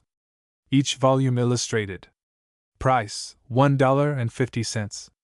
Play and Study. The Motherless Children. Howard and His Teacher. Jack the Chimney Sweep. Little Agnes Library. 4 volumes. Each volume illustrated. Price, $1.50. Little Agnes. Trying to be useful. I'll try. Art and Artlessness. For family reading and Sabbath school libraries, there are no better books written than these by Mrs. Leslie. With attractive and interesting stories are mingled wholesome truths and moral lessons. Of all these books, large editions have been printed, and they may be found largely circulated in Sabbath schools. Sold by all booksellers and newsdealers, and sent by mail, postpaid, on receipt of price. Lee and Shepard Publishers, Boston. Lee and Shepard's Juvenile Publications. Sophie May's Books. Little Prudy Stories. 6 volumes. Illustrated. In sets or separate. Per volume, 75 cents. Little Prudy. Little Prudy's Sister Susie. Little Prudy's Captain Horace. Little Prudy's Cousin Grace. Little Prudy's Story Book. Little Prudy's Dotty Dimple. Dotty Dimple Stories. By the author of Little Prudy Stories. 6 volumes. Illustrated. In sets or separate. Per volume, 75 cents. Dotty Dimple at her grandmother's. Dotty Dimple at home. Dotty Dimple out west. Dotty Dimple at play. Dotty Dimple at school. Dotty Dimple's flyaway. Read the high commendation of the North American Review, which places Sophie May's books at the head of juvenile literature. Head of juvenile literature. Genius comes in with Little Prudy. Compared with her, all other book children are cold creations of literature only. She alone is the real thing. All the quaintness of childhood, its originality, its tenderness and its teasing, its infinite, unconscious drollery, the serious earnestness of its fun, the fun of its seriousness, the natural religion of its plays, and the delicious oddity of its prayers, all these waited for dear Little Prudy to embody them. Sam Weller is not more piquant, Hans Andersen's nutcrackers and knitting needles are not more thoroughly charged with life. There are 6 little green volumes in the series, and of course other dramatis personae must figure, but one eagerly watches for every reappearance of Prudy, as one watches at the play for Owens or Warren to re-enter upon the stage. Who is our benefactress in the authorship of these books, the world knows not. Sophie May must doubtless be a fancy name, by reason of the spelling, and we have only to be grateful that the author did not inflict on us the customary alliteration in her synonym. The rare gift of delineating childhood is hers, and may the line of Little Prudy go out to the end of the earth. To those oversaturated with transatlantic traditions we recommend Little Prudy. Sold by all booksellers and newsdealers, and sent by mail, postpaid, on receipt of price. Lee and Shepherd Publishers, Boston. The only original illustrated juvenile magazine published once a week. Oliver Optic's magazine. Our Boys and Girls. Our Boys and Girls. Every week. Edited by Oliver Optic, who writes for no other juvenile publication, and who contributes for serial stories every year. The cost of which, in book form, would be $5, double the subscription price of the magazine. Every number contains part of a news story by Oliver Optic, illustrated by designs from the best artists, headed by Thomas Nast, the great American artist. Then follow poems and stories by other well-known authors who know how to write for young folks. The Orator, a department exclusively in charge of Oliver Optic, gives every other week a selection for declamation, marked for delivery according to the most approved rules of elocution. 26 marked declamations each year. Marked declamations each year. Original dialogues. Some of the best writers find a place under this head every other week, giving the subscriber 26 original dialogues every year. Original dialogues every year. Head work. Containing geographical rebuses, puzzles, syncopations, geographical questions, proverbial anagrams, enigmas, charades, and numerical puzzles, contributed by the subscribers, and rendered unusually attractive by original features not to be found in any other magazine. Not to be found in any other magazine. In addition to the above-mentioned departments, there are regular contributions on natural history, the sciences, facts and figures, from some of the most learned men in the country. Oliver Optic's magazine contains more reading matter than any other juvenile publication, and is the cheapest and the best periodical of the kind in the United States. Any boy or girl who will write to the publishers shall receive a specimen copy by mail, free. Terms, in advance. Single subscriptions, 1 year, $2.50, 1 volume, 6 months, $1.25, single copies, 6 cents. 3 copies, $6.50, 5 copies, $10, 10 copies, with an extra copy free, $20. Lee and Shepherd Publishers, Boston.